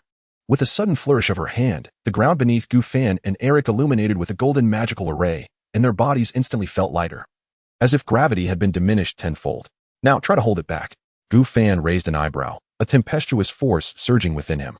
He charged towards the colossal claw with an unprecedented speed, several times faster than before. He refrained from employing the rabbit talisman directly in front of Gui, as it is always prudent to retain a measure of discretion. Eric also sensed an unusual agility coursing through his body. The silver sword danced like the wind, striking at the joints of the giant claw. Meanwhile, Gui formed intricate hand seals, reciting ancient incantations, as the entire blood array became enveloped in golden runes, gradually contracting. The giant claw thrashed in a frenzy, black blood splattering. Yet Gu Fan and Eric's relentless assaults hindered its ability to concentrate and break free from the seal. Just 10 more seconds. Gu Yi's voice remained composed. Gu Fan shouted, gathering the energy of the dragon talisman in his palm. 5 seconds will suffice. Boom. A searing pillar of fire surged directly into the wound of the claw, vaporizing the black blood and charring the putrid flesh. Eric's silver sword found its mark, precisely wedging itself into the gap of the bone armor, delivering a fierce thrust. Crack. One of the claw's digits was brutally shattered. At that moment, Gu Yi's incantation reached its culmination. The golden magic circle abruptly contracted, transforming into a streak of flowing light that pulled the claw deep into the blood array. The entire subterranean space quaked violently, the inverted pentagram on the blood array fracturing inch by inch, ultimately dissolving into ash. Silence. The bodies of the vampires crumbled like dust, the 3 elders issuing anguished howls that were swallowed by the remnants of golden magic, reducing them to mere particles. Gu Fan exhaled deeply, his mask slowly receding to reveal a smile. It appears our cooperation has been commendable? Gui cast a glance at him, a flicker of profound meaning in her eyes. Your power is quite extraordinary, yet perilous. Gu Fan shrugged. Dangerous things are often the most beneficial. Eric sheathed his silver sword, puzzled. So, is the matter resolved? Gui nodded slightly. For the time being, the summoning ritual of the blood god has been thwarted, but it has not truly perished. Its awakening has merely been postponed. Gu Fan raised an eyebrow. Does that imply it will return? Perhaps. Gu Yi's gaze swept over the two of them. But if you create such a disturbance again, next time, it may not just be me who comes. Her tone was unassuming, yet it imparted an intangible pressure upon Eric standing beside Gu Fan. Understood. Let us keep a low profile. Gu Fan grinned. Yet, esteemed mage, since you are here, would you care to join me for tea at my shop? I possess numerous intriguing curiosities. Gui smiled faintly. Perhaps another time. Before her words could fully settle, her figure vanished with the dissipating golden sparks, leaving a final admonition resonating in the air. Remember, this world is fragile. Do not overreach. Gu Fan and Eric exchanged glances. What was her true purpose? Eric furrowed his brow.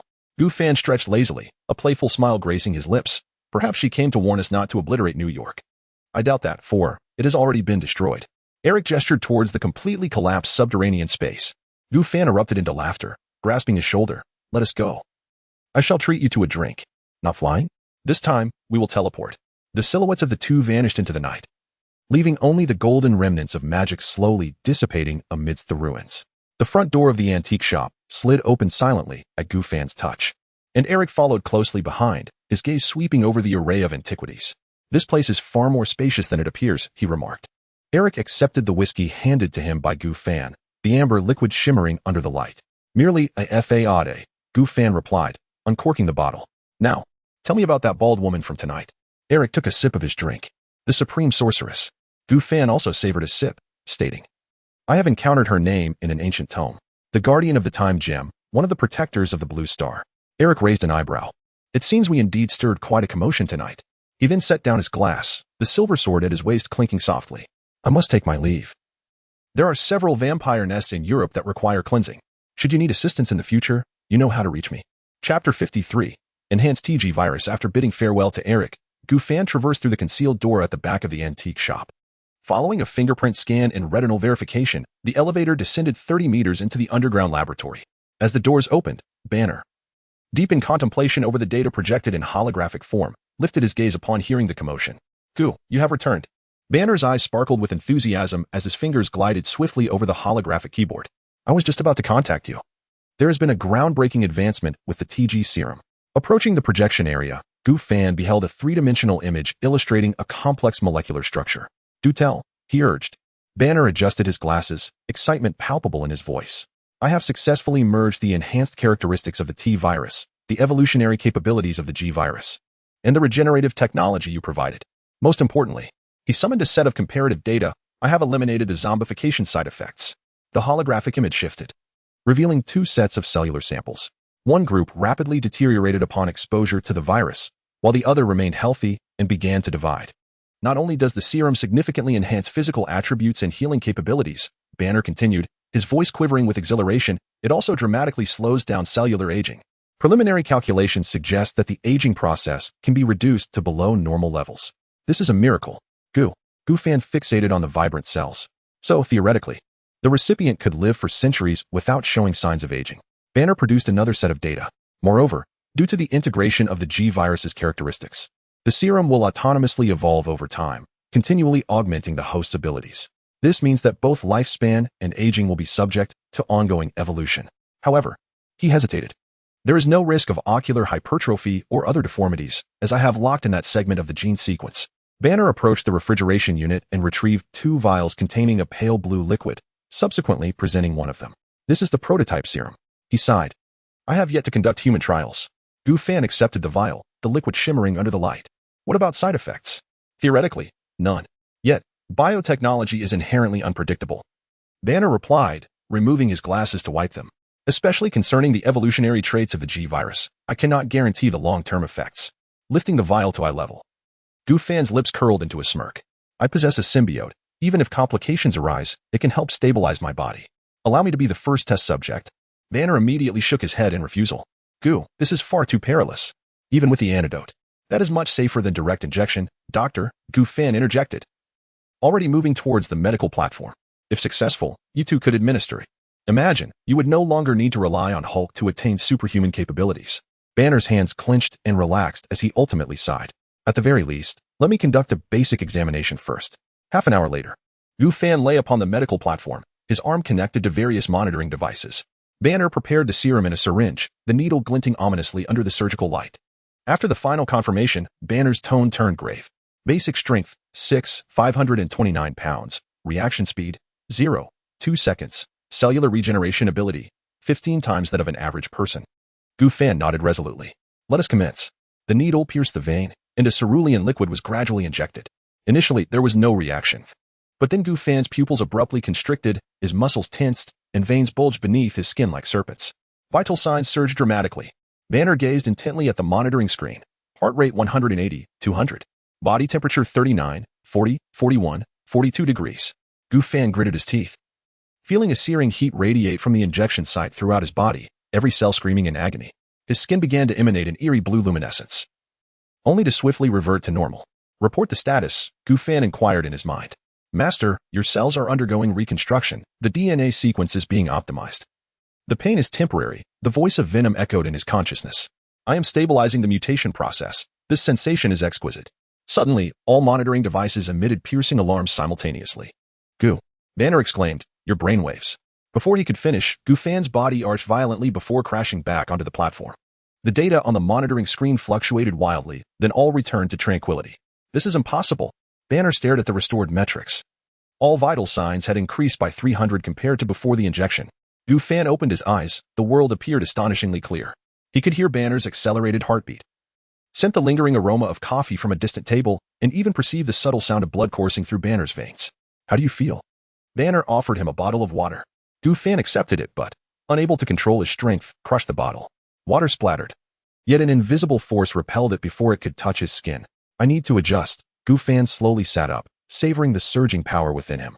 He gently clenched his fist, feeling the overwhelming energy swirling inside. Banner activated the power testing device. Try this. Gufan approached the apparatus, inhaled deeply, and casually delivered a punch. Boom. The numbers skyrocketed, finally settling at 28. 7 tons. My God. Banner rubbed his eyes, and that was just a casual strike. Give it your all, Gu. As you wish. Gufan struck again, this time exerting his full strength, muscles taut, energy coalescing in his fist. Bang. Incredible!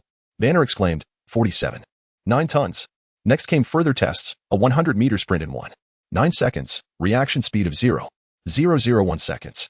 Venom coalesced in Gufan's right hand, transforming into a small, sharp blade, which he lightly grazed against his left hand. Blood gushed forth, but in the next moment, the wound healed at a visibly rapid pace. What astonished both of them even more was that these abilities were gradually enhancing as the tests progressed. The evolutionary properties of the G-virus had taken effect. The strength of his body had significantly increased. Gu, you can no longer be described as human. Even now, your bones could rival alloys. Banner meticulously recorded the data. Your body is adapting and optimizing these abilities, and you will continue to grow stronger. Gufan gazed at his palm. Venom had also grown more powerful. The black symbiotic substance oozed from his arm, forming sharp, blade-like structures that were denser and more acute than ever before. I can obliterate that abomination right now. Venom emerged from his shoulder, its elongated tongue flickering in the air. Banner adjusted his glasses, his eyes sparkling with the fervor characteristic of a scientist, tinged with a hint of hesitation. If this result can be replicated, it's your turn, Doctor. Gufan picked up the second vial of serum. Banner's breath quickened. Hulk might. The serum will enhance your inherent physical capabilities, not create another Hulk. Gufan handed him the syringe.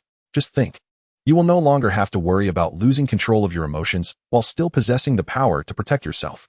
Banner took a deep breath and accepted the syringe, for the sake of science. The injection process was far more intense for Banner, yet remarkably smooth. His body convulsed violently, his skin turning a shade of green as if Hulk was about to emerge, but he quickly returned to normal. When everything settled, Banner's fundamental strength reached an astonishing 23.5 tons. Though not as formidable as Gufan, it was still 100-fold that of an ordinary person.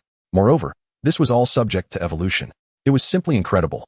Banner gazed at his once weak arms, feeling as though he had regained 20 years. Gufan smiled. Welcome to the Superhuman Club, Doctor.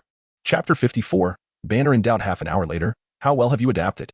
Gufan released the shattered handle of the testing device, metallic fragments cascading from his fingers. The laboratory floor was already littered with various remnants of equipment they had inadvertently damaged.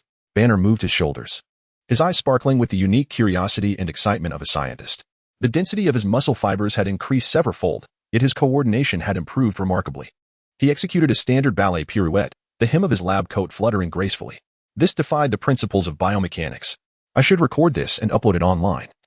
Gufan chuckled, the black symbiotic material flowing at his fingertips, transforming into a tang sword before swiftly retracting. Theory requires practical validation, Doctor. He approached the center of the laboratory, levitating 3 inches above the ground. Shall we engage in a practical test? Now, here. Banner adjusted his crooked glasses. Before he could finish his sentence, a pale blue aura suddenly enveloped Gufan. The biological force field radiated like ripples, causing the papers in the laboratory to rustle wildly. Outside, he spoke briefly, his right hand tracing an intricate trajectory. Banner felt a gentle yet irresistible force lifting him, with his left hand resting on Banner's shoulder. In the next moment, they found themselves hovering above an antique shop, the night sky of New York sprawling beneath them. Gufan shot upwards like an arrow, with Banner enveloped in the force field closely following. The night wind howled past them, the torch of the Statue of Liberty shrinking into an orange up below. My God! Banner's exclamation scattered among the clouds at a height of a kilometer. His lab coat billowed dramatically, yet he found his breathing completely unaffected. Gufan's biological force field filtered the turbulent airflow, leaving just the right amount of wind pressure for him to maintain his balance. 3 minutes later, They descended upon an abandoned factory on the outskirts of New York. The rusty iron doors cast shadows under the moonlight, while tufts of wild grass sprouted through the cracks in the concrete floor. Gu Fan landed without stirring a speck of dust, while Banner stumbled 2 steps before steadying himself. Are you ready? Gu Fan smiled. Banner took a deep breath, adopting a combat stance. His feet were shoulder-width apart, shoulders relaxed, elbows dropped, hands slowly raised. Palms facing each other as if cradling a ball, eyes focused ahead, energy centered in his lower abdomen. This was the culmination of his recent training. Under the moonlight, he could clearly see Gu Fan's casual stance, which appeared riddled with flaws. I am ready, Banner declared. Gu Fan nodded, lightly gesturing with his right hand. Come. In an instant, Banner surged forward, his enhanced muscles creating a shallow crater in the ground beneath him. His right straight punch shot forth with a whoosh. Swift enough to pierce through steel, yet it halted mere inches from Gu Fan's nose. Gu Fan merely tilted his head slightly, allowing the lethal strike to miss entirely. Too straightforward, Gu Fan remarked, while his left hand swiftly reached out, his index finger gently tapping Banner's wrist. Instantly, Banner's entire right arm was overwhelmed with a numbing ache. He grunted softly, his side punch following suit, but Gu Fan effortlessly blocked it with the outer side of his forearm. With a sharp crack, Banner felt as though he had struck a steel pillar. The power was formidable, yet devoid of finesse. Gu Fan spoke, suddenly infiltrating Banner's inner circle. His movements appeared languid, but Banner found himself unable to react in time. A gentle jab sent him flying backward as if struck by a truck. In midair, Banner adjusted his posture, pushing off a tree trunk to rebound. This time, he altered his strategy, launching a trio of low sweeping kicks aimed at Gu Fan's lower body. The first 2 were effortlessly blocked by Gu Fan's raised knee, yet the third leg unexpectedly shifted direction, targeting his flank. Clever, Gu Fan commended, merely twisting his waist to allow Banner's toes to graze past his clothing. Simultaneously, his right hand clawed toward Banner's throat. Banner hastily leaned back, only to find Gu Fan's assault suddenly halted. That hand lingered in midair, fingers splayed and then closing, clearly waiting for his response. Don't dawdle, Gu Fan admonished. Banner snapped to attention, swiftly creating distance between them. He panted heavily, beads of sweat forming on his forehead. Gu Fan had managed to corner him without even shifting his stance. Continue, Gu Fan beckoned, try to anticipate my movements. With gritted teeth, Banner lunged once more. This time, he employed a strategy of feints, initially faking an attack to the face before suddenly diving for a takedown. His arms clamped around Gu Fan's waist like iron pincers, leg muscles straining to upend this enigmatic adversary. Yet Gu Fan remained immovable. Banner felt as if he were attempting to shake a mountain. He looked up to meet Gu Fan's enigmatic gaze, a smile dancing on his lips. Your force application is flawed, Gu Fan remarked, gently pressing his right hand against the nape of Banner's neck. An irresistible force surged through him, compelling Banner to release his grip as he was forced to the ground. Amidst the swirling dust, he rolled to his feet, astonished to see Gu Fan still standing in place, his attire untouched. You rely too heavily on brute strength. Gu Fan advanced calmly. The serum has endowed you with formidable physicality, yet martial arts is about leveraging finesse. Suddenly, he struck. The motion seemed slow, yet Banner found it utterly unavoidable. That hand lightly pressed against his chest. Then, bang, Banner soared backward, crashing through 3 saplings before coming to a halt. He coughed as he rose, astonished to find no mark upon his chest. The impact had been masterfully controlled, imparting the sensation of power without inflicting substantial harm. Do you understand? Gu Fan's voice resonated from behind him. Banner spun abruptly, realizing Gu Fan had stealthily positioned himself at his back. Such elusive agility was simply unscientific, Banner murmured. Gu Fan chuckled. Martial arts is, in essence, a science. He suddenly crouched low. Now, observe closely. For the ensuing moments, Banner experienced the depths of despair. Gu Fan restrained his strength to match Banner's level, yet effortlessly neutralized his attacks with the subtlest of movements, retaliating with precision that left Banner reeling. A knife hand hovered before Banner's Adam's apple, the resulting pressure making it difficult for him to swallow. Your progress is commendable. Gu Fan withdrew his hand. Yet he recognized the necessity for further practical experience. Banner, panting heavily, found his garments drenched with perspiration. As he cast his gaze towards the dawnlit sky, he became acutely aware that they had engaged in combat throughout the entire night. Thank you, Banner expressed sincerely. I never imagined I could master such skills. Gu Fan patted him on the shoulder, saying, remember this sensation. Strength and technique must be harmonized, much like theory and practice in science. In the morning light, Banner observed his own hands. With the evolutionary capabilities and learning potential bestowed by the serum, he felt for the first time that he was no longer merely a vessel for the Hulk. Those intricate maneuvers and instinctual combat responses were beginning to integrate into his very being. Honestly, without relying on the symbiote and serum, who would be superior? You or Captain America? Banner inquired suddenly. Gu Fan chuckled softly. Guess, or if you manage to defeat me, I shall reveal the answer. Once more, The two figures intertwined in the morning glow, the sound of their strike startling the birds in the forest. This time, Banner managed to endure a bit longer. Chapter 55, The Hammer from the Sky. The morning light pierced through the clouds, adorning the lawn with a golden hue. Banner sat slumped on the ground, his chest heaving violently, sweat saturating his lab coat into a translucent state. He gazed at Gu Fan, who stood a short distance away, calm and composed, a mixture of admiration and reluctance flickering in his eyes. Once more, Banner struggled to rise, his body's regenerative abilities tirelessly mending his cells. Gu Fan shook his head. The symbiotic material flowed through his fingertips, transforming into a towel that he tossed to Banner. This is where we shall conclude for today. Your body requires rest.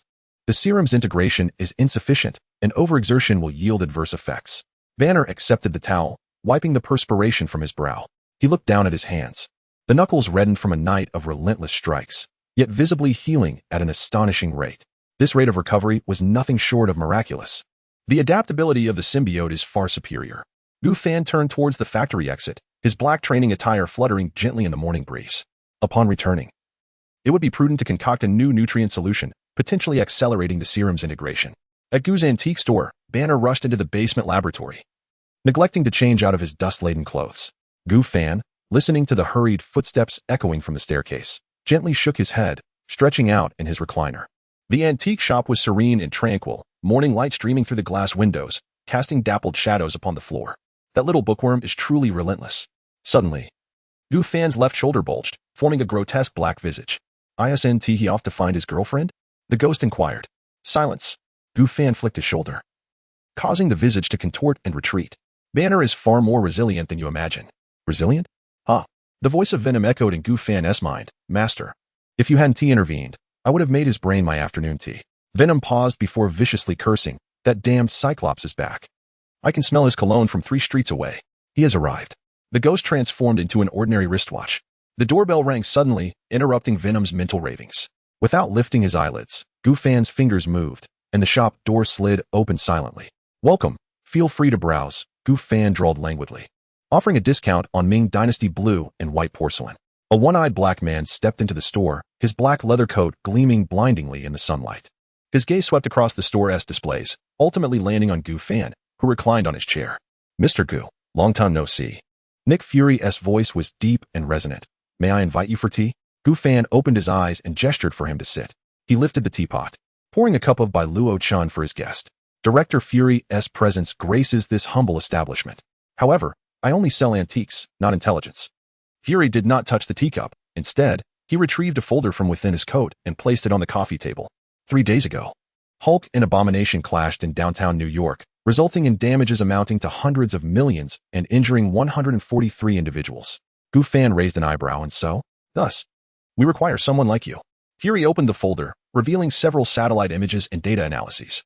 According to our intelligence, you are neither a mutant nor someone endowed with superhuman abilities through scientific experimentation. Your martial prowess surpasses the realm of ordinary comprehension. Get to the point, Director. Gu Fan interjected. The Avengers Initiative. A glimmer of intensity flashed in Fury's singular eye as he casually retrieved a document from his bag and handed it over.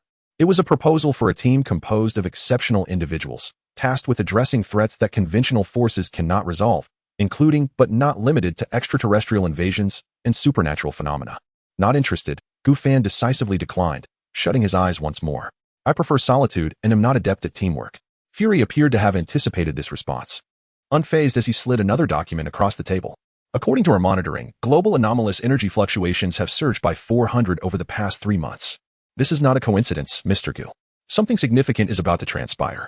Gu Fan finally sat upright, a black symbiotic substance materializing on the back of his right hand, morphing into a small knife, which he deftly used to slice an apple. Even if the sky were to collapse, there would be a tall individual to support it, like that playboy in the iron can. Fury lapsed into silence, gazing deeply at Gu Fan before rising to leave a business card behind. Consider it. Blue Planet needs more guardians. After Fury departed, Gu Fan casually tossed the card into the trash bin. His shoulder bulged again as Venom poked half of its head out. That one-eyed dragon smells like a concoction of conspiracy and disinfectant. He's the world's most dangerous spy chief. Gu Fan stood and walked towards the back room. Ghost, retrieve the anomalous energy readings from the past 48 hours. A translucent screen materialized in the air, and a mechanical voice announced, conventional fluctuations filtered, 3 anomalies detected. The most significant is an energy surge within the Arctic Circle, reaching an intensity of 7. 3 and lasting 4 minutes and 28 seconds. The screen shifted to a satellite image, revealing a perfectly circular pit approximately 30 meters in diameter on the Arctic ice. At the center of the pit stood an ancient-looking hammer, surrounded by radiating cracks in the ice. Thor's hammer? Gu Fan squinted, noting that the timeline and location were inconsistent, not to mention the position. Zoom in on the northeastern corner of the pit. The ghost system automatically adjusted the image resolution. Beneath the ice, a humanoid silhouette became discernible, clad in vintage military attire, adorned with a star insignia. Captain America? Gu Fan leaned closer to the image, wondering if the old popsicle was about to emerge. After a moment of silence, he suddenly chuckled. Interesting. It seems this world is far more chaotic than I imagined. Meanwhile, at SHIELD headquarters, Agent Coulson hurried into Fury's office. Director, the Arctic reconnaissance team has returned with an initial report. The hammer in the pit is immovable. Any devices approaching it malfunction. But even more astonishing. Captain America, I know, Fury interjected, calling up the same satellite image. Immediately dispatched the second team to establish a forward base. As for the hammer, contact Dr. Jane Foster. She is an astrophysics expert. There is one more thing, Director. Coulson hesitated for a moment, contemplating a pit in the outskirts of New York, where signs of conflict had been detected. Fury narrowed his single eye. Could it be Gu Fan? Should we send someone to monitor him? No, Fury shook his head. Not for now. We must first focus on retrieving Captain America. I have a premonition that the owner of that hammer will soon come knocking. Meanwhile, back in the basement of the antique shop, Banner was intently peering through the microscope. Hearing footsteps, he did not lift his head, stating, "The serum compatibility has increased by 2, but let us take a look at this." Gu Fan switched the holographic projection to the laboratory interior. Banner looked up, his eyes widening behind his glasses. Is that Captain America? How did he end up in the Arctic? And, a hammer? The issue lies not in what it is, but rather in why it exists. Gu Fan leaned against the edge of the lab table, pondering a hammer that fell from the sky and a circus performer frozen for decades. Banner furrowed his brow. Fell from the sky. Gu Fan smiled enigmatically and countered. If given the chance to study that hammer, what would you do? Of course. Banner suddenly halted, casting a suspicious glance at Gu Fan. Wait, you don't intend to. Relax, I have no intention of stealing the hammer. Furthermore, I wouldn't be able to take it. Gu Fan approached the staircase, merely curious about the kind of power that could bring together two entities that should not coexist in the same place. Banner quickened his pace. Are you heading to the Arctic?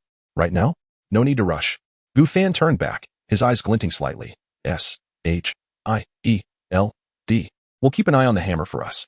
Moreover, I suspect we shall soon have visitors arriving on Earth. Chapter 56. The signal emitter Arctic Circle Decepticon's secret base. Megatron's iron fist pressed down upon the holographic sand table, the ice layer scanning diagram rotating beneath his fingertips. Starscream stood 3 paces away, a faint energy liquid seeping through the seams of his armor. Remnants of the skirmish from 3 days prior that had left all Decepticons bearing wounds.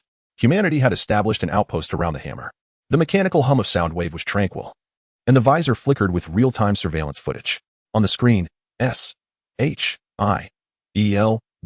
agents were employing laser mapping devices to scan Thor's hammer, entirely oblivious to the pyramid-shaped metallic structure buried within the ice fissures, 300 meters away. Megatron's optical lens focused on the Cybertronian device, shrouded in ice crystals. It resembled an inverted obelisk, its surface inscribed with runes older than Decepticon history. It was not a seal but a signal emitter. Soundwave scan revealed faint energy pulses within, akin to dormant embers. Does Optimus Prime know of this? Megatron inquired abruptly. Starscream's wing armor tensed. The Autobots were still pursuing us. I require certainty, not conjecture. Megatron's fusion cannon suddenly pivoted, the barrel mere centimeters from Starscream's cranial unit. The visor of Soundwave projected a stream of data. Autobot communications, interception complete. Optimus Prime had ordered a focused search of the Americas 6 hours prior, coordinates unrelated to the Arctic. The cannon gradually retracted as Megatron discerned Starscream's contemplations. Ever since viewing the footage of the Fallen, this ambitious schemer had been obsessed with summoning ancient rulers. But to awaken that tyrant now, it was far too premature. Disrupt the humans. Ensure they remain oblivious to the device beneath the ice, Megatron ultimately commanded. Starscream, dazed and under threat, was dispatched to engineer an avalanche. Soundwave continued to monitor the Autobots. Shockwave remained at the base to decipher the runes. Starscream's claws dug into his palm armor. That device is at least 1,000,000 years old technology. Do you not wish to? I seek victory, not a death wish. Megatron seized Starscream by the neck conduit, energy liquid oozing between his fingers. That apparatus awaits a specific signal to activate, and the signal source. He glanced at the hologram, displaying the energy wavelength of Thor's hammer. It was currently locked by that very hammer. However, calamity often arrives unannounced.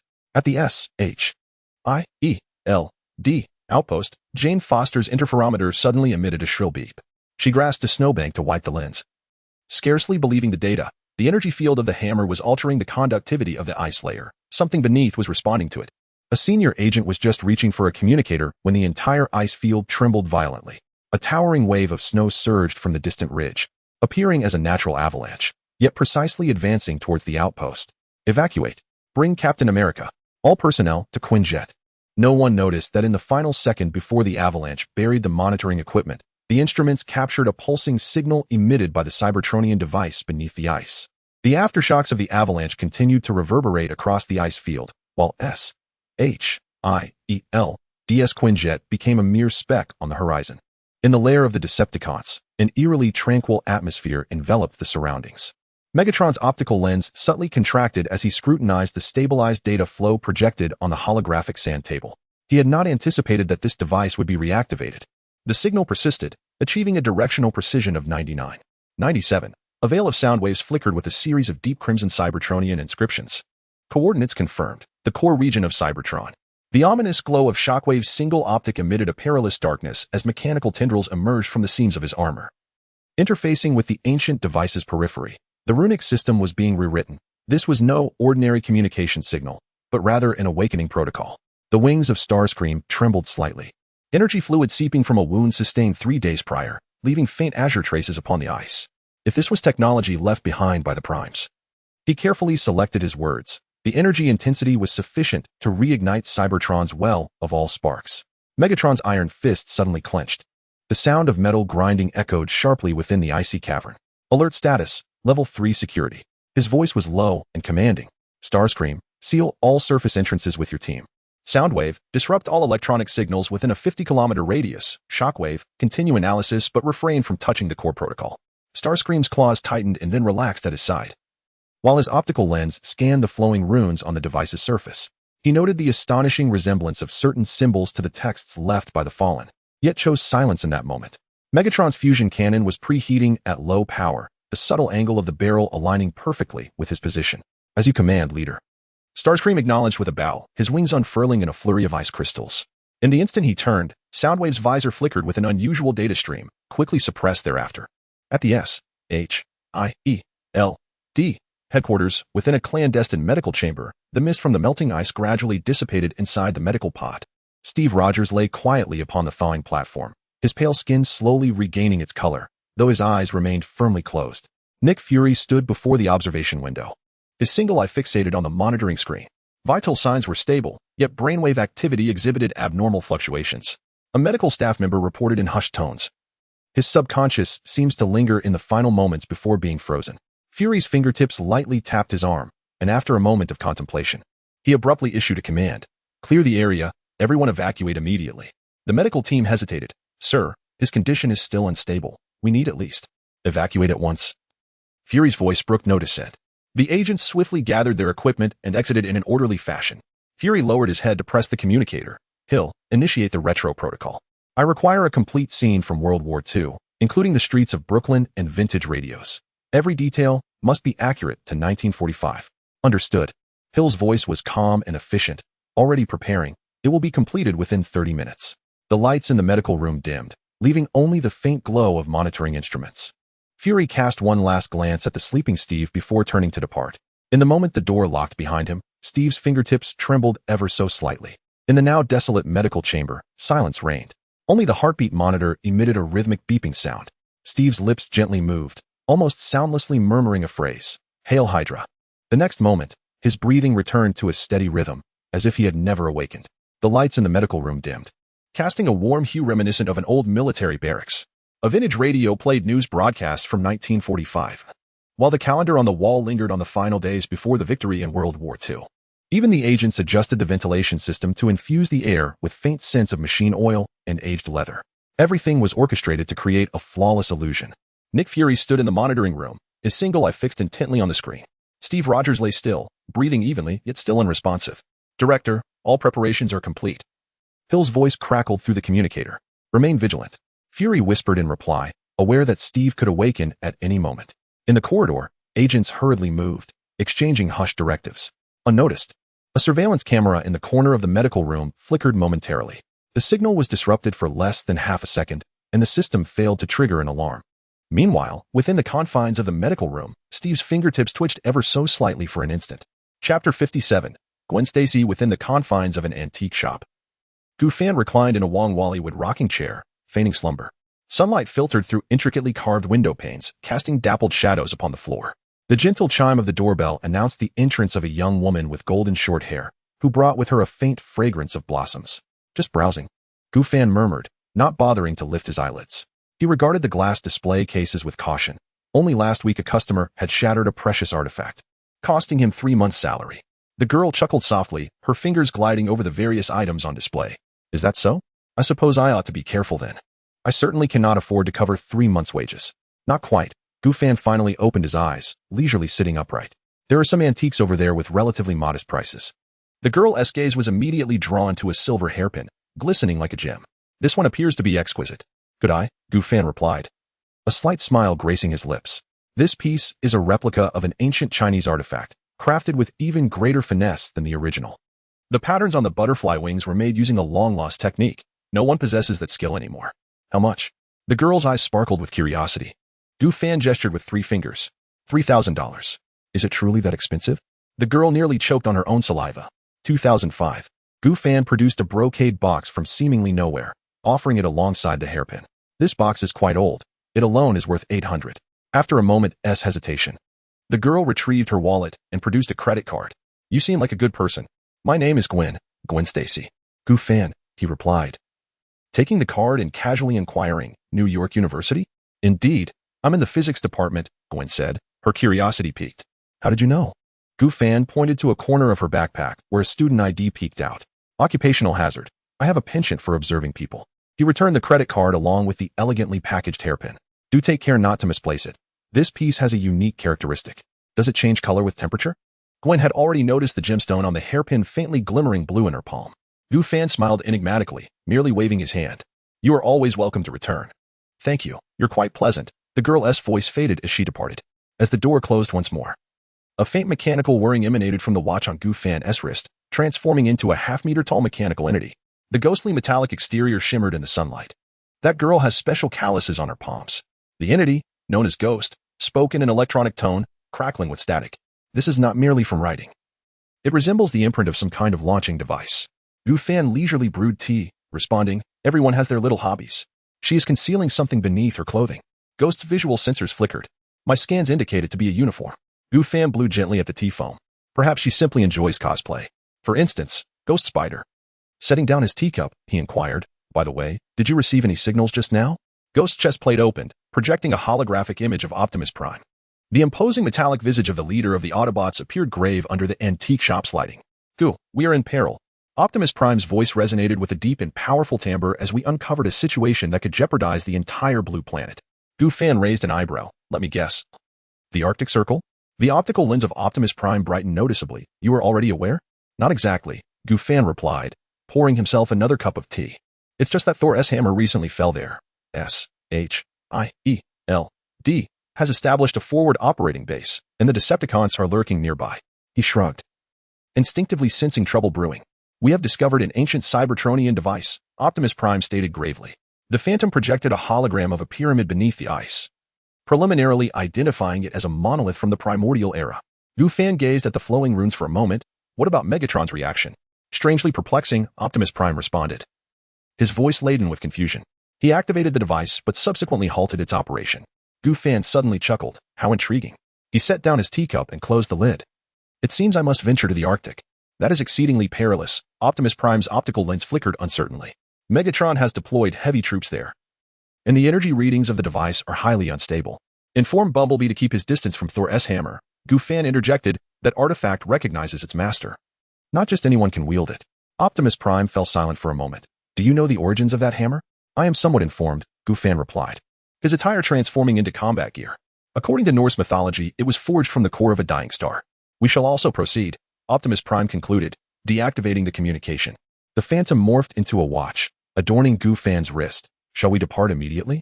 Of course, I can hardly contain my eagerness. Venom peeked out. Gu Fan hung the closed for business sign on the door, casting a final glance at the room filled with antiques, murmuring, "I hope these treasures remain upon my return." Informed Dr. Banner to safeguard the shop. A biofield enveloped his body, and in the blink of an eye, he soared into the sky, vanishing from sight. In the early morning of Kamartaj, a thin mist enveloped the peaks of the snow-capped mountains. The Ancient One sat in meditation upon a platform, her hands forming intricate seals. Surrounded by a gentle golden energy, her consciousness delved into the fabric of time, observing countless potential branches.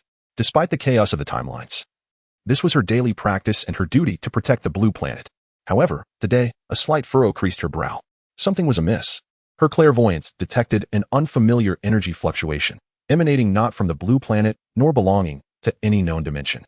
It was a cold and ancient frequency, reminiscent of a long-dormant mechanical signal, calling out into the depths of the universe. The source of the signal pointed directly to a specific star domain. The Ancient One abruptly opened her eyes, a glimmer of golden light flashing within her pupils. "Modu," she softly called.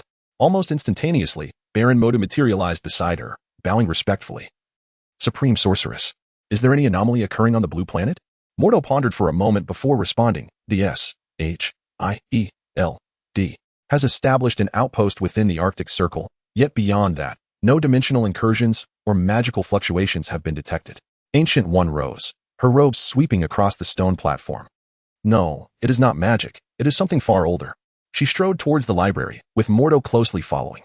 Inside the library, the flickering candlelight cast a warm glow, and the scent of ancient tomes lingered in the air. Ancient One's fingers glided along the shelves, ultimately pausing before a hefty tome bound in metal. The fragrance of sandalwood wafted around them, and the candlelight illuminated her furrowed brow. "Cyberton," she whispered softly, her fingertip hovering over an ancient star map. At the edge of the map, a planet with a metallic texture was marked with esoteric runes, accompanied by a line of small text.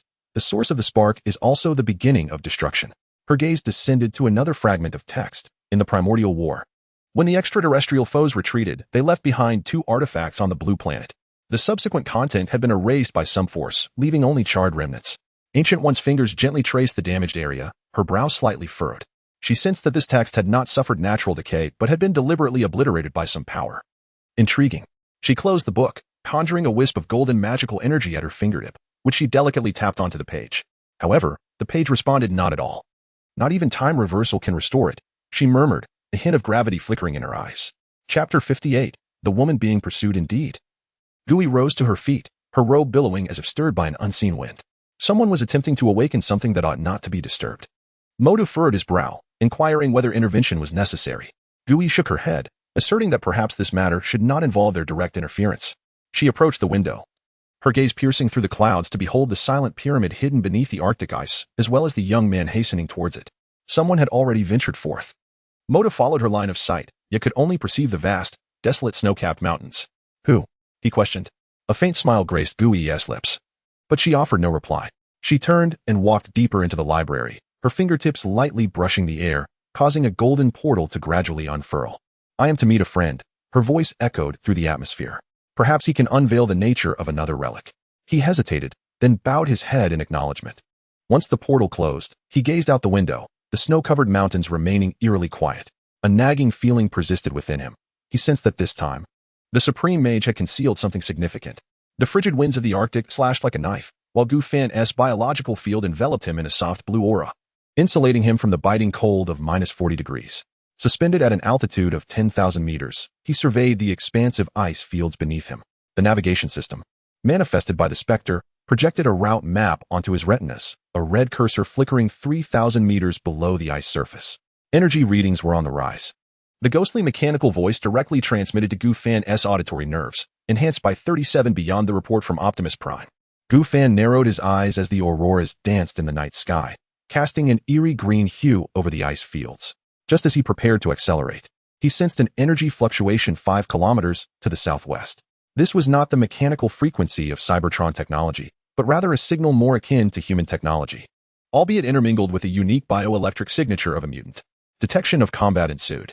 The Spectre promptly summoned a scanning image, revealing 12 humanoid robotic units pursuing a female mutant. Gu Fan frowned, altering his flight trajectory. 3 seconds later, he descended behind the ridge of ice, retracting his biological field to observe the unfolding conflict. Before him lay a sight that caused his pupils to constrict. 12 silver-white Sentinel robots had formed a fan-shaped encirclement. Their arms morphed into laser cannons, a dense web of fire compelling a red-haired woman to the precipice of an icy cliff. Clad in a deep brown travel outfit, her red hair whipped wildly in the tempest. She summoned a faint golden energy barrier with both hands, yet it was evident that her strength was waning. The barrier marred by a network of spiderweb-like cracks. Gu Fan felt a twinge of confusion. Judging by this woman's abilities, she ought to be Jean Grey. Yet, her appearance diverged significantly from the cinematic portrayal, aligning more closely with the comics but still distinct. Something was amiss. In his recollections, Jean Grey could effortlessly annihilate an entire army, not find herself cornered by mere sentinel robots. Her physiological indicators displayed grave fatigue and mental disarray. The Spectre quickly analyzed, noting that her internal energy readings were exceedingly unstable, as if suppressed by some external force. As I pondered, a sentinel robot abruptly transformed, its right arm extending a high-frequency vibrating blade that struck fiercely against the barrier surrounding Jean. Accompanied by a sound reminiscent of shattering glass, the barrier disintegrated entirely, causing Jean to stagger backward, her heels teetering precariously over the edge of an icy precipice. Taking action, Gu Fan made a swift decision. With a gentle touch to his wrist, the black symbiote instantly enveloped his entire body, manifesting as a sleek black battle armor. The symbiote roared with excitement in his consciousness. Finally, it could stretch its limbs. Gu Fan soared into the air, his hands transforming into two beams of blindingly white, ultra-high-temperature lasers.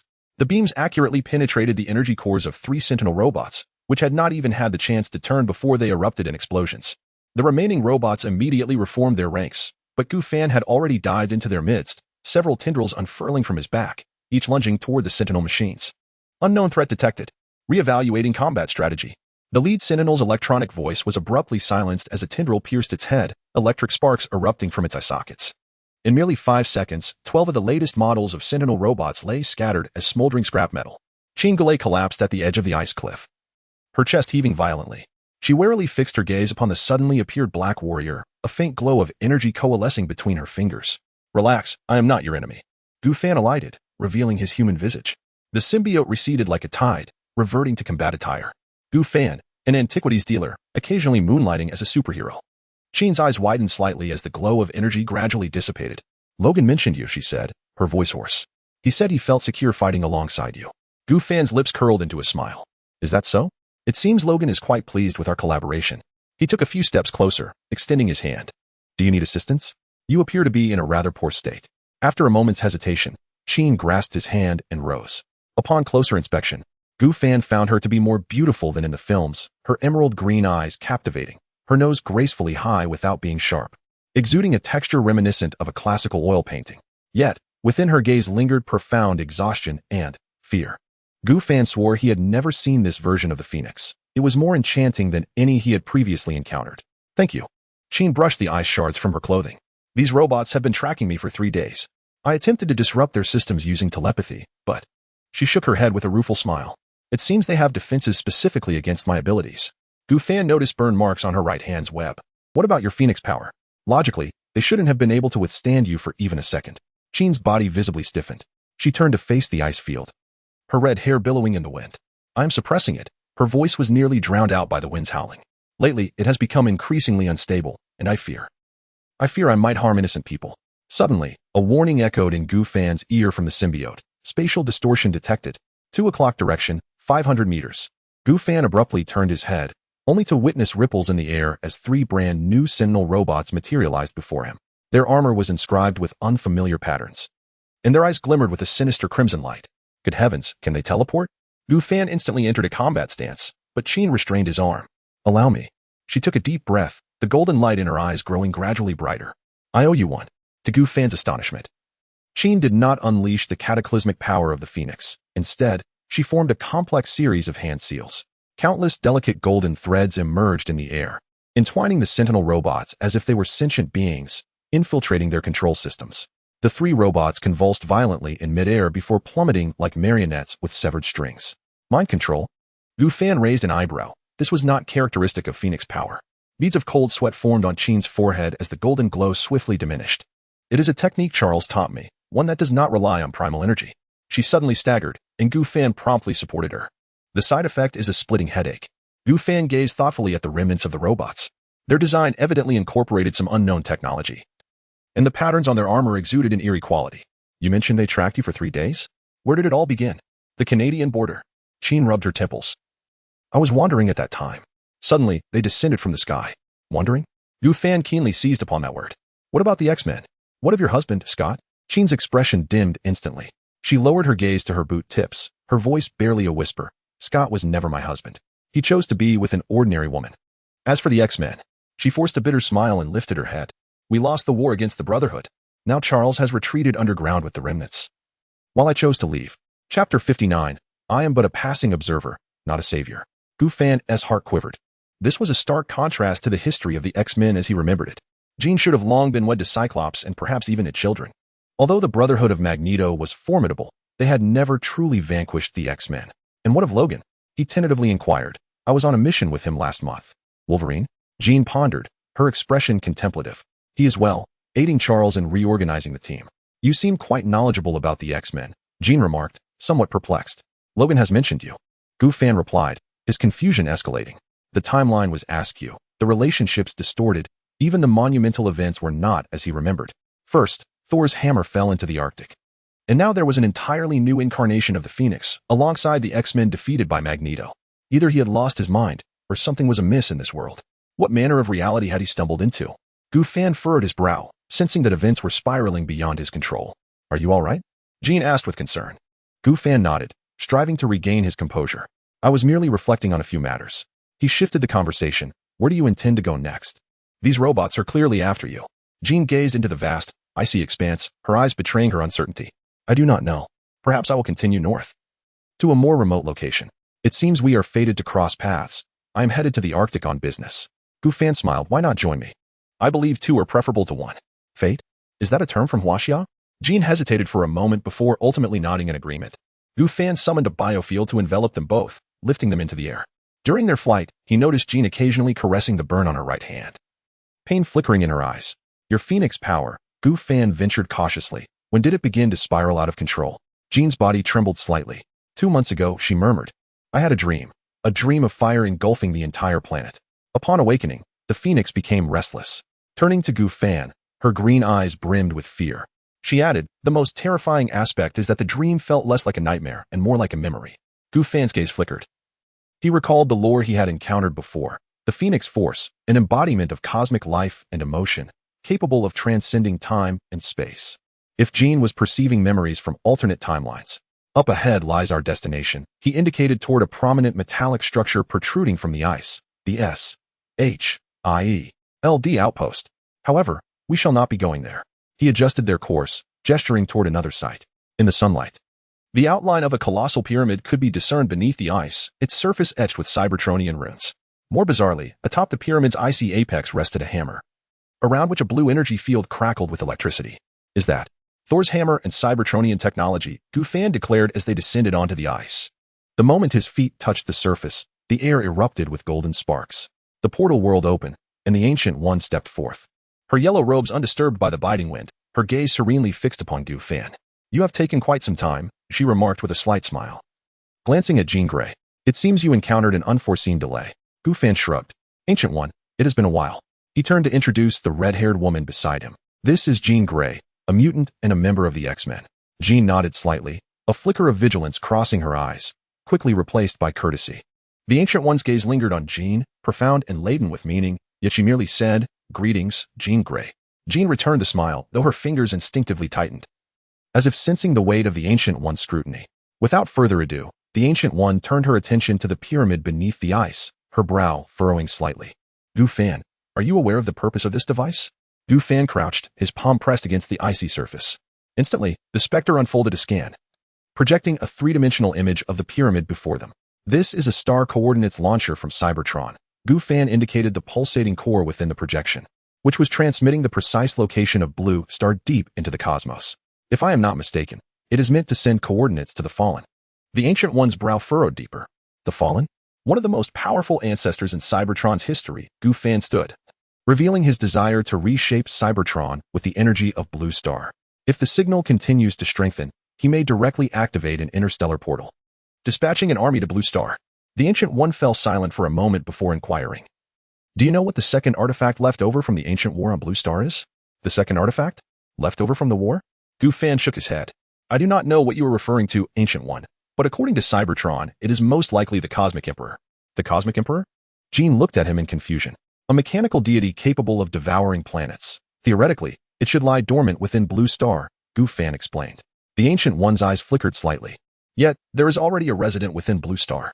Gu Fan nodded. Indeed, Tiamat. If the Cosmic Emperor truly resides in the core, how do it and Tiamat coexist? Or have they reached some form of equilibrium? Pausing, he added, from my understanding, the Cosmic Emperor resembles a deity akin to eternity. Tiamat's power seems insufficient. Jean, alarmed, could not help but ask, what are you talking about? There are deities within Blue Star? The Ancient One cast a glance at her, softly saying, Blue Star is far more complex than we can imagine, Jean. Gu Fan pondered for a moment before looking up at the Ancient One. Master, do you believe there is a connection between the two? The Hammer of Thor and Cybertron? The Ancient One did not respond immediately. Instead, she raised her hand. Golden magical runes swirling in the air. Perhaps you must first address the crisis at hand. She gazed at the pyramid beneath the ice. Once the fallen descends, Blue Star will face utter catastrophe.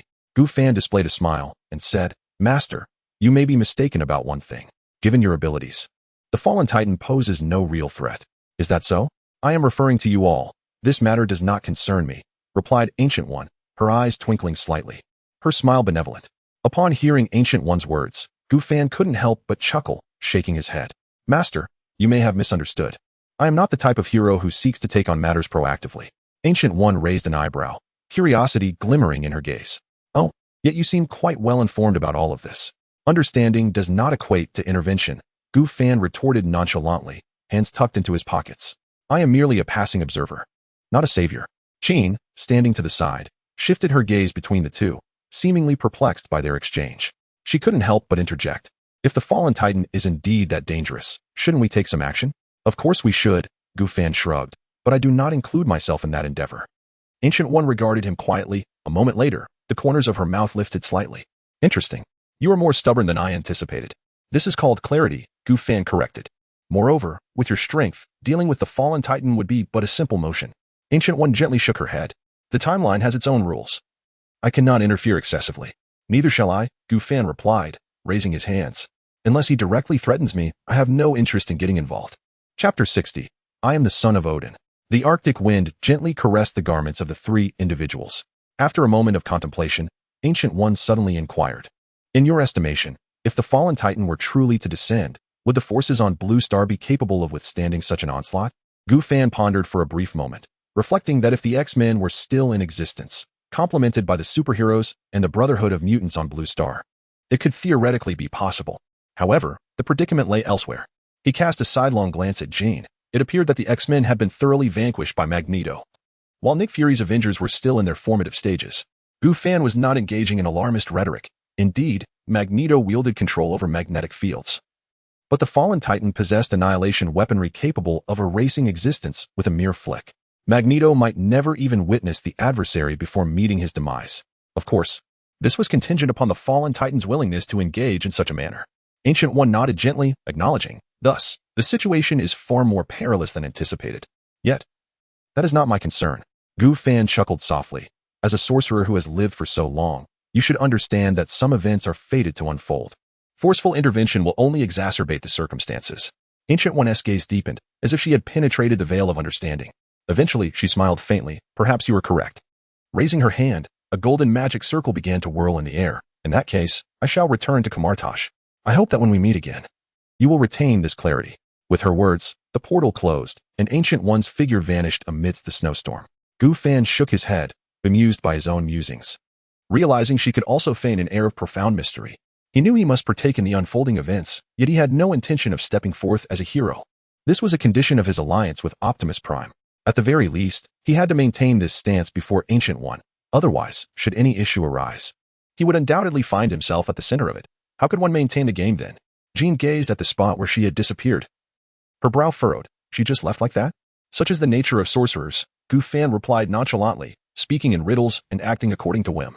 Jean turned to him, a hint of confusion in her eyes. You truly do not intend to intervene in this matter? Gu Fan did not respond directly, but instead approached the edge of the ice, peering down at the pyramid below. The runes shimmered beneath the ice, and the energy field surrounding Thor's hammer continued to pulsate. Master, the Decepticons are lurking nearby. Ghost's alert suddenly echoed in his mind. The frigid winds of the Arctic whipped up tiny snowflakes, producing a faint hiss in the stillness. Ghost's mechanical voice resonated in Gu Fan's ear. The Decepticons are still observing. Megatron, Black Arachnia, Soundwave have yet to take action. Gu Fan responded with a casual acknowledgement, his gaze still fixated on the glimmering runes beneath the ice. Jean stood beside him, her crimson hair billowing in the wind. Her perception was far more acute than the average person's, and she too sensed the lurking mechanical entities. Yet she paid them no heed. If pressed to the brink, they were merely animated scraps of metal. Suddenly, both of their movements halted in unison. The sky abruptly tore open, revealing a dazzling rainbow light, akin to a shredded curtain, and a figure plummeted from within. Boom! The ice field trembled, and shockwaves stirred a cloud of snow and mist. Gu Fan exchanged a glance with Qin and swiftly approached the point of descent. A figure had plummeted from an unknown height, evidently not an ordinary person. In the deep pit, a man clad in golden armor struggled to rise.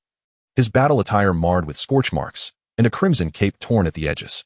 "Mortal," he said, lifting his gaze, his voice deep, and despite his dire predicament, it exuded an innate arrogance. "I am Thor, son of Odin." Thor.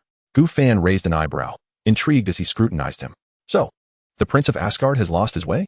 Thor's expression faltered, his demeanor darkening momentarily, yet he quickly suppressed his ire and replied in a low tone. "I had a conflict with Loki on the Rainbow Bridge. He employed treachery, causing my fall to this place." He clenched his fist. "My divine power is temporarily constrained." Qin, her arms crossed, assessed him coolly. "You mean to say you are no different from an ordinary person at present?" Thor's jaw tightened, clearly displeased with this assertion. Yet he found no rebuttal. Drawing a deep breath, he endeavored to maintain his royal dignity. "I require your assistance to return to Asgard." Gu Fan chuckled lightly, a playful tone in his voice. "The mighty Thor, in need of a mortal's help? Where's your hammer?" Thor's gaze instinctively drifted towards the distant ice-enshrouded pyramid, the outline of Mjolnir faintly visible beneath the ice. He spoke somberly, "Mjolnir lies there, but I cannot summon it at this moment." At that instant, the sound of metal scraping echoed from behind the distant icy ridge. The Decepticons had evidently noticed the commotion. Megatron's voice resonated through the loudspeaker, cold and oppressive. "Target confirmed. Eliminate the intruders." The wings of the red spider unfurled amidst the snowstorm, its cannons flashing with a menacing glow. A glimmer of crimson gold fire flickered in Qin's eyes as she turned to Gu Fan. "Gu, it seems your observational plan is about to unravel." Gu Fan sighed, raising his hands in resignation. "Very well, it appears I must work overtime today." He turned to Thor, a smile curving his lips. "So, Prince, shall we collaborate temporarily? Though you are rather incapacitated at the moment." Thor glared, but the circumstances dictated otherwise. Gritting his teeth, he retorted, "Once I reclaim Mjolnir, you shall pay for your insolence." Gu Fan shrugged. "I await that day." Meanwhile, the Red Spider's missiles had already been launched. "Qin," Gu Fan called just before the battle erupted, glancing at the red-haired woman beside him. "Do not let the Phoenix awaken completely. If that happens, we may have to contend with you first."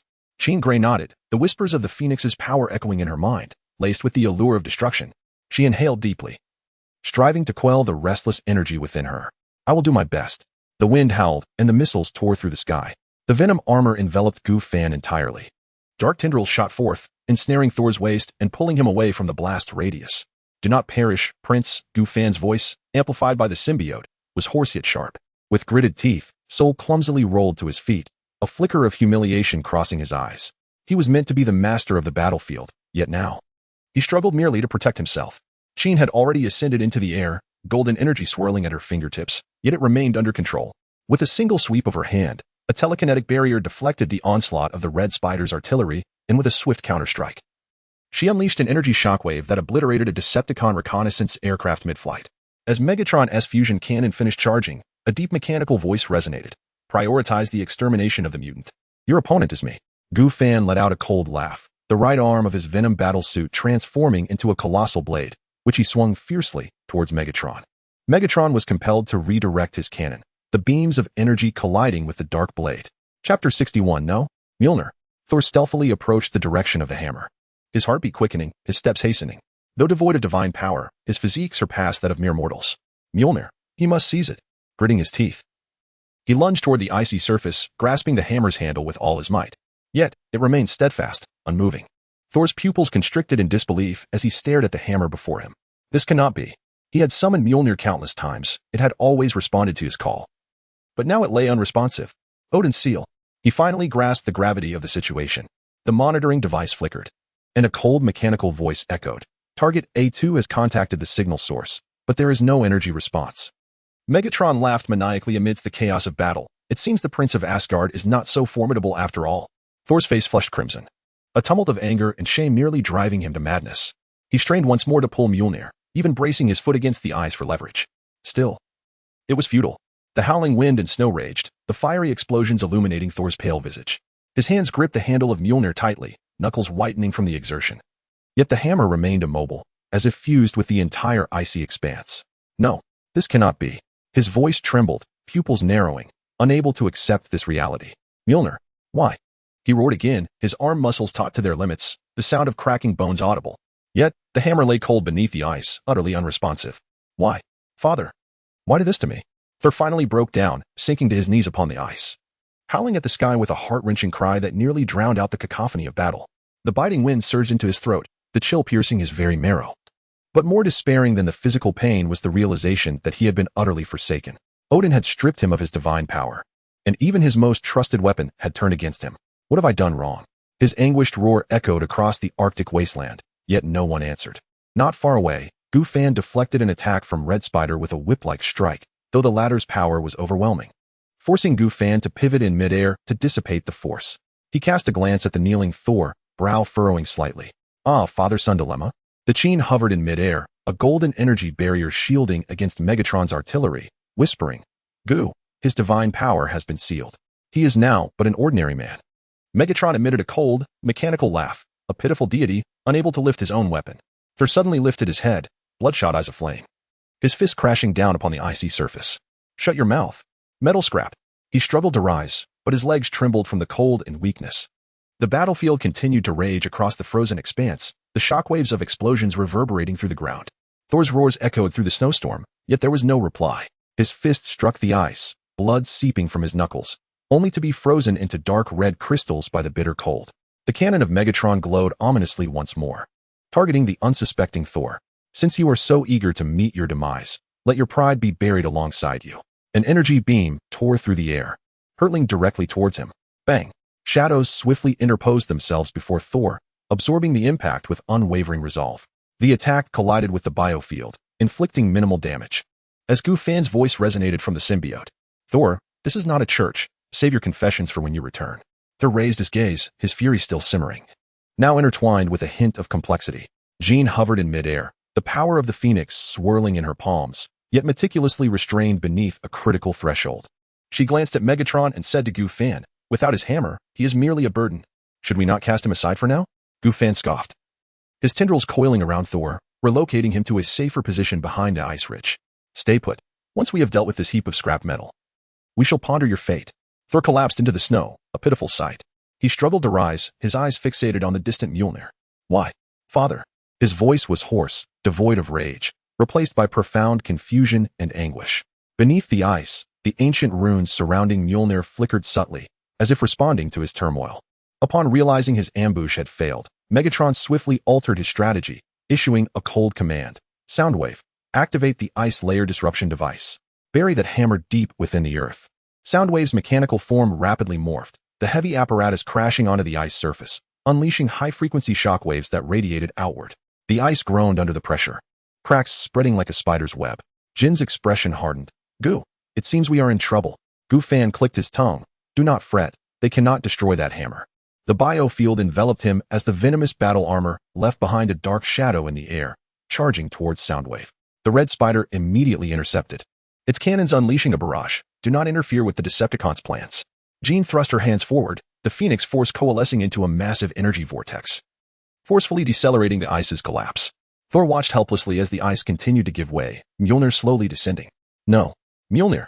He summoned an unexpected surge of strength, lunging towards the edge of the fissure, desperately reaching for the plummeting handle. Crack! The ice shattered completely, Mjolnir vanishing into the inky abyss. Thor's hand froze in midair, his pupils trembling violently. I have failed. The howling blizzard seemed to mock his impotence. Just then, deep within the icy chasm, a faint lightning flickered unnoticed. As Thor knelt upon the ice, despairingly gazing at the hammer sinking into the void, an explosion suddenly erupted across the distant ice field. A heavy truck, painted in red and blue, burst forth through the snowstorm, rising amidst the cacophony of twisting metal. Transform and roll out. Optimus Prime unsheathed his dual blades, the blue optics blazing like a beacon in the tempest. Behind him, Bumblebee, Ironhide, and Jazz, among other Autobots, transformed, and emerged, their energy weapons instantly locking onto the Decepticon ranks. Megatron's mechanical pupils suddenly constricted. Optimus Prime. Starscream's wings trembled anxiously. The intelligence is flawed. How could they have found this place? Soundwave's display flickered rapidly, coldly announcing, multiple Autobot signals detected. Tactical suggestion, immediate retreat. Thor stood frozen, gazing at these suddenly appearing mechanical giants. Goofan's symbiotic entity contracted slightly, his tone laced with intrigue. It seems our reinforcements have arrived. Jean floated in midair. The Phoenix Force still kept at a critical threshold, yet a glint of vigilance crossed her eyes. Who are they? Autobots, Goofan articulated as he flexed his wrist. In simple terms, the arch-rivals of the Decepticons. The tide of battle shifted instantaneously. Optimus Prime cleaved through a blocking Decepticon with a single stroke, declaring in a deep voice, Megatron, your scheme ends here. Enraged, Megatron laughed derisively. I shall not fail. His right arm transformed into a fusion cannon, aimed directly at Optimus Prime. The two leaders clashed fiercely, with the sparks from energy weapons colliding with metal erupting across the icy expanse. Bumblebee adeptly navigated the battlefield, accurately shooting down several Decepticon drones. Ironhide's heavy artillery shattered the ice layer of Soundwave's destabilizing device, halting the abyss from further collapsing. Thor struggled to rise, ice shards cascading from his damaged armor. Even without divine power, he remained a warrior of Asgard. Hey, Your Highness, Goofan's tendrils suddenly snatched a fallen Decepticon energy rifle, tossing it at Thor's feet. Can you use this? Thor picked up the weapon, his fighting spirit undiminished. Thank you, but I require no lessons in combat, mortal. Jean remarked coolly from the side. At least he didn't say he would use his fists to smash Megatron. Goofan smiled. Well then, it's 2 against 1 now. Megatron is in for a rough time. Chapter 62. The younger brother strikes the elder brother. The battle intensified as Optimus Prime and Megatron engaged in a fierce confrontation, their armors marred by numerous scars. Sensing the precariousness of the situation, Starscream suddenly transformed and ascended into the sky. Lord Megatron, I shall summon reinforcements. Coward. Megatron bellowed in fury, but in the next moment, he was struck by a powerful punch from Optimus Prime, staggering backward. Seizing the opportunity, Thor pulled the trigger, and an energy beam accurately struck Megatron's knee joint. Although the force was insufficient to inflict a fatal wound, it successfully impeded the Decepticon leader's movement. Now is the time. Optimus Prime crossed his blades, energy converging at the edges, declaring for Cybertron. With a resounding boom, the ultimate strike shattered Megatron's chest armor, revealing the flickering spark within. Megatron let out a defiant roar, yet his body began to falter. He glared menacingly at everyone, proclaiming, "This is not over." However, before he could finish, Goofan had already soared into the air, his hands merging into a cannon. With a loud bang, the laser cannon pierced through Megatron's chest, causing the Decepticon leader to fall heavily, filled with resentment. The Decepticons had retreated, the snowstorm subsiding, and the battlefield returned to silence. Optimus Prime sheathed his weapon and turned to Goofan and the others, saying, "Goo, we have arrived." He then looked at Thor, expressing gratitude. "Thank you for your assistance, my friend." Thor set aside his empty energy weapon, feigning seriousness. "I did not aid you. I merely vented my frustrations." Quinn Gray chuckled softly. "At least you're honest." Goofan, deep in thought, gazed into the depths of the ice chasm. Although Mjolnir had sunk, the flickering runes seemed to still shimmer beneath the ice. As the winds calmed and the remnants of battle gradually dissipated, Goofan's symbiote reverted to its normal state. He approached Optimus Prime, raising an eyebrow and inquiring. "You arrived rather promptly." Optimus Prime's blue optical lens flickered slightly. "We were already en route. When you set out, we were quite near the Arctic." Goofan nodded in understanding. "Okay." At that moment, Bumblebee bounced over, cheerful music emanating from his speakers. He patted Goofan's shoulder and then switched to a private communication channel, his familiar electronic synthesized voice resonating in Goofan's ear. "Goo, I miss you." Goofan was taken aback, then chuckled. "What is this? Are you bored out there on your mission?" Bumblebee's audio system emitted a soft hum, akin to an embarrassed response. Before he continued, "The mission is nearly complete. I'll be back at the shop soon." Goofan affectionately ruffled his helmet, smiling. "All right. When you return, I'm sure that old record player in the shop misses you as well." Bumblebee's electronic eyes brightened momentarily, and his speakers shifted back to external mode, playing a lively jazz tune accompanied by a playful electronic sound. Beep. Quinn observed the exchange with mild curiosity. "You two seem quite close." Optimus Prime gazed steadily into the distance, seemingly lost in contemplation. Thor stood silently nearby, occasionally glancing towards the depths of the ice chasm. In the far reaches of the starry sky, the ruins of Cybertron lay in wait. Once a resplendent metallic planet, it now lies in ruins, with fractured orbital bridges spanning the shattered Earth and energy-depleted conduits resembling desiccated veins. In the heart of this desolate wasteland, an ancient edifice gradually emanates a dim crimson glow. A sharp crack resonates through the silence as the metallic door of the altar creaks open, revealing a mechanical arm adorned with archaic runes that extends outward, grasping the edge. In the next moment, a towering figure rises from the shadows. His armor, far more ancient than that of ordinary transformers, is etched with obscure Cybertronian symbols on dark silver metal. His shoulder guards are razor-sharp, and several energy conduits extend from his back. Writhing like the tendrils of some primordial creature, a fearsome metallic mask obscures his face, revealing only a pair of crimson optical lenses that burn like fresh blood. The Fallen. He slowly raises his gaze, his eyes piercing the starry sky, as if directly locking onto a distant azure planet. Blue planet. His voice is deep and hoarse, akin to an ancient machine long dormant, imbued with an aura of decay and destruction. Cybertron's second home.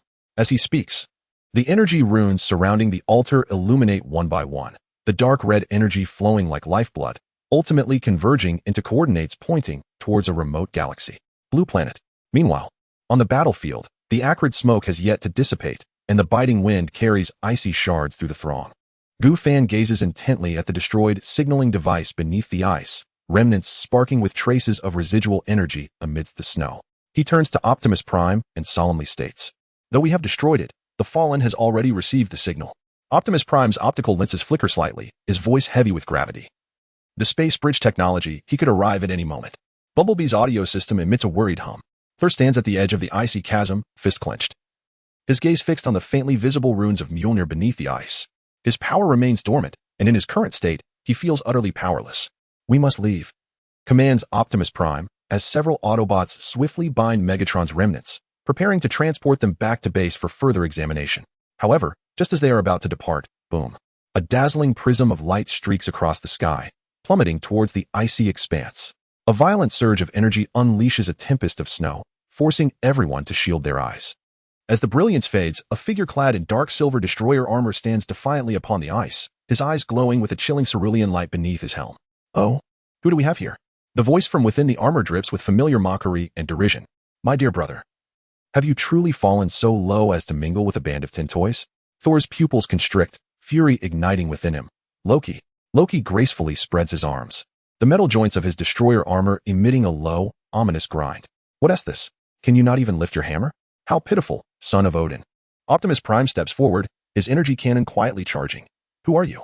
Gu Fan revealed a smile as the symbiote beneath his skin stirred slightly, murmuring, "An intriguing fellow has arrived." Loki cast a glance at the Autobots, scoffing, a congregation of antiquated mechanical creations, daring to question the name of a deity? Thor surged forward, only to be restrained by Jean Grey's firm grip. She coldly admonished, "Do not act impulsively. You currently possess no divine power." Observing this, Loki's smile widened. "Look at you, Thor. Even the ants of Midgard dare to impede your path? If Father were to witness your current state, he would be roused from his eternal slumber in outrage." "Silence," Thor bellowed. Yet, Loki disregarded him, instead gazing into the depths of the ice chasm, a glint of greed flickering beneath the helm of the destroyer armor. "However, I sense a familiar surge of power." His gaze fixated on the enchanted hammer of Thor hidden beneath the ice. He chuckled softly, "Since you were unable to lift it, allow me to assist."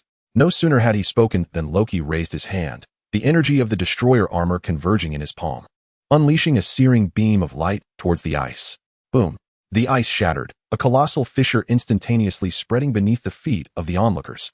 "Not good," Optimus Prime shouted. "Stop him." Bumblebee swiftly transformed, aiming his mounted cannon at Loki and unleashing a barrage of fire in an attempt to intercept the energy blast. However, the defensive capabilities of the destroyer armor exceeded all expectations. Loki braved the onslaught, stepping closer to the edge of the chasm. "It's too late," he sneered, reaching out for the shimmering hammer beneath the ice. Just as his fingertips were about to graze the handle, a shadow suddenly materialized. Gu Fan's symbiote transformed into a sharp blade, striking fiercely at Loki's arm. Sparks erupted from the metallic clash as a fissure appeared on the destroyer's arm, forcing Loki to retreat 2 steps. "Midgardian, are you courting death?" Gu Fan smiled. "Care to test that theory?" Loki narrowed his eyes. The energy of the destroyer armor coalescing once more, the atmosphere of the battlefield taut with tension. Yet, no one noticed that beneath the ice, the runes of the hammer of Thor were gradually illuminating with a blinding radiance. Chapter 63. The brother strikes the younger. The armor of the destroyer, worn by Loki, emitted a deep, resonant hum, its dark silver metal glinting coldly in the polar light. From his elevated position, he gazed down upon Gu Fan, the energy core of the destroyer thrumming ominously as if mocking the diminutive human before him. You truly believe that with your meager strength, you can contend against Odin's creation? Loki's voice, laced with disdain, reverberated through the armor. Gufan offered no reply, merely allowing a subtle smile to grace his lips. The black symbiote rides swiftly, his arm transforming into a lethal blade. Shall we find out? In the blink of an eye, Gufan's figure vanished. The sensors of the destroyer armor erupted into frenzied alarms, but before Loki could react, Gufan materialized behind him. The symbiote's blade striking fiercely at the joint of the destroyer's armor. Clang! Sparks erupted as the leg armor of the destroyer was brutally torn apart, energy fluid gushing forth. The destroyer staggered, while Loki, far away in Asgard, was taken aback by the damage inflicted upon the armor. What? Gufan wasted no time, the symbiote rapidly reshaping. His right arm morphing into a massive black warhammer, which he swung with great force towards the chest of the destroyer. Boom! The impact sent the destroyer hurtling backward, crashing heavily into the icy wall, spiderweb-like cracks spreading across the surface. Loki, controlling the destroyer to rise, felt a shift in his expression, disbelief replacing his earlier mockery. Impossible! That armor even before he could finish his thought. Gufan surged forward once more, the black substance of the symbiote enveloping the destroyer's arm like a tide. Yanking it violently. Crack! The entire right arm of the destroyer was wrenched off, sparks and energy fluid erupting forth. With his physical abilities significantly enhanced and fused with the super symbiote, Gufan's strength exceeded 400 tons. Pulling the destroyer armor was no challenge at all. Panic finally set in for Loki, who commanded the armor to retreat swiftly, his eyes beneath the visor fixed intently on Gufan. What exactly are you? Tilting his head slightly, Gufan allowed the symbiote to craft a sinister smile upon his visage. Just a shopkeeper. In a fit of rage, Loki laughed maniacally as the energy core of the destroyer began to overload, a searing light coalescing at its chest. Then you shall be obliterated along with them. Yet, at the very moment the destroyer was poised to unleash its devastating beam, a deafening rumble echoed. A blinding bolt of lightning descended from the heavens, striking the destroyer armor with pinpoint precision. Loki's gaze snapped upwards, his pupils constricting in shock. Thor hovered above, enveloped in a tempest of raging lightning. The god of thunder's hammer having returned to his grasp, its runes gleaming with ancient brilliance. His eyes crackled with electricity as his voice thundered, Loki. Loki's expression froze in utter horror. No, this cannot be. How could you? Thor did not grant him the opportunity to finish.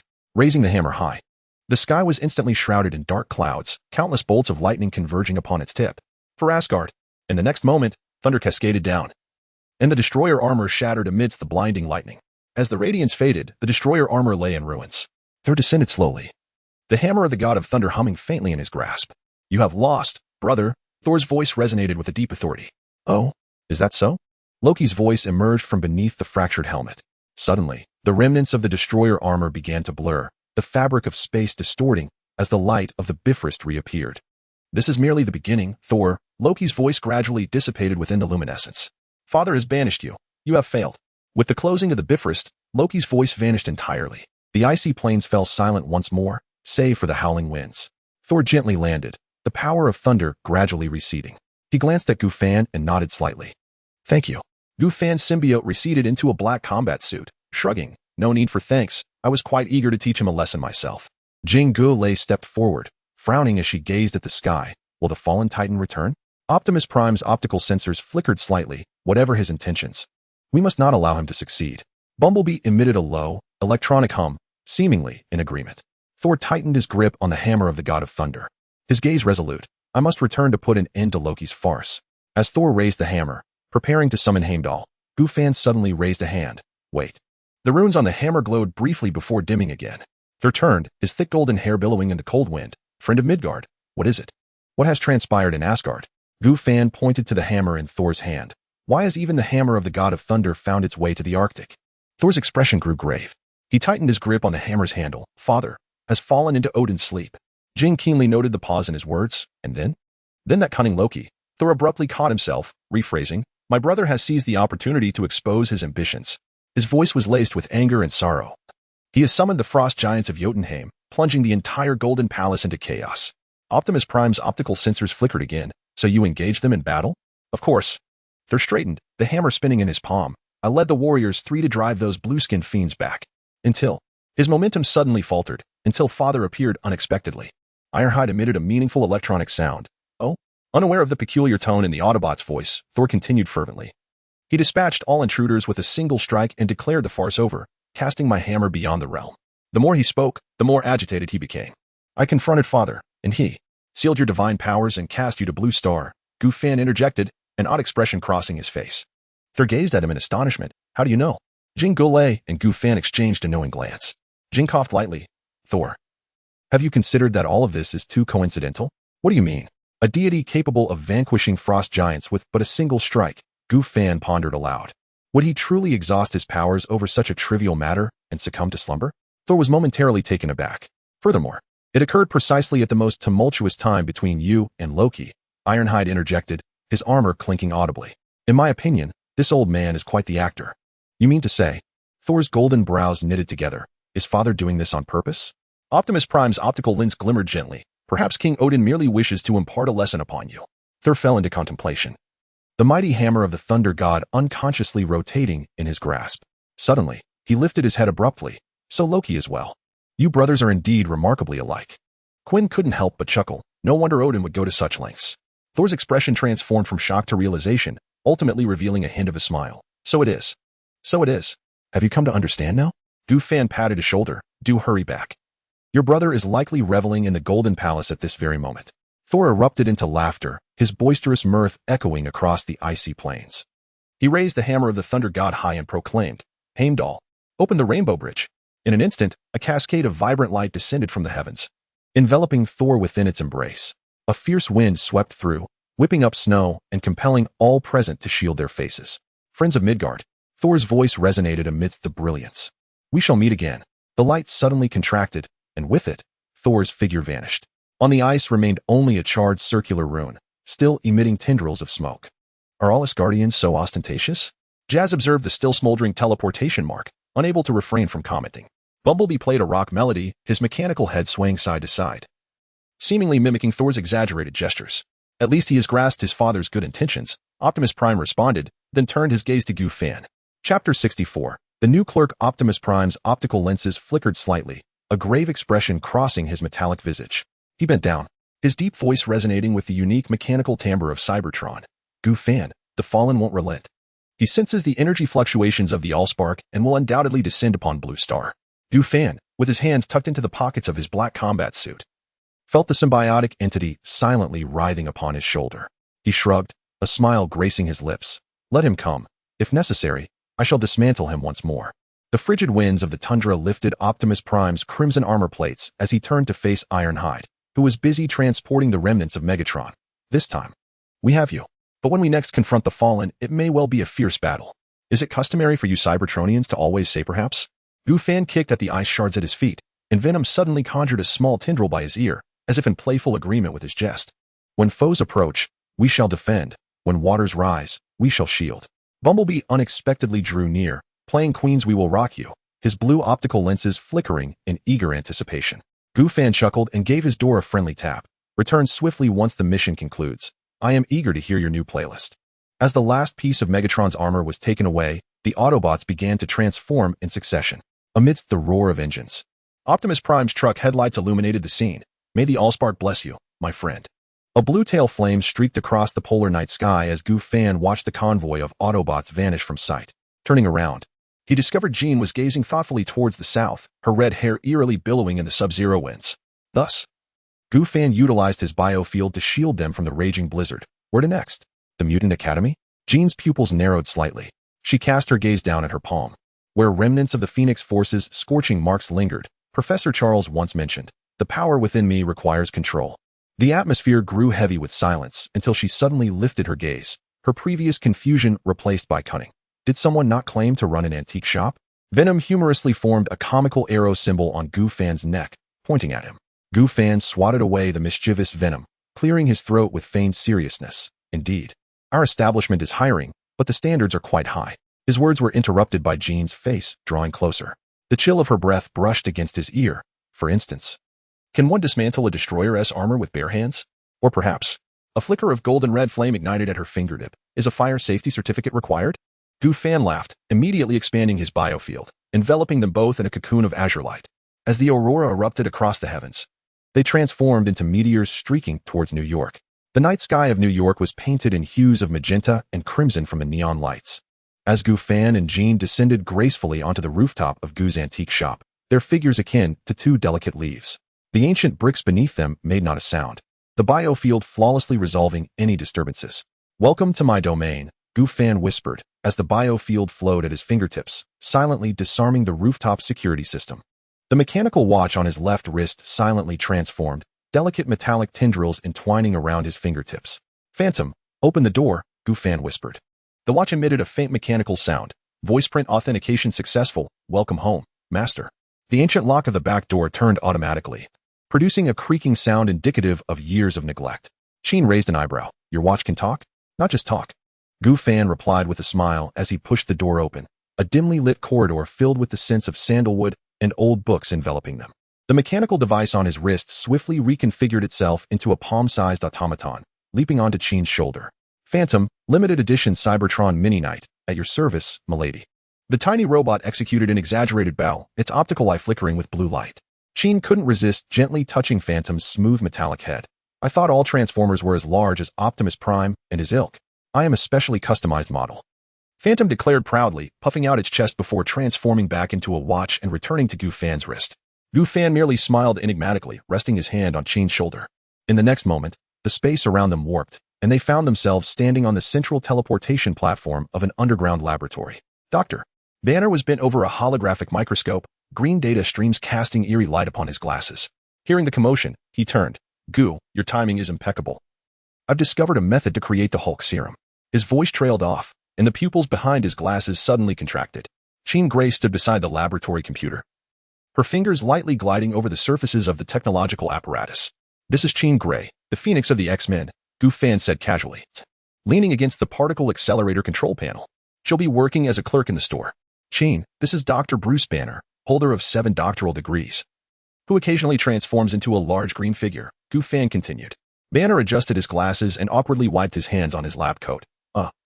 It's an honor to meet you. I've heard much about the X-Men." Qin nodded politely, her gaze drawn to the isolation chamber in the center of the laboratory. Within floated a mass of constantly shifting green liquid, restlessly agitated in a confinement field. "Is that your research project?" she inquired, unconsciously stepping forward. The Phoenix force within her stirred slightly, as if sensing something. Banner hurried to the control panel, retrieving a set of holographic data. "Yes, this is an improved version of the Hulk serum extracted from my blood. Theoretically, it could grant ordinary individuals strength akin to the Hulk's." His fingers danced across the holographic keyboard. "However, the side effects include extreme emotional instability and the potential to transform into a giant like the Hulk." Gu Fan shrugged. "Sounds like a downgraded version of you, Banner." Banner adjusted his glasses and pulled up another set of data, his eyes gleaming with the fervor of a scientist. "What if we combine the TG serum with this?" The holographic image displayed 2 intertwined DNA strands forming a new helical structure. Gu Fan raised an eyebrow. "Are you planning to create a super soldier cocktail?" "In theory." The adaptability of TG serum could neutralize the ferocious traits of Hulk serum. Banner's voice trembled slightly with excitement. "Just imagine, a controllable Hulk." Quinn suddenly pressed her fingers to her temples, a glimmer of golden-red energy spilling through her fingertips. I beheld flames and screams. She swayed, and Gu Fan promptly steadied her shoulder. "Did the Phoenix show you a preview again?" he inquired softly, as a silent biofield unfolded, forming a protective barrier. Quinn inhaled deeply, managing a faint smile. "Just some fragments, not very clear." Gu Fan clapped his hands, breaking the somber atmosphere. "All right, the scientific demonstration is over. Banner, continue your research, but do not blow yourself up. Quinn, allow me to show you the real storefront." They ascended to the first floor via the elevator. The moment the doors opened, Quinn's eyes widened in astonishment. In stark contrast to the underground laboratory, before her lay an antique shop brimming with nostalgia. An old grandfather clock ticked in the corner. Intricately patterned porcelain gleamed in the display cases, and even the air was infused with a faint scent of sandalwood. "Welcome to Gu's Antique Shop, established in 2004. At least that's what the records state." Gu Fan gestured flamboyantly. The first floor served as a legitimate business space. The second floor housed living quarters and an equipment store, while the basement contained the laboratory. He led Quinn to the second floor and discreetly turned a hidden button. The entire wall of antique shelves silently slid open, revealing a weapons display room. Cold weapons crafted from special alloys shimmered under the spotlight. Just in case, Gu Fan winked. They usually disguise themselves as ordinary antiques. Quinn reached out to touch a short sword, which instantly radiated a faint red light. The craftsmanship. She keenly sensed it was no ordinary work. "Some are from the black market, some from Cybertron, and others I fashioned myself," Gu Fan explained as he took a teacup from the display case. With a gentle press, the teacup unfolded into a miniature holographic projector. "Every genuine antique has a false function," and every false antique possesses a true function, the work of a ghost. Quinn chuckled lightly. So, you are a prankster arms dealer? No, I am a legitimate businessman, Gu Fan replied, feigning seriousness. As he retrieved an ornate wooden box from beneath the counter. A gift for your onboarding. Inside the box lay an unassuming copper brooch, intricately engraved with peculiar designs. The moment Quinn picked it up, the brooch automatically adhered to her collar, unfurling into a diminutive protective layer. An emergency force field generator, Gu Fan elucidated. Capable of temporarily suppressing energy surges, such as when the Phoenix Force spirals out of control, though I am uncertain of its efficacy. Quinn's fingertips brushed over the brooch, feeling the intricate technology contained within. Thank you. Chapter 65, The Illusion of 1945 in a Hospital Room. Steve Rogers' eyelids fluttered slightly as piercing white light seeped through the gaps, invading his vision. His throat felt parched, akin to being swept by a desert storm. Yet he refrained from uttering a sound immediately. You are awake, soldier. A gentle female voice emanated from his side. He slowly turned his head to see a blonde nurse. Her gaze lowered as she recorded something. Her name tag read Sharon Carter. The name struck a chord within him. Fragmented memories flashing through his mind. Joining Hydra in his youth, the serum injections, the howling commandos, Red Skull, the crashed plane, and the final act. Where am I? His voice was low and wary, fingers discreetly tightening beneath the sheets. St. Mary's Hospital in New York, Sharon replied with a smile. Though a flicker of tension danced in her eyes. You have been asleep for quite some time, Captain. The war is over. We have won. Steve's gaze swept across the room, taking in the vintage medical equipment, the old radio softly playing Glenn Miller's jazz, and the skyline of 1940s New York visible through the window. It felt too perfect, as if meticulously staged. Regardless of where he was, he understood that his life as an undercover agent was far from over. For the sake of Hydra's interests, he had to survive. At the very least, he could not allow these people to uncover his abnormalities. With a sudden motion, he flung aside the covers, his muscle memory propelling him with astonishing speed. Sharon Carter barely had time to react as he seized her wrist, revealing a miniature communicator concealed within her sleeve under the harsh light. Nurses in 1945 would not possess such technology.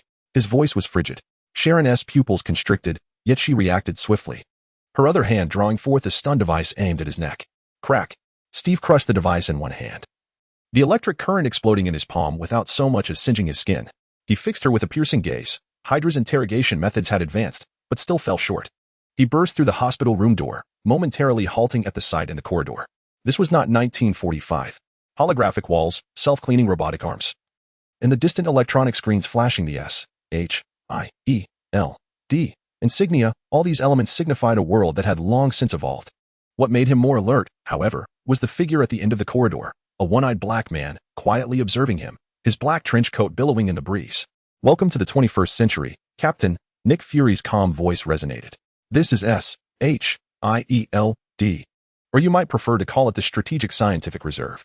I'm Nick Fury, the director of S-H-I-E-L-D. Is that so? What do you want from me? I am merely a young man who has just awoken. Gu's antique shop sunlight streamed through the intricately carved window frames, casting scattered patches of light upon the rosewood floor. Gu Fan reclined languidly in a Wong Wally armchair, his fingertips tracing an ancient copper coin. An expression of nonchalance upon his face. Chin Gre stood beside an antique shelf, her red hair cascading over her shoulders, gently polishing an artifact with a silk cloth. The glaze shimmering under the light like blood. The doorbell chimed softly. A massive figure nearly filled the entire doorway, muscles beneath the suit taut as iron. His gaze swept over the shop's furnishings, ultimately resting on Gu Fan. Just browsing, Gu Fan smiled, gently waving his folding fan. Though modest in size, our goods are of the finest quality. Jean Bing remained unmoved. He raised his hand, his thick fingers grasping a celadon vase. The pads of his fingers slowly caressing its glazed surface with such force that it seemed he could shatter it at any moment. A month ago, my research facility was breached, he spoke in a deep voice, imbued with an undeniable sense of menace. Some valuable documents were lost. Gu Fan closed his fan, a look of regret crossing his face. That truly is unfortunate. In New York, there are always some restless souls. His tone was light, as if discussing the weather. Jean Bing's expression turned suddenly cold. Someone saw a man. He stepped closer, shadows enveloping Gu Fan, dark and foreboding. Jean Goulet's fingers paused momentarily, revealing a barely perceptible smile. Gu Fan chuckled, lightly tapping his chin with the fan's rib. Tentacles? Filming a movie? He raised his gaze, unflinching. However, sir, perhaps you should enhance your security. Jean Bing's suit cuff twitched, a flash of metallic glint vanishing in an instant. I am merely an antique dealer. Gu Fan spread his hands, the smile unwavering. As for matters outside, I am unaware. He lifted a teacup, pouring 2 cups of tea. the scent of sandalwood wafting through the air, enveloping them in a mist of tea vapor. Jean Bing's towering figure slowly settled into the redwood chair across from Gu Fan, the chair creaking subtly as if struggling to bear his weight. Gu Fan's expression remained serene as he gently nudged the teacup, the clear tea slightly swaying, reflecting Jean Bing's harsh contours. Taste this, Wui Mountain de Hong Pao. Gu Fan smiled. The new tea of this year.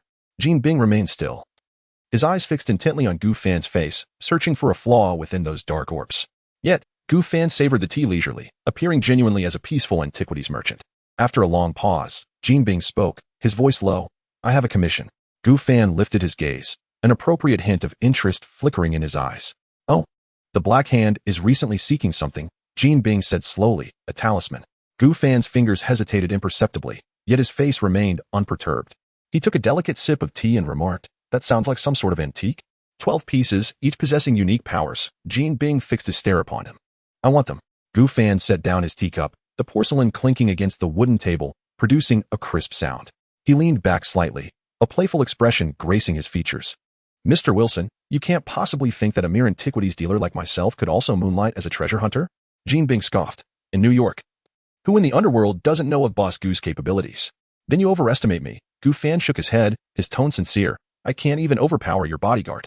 Jean Bing narrowed his eyes, his knuckles tapping rhythmically on the table. Once, twice, the dull sounds echoing in the quiet shop. His bodyguard, Target Eye, was killed by that man a month ago. Ultimately, he rose, shadows once more enveloping Gu Fan. The price is yours to set. Gu Fan maintained her smile, yet her gaze had turned icy. I'm afraid I cannot take on this business, she stated. Jean fell silent for a moment, then unexpectedly broke into a wry smile. I hope you won't regret your decision. With that, he turned to leave, his heavy footsteps gradually fading into the distance. Jean turned around, her crimson hair dancing like flames under the sunlight. Doubt crept into his mind. She whispered softly. Gu Fan toyed with the teacup, a flicker of dark light flashing in her eyes. It's of no consequence. Merely a minor character. She lightly tapped her fingers on the table, and an ethereal projection was instantly cast by a phantom. 12 talismans hovered in the air, 5 of which had been marked as acquired. The latest movements of the Black Hand gang were indicated as being in the Himalayas. Their actions are swifter than we anticipated, he remarked coolly. It seems we must hasten our pace. Chapter 66, the which Gu Fan's fingertips lightly tapped the surface of the table, causing the holographic image of the incantation to quiver subtly. The coordinates of the sheep talisman flickered somewhere within the Himalayas, reminiscent of a restless heartbeat.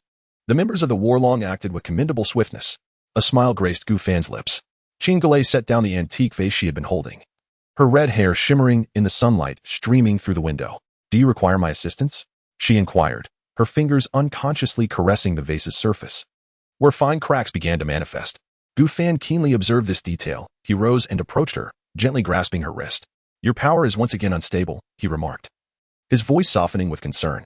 A fleeting glimmer of gold and crimson flickered in Qin's pupils before swiftly dissipating.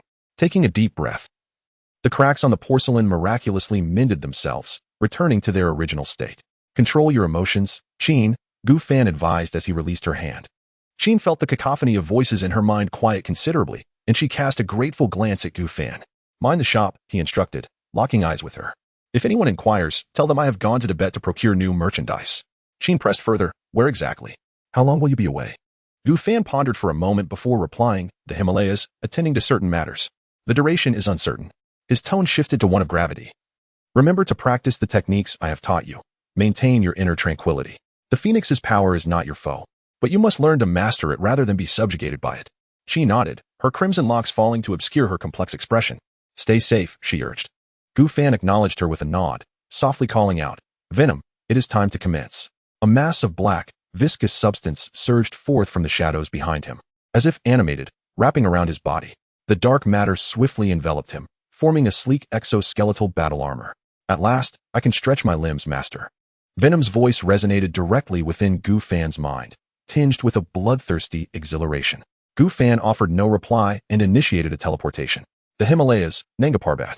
In the next instant, he found himself soaring above the antique shop. The biting cold wind howled past, and the air began to thin. However, the Venom armor automatically adjusted the internal environment, providing Gu Fan with ample oxygen and warmth. Gazing down upon New York, a bioplasmic field formed an invisible barrier around him, slicing through the air resistance. He dove toward his destination like a black meteor. Upon reaching the Himalayas, Venom reported, Master, there are life signals below, approximately 15 individuals, equipped ordinarily. A glint of cold light flickered in Gu Fan's eyes, the Black Hand Gang. He adjusted his posture, slowing his descent just before impact, landing steadily on a protruding rock face.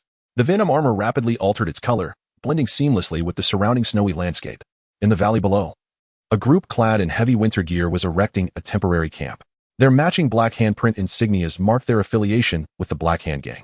Several individuals were operating sophisticated detection equipment, while an unusual goat darted wildly across the snow. A goat? Gu Fan narrowed his eyes. He could sense the faint energy fluctuations emanating from the object on the goat's back, resonating harmoniously with the wavelength of the talisman. After a prolonged search, I could not ascertain where the goat talisman first appeared. Just as he prepared to act, the detection equipment emitted a piercing alarm. Members of the Black Hand Gang swiftly gathered, weapons loaded, scanning their surroundings with vigilance. Had they been discovered? Venom pondered. Gu Fan shook his head. No, they have located their target. The detection team excitedly pointed towards the goat, as a dozen personnel surged forward, and soon, an ancient stone talisman engraved with a goat's image was carefully extracted. The goat talisman. Gu Fan whispered, the ability to transcend the soul. As the Black Hand Gang members cheered in celebration, Gu Fan leaped from the rock face, enveloped in a biological force field. An ambush. A vigilant member of the Black Hand Gang finally spotted the shadow in the air, but it was too late. Gu Fan landed heavily in the midst of the crowd, the shockwave sending the nearest individual sprawling. The arms of the Venom battle armor transformed into two sharp, curved blades, glinting coldly in the snowy light. Surrender the talisman. Gu Fan's voice, altered by the armor, resonated deeply. This is your final warning. The members of the Black Hand Gang, well trained, spread out to form a surrounding circle.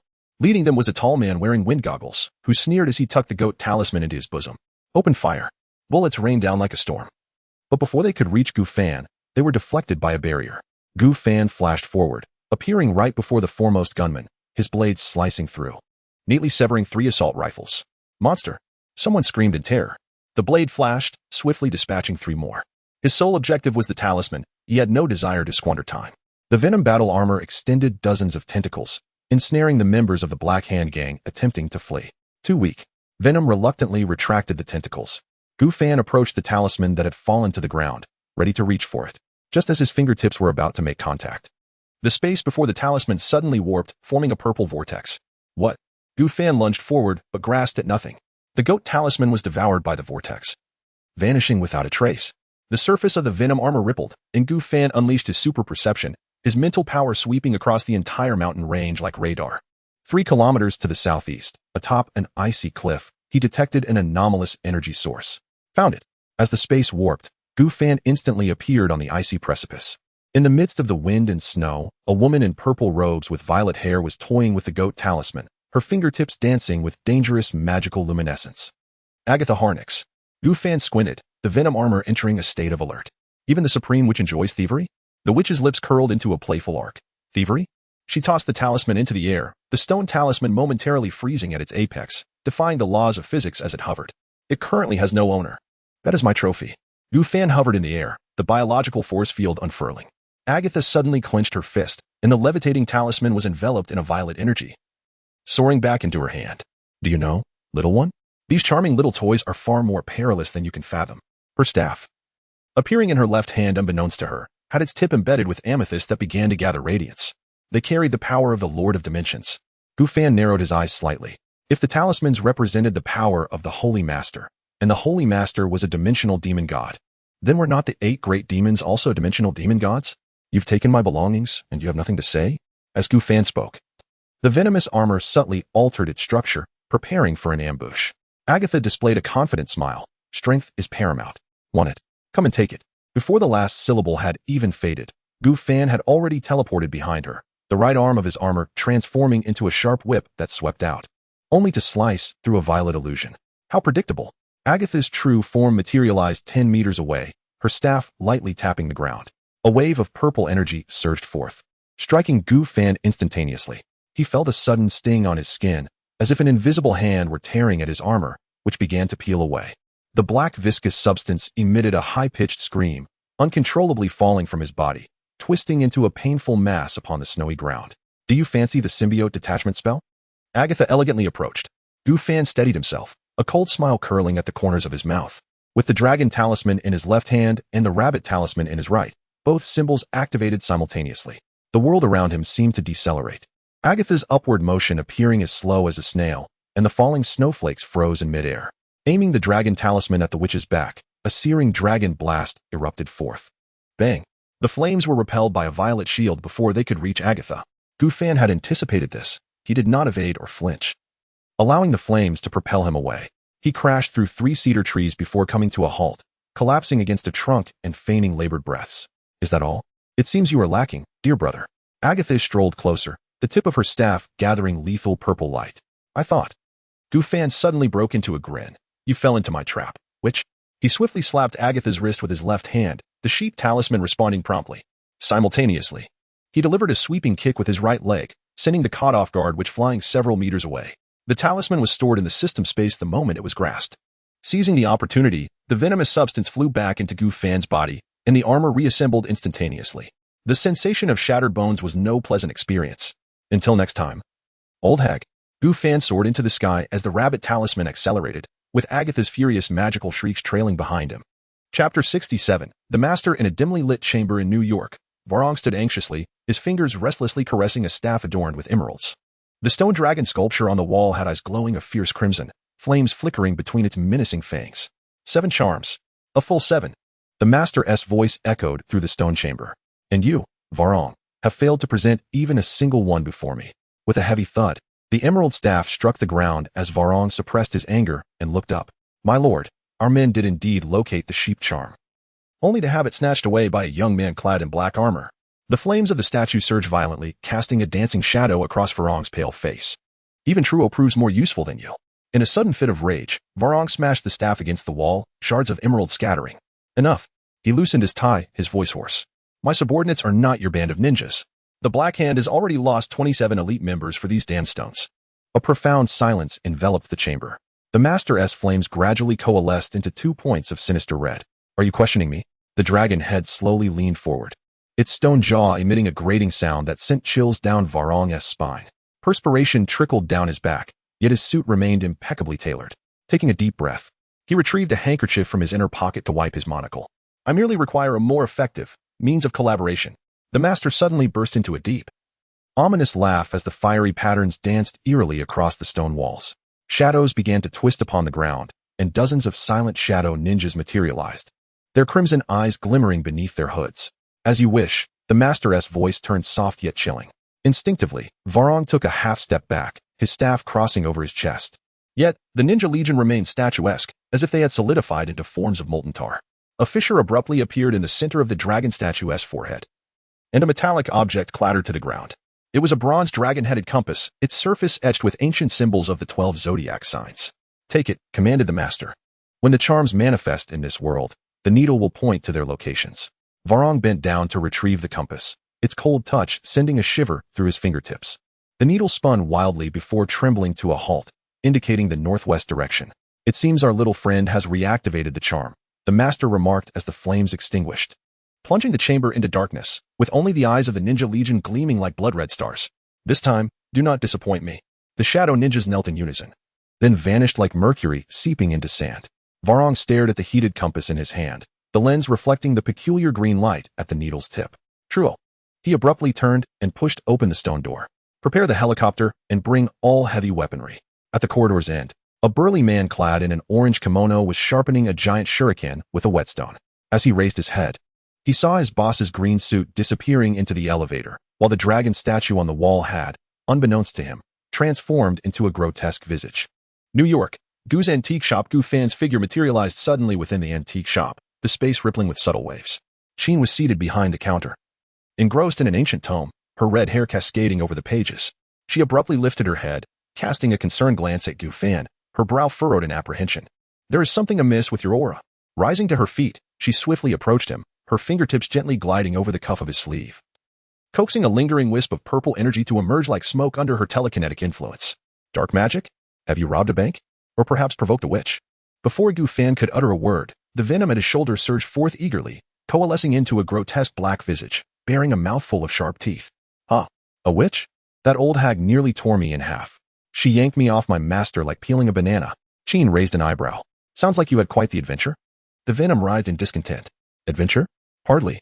It felt as though I were tossed into a washing machine and spun 100 times. However, It suddenly lowered its voice, a hint of smugness creeping in. In the end, my master delivered a resounding kick to her. The sight of her flying out was truly satisfying. Gu Fan chuckled softly, rapping his knuckles against the Venom's head. Enough boasting. He moved towards the counter, retrieving a sheep talisman from the system space, placing it delicately upon the table. The talisman shimmered with a warm glow under the light, the goat's patterns vividly lifelike. Agatha Haynix, he elucidated, one of the supreme witches, seems quite intrigued by the talisman. Sheen's gaze remained fixed on the talisman, her brow still furrowed. Is her sole interest the talisman? Or, she mentioned a holy lord, a sovereign of dimensions. Gu Fan pondered. The talisman's power may be more formidable than I anticipated. The Venom interjected with discontent. That old witch also spoke of dangerous little toys, such a hypocritical woman. Sheen's fingers unconsciously caressed the surface of the talisman when, suddenly, a flicker of gold and crimson flashed deep within her pupils. As if the power of the phoenix was stirred by some unseen energy, she abruptly withdrew her hand, her breath slightly quickened. Gu Fan keenly sensed her unease. Sheen? It is guiding me, she murmured, the talisman's power, and the phoenix's strength. Gu Fan's expression sharpened, and he promptly withdrew the talisman back into the system space. Sheen's demeanor gradually stabilized, yet her expression remained grave. The talisman is not merely a tool, she spoke slowly, if this is indeed the case. It could very well be a catalyst for awakening the phoenix's power. Gu Fan remained silent for a moment, his gaze deep and contemplative. If the talisman is truly connected to the dimensional demon, then gathering them may attract even greater troubles. The Venom tilted its head. Master, do you mean we might be targeted by an even bigger entity? Gu Fan did not respond, instead gazing out the window. The night was profound, the lights of New York still dazzling. Yet he seemed to perceive something further afield. In some dimension, a few cold eyes were fixated upon this place. It appears we must hasten our progress, he murmured. In the deep of night, Gu Fan stood by the window, his fingertips gently tapping against the glass as his gaze pierced through the city's neon glow. Sheen approached him, her red hair flowing like flames under the dim light. What troubles you? She inquired softly. Gu Fan did not answer immediately. Instead, he raised his hand, and the dragon talisman materialized within his grasp. Agatha is neither the first nor will she be the last, he remarked softly. The potency of the talismans is formidable, and the number of those coveting their existence far exceeds our imagination. Venom extended from Gu Fan's shoulder, its inky viscous form twisting into a visage. As long as they are not sorcerers, we can confront as many as come. Gu Fan shook his head, fearing the sorcerers. Sheen's pupils constricted slightly, the power of the phoenix stirring restlessly within her. Instinctively, she pressed her hand against her chest, inhaling deeply to quell the agitation. The Holy Master. She murmured, if the talismans are indeed fragments of his power, then where is he now? Gu Fan's gaze darkened. Sealed within a stone, he replied slowly. He is now but a statue. Venom grinned. So, Master, our adversary is a mere stone? Gu Fan nodded. More or less. Just then, the bell of the antique shop chimed unexpectedly. Gu Fan and Sheen instantaneously transported to the first floor and opened the door. Chapter 68. Shadow Ninja. Outside the Gu family antique shop stood a young man clad in a black leather jacket, adorned with sunglasses and a playful smile dancing on his lips. He tossed a talisman engraved with monkey motifs in his hand. Good evening, everyone. He raised an eyebrow. I've heard you are in pursuit of these antiques. Gu Fan replied with a smile. Shouldn't you introduce yourself before posing questions? The man removed his sunglasses, revealing a pair of bright eyes. John Constantine, professional exorcist, with a side profession as a problem solver. Gu Fan frowned. Your aura carries a peculiar blend of smoke and hell. Constantine grinned. Thank you for the compliment. Sheen glanced at him, sensing no immediate danger from the man. What do you wish to accomplish? Constantine waved the monkey talisman in his hand, a trade. This talisman belongs to you, and in return, I ask for a favor. Gu Fan crossed her arms. What favor? Constantine's smile faded slightly, his expression growing grave. A demon lord is collecting talismans. His name is Valak. Gu Fan remained unperturbed. Oh? As a lord himself, why would he covet the possessions of another lord? Constantine lit a cigarette, inhaling deeply. Who knows? Perhaps he seeks to collect. Sheen furrowed her brow. So you desire our assistance in confronting him? No. Constantine exhaled a puff of smoke. I shall handle the exorcism. You simply ensure the talismans do not fall into the wrong hands. Gu Fan remained silent for a moment before breaking into a smile. Though I am uncertain of your motivations, I find your proposal quite agreeable. Constantine gently tossed the monkey talisman to Gu Fan, who caught it deftly. It felt warm in her palm, as if welcoming its new owner. Care for some tea? I am not fond of tea, Constantine replied, cigarette between his lips as he took a step back. There's a dilemma in Manhattan awaiting my attention. He narrowed his eyes, adding with a hint of implication. By the way, be cautious with that thing. The transformation ability of the monkey talisman can occasionally have side effects. Gu Fan raised an eyebrow such as? Constantine offered a knowing smile, for instance, turning the user into a literal monkey. He flicked the ash from his cigarette, but for someone of your caliber, it should pose little issue. Jean stood beside Gu Fan, her red hair gently swaying in the night breeze. Thank you for the warning. Constantine waved his hand dismissively and turned, vanishing into the night of New York, his black coat flickering at the corner, leaving only the lingering scent of smoke behind. Venom peeked out from Gu Fan's shoulder, baring its teeth. This guy really knows how to irk someone. Gu Fan closed the door, the monkey talisman spinning on her fingertips before being tucked away into the system space. She turned to Qin, noticing the unwavering determination in her gaze. If they threaten you. Qin's voice was soft yet laced with undeniable strength. I can assist you. Gu Fan regarded her, a sudden smile breaking across her face.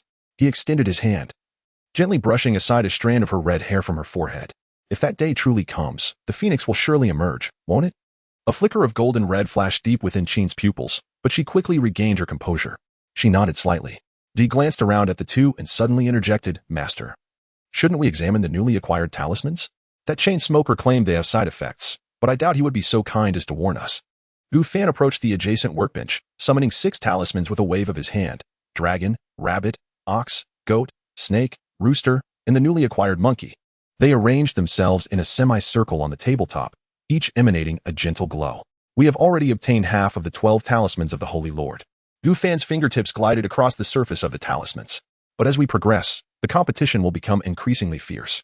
Qin stepped beside him, her red hair cascading onto the workbench. Agatha and the Valak mentioned by Constantine. Who else might appear next? Just as Gu Fan was about to respond, he suddenly froze, gazing intently at Qin, a smile slowly curling at the corners of his mouth. The enemy has already arrived, he murmured. Qin's expression shifted slightly, the golden red power of the phoenix surging within her. Shadows in the antique shop began to contort, writhing as if alive, pairs of crimson eyes igniting in the darkness. Dee rapidly enveloped Gu Fan, transforming into black battle armor, but Gu Fan shook his head. The space here is too confined.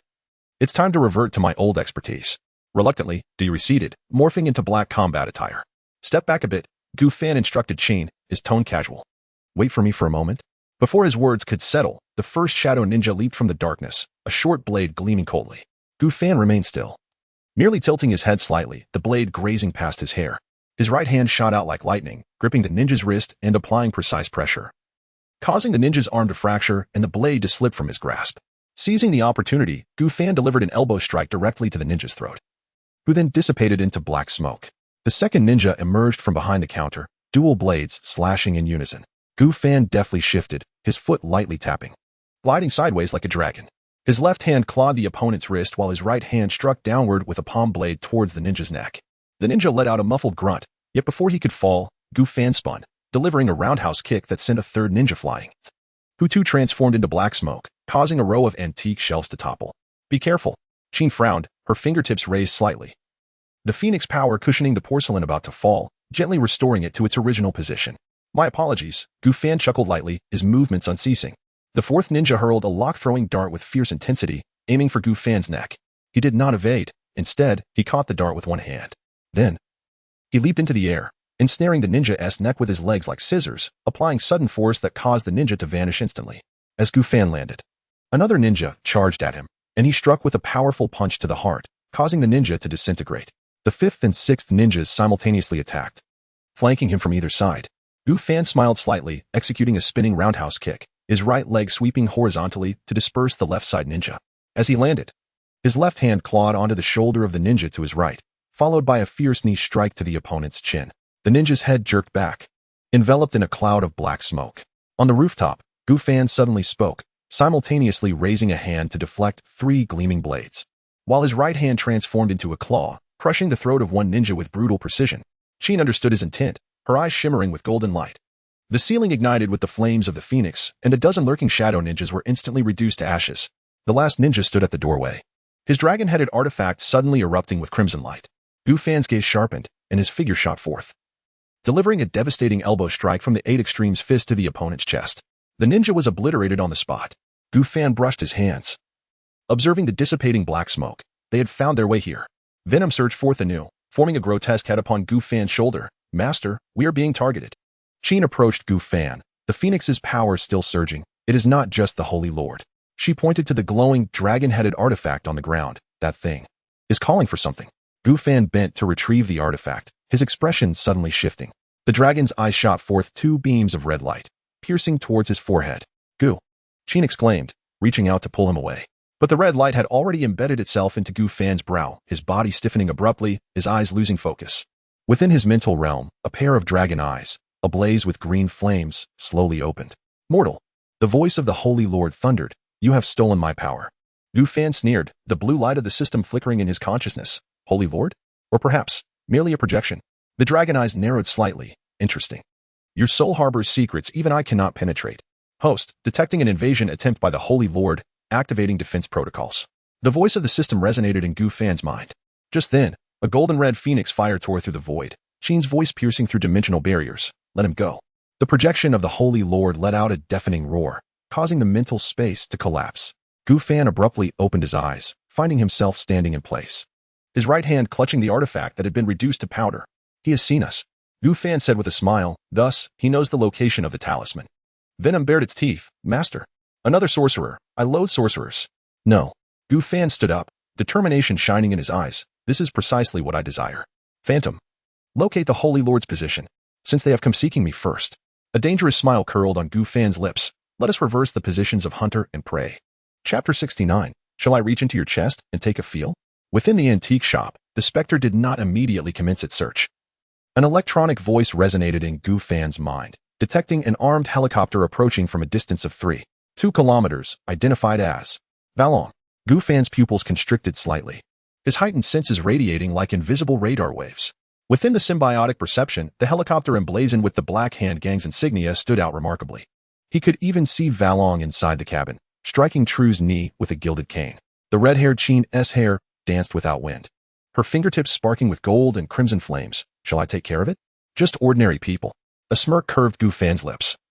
As venom coalesced into grotesque fangs upon his shoulder, a perfect opportunity to test his other abilities.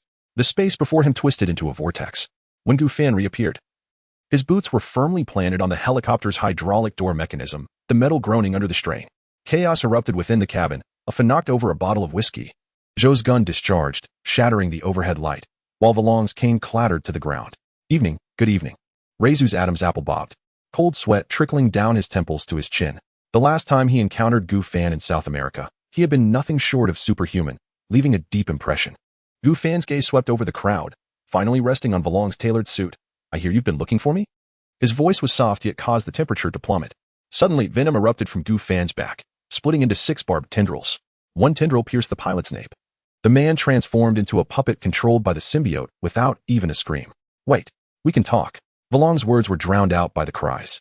5 black tendrils simultaneously penetrated the spines of him and 3 of his subordinates. A Fun convulsed as if electrocuted, while True's massive form crushed the seat beneath him.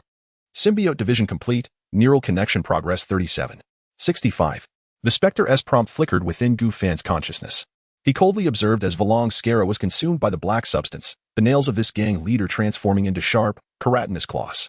You should consider yourselves fortunate. Gu Fan caressed the symbiote of venom coiling around his wrist, the original symbiote separated from venom. True suddenly emitted a roar that was anything but human. His muscles swelling to the point of tearing through his suit, skin erupting with black scales reminiscent of crocodile hide. Zhou's condition was even more bizarre. As he writhed independently on the cabin floor, when Valong raised his gaze once more, Gu Fan's figure was reflected in his pitch-black pupils. Master. The newly birthed symbiotes whispered in unison. Gu Fan nodded in satisfaction, issuing his last command before teleporting. Monitor the Lord, and report periodically through the symbiote channels. Upon Gu Fan's return to the antique shop, the helicopter had already turned away. Venom whispered in his ear, Master, those symbiotes have perfectly integrated. Valong and the others' consciousnesses have been suppressed, yet their memories and behavioral patterns remain intact. The Lord will suspect nothing. Gu Fan nodded in satisfaction, his eyes scanning the antique shop. Qin sat at the counter, propping her chin on one hand, her crimson hair cascading over her shoulders. A hint of contemplation in her eyes. Do you believe Constantine's words? Why would he choose to assist us? Gu Fan chuckled softly, his fingers idly playing with a talisman. That chain-smoking exorcist never engages in a losing proposition. He provides us with talismans merely to draw the fire away from himself.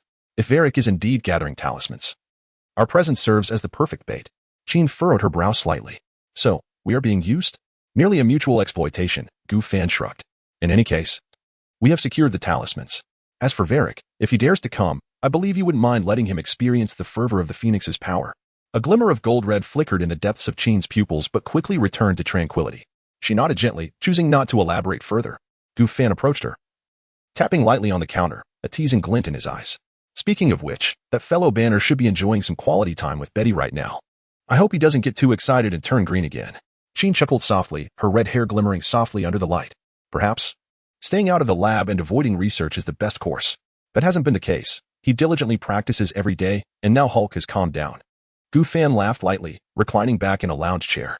In Tony Stark's Malibu mansion, Tony stood before a floor-to-ceiling window, fingers gripping a glass filled with a green liquid. The reactor in his chest emitting a faint cool glow. He gazed at the swirling chlorophyll concoction, his brow furrowing. Sir, your heart rate is exhibiting abnormal fluctuations once again.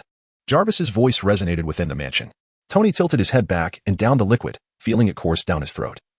Wrinkling his face in distaste, the concoction was 1,000 times worse than vodka. Jarvis, you say? He set the glass down, his fingers lightly tapping the cold, hard surface of the reactor in his chest. That guy Gu Fan claims he can resolve my issues. What exactly does he intend to do? Based on the available data, Mr. Gu demonstrates a self-healing ability that far exceeds known biological technologies, Jarvis replied in a steady, rational tone. According to your account, when he rescued you in Afghanistan, his armor seemed to belong to an extraterrestrial life form. Theoretically, he might be able to directly repair your cardiac tissue. Tony fell silent for a moment, then suddenly let out a scoff. So his solution is to let me touch your chest? From a biological perspective, this indeed appears to be the most straightforward method. Tony shook his head, striding towards the underground laboratory, his footsteps echoing crisply on the metallic floor. His gaze swept over the armors displayed on either side. From Mark I to Mark VI, each one a testament to his intellect. The issue is Jarvis. He paused in front of the latest Mark VI, his fingers gliding over the cold, sleek lines of the armor. I dislike being indebted to anyone, especially not for a favor that could save my life with just a touch. Yet you are indeed considering reaching out to him. Tony raised an eyebrow. I am merely curious about the principles of his technology. Shall I dial Mr. Gu's contact for you? Tony did not respond immediately. He flexed his wrist, and the armored components unfolded like mechanical butterflies, conforming seamlessly to his physique. As the faceplate sealed, the HUD interface illuminated, revealing a holographic map of New York before his eyes. Never mind, I shall pay him a visit directly. He flexed his wrist once more, the armor's thrusters humming as they charged. After all, that fellow's antique shop was going anywhere. Tony scoffed, and with a thunderous roar, the thrusters on his back erupted, propelling him through the villa's skylight. Glass shards refracted dazzling light under the sun. I relish surprises. Chapter 70. Heart Maintenance Service. Tony's armor soared above New York, its crimson and gold plating shimmering like a meteor in the sunlight. Pedestrians along Fifth Avenue paused, their mobile cameras tracking this dazzling trajectory. He pushed open the door to the antique shop, the bell chiming melodiously. At first glance, he spotted Quinn seated behind the counter, her red hair cascading over her shoulders, her fingertips gently tapping the surface as if lost in thought. Tony raised an eyebrow, a signature smirk playing on his lips. Wow, Quinn. It seems your shop offers delightful value-added services? Quinn glanced up at him, her tone cool. Mr. Stark, if you take another step forward, I wouldn't mind letting you experience another form of delightful service. Tony raised his hands in mock innocence. No need to be tense. I'm merely here to consult your boss about heart maintenance. Gu Fan emerged from the back room, idly toying with a monkey talisman, golden light dancing between his fingers. He smiled at Tony. Look who has graced us with his presence. If I'm not mistaken, you're in need of a treatment service, Tony. Tony feigned nonchalance, shrugging. Indeed, I've heard you offer heart enhancement packages. However, I must first ascertain that this won't result in me sprouting any strange appendages. Gu Fan chuckled lightly. Rest assured, the symbiote is far more obedient than you might think. Tony stepped closer to the counter, lightly tapping the surface with his fingers. So, what is the cost? Please don't tell me you require my signature. The latest reactor technology, Gu Fan replied straightforwardly, adding, well, let us keep that request for later. You can bring it up whenever you're ready. Tony's smile faltered momentarily but soon returned to normal. He fell silent for a few seconds, his gaze flickering as if weighing the pros and cons. Ultimately, he took a deep breath and nodded resolutely. Deal. Gu Fan smiled with satisfaction. Excellent. Tony looked around. So, where is your medical room? Should I lie down or? No need for such formality, Gu Fan interrupted, stepping closer. Before Tony could react, shadows surged behind Gu Fan, and the symbiote erupted like a dark wave, enveloping Tony entirely. WTF, Tony exclaimed, instinctively wanting to retreat. But the symbiote had already infiltrated the crevices of his armor, merging directly with his skin. He felt a chilling and powerful force coursing through him, enhancing his muscles, bones, nerves, and even at the cellular level. This This sensation was simply exquisite. Tony looked down at his hands. The black symbiotic substance coursing through his veins. He could feel an unprecedented surge of strength, as if he could shatter steel with a single punch.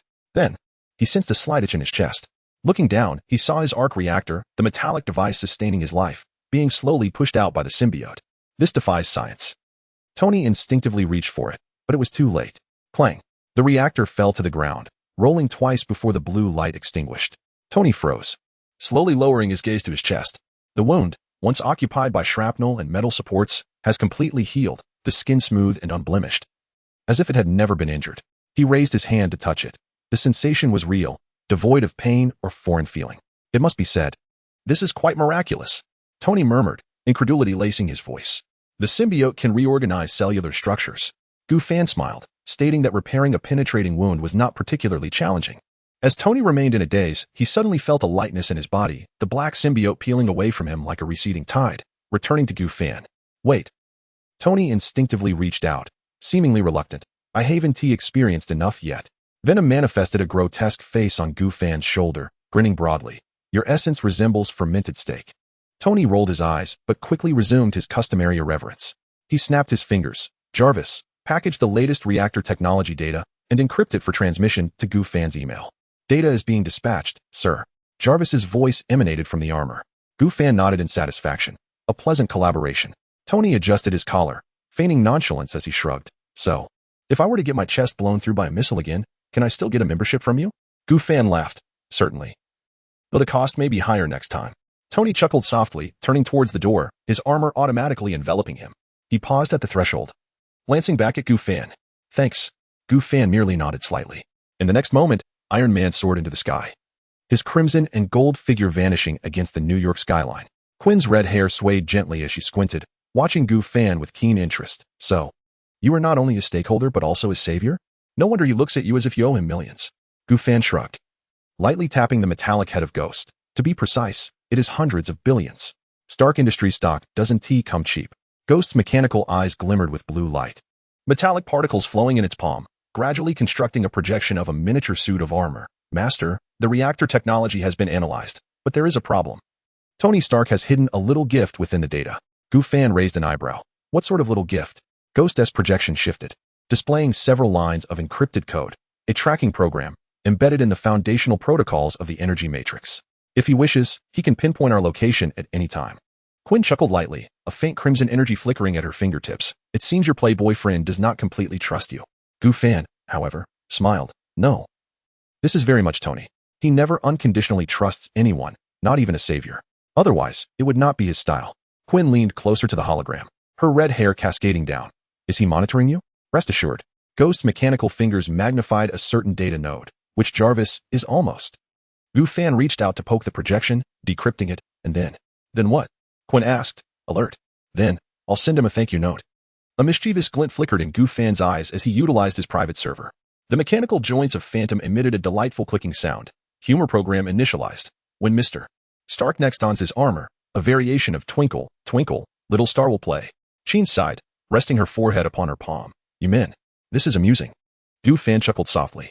The atmosphere fell silent suddenly, and then Sheen crossed her arms, lost in thought. "So, you saved him, invested in his company. And now you are appropriating his armor technology. What exactly do you seek to extract from him?" Gu Fan's smile momentarily faded, his gaze becoming profound. "It is not from him, Sheen, but through him." He approached the window, gazing out at the skyline of New York. Tony Stark is a genius, yet his worth extends far beyond a mere suit of armor. Venom slowly emerged from his shoulder, its deep voice tinged with intrigue. "Master, are you orchestrating a grand game?" Gu Fan remained silent, gently tapping the window frame. "Phantom." "Yes, Master." "Initiate the armor protocol." The mechanical eyes of Phantom suddenly illuminated with a crimson glow. "Command confirmed." Commencing reverse engineering, the prototype of the nano armor will be completed in approximately 3 hours. Sheen abruptly pressed her hand against Phantom's scanner. "Wait, you cannot possibly intend to replicate?" "Certainly not." The synthetic voice of Phantom resonated with metallic reverberations. "The hydraulic system of Mark VI resembles a flint knife from the Stone Age." It projected a holographic image, showcasing the gold and crimson armor being disassembled into countless tiny modules. "I am redefining what it means to fly in a suit." Sheen fixed her gaze on Gu Fan's silhouette, her red hair seemingly dancing without a breeze. "Very well, you had better know what you were doing." Gu Fan turned back, a meaningful smile curving upon his lips. Rest assured, Jean, I never engage in unprofitable ventures. Outside, the night sky of New York remained vibrant and bustling. Chapter 71. The grand oak doors of Xavier's School for Gifted Youngsters gently swayed in the night breeze, shards of glass strewn across the marble floor of the porch. Reflecting the silvery moonlight, Hank McCoy, the blue-furred beast, adjusted his spectacles perched on his nose, swiftly scrolling through data on his tablet to assess the aftermath of the battle. The West Wing's training grounds lay in utter ruin, and he sighed heavily, his voice laden with despair. Magneto had shown no restraint this time. Storm, standing before the shattered stained glass window, had her silver hair glimmering in the moonlight. A delicate tendril of lightning danced at her fingertips, a manifestation of her emotional turmoil. We could have stopped him, she asserted through clenched teeth, if Jean had been here. The atmosphere in the office grew tense in an instant. Cyclops gazed up sharply, his eyes narrowing behind the red quartz lenses. Don't speak of her, he rasped. She chose to leave. We don't know what she chose, remarked the mischievous little Marie softly, her fingers idly twisting a strand of white hair at her temple. The professor said she needed time. Colossus, Peter Rasputin, leaned against the wall with his immense metallic frame, producing a dull thud. Perhaps she has gone on a journey, he suggested in an attempt to lighten the mood. You know, ever since the last Phoenix incident, she has been somewhat off. In the center of the room, Charles Xavier's wheelchair remained still. The elderly man rested his hands on his knees, gazing through the broken window at the distant stars. His expression was serene, as if the cataclysmic battle that nearly obliterated the school had never transpired. Professor? Storm turned to him. You know where Jean is, don't you? The wheelchair slowly pivoted, Xavier's gaze sweeping across each person in the room.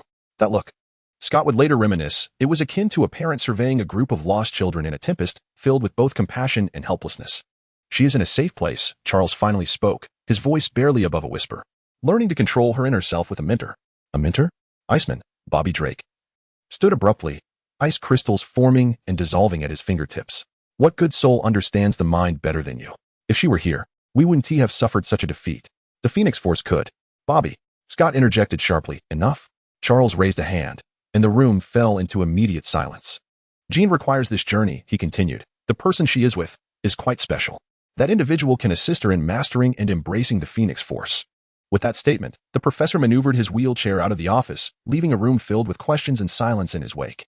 The meeting concluded hastily. As the others dispersed to address the aftermath, Wolverine, clutching an unlit cigar, caught up with Charles. Charles, he walked alongside the wheelchair. Who is this mentor? Charles halted the wheelchair and looked up at the man who resembled a son to him. Moonlight filtered through the corridor's stained glass, casting a mosaic of colors upon Logan's face. A person we all remain unfamiliar with, the professor softly articulated. Yet he possesses the capacity to shield Jean from the encroachment of the Phoenix's power. Logan furrowed his brow, the cigar rotating at the corner of his mouth. Are you certain he is not exploiting her? I cannot say for certain, Charles uncharacteristically conceded.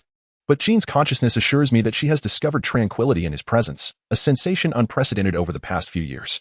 I observed the state of Jean's mind. She was learning to converse with the Phoenix rather than resist it. This was an extraordinary breakthrough. Logan remained silent for a moment, ultimately nodding in acknowledgement. As long as she is safe, he stated, before turning to stride into the night to inspect the school's defensive systems. Meanwhile, in the heart of Manhattan, within Goofan's antique shop, Jean Grey sat cross-legged on the second floor, her crimson hair cascading gently. Her eyes, no longer merely human, glimmered with the golden radiance of the Phoenix as they gazed into the night sky. They have come for me, she suddenly declared, her voice imbued with an ethereal detachment. Goofan lifted his gaze from his workbench, the talisman in his hand emanating a faint glow. Charles, he inquired, his tone as tranquil as if discussing the weather. Jean nodded, her fingers instinctively brushing against the window frame, leaving behind an almost imperceptible scorch mark. He has informed them of your situation. As expected, Goofan set down the talisman and approached her. As he drew nearer, the invisible heat that surrounded Jean miraculously diminished. He cares for you. Breathe steadily. Goofan's voice resonated from across the space, encouraging her to feel it like the ebb and flow of the tides. They do not comprehend. Jean turned to face Goofan, her golden pupils reflecting his figure. Only you and the professor know how to coexist with the Phoenix, rather than suppress it. Goofan smiled. Because I understand the essence of power, he remarked. Whether it be talismans, symbiotes, or the Phoenix Force, they are merely tools. The crux lies in who wields the tools. Suddenly, a mechanical voice echoed from downstairs. Master, the prototype of the nano battle armor is assembled.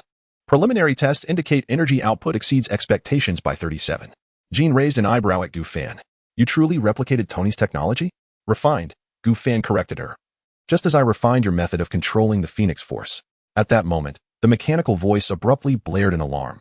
External intrusion detected. Stark Industries satellite is locking onto our location. Gu Fan remained unperturbed. Initiate counter-tracking protocol and dispatch the prepared gift. Jean gazed at him curiously. Did you anticipate that Tony would track you? I hoped he would. Gu Fan smiled. After all, I require him to reach out to me. Why? Because his intellect is of paramount importance, Gu Fan replied with a grin. Suddenly, Jean's brow slightly knitted, beads of sweat forming at her temples. It is too powerful. She struggled to articulate, her fingertips beginning to uncontrollably emit golden light. Gu Fan leisurely poured himself a cup of tea, the fragrant aroma enveloping the room. The Phoenix is not your enemy, Jean. It is you, just as the waves embody the ocean. He set down the teapot and retrieved a string of ancient wooden prayer beads from the realm of the system, gently placing them in the trembling palm of the Qin player. Acquired at great expense from the land of Huaxia, these beads, crafted from a millennium-old Bodhi seed, invite you to touch them and feel the inexhaustible vitality they emanate. The Qin player's fingers embraced the beads, and miraculously, the sparks gradually extinguished. She inhaled deeply, as a golden aura began to pulse rhythmically, no longer chaotic and wild. Very well, Gu Fan smiled. Now, attempt to converse with it, as one would with an old friend. The path of cultivation is long, Qin. Yet remember, the Phoenix's choice of you is not by mere chance. It perceives the essence within you that mirrors its own, not destruction, but the power of rebirth through nirvana. The Qin player did not respond immediately, and Gu Fan remained unhurried, continuing to study the talismans. After a long while, the Qin player suddenly spoke, a smile gracing her face. Gu, has anyone ever told you that you were quite extraordinary? Much like a certain allure. Is that so? Gu Fan chuckled in return. I have always been this way. Chapter 72. The quest reappears 3 days later. Gu Fan reclined in a lounge chair in the backyard of the antique shop, the afternoon sun filtering through the leaves and warming his skin. Dr. Banner sat cross-legged at a stone table, his rhythmic breathing resonating in the tranquil air. At the front desk, Qin Galay rested her chin on one hand, her crimson hair cascading gently, while the golden energy of the Phoenix flickered at her fingertips. Ding. A mission has been issued. The mechanical voice of the system suddenly echoed in Gu Fan's mind, jolting him awake. Mission details: travel to another world and rescue the oppressed populace. Deadline: 15 days. Rewards: to be determined by completion. Failure penalty: none. Gu Fan furrowed his brow. The description was exceedingly vague. Who was to be rescued? How would he accomplish this? Yet, as always, the system was miserly in divulging further information. He shook his head and rose from the lounge chair, which creaked softly beneath him. What's wrong? Qin immediately sensed his movement and turned her gaze towards him, her eyes reflecting his figure. I need to take care of some matters. Gu Fan approached the front desk, adjusting his cuffs with a casual gesture. Qin hesitated before inquiring. How long will you be gone? I'm not certain. It could be a few days, or perhaps a fortnight. Gu Fan shrugged, his eyes sweeping over the familiar decor of the shop. The antique clock ticked steadily, and various artifacts stood silently displayed within glass cabinets. Qin opened her mouth as if to say something, but ultimately whispered, just take care of yourself. You know, I still rely on the Phoenix power. I shall return promptly. Gu Fan nodded and turned towards the backyard. Dr. Banner had already opened his eyes, calmly observing him. Do not forget to continue your research on the serum's fusion, Gu Fan said, patting Banner's shoulder. I'll step out for a bit. Banner nodded steadily, urging caution. Gu Fan reached the center of the yard and took a deep breath. A dark symbiote seeped from beneath his skin, swiftly enveloping him and forming a sleek black exoskeletal armor. The armor gleamed with a metallic sheen, yet possessed a biological flexibility. System, initiate teleportation, he silently commanded.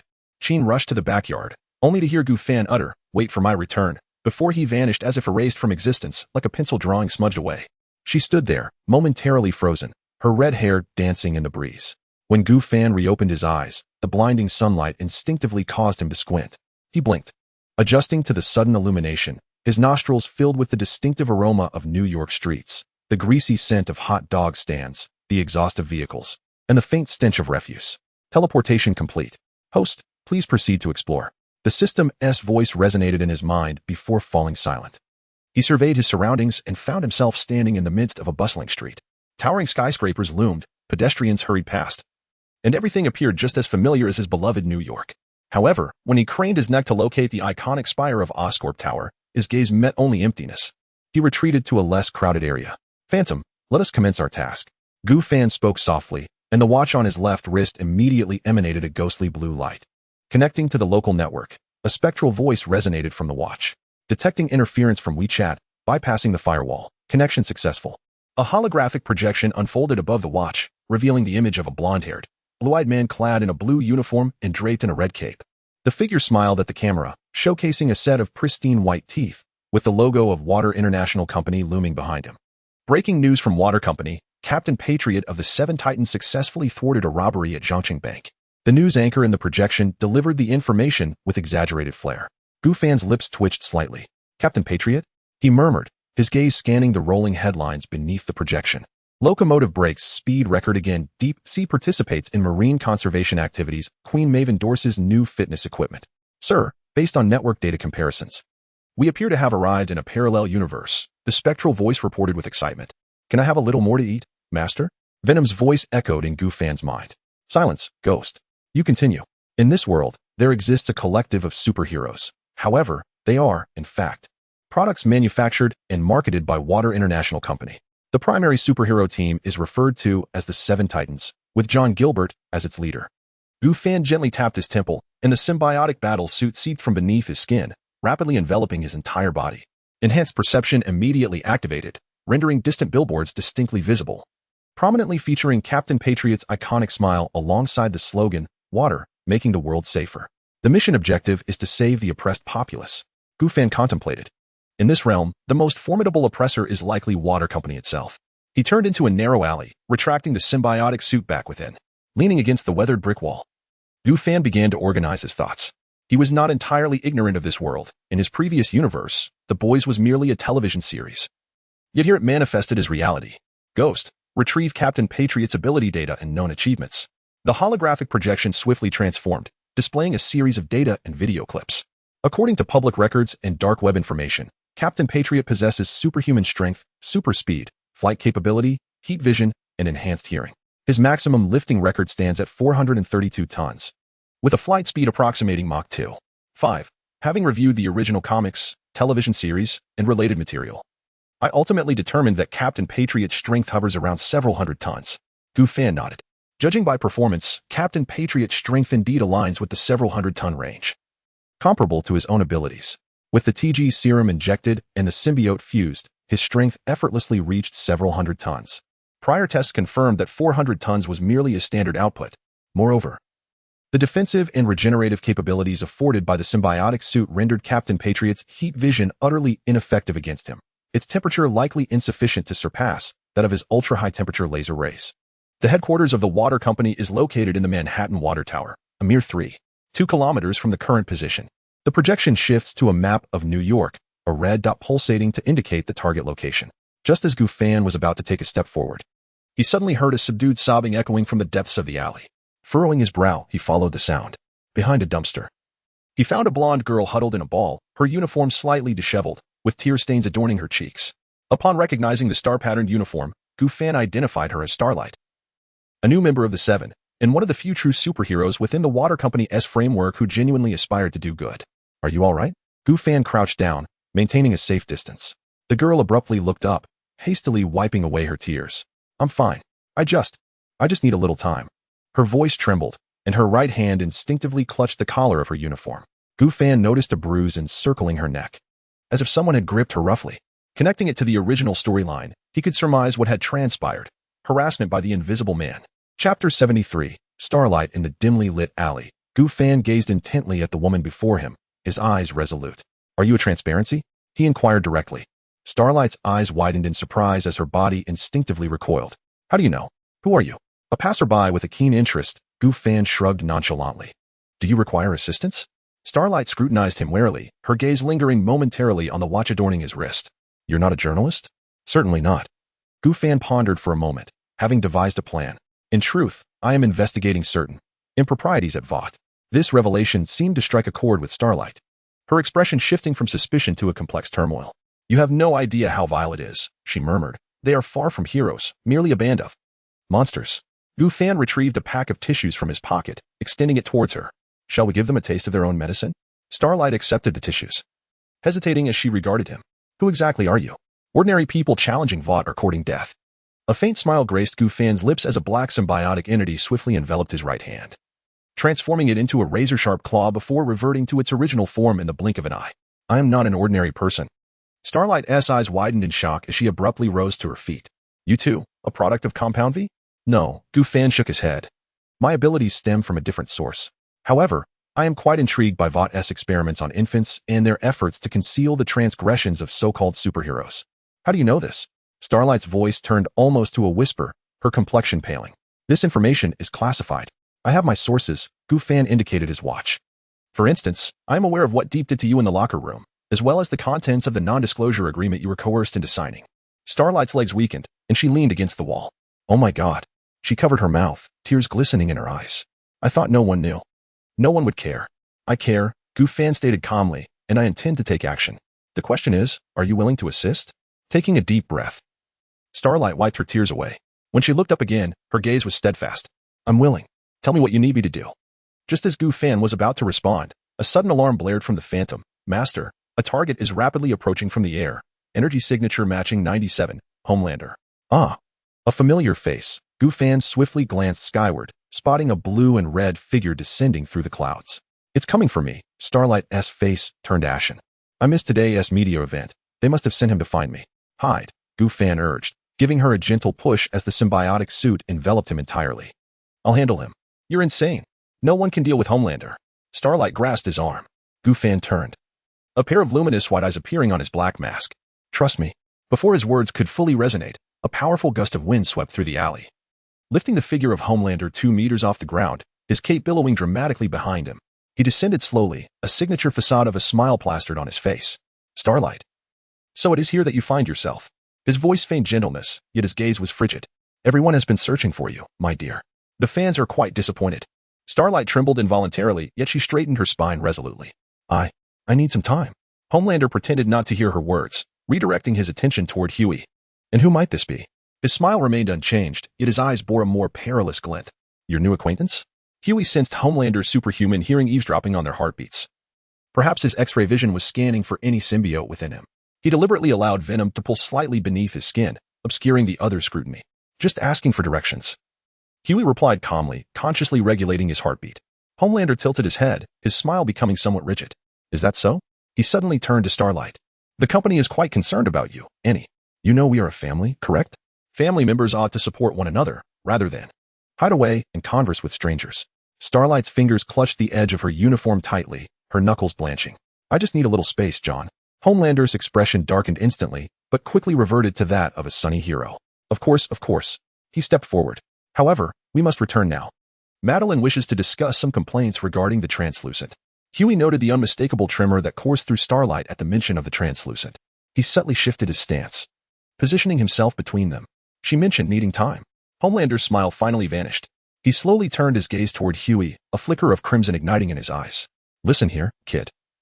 This is not your concern. Superhero matters are to be handled by superheroes, understand? And what if I insist on intervening? Huey provocatively lifted his chin, urging the symbiote beneath his skin to become more active, ready to erupt at any moment. The air seemed to solidify. Homelander's eyes began to glimmer faintly, a precursor to the imminent firing of his heat vision. Starlight looked on in terror at the two, her breaths becoming shallow. Just then, a woman's voice crackled through Homelander's earpiece. He frowned and pressed the earpiece. What? No? All right. I'll be there immediately. He reattached the facade of a smile, though the murderous intent in his eyes remained unyielding. It seems fortune favors you today, kid. He grasped Starlight's arm firmly. We must go, Annie. There's an emergency. Starlight struggled momentarily, but surrendered to the warning glare of Homelander. Before being whisked away, she cast a glance back at Huey, her lips silently forming the words, Vought Tower, basement level 3. Huey nodded slightly, watching as Homelander soared into the sky with Starlight, vanishing between the skyscrapers. He shrugged, having anticipated a confrontation with Homelander, only to be surprised by his departure. Ghost, document all physiological data from Homelander just now. Completed. Abnormal fluctuations in hormone levels and traces of compound V have been detected. Conclusion, the direct confrontation with the risks is generally manageable. Gu Fan nodded, stepping out of the narrow alley. The sunlight once again graced his face, yet this time he felt no warmth. The task at hand was more intricate than he had anticipated. Not only did he have to contend with the Waters Corporation, but he also had to safeguard Starlight, a potential ally. However, it was not excessively challenging. It merely required greater effort. He gazed towards the towering Waters Tower in the distance, its dark glass facade shimmering under the sunlight, resembling a sword piercing the sky. The game has begun, Gu Fan murmured, as he blended into the bustling streets of New York.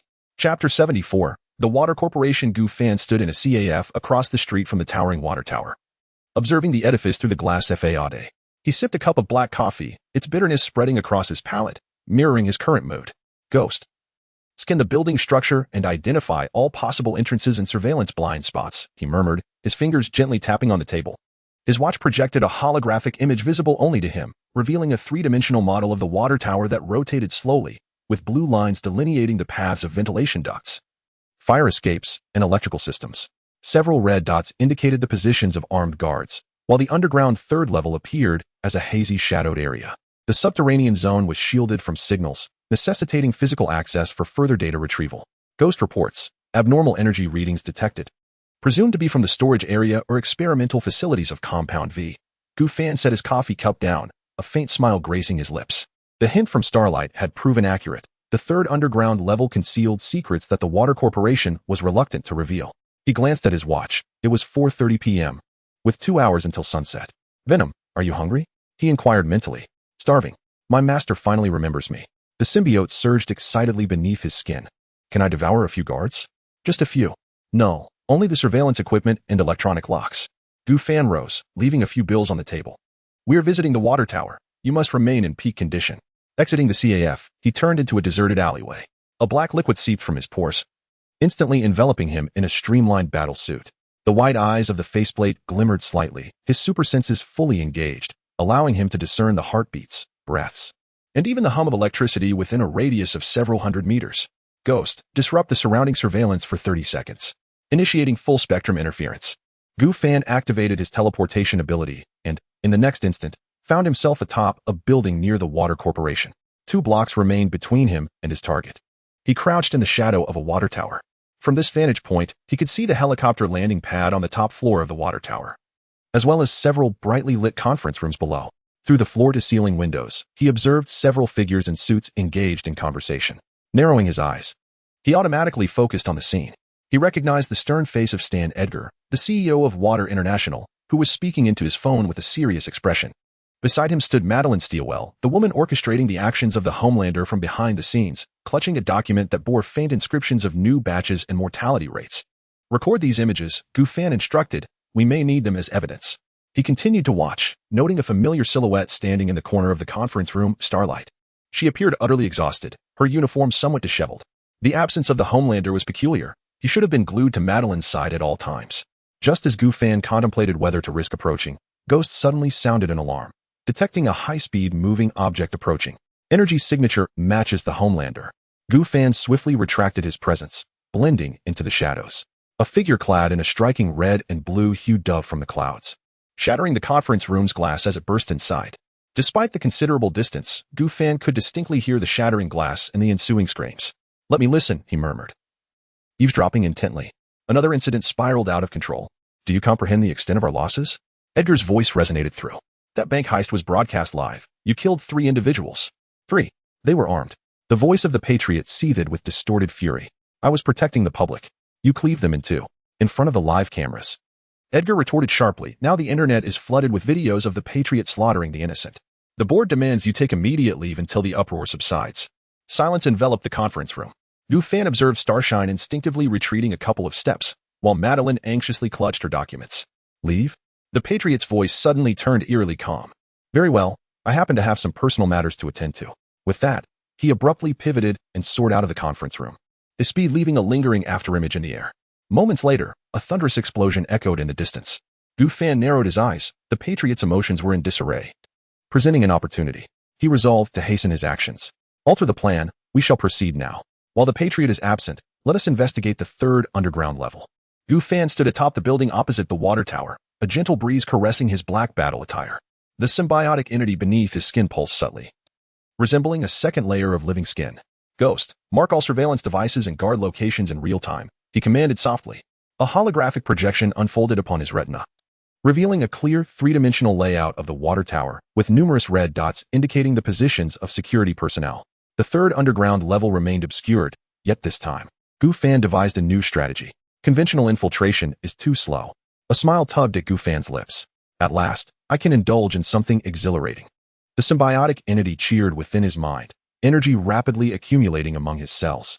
Gu Fan pinpointed an unoccupied corner of the third underground level. In an instant, the space warped. His body disassembled into countless black particles, only to reconstitute instantaneously at the target location. The entire process took less than 0.1 seconds without triggering any alarms. The new environment was enveloped in darkness, illuminated only by the faint red glow of emergency lights. Gu Fan's night vision adjusted automatically, revealing that he was in a storage room filled with metal boxes labeled with the hazardous compound V. Thermal scans indicated the presence of 2 guards to the right of the corridor. Ghost reports. Gu Fan had no intention of using the door. He raised his right hand. The symbiotic entity reshaping into a firing aperture, and a searing white laser silently shot forth, melting a perfect circle into the wall. The edges of the incision glowed a deep crimson, and the air was thick with the scent of molten metal. He stepped through the opening. The 2 guards, upon hearing the noise and turning around, were ensnared silently by black tendrils, swiftly subdued and pulled into the darkness. Too easy, the symbiotic voice exclaimed eagerly. Can I burn through the next door? Control the temperature at the control point. Do not trigger the fire alarm. Gu Fan warned as he approached the main laboratory at the end of the corridor. This time, he opted for a direct approach, facing the heavy blast door. Gu Fan extended his hand to press against the biometric panel, and the ghost seamlessly infiltrated the circuitry, swiftly decrypting the security protocol in mere seconds. As the door slid open, a blinding blue light flooded in. The sight before Gu Fan caused his pupils to constrict. Dozens of incubation chambers were arranged in the center of the laboratory, each containing a floating child. Their eyes were closed, connected to various tubes, with labels on the chambers indicating batch 47 and codes such as B7 and C2. Truly inhumane. Even though he had mentally prepared himself, witnessing the scene firsthand still made him squint. He hastened toward the control console, ready to release these children. Suddenly, his super hearing detected footsteps approaching from the corridor. Gu Fan instantly melted into the shadows of the ceiling, listening as 2 researchers in white lab coats drew near. The survival rate for batch 47 is only 23, the tall one complained. The board is quite dissatisfied. Edgar demands the new hero team be launched next month. The shorter one replied, we can only increase the dosage. They swiped their cards to enter the laboratory. Gu Fan shadowed them closely. The laboratory appeared larger from the inside, with surgical rooms and monitoring stations flanking the incubation area. One researcher approached the control console and retrieved a set of data. B7 has had another episode today. The thermal vision burned through the restraint device. Mark it for elimination, the other researcher said coldly. Extract compound V and use it on the next batch. Chapter 75. Direct confrontation. Gu Fan's gaze shifted towards the B7 incubation chamber they had mentioned. Within lay a frail, golden-haired boy, appearing no older than 7 or 8. His eyes tightly shut. The data displayed on the chamber indicated his abilities were thermal vision and limited flight, a replica of the Patriot. Gu Fan understood. Walter Corporation was not merely fabricating superheroes, but was also endeavoring to mass-produce elite combatants akin to the Patriot. He resolved to cease his concealment. Cloaked in black armor, Gu Fan emerged from the shadows, his voice transformed into a low, sharp resonance through the symbiotic entity. Good evening, gentlemen. The 2 researchers whirled around, their faces draining of color. Why you? Who are you? How did you get in? The taller one stammered, his hand subtly inching toward the alarm button. In a flash, Gu Fan struck, a dark tendril ensnaring the researcher's wrist. I advise against that. Security, we have an intruder. The shorter one managed to shout before another tendril silenced him. Gu Fan approached the control panel, swiftly scanning the data displayed on the screens.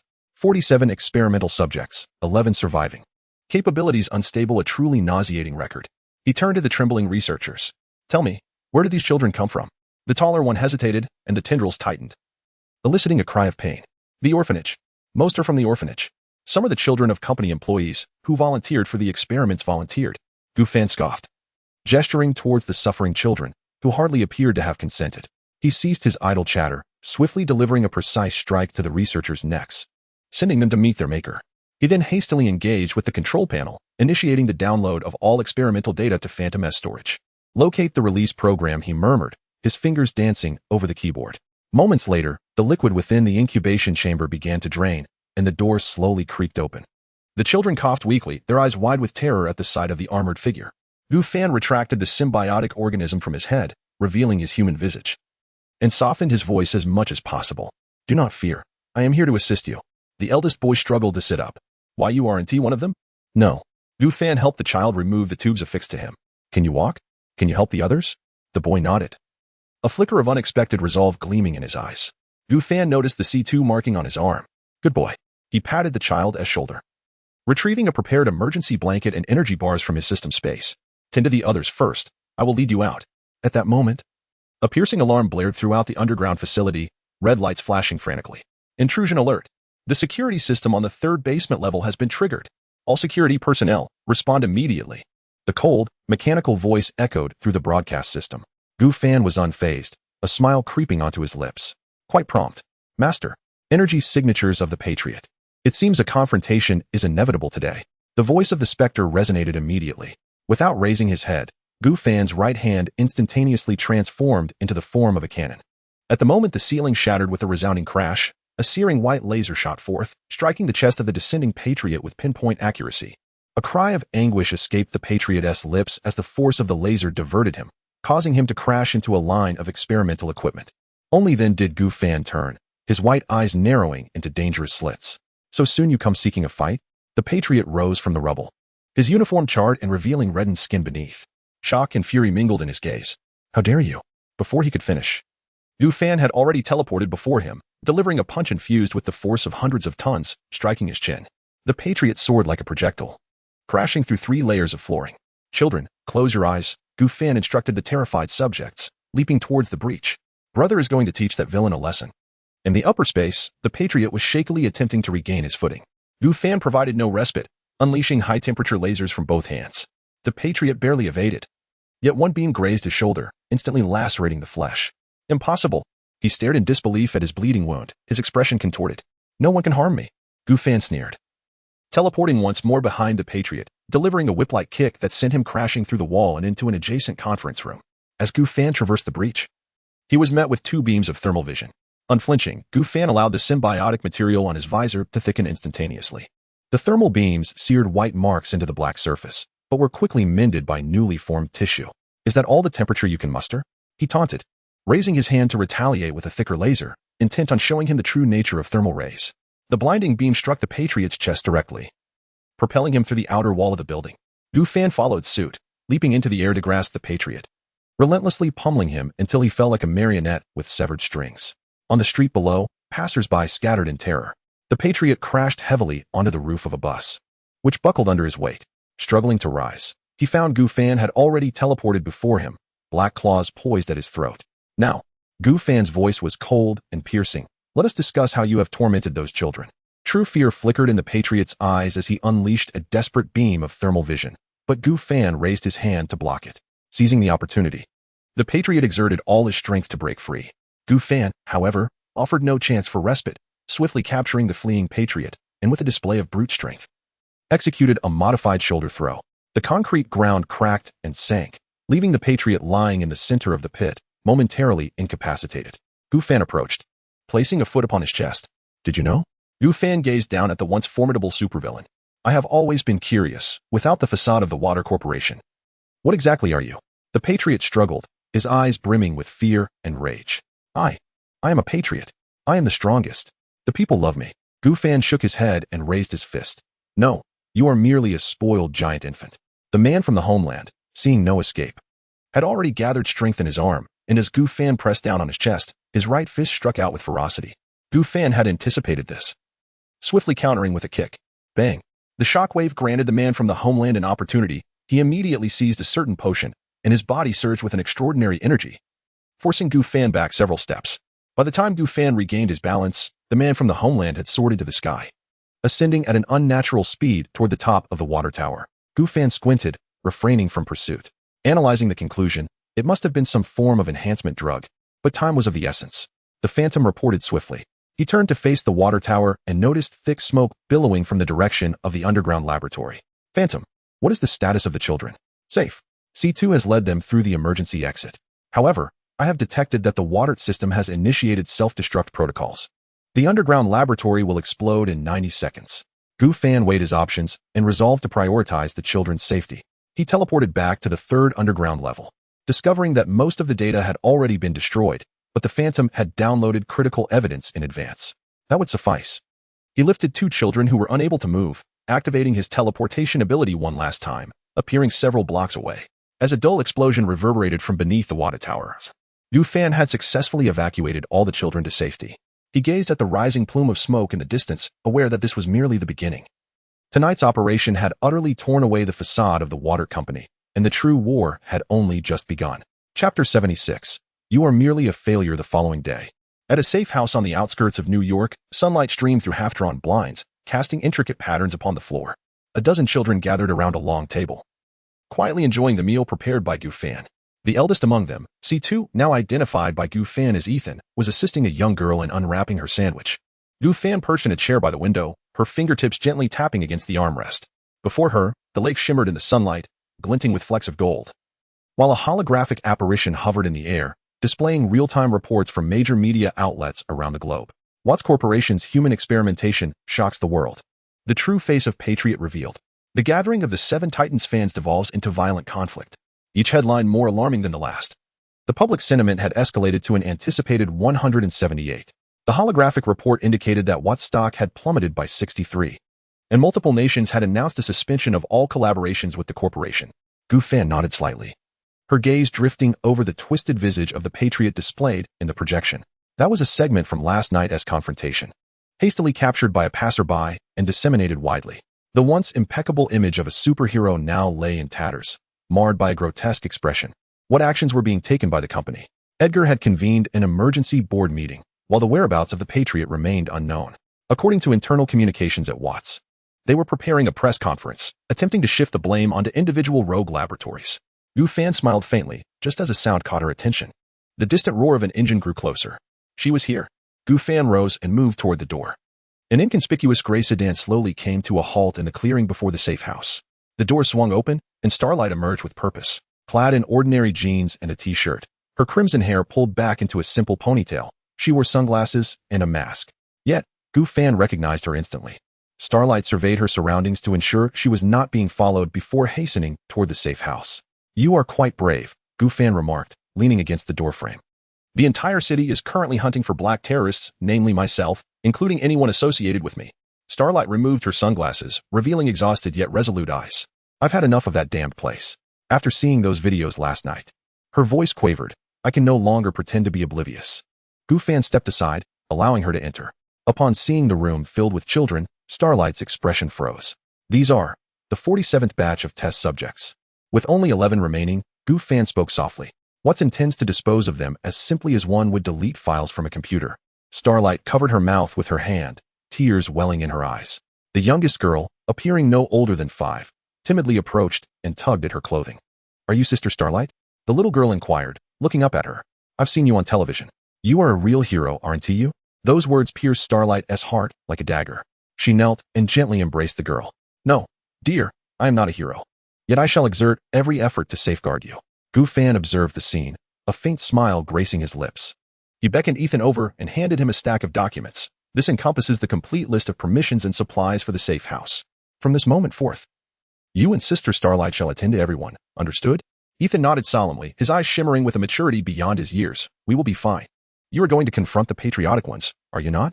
Gu Fan refrained from providing a direct answer, gently ruffling the boy's golden hair. Remember, power is not a weapon for flaunting, but rather a responsibility to protect others. He turned to Starlight. This place is secure. I will disable all tracking. The supplies will suffice for 2 weeks. Thereafter, the world will have long been turned upside down. Starlight offered a wry smile and took the conversation forward. Be cautious. The patriotic one injected the latest compound V last night, which is said to triple one's abilities. Gu Fan raised an eyebrow. No wonder that punch carried considerable force. He moved towards the door, the black battle suit seeping from beneath his skin. Take good care of them. Once I deal with Walter, someone will provide these children with a true home. Starlight suddenly called out to him. Wait. She hurriedly approached and handed him a small data chip containing the blueprints of all secret passages in the Walter Tower, as well as the weaknesses of the patriotic ones. Gu Fan accepted the chip. Having anticipated its contents, he feigned ignorance. I thought the patriotic ones had no weaknesses? Everyone has them. Starlight's voice was soft. His weakness is Madeline Steelwell, the woman he believes to be his mother. I have examined extensive data, and the analysis indicates that the patriotic one exhibits a pathological attachment to Madeline, consistent with the characteristics of the Oedipus complex. Gu Fan inserted the chip into his watch, and the holographic projection instantly updated the three-dimensional map of the Walter Tower, a red marking the location of Madeline's office. Intriguing. Venom enveloped his entire being, his white eyes narrowing. It appears our superhuman requires psychological therapy. Starlight wished to say more, but was abruptly interrupted by a ghostly alarm. High-speed moving object detected approaching. Energy signatures match those of the patriotic ones. Distance, 5 kilometers, speed, Mach 2. 8. Gu Fan instantly shifted into combat mode. The surface of his black suit glimmering with metallic sheen. Take the children to the basement. I shall handle this. Starlight immediately sprang into action, directing the children to retreat to the rear of the safe house. Ethan hesitated for a moment, then dashed to Gu Fan's side. I can be of assistance. My thermal vision. Your responsibility is to protect others. Gu Fan interjected, his tone brooking no argument. Go now. You are a man. Fulfill your duty. Just as the last child vanished at the stairwell, the roof of the safe house was entirely torn away. In the blinding sunlight, the patriotic one hovered above, his eyes radiating a perilous red glow. His uniform was more tattered than the previous day, his exposed skin marred by bulging veins, his muscles grotesquely swollen. I have found you, insect. The voice of the patriotic one quivered with a mad intensity. I shall tear you to shreds. Gu Fan wasted no words, raising his hand to unleash a laser beam. The patriot, with astonishing speed, suddenly appeared before Gu Fan, delivering a powerful punch to his abdomen.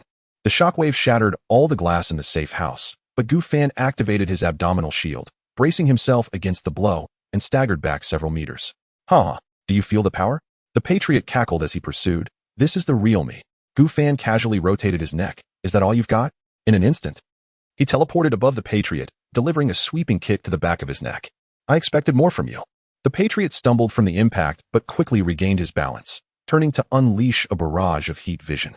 Gu Fan deftly dodged, causing the lake behind him to instantaneously vaporize, enveloping the area in thick mist.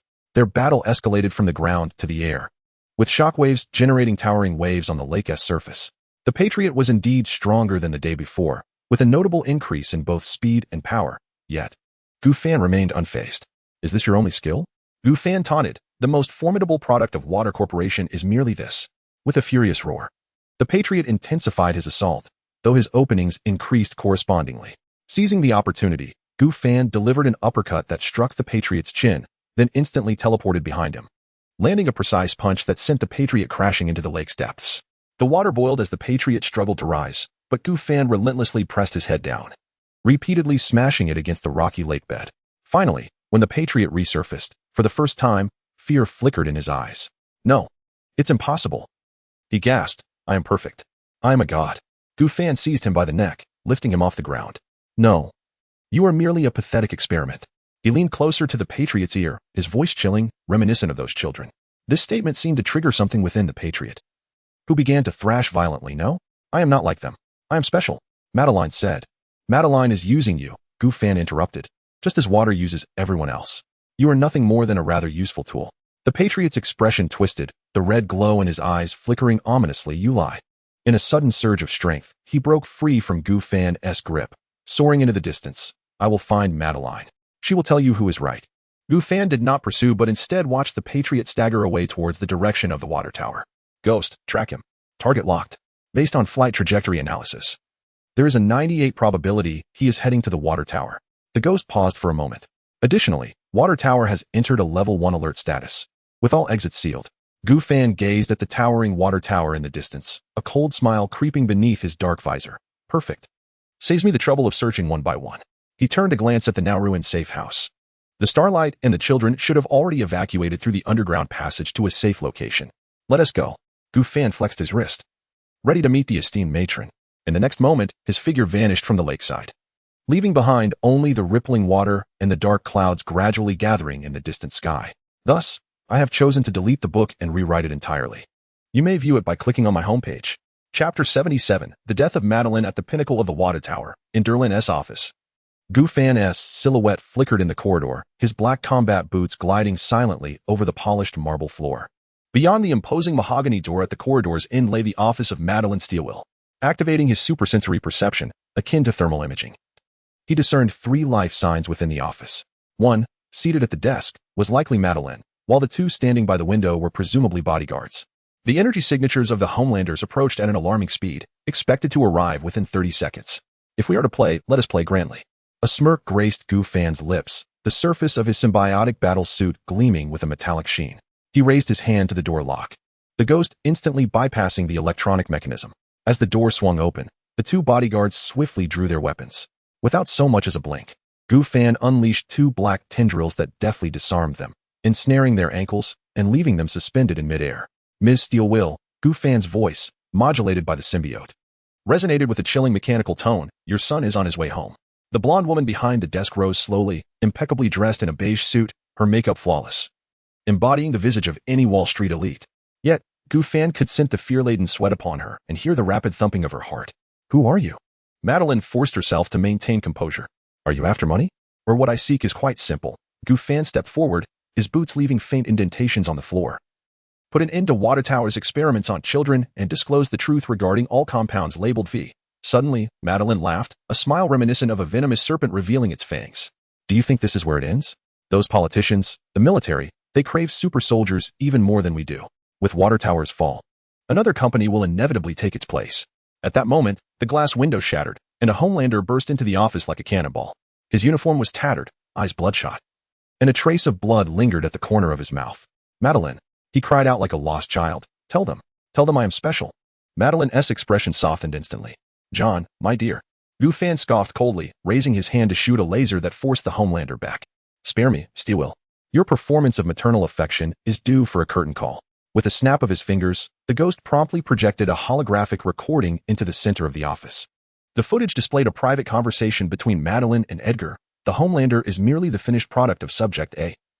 We need more controllable alternatives. The mortality rate of those test subjects is too high. It matters not. The orphanage is rife with children. The Homelander's face contorted in anguish. This isn't true. Madeline, tell me this isn't true. Madeline's elegant facade finally shattered. John, please let me explain. Explain what? Gu Fan interjected.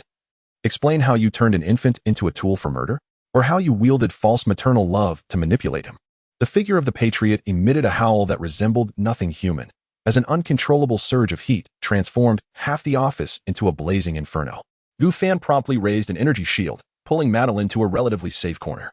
Look at your beloved son, Gu Fan whispered in her ear. This is the monstrosity you have wrought. Madeline's pupils constricted as she replied, you do not understand. Without me, he would annihilate the entire city. Then it becomes even more intriguing, Gu Fan retorted, releasing her and turning to face the frenzied Patriot. Hey, John, would you like to discover the true identity of your mother? The Patriot's movements abruptly halted, the crimson glow in his eyes flickering uncertainly. What? Gu Fan commanded the Spectre to display another recording. The screen revealed a gaunt woman with chestnut hair, locked away in a containment chamber at the What Laboratory. Lena Gilbert. Aged 23, one of the first volunteers for Compound V, Gu Fan explained calmly. She believed she was participating in a standard drug trial until she realized she was pregnant. The Patriot stood frozen, as if struck by lightning. No, this cannot be. When What discovered that the fetus had inherited superpowers, he took you from her, Gu Fan continued. Your mother was administered a memory-erasing agent and now resides in a nursing home in Ohio. The Patriot sank to his knees, tears welling in his eyes. Mom. At that moment, Madeline suddenly retrieved an oddly shaped handgun from a drawer, aiming it at Gu Fan's back. Die, monster. The gunshot rang out. But the bullet was deflected the instant it came into contact with the biological force field. Gu Fan did not even turn around. He merely waved his hand. And a dark substance firmly pinned Madeline against the wall. How pathetic, Gu Fan sighed. You have created a god, yet you foolishly attempt to control him with mortal means. The Patriot slowly rose, the red glow in his eyes completely extinguished. As he gazed at Madeline, his expression caused this calculating woman to finally erupt in a desperate scream. John, dear. Silence.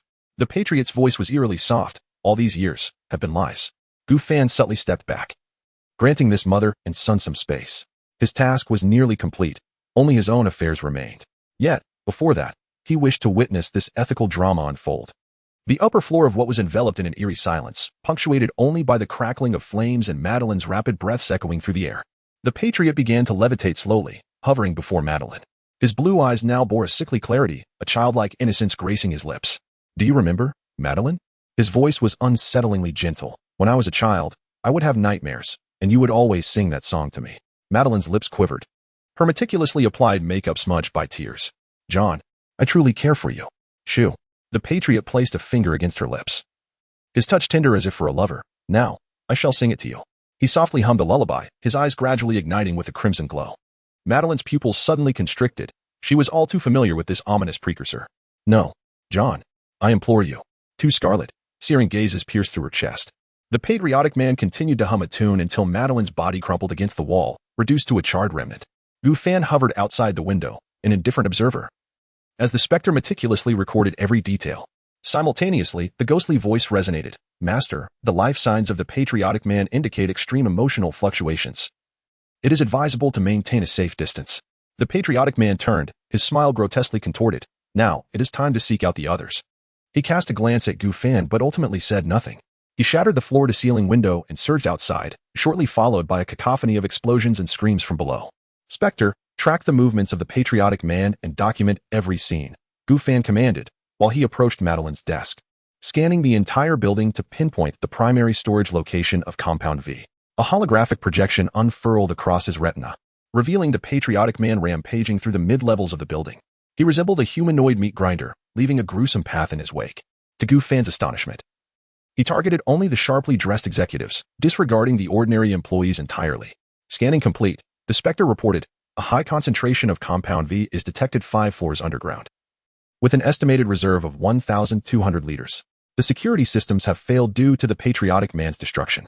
Gu Fan nodded, casting one last glance at Madeline's charred corpse on the wall. This cunning woman had likely never envisioned that the beast she meticulously nurtured would be the first to devour her. Let us proceed. We shall claim our spoils. Chapter 78. The corruption of the patriotic people. What company? Gu Fan instantaneously transported himself to the 5th underground level, emerging in a corridor illuminated by flickering lights. The blaring alarms echoed incessantly, yet no one paid them any heed. All security personnel were desperately fleeing upwards, attempting to escape the slaughter wrought by the patriotic people. What company had transformed into a veritable hell on earth?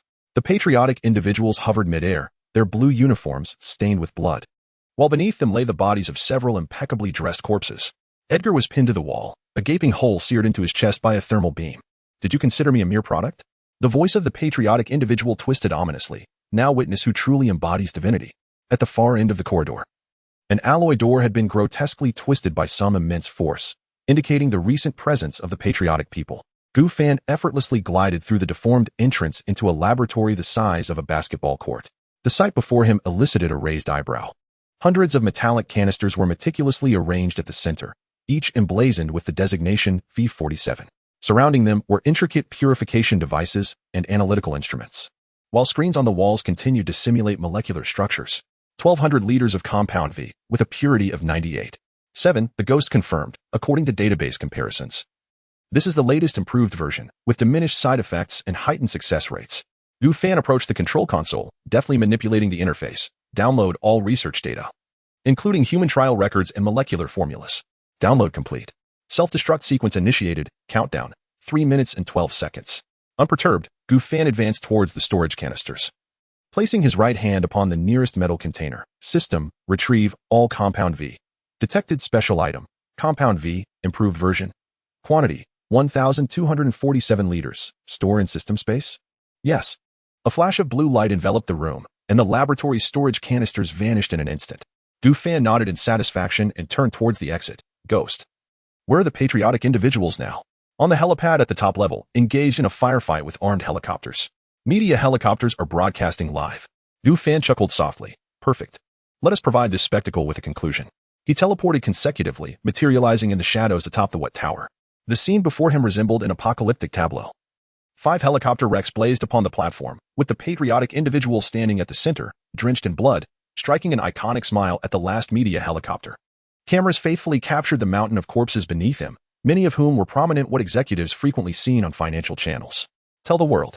The patriotic individual bellowed into the lens. This is the fate of those who deceive the gods. Gu Fan silently appeared behind him. Well said, John. But have you forgotten something? The patriotic individual whirled around, his face still alight with manic glee. You. This is all your fault. No, this is the fault of what? Gu Fan replied calmly. They created you, but never imparted to you the essence of humanity. The patriotic individual's eyes glowed crimson once more. I do not need to be human. I am a god. 2 beams of thermal energy shot forth. Gu Fan neither flinched nor evaded. The symbiotic battle suit instantaneously thickened, dispersing and absorbing the intense energy. Behold your current state. Gu Fan's voice resonated through the mask, embodying a chaotic killing machine, much to Walter's delight. You speak nonsense. The patriotic man shouted, charging forward, his fist slicing through the air towards Gu Fan's face. Gu Fan effortlessly caught the blow, executing a shoulder throw that sent the patriot crashing into the ground. They have long prepared replacements. Remember the 47 batches of experimental subjects? The patriot struggled to rise, his expression suddenly clouded by confusion. Those children. Indeed. Gu Fan stepped closer. If you refuse to comply, they can readily substitute you with another patriot. This statement proved to be the final straw. The patriot knelt, clutching his head, emitting a primal howl. His visage grew increasingly grotesque, veins bulging beneath his skin as the excessive compound V turned against him. Ghost, document this scene. Gu Fan retreated a few steps and ascended into the sky. The world needed to witness the true nature of the hero crafted by Walter. As Gu Fan departed, the patriot spiraled out of control, hurtling in an unknown direction. Outside the safe house, the setting sun bathed the lake in a crimson hue. Gu Fan's silhouette emerged in the twilight, his black battle attire slowly shedding to reveal his tranquil visage. The door of the safe house slid open silently, and Starlight stood at the threshold, her red hair gently lifted by the breeze, her eyes reflecting a lang of emotions. Is it over? She inquired softly. Gu Fan nodded, his gaze drifting past her into the interior. The children were gathered on the living room carpet, Ethan teaching the youngest girl how to fold paper airplanes. The atmosphere surprisingly serene. With Walter's upper echelon nearly extinguished and the Patriot gone mad, he stepped inside, casually tossing a data chip to Starlight. This contains all of Walter's incriminating evidence, including records of human experimentation, proof of bribing politicians, and a complete chain of their media manipulation. Starlight caught the chip, her fingertips trembling slightly. This is enough to shake the entire nation. Not just that. Gu Fan approached the window, gazing at the darkening skyline in the distance. The 7 are still alive, they will inevitably resurface. Deep sea, locomotive, Shinsei. Starlight bit her lip. They will not relent. That is inconsequential. Gu Fan replied matter-of-factly. Should they dare to reappear, I shall deal with them personally. He turned to face Starlight and the children. What are your plans moving forward? Starlight took a deep breath, her determination evident. I will protect them until a new order is established. With Walter's downfall, the government will surely intervene. We need a safe haven. Gu Fan pondered for a moment, then retrieved a metallic card from the system space and handed it to her. This is Walter's black account funds, designated for you and the children. Starlight accepted the card, her fingers gently caressing its cold surface, then suddenly looked up and asked, And what about you? Are you leaving? No, I will assist in stabilizing matters until the time comes for my departure, Gu Fan affirmed resolutely. He had not received a notification of mission completion.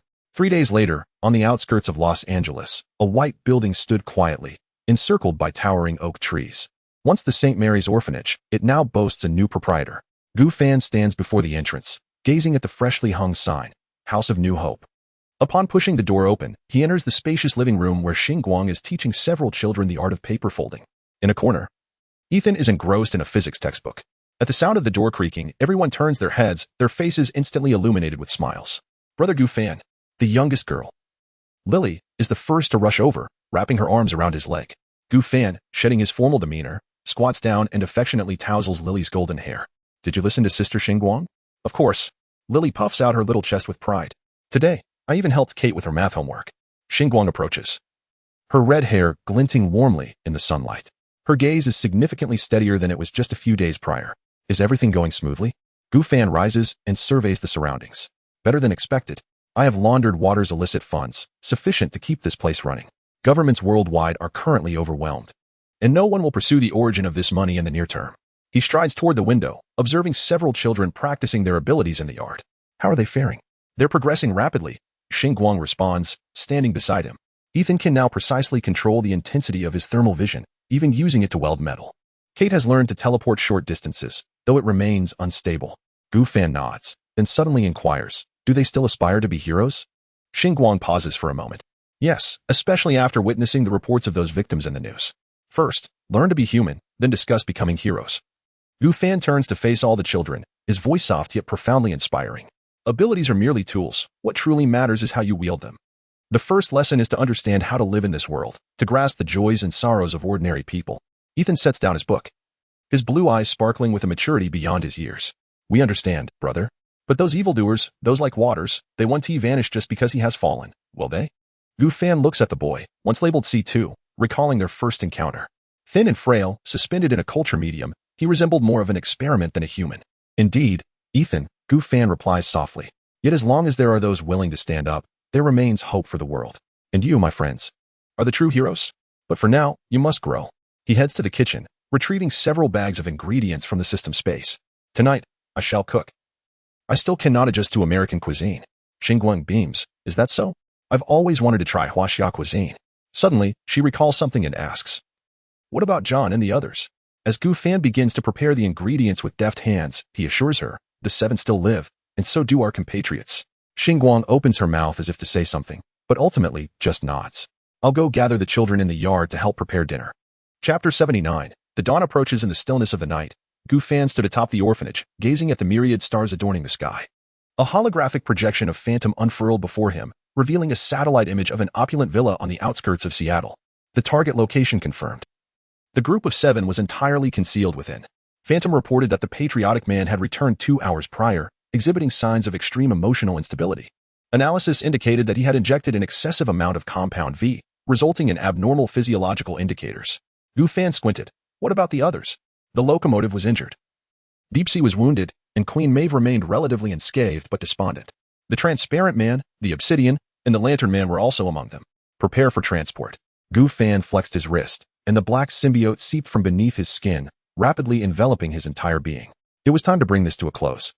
The villa in the outskirts of New York was ablaze with lights yet radiated in eerie silence.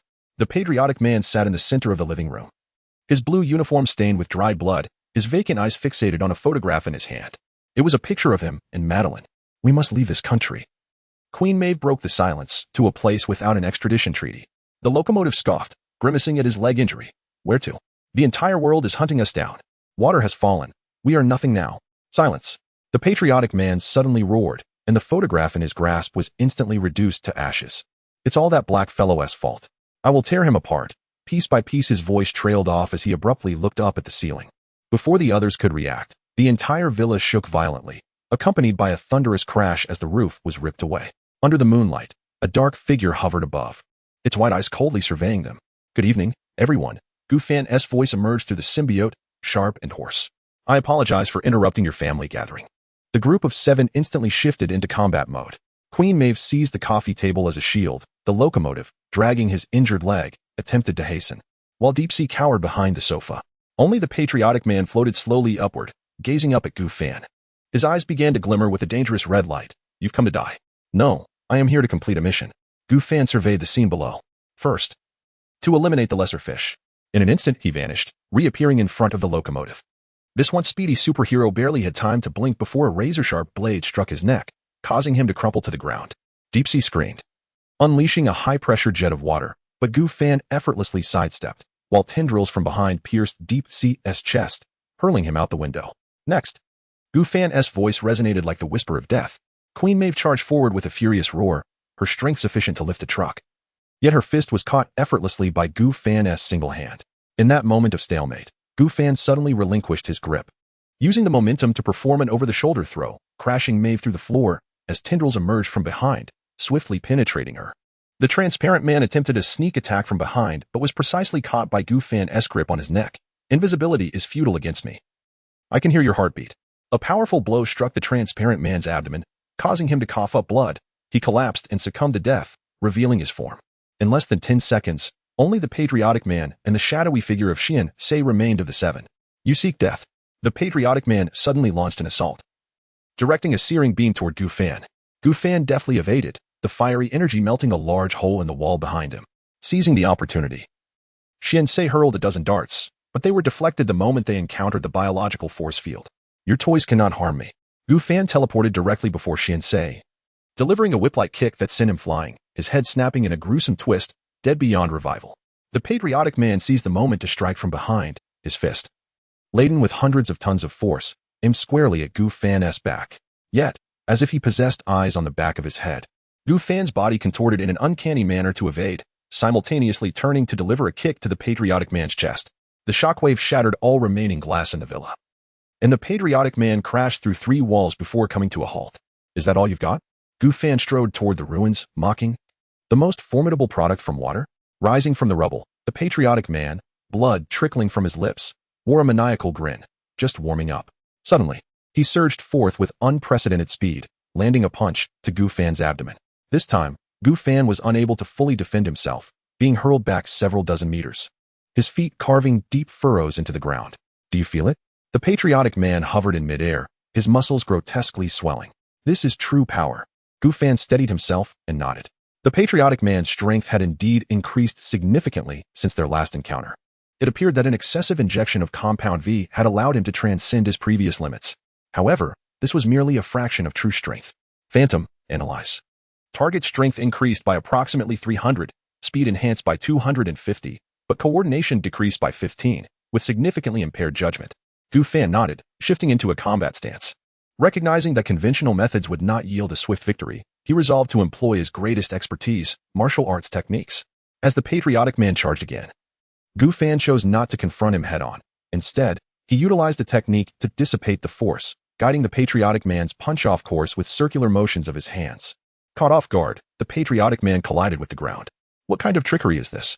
He furiously rose, his eyes ablaze with rage. Gu Fan remained silent, suddenly altering his footwork, gliding effortlessly, and delivering a spinning kick to the patriotic man's temple, staggering several steps. The patriotic man had yet to regain his balance when Gu Fan unleashed a flurry of rapid punches, each strike targeting the same area.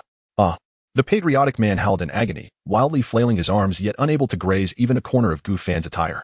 Gu Fan continued to teleport, weaving around the patriotic man, intermittently delivering elbow strikes, knife hand blows, and whip kicks, each technique striking true. Though the patriotic man's strength was formidable, he resembled a clumsy child, utterly unable to match Gu Fan's rhythm. Stop! Fight me like a man! The patriotic man roared, unleashing a chaotic barrage of fiery beams that ignited everything around him. Gu Fan suddenly halted, standing 3 meters before the patriotic man. As you wish. With a sinister grin, the patriotic man charged forward. Yet Gu Fan did not flinch or evade. At the very moment the fist was about to make contact, Gu Fan slightly inclined his body, swiftly wrapping his right arm around the patriot's limb, leveraging his strength to execute a flawless shoulder throw that sent the patriot crashing into the ground. Before the patriot could react, Gu Fan planted his foot firmly on his chest, transforming his right hand into a cannon-like shape as searing white energy began to coalesce. It is over, John. Gu Fan's voice was frigid. This world had no need for false deities. Fear finally surfaced in the patriot's eyes. No, you cannot. I am a patriot. I am a high-temperature laser beam pierced through the patriot's skull, leaving a bottomless pit in the ground as its aftermath. The once mighty superhero had silently transformed into a charred corpse. Gu Fan slowly straightened his form and surveyed his surroundings. The 7-man team lay dead, and no threats remained. Phantom, document the scene and upload it to the network. Completed. Global media would broadcast the downfall of the 7-man team in 30 minutes. Gu Fan cast one last glance at the Patriot's lifeless body before turning towards the night sky. The sun in Los Angeles continued to shine brightly. In the yard of the New Hope house, children were learning to control their abilities under the guidance of Starlight. Gu Fan stood at a distance, watching for a moment as a smile unconsciously crept across his lips. Mission accomplished. Mission completion assessment in progress. The system's voice suddenly echoed. Assessment complete. Completion rate 98. Rewards will be distributed upon return. Gu Fan nodded and approached Starlight and the children. He had 1 day remaining. In a day, he would return to his own world. But here, in this universe that was once shrouded in darkness, they were on the brink of dawn. Chapter 80. Return to the antique shop the following morning. The sun of Los Angeles filtered through the thin mist, casting its warm glow upon the lawn of the New Hope house. Gu Fan stood beneath the oak tree, observing as Ethan meticulously used his heated gaze to toast slices of bread for Lily, golden sparks dancing through the air. If the temperature were to drop another 15%, Gu Fan reminded, remember, control is more crucial than strength. Ethan nodded, the crimson light in his eyes diminishing slightly. The bread was perfectly golden, and Lily cheered as she received it, taking a hearty bite. Starlight emerged from the house, a tablet in hand. Her blonde hair was casually tied back, and faint dark circles under her eyes revealed a sleepless night. Look at this, she said, handing the tablet to Gu Fan. On the screen was a breaking news headline. Video of the 7S demise scene exposed, world shocked. The footage displayed the haunting close-up of charred bodies, a stark reminder of the tragedy. The comments section erupted with mixed reactions. Some cheered, some questioned, while many pondered the implications of the superhero system. The government has established a special investigative committee, Starlight murmured. They contacted me this morning, hoping I could provide testimony. Gu Fan returned the tablet to her. What do you intend to do? Starlight gazed toward the children frolicking in the yard, her expression resolute. To speak the truth. About Vought, about Compound V. About all the lives they've shattered. A gentle breeze swept by, carrying the crispness of early autumn. The hem of Gu Fan's black trench coat swayed lightly as he suddenly glanced at his watch. Is it time? Starlight sensed a shift. Gu Fan nodded. I must leave. Taking a deep breath, Starlight stepped forward impulsively but halted. Reminded of her own failures, she whispered, thank you for everything. Gu Fan gently patted her back. Take care of them. And of yourself. The children seemed to sense the moment, gathering around.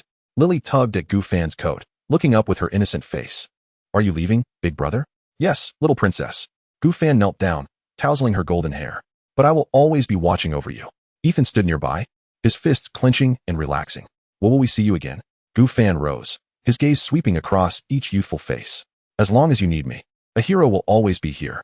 The watch emitted a faint hum, the countdown reaching 10 seconds. Gu Fan took a few steps back, the black symbiote seeping from beneath his skin, gradually enveloping his entire being. Remember, his voice resonated through the mask, his white pupils glowing faintly. With great power comes great responsibility. 9, 8, 7. Starlight shielded the children behind her, her golden hair ablaze in the morning light. 6, 5, 4. Gu Fan's figure began to blur, like pencil marks erased from a page. 3, 2, 1. Goodbye, he whispered. In the final second, Lily suddenly broke free from Starlight's grasp and dashed toward the dissipating shadow. Her small hand reached through the void, grasping only a beam of sunlight. Will he return, right? Lily asked the Starlight, her blue eyes glistening with tears.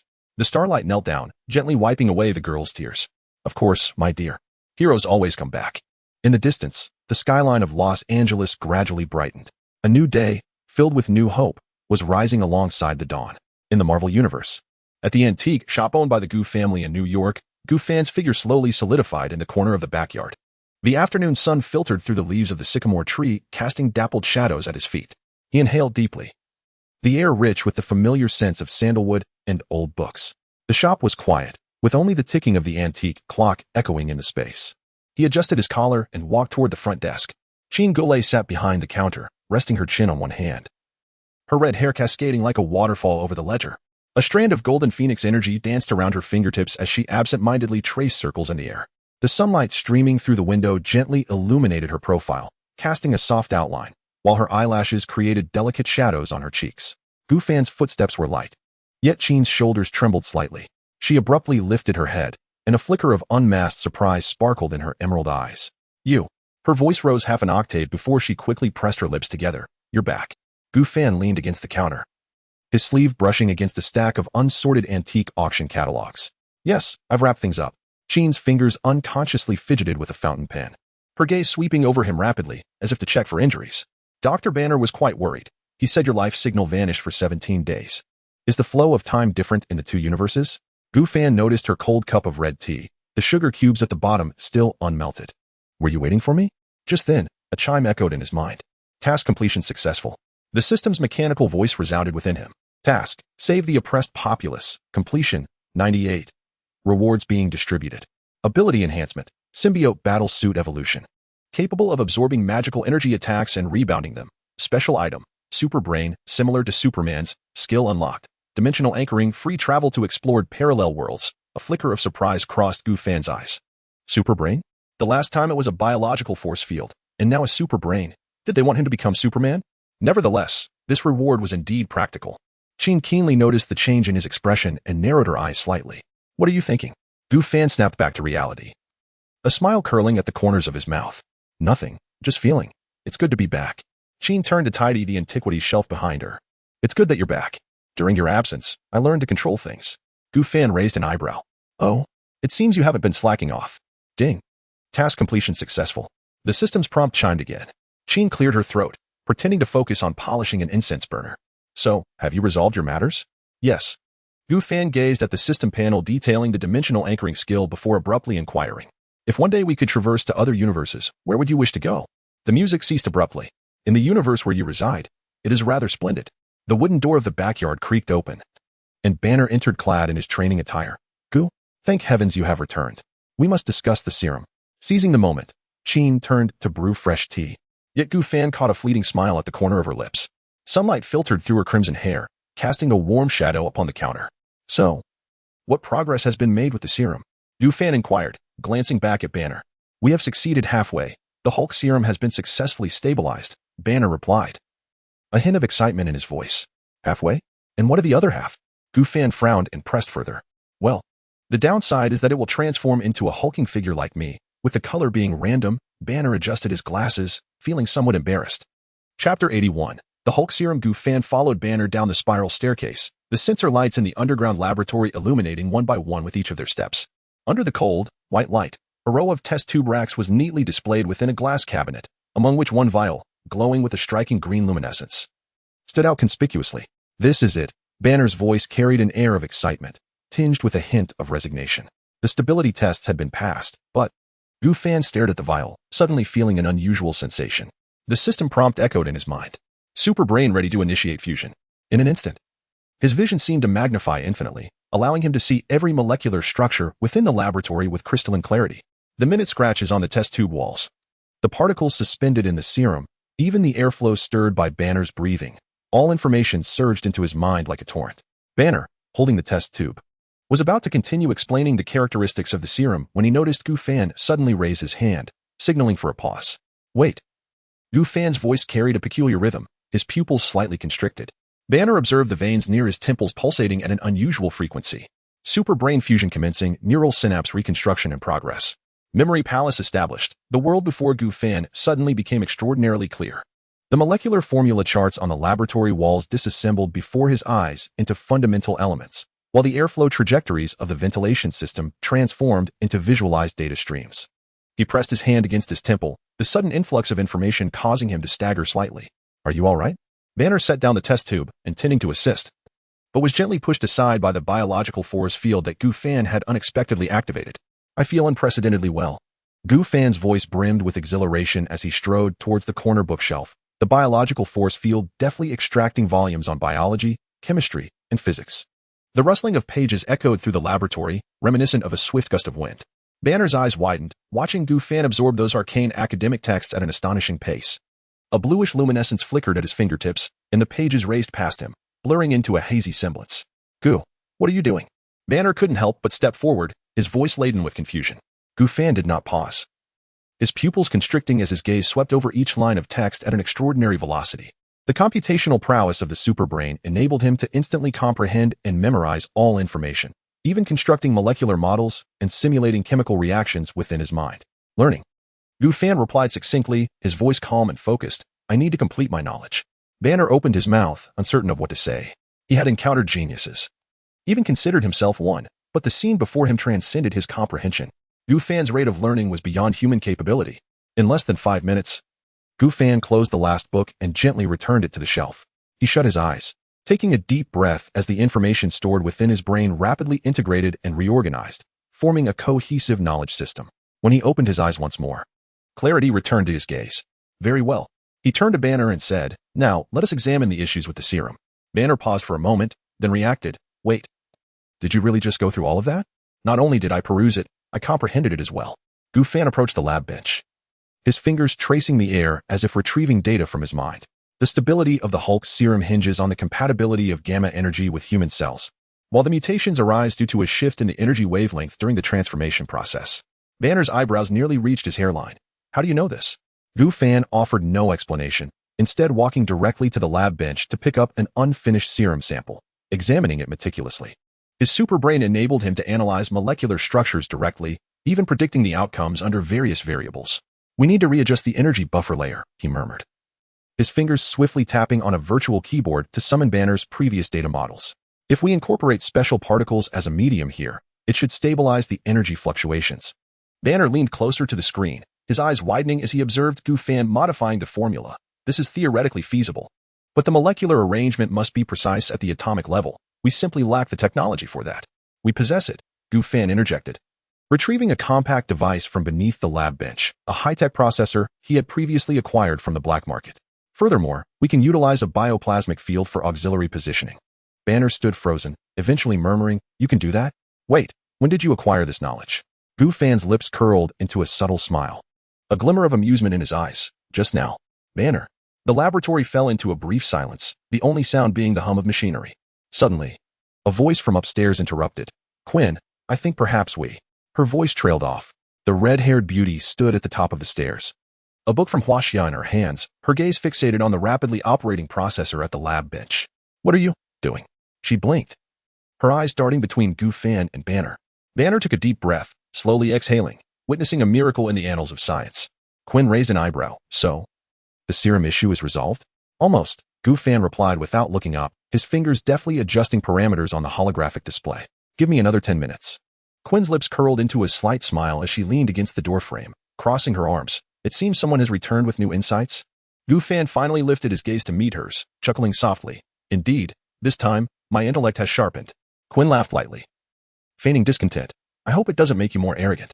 Banner glanced at the two, discreetly clearing his throat. I shall prepare the materials for the next phase of testing. He exited swiftly, leaving them space to converse. Gu Fan returned his focus to the serum adjustments. The computational prowess of his superbrain allowed him to process multiple data streams simultaneously, even anticipating potential errors in the experiments. In just a few fleeting minutes, he accomplished a challenge that Banner might have taken months to surmount. As the final set of parameters was entered, the machine emitted a faint beep, and a brand new serum sample gradually ascended. The liquid in the test tube exhibited a stable, deep green hue, with no discernible energy fluctuations escaping. Success. Gu Fan murmured softly. Qin stepped closer, her curiosity piqued as she scrutinized the test tube. So, this time, it won't randomly transform anyone into a rainbow? Theoretically, it shouldn't. Gu Fan replied, lifting the serum and giving it a gentle swirl. The energy remained stable, and he hesitated for a moment, a flicker of regret crossing his eyes. The user can harness a strength surpassing that of the typical Hulk, without losing control. However, it lacks the Hulk's unique ability to grow stronger with anger. That particular power is a serendipitous anomaly.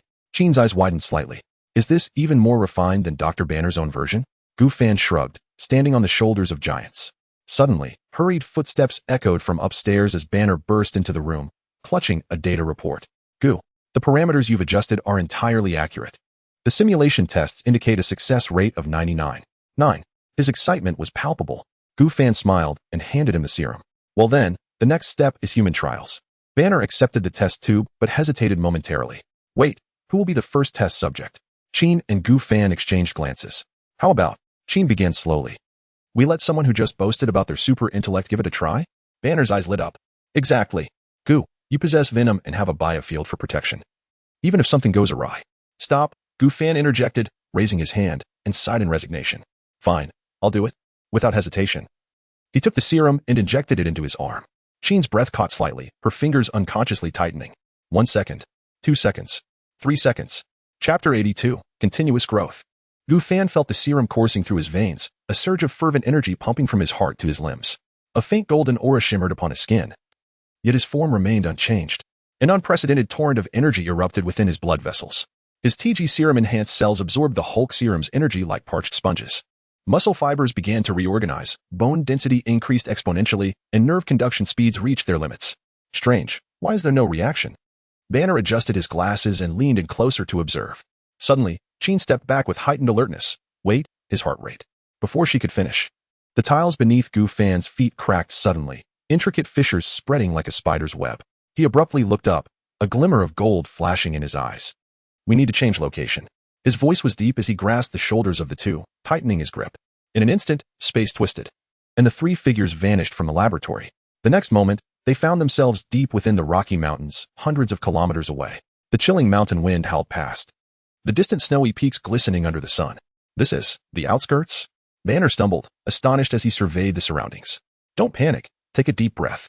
Gu Fan released his grip, rolling his neck to relieve the tension, the sound of cracking bones echoing. Now let us test this. He bent down to pick up a granite boulder half his height, crushing it effortlessly in his grasp. The rock shattered like foam, dust cascading through his fingers. Banner gasped. This strength is at least, starting from 300 tons. Gu Fan interrupted him, suddenly leaping into the air. This jump shattered the sound barrier, the shockwave sending Qin's red hair into a wild dance. His figure became a mere speck in the sky before crashing toward the distant cliff like a meteor. Boom. The entire mountain trembled, shockwaves radiating outward in a circular pattern. As the dust settled, Gu Fan knelt in the center of a massive crater 50 meters in diameter.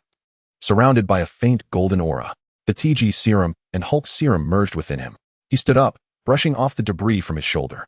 Moreover, he suddenly accelerated, instantly breaking the sound barrier. The air around him tore apart, creating a conical white mist, while a long vacuum trail followed behind him.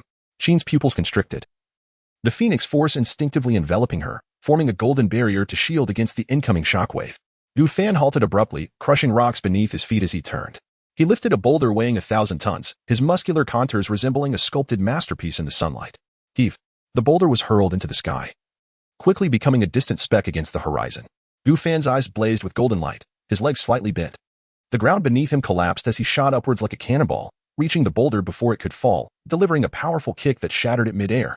Fragments rained down like a dazzling shower, refracting brilliant light in the sunlight.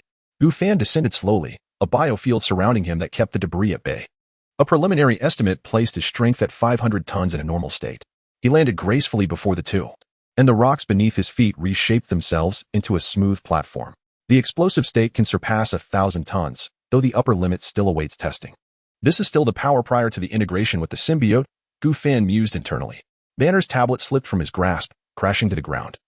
Its screen still displaying the wildly fluctuating data. This has already exceeded my original Hulk. Suddenly, Quinn frowned. Your body temperature is rising rapidly. Gu Fan nodded. The green glow upon his skin beginning to flicker erratically. The serum is still merging with the TG serum, resulting in some form of mutation. He knelt on one knee and struck the ground with his fist. The mountain rumbled, a fissure snaking for hundreds of meters, with magma faintly visible deep within. Banner's voice trembled. This is nothing short of divine. The golden light surrounding Gu Fan gradually subsided as he glanced down at his palm. No, it is still insufficient. Quinn suddenly turned alert, gazing towards the east. The shield satellites must have detected this energy explosion. Do we need a reason? Banner chuckled. Gu Fan rolled his shoulders. Feeling the surging power within him, we should return. He cannot concern himself with us. Our research is not yet complete. He looked at Quinn. A smile playing at the corners of his mouth. This harvest is quite remarkable. Quinn's eyes sparkled with mirth. Do not be too pleased, great scientist. With your combat skills combined with this strength, are you implying the god among men? No, I have another plan. Gu Fan recalled the compound V. A hint of excitement bubbling within him. Banner cleared his throat. Should we? Gu Fan burst into laughter, seizing both their shoulders once more. Before the space warped, he cast a final glance at the flattened peak. With a super intellect, a biofield, the venom suit, and now the strength of the Hulk. Not to mention the forthcoming study of compound V. He sensed, albeit vaguely, that he was evolving toward an unknown direction. With a flash, the wilderness returned to silence.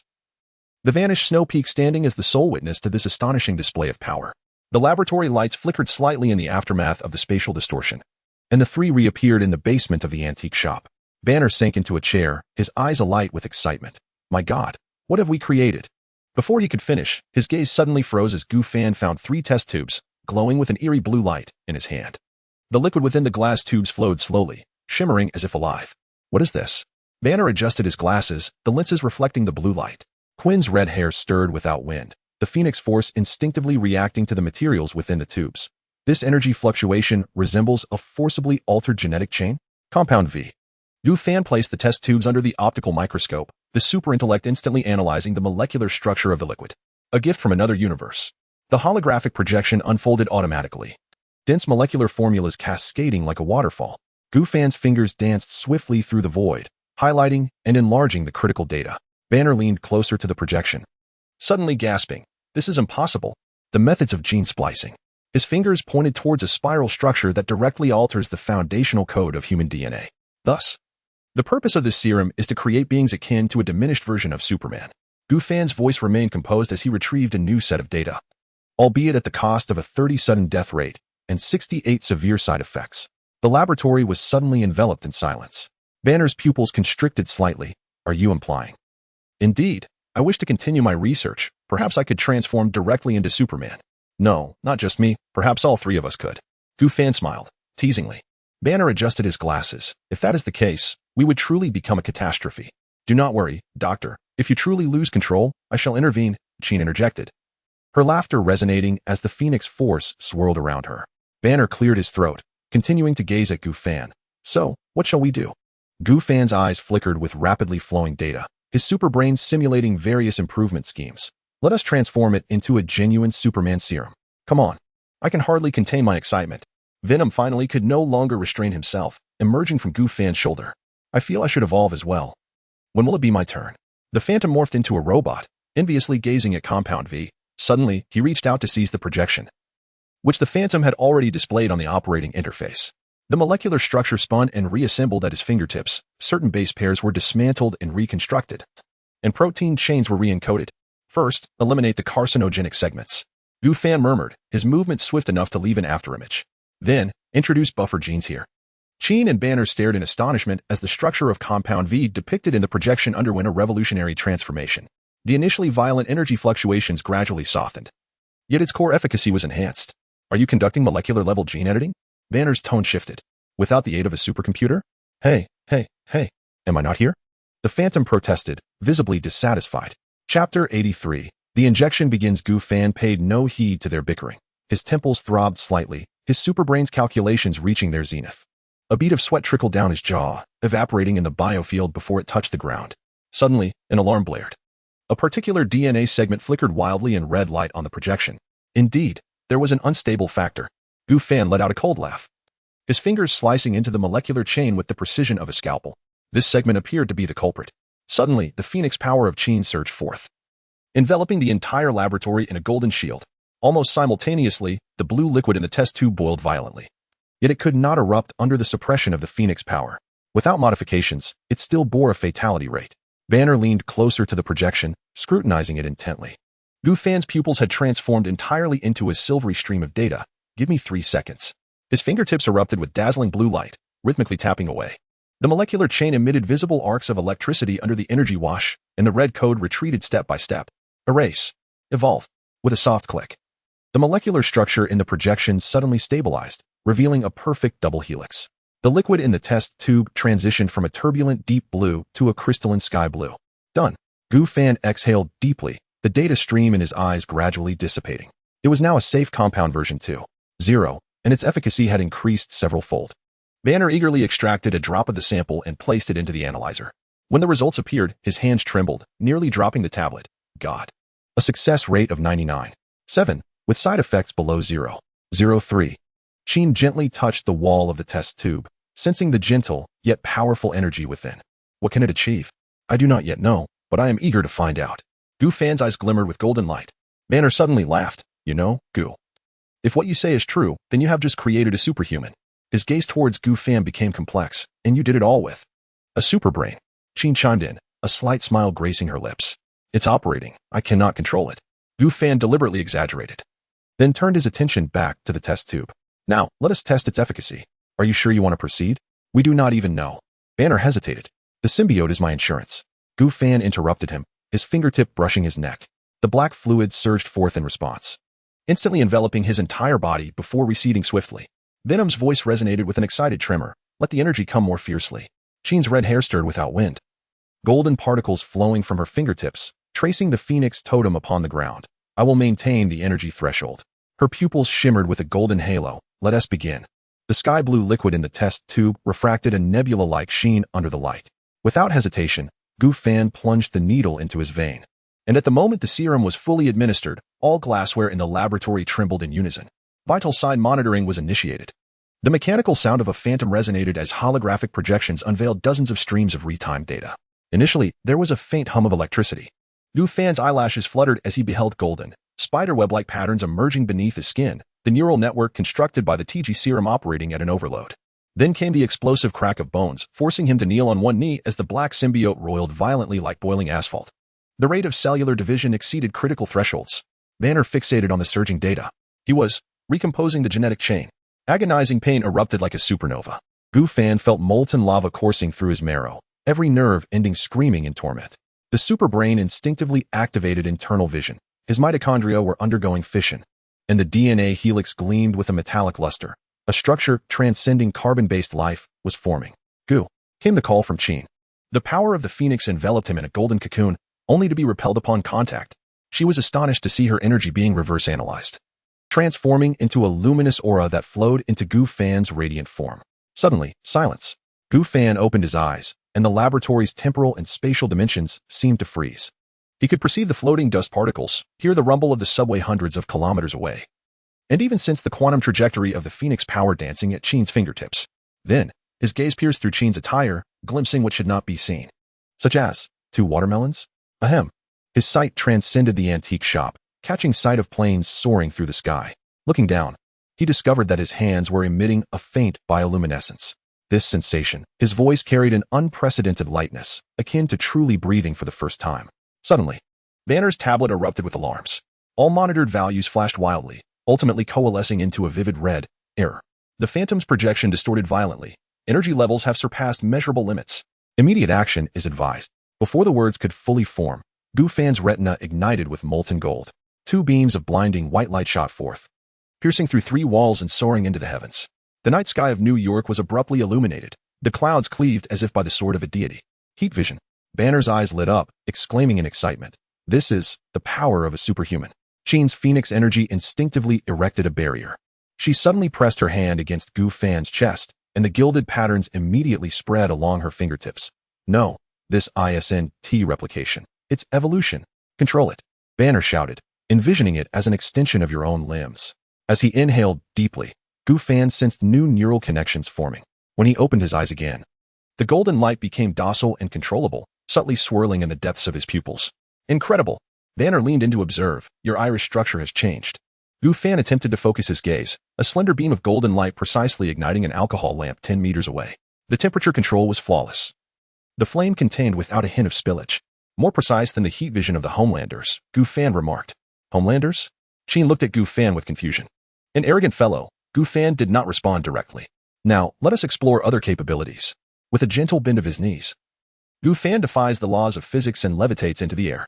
Initially a bit unsteady, he quickly stabilizes.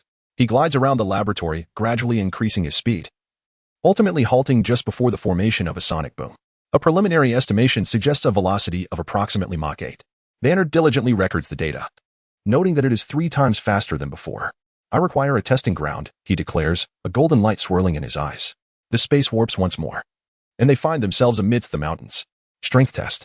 Gu Fan approaches the exposed rock face, exerting no effort, delivering a casual punch. Boom. Hundreds of tons of granite splinter into shards, fragments radiating outward.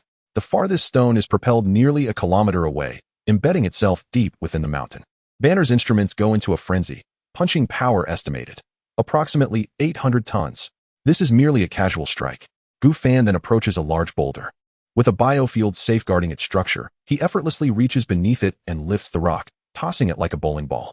The stone tumbles through the air, shattering against a distant cliffside. The weightlifting test is successful. He dusts off non-existent debris from his hands and declares, now, let us test defense. Sheen understands and channels the power of the Phoenix into an energy projectile. The first shot is equivalent to a tank shell, which Gu Fan absorbs with his chest. The second shot, amplified to the strength of a small missile, detonates before his crossed arms, yet his clothing remains unscathed. The resilience of his skin is validated. Banner's voice trembles as he exclaims, the bones can withstand impacts of up to 10,000 tons. Chapter 84, The God Among Men. The final test is one of extreme endurance. Gu Fan flies at a speed of Mach 3 for half an hour, circling around the North American continent.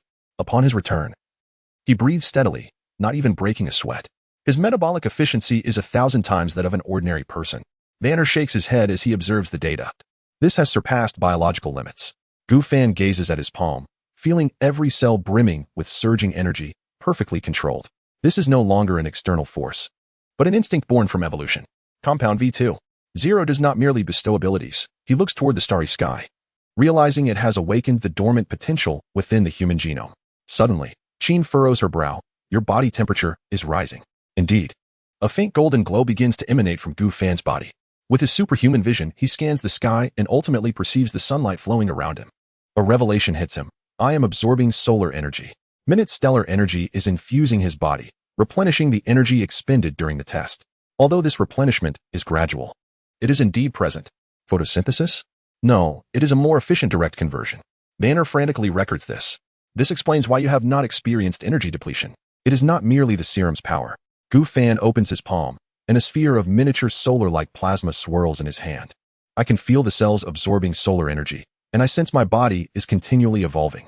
The evolutionary nature of the TG serum is amplifying my strength, speed, energy, and energy absorption, along with various abilities. It is akin to. He pauses, finding the most fitting metaphor. Kryptonian. Banner suddenly burst into laughter, his mirth echoing through the valley.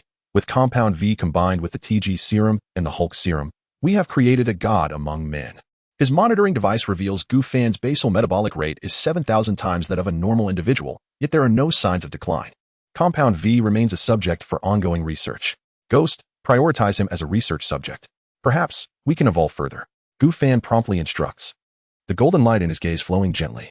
The test comes to a close. Gu Fan retracts his abilities, returning to the appearance of an ordinary young man. Only the occasional glimmer of gold in his eyes hints at the dormant power within.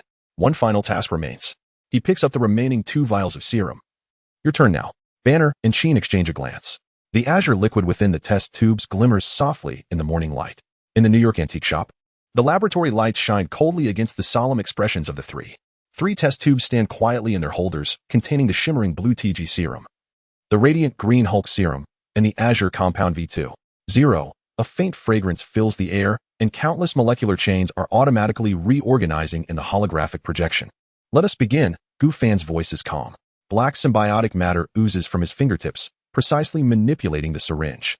The three liquids begin to spiral and intertwine in a vacuum, initially resisting each other like oil and water. Suddenly, a blinding golden light erupts from the mixture. The liquid instantaneously transformed into a flowing amber, swirling with nebula-like specks of light, perfectly proportioned. Gu Fan's super intellect executed calculations in an instant. "Doctor, are you ready?" Banner inhaled deeply, unbuttoning his shirt to reveal his left arm. His veins glimmered faintly beneath his skin, remnants of the previous TG serum transformation. He hoped to fully harness the Hulk this time. As the needle pierced his skin, Banner's muscle fibers tensed like steel cables. An emerald web-like pattern emerged beneath his skin, and a subtle cracking sound resonated from his bones. His physique began to swell, yet halted abruptly upon nearing a height of nearly 2 meters. "I've got it under control." Banner's voice remained alert, but noticeably deeper. His pupils transformed into beast-like slits, his skin adopting a healthy wheat hue, and his musculature resembled the perfection of ancient Greek sculptures. The most astonishing change manifested in muscle density. As he unconsciously clenched his fist, the air compressed, producing visible ripples. Gu Fan's enhanced vision scanned the scene. His brain commencing analysis. Bone density increased by 800, muscle fibers exhibiting entangled states. Suddenly, Banner vanished from sight. It was not teleportation, but sheer velocity. He materialized at the far end of the laboratory, the air behind him subsequently erupting with the thunderous sound of a sonic boom. "Speed test." Banner's voice resonated from all directions. A multitude of afterimages appeared within the lab, each engaged in various tests: weightlifting, boxing, impact resistance experiments. Ultimately, all the phantoms converged. And Banner stood in his original position, clutching a piece of steel that had been crumpled into fragments. "Normal strength approximately 400 tons, he reported. His tone laced with suppressed excitement, and then, his skin suddenly took on a green hue. However, this transformation was remarkably restrained. His size merely expanding to 3 meters while retaining complete rationality, golden TG serum patterns surfacing on his green skin. The controllable Hulk form. Banner, now a hybrid of man and beast, spoke, his voice a perfect equilibrium of intellect and primal instinct. Normal strength exceeds 1,000 tons, and then. He inhaled deeply, his chest expanding to an extraordinary extent. When he exhaled, it generated a conical shockwave that vaporized a force gauge 30 meters away. Atomic breath? Gu Fan raised an eyebrow. An advanced application of compressed air, Banner explained, returning to his normal state and wiping away sweat. The Hulk's lung capacity was already remarkable, and now he could precisely control every inch of muscle. Gu Fan's symbiote emerged, capturing astounding data. Your cells are undergoing continuous evolution. Each transformation slightly enhances your baseline attributes. Banner suddenly furrowed his brow, pressing his temples. "Wait, I can hear it." "Hear what?" Gu Fan sensed something amiss. The voice of the Hulk. "No. More accurately, we can finally." Banner's expression shifted enigmatically. Resonance. The holographic projection of the Phantom immediately displayed 2 sets of brainwaves in perfect synchrony. The power of the Phoenix from Qin sensed deep within Banner's consciousness, where the image of the green giant engaged in fluid dialogue with his human form. "Congratulations." Gu Fan handed over the monitoring tablet. The enhancement of fundamental strength has reached an astounding 420 tons while in the Hulk form. It can soar to a staggering 1,000 tons. All of this merely represents baseline strength. The true measure of explosive power awaits testing. However, more crucially, he pointed to a particular parameter. Your adrenaline no longer triggers uncontrollable rage. Instead, it fosters cellular optimization. Banner endeavored to actively initiate his transformation. This time, the process was even more fluid, with the green hue enveloping only the areas requiring fortification. As he tested his right fist, his arm instantly underwent localized hulkification, delivering a punch equivalent to 500 tons before reverting to its normal state. A phase shift transformation. Banner himself was astonished. "I can precisely control the enhancement level of each part." Jean approached the remaining serum, her red hair billowing in the energy field. "It's my turn." As the syringe was injected into her fair arm, the first reaction was the awakening of the Phoenix Force. The originally golden energy suddenly solidified, lifting Jean half a meter off the ground, surrounded by an aura of liquid metal-like energy flow. The genetic lock was being released. Gu Fan's supersight detected Jean's X gene perfectly merging with Compound V. Most astonishing was her muscular structure. Her seemingly delicate arms displayed muscle fibers resembling the intertwined state of Banner and the Hulk. Jean suddenly opened her eyes, a phantom of the Phoenix flickering within her pupils. The enhancement in strength was approximately 300 times. She assessed, her voice resonating with multiple echoes. Moreover, she abruptly swung her fist into the void. Although she did not strike any physical object, the target 30 meters away suddenly caved in, as though struck by an invisible hammer. Is this an externalization of her abilities? Banner inquired, astonished. No, it's a new application of the Phoenix Force. Jean explained with a smile. I can convert physical strikes into energy impacts. The subsequent tests were even more astonishing. Jean demonstrated her newfound ability to effortlessly lift objects weighing 300 tons, her skin's hardness sufficient to withstand standard physical assaults, and her reaction speed approaching 50% of Gu Fan's. Most remarkable was her regenerative capability. When Gu Fan inflicted a cut on her arm with a blade formed from venom, the wound healed within 0.3 seconds. A perfect evolution of physical prowess. Gu Fan assessed, noting its remarkable compatibility with the Phoenix Force. Gu Fan looked at the two, a smile spreading across his face. Congratulations to you both. Even without relying on other abilities, you can become deities among mortals.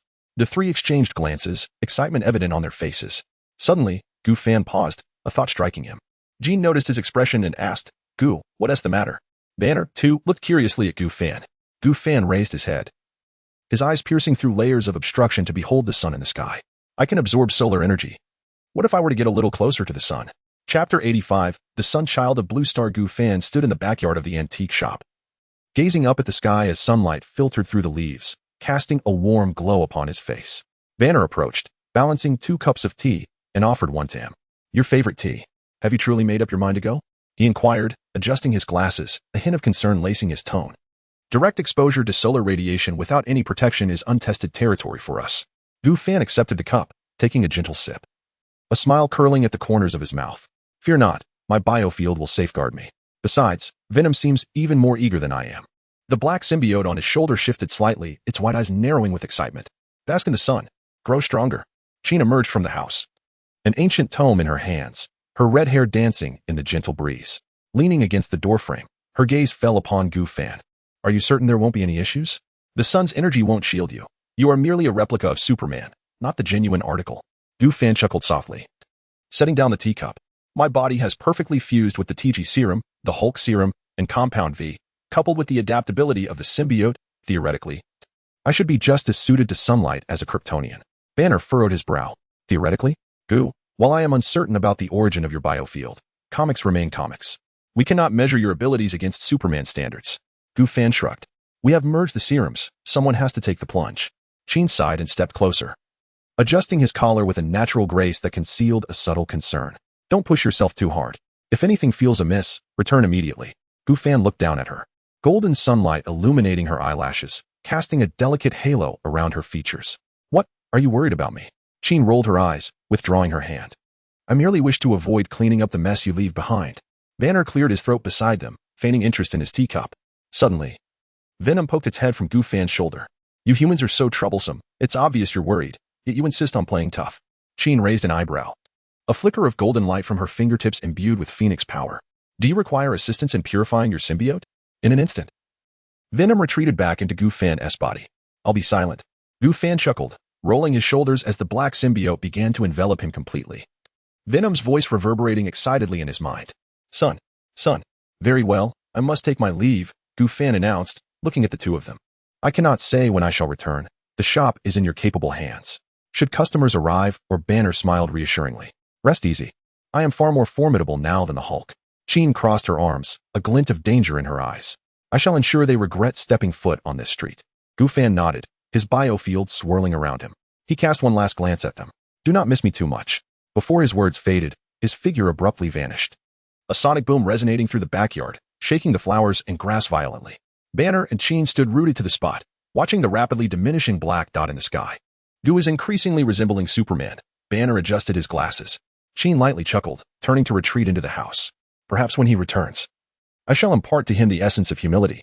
Banner observed her silhouette, then lifted his gaze to the sky, shaking his head with a smile. How splendid it is to be young. The thunderous roar of breaking the sound barrier reverberated across the skies of New York. Gu Fan's figure transformed into a streak of black luminescence, soaring toward the heavens. Venom writhed excitedly upon his surface, the black symbiote shimmering with a dark crimson luster amidst the rapid friction. Haha, space. Here we come. Venom's voice echoed within Gu Fan's mind. Gu Fan remained silent, his super intellect calculating the optimal flight trajectory, a bioplasmic field forming a faint golden shield around him, countering the intense friction of the atmosphere. At an altitude of 10 000 meters. The clouds rapidly receded beneath him, and the air grew increasingly thin. Gu Fan's velocity continued to ascend.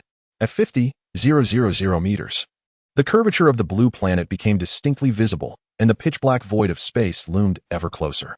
Gu Fan's skin began to shimmer with a golden hue, solar radiation pouring incessantly into his cells.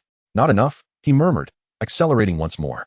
At 100,000 meters, the grip of Earth's gravity weakened, and Gu Fan finally broke free from the atmosphere, fully entering the realm of space. Silence. Absolute silence. No wind, no atmospheric resistance, only the infinite starlight cascading upon him. Most striking of all was the sun.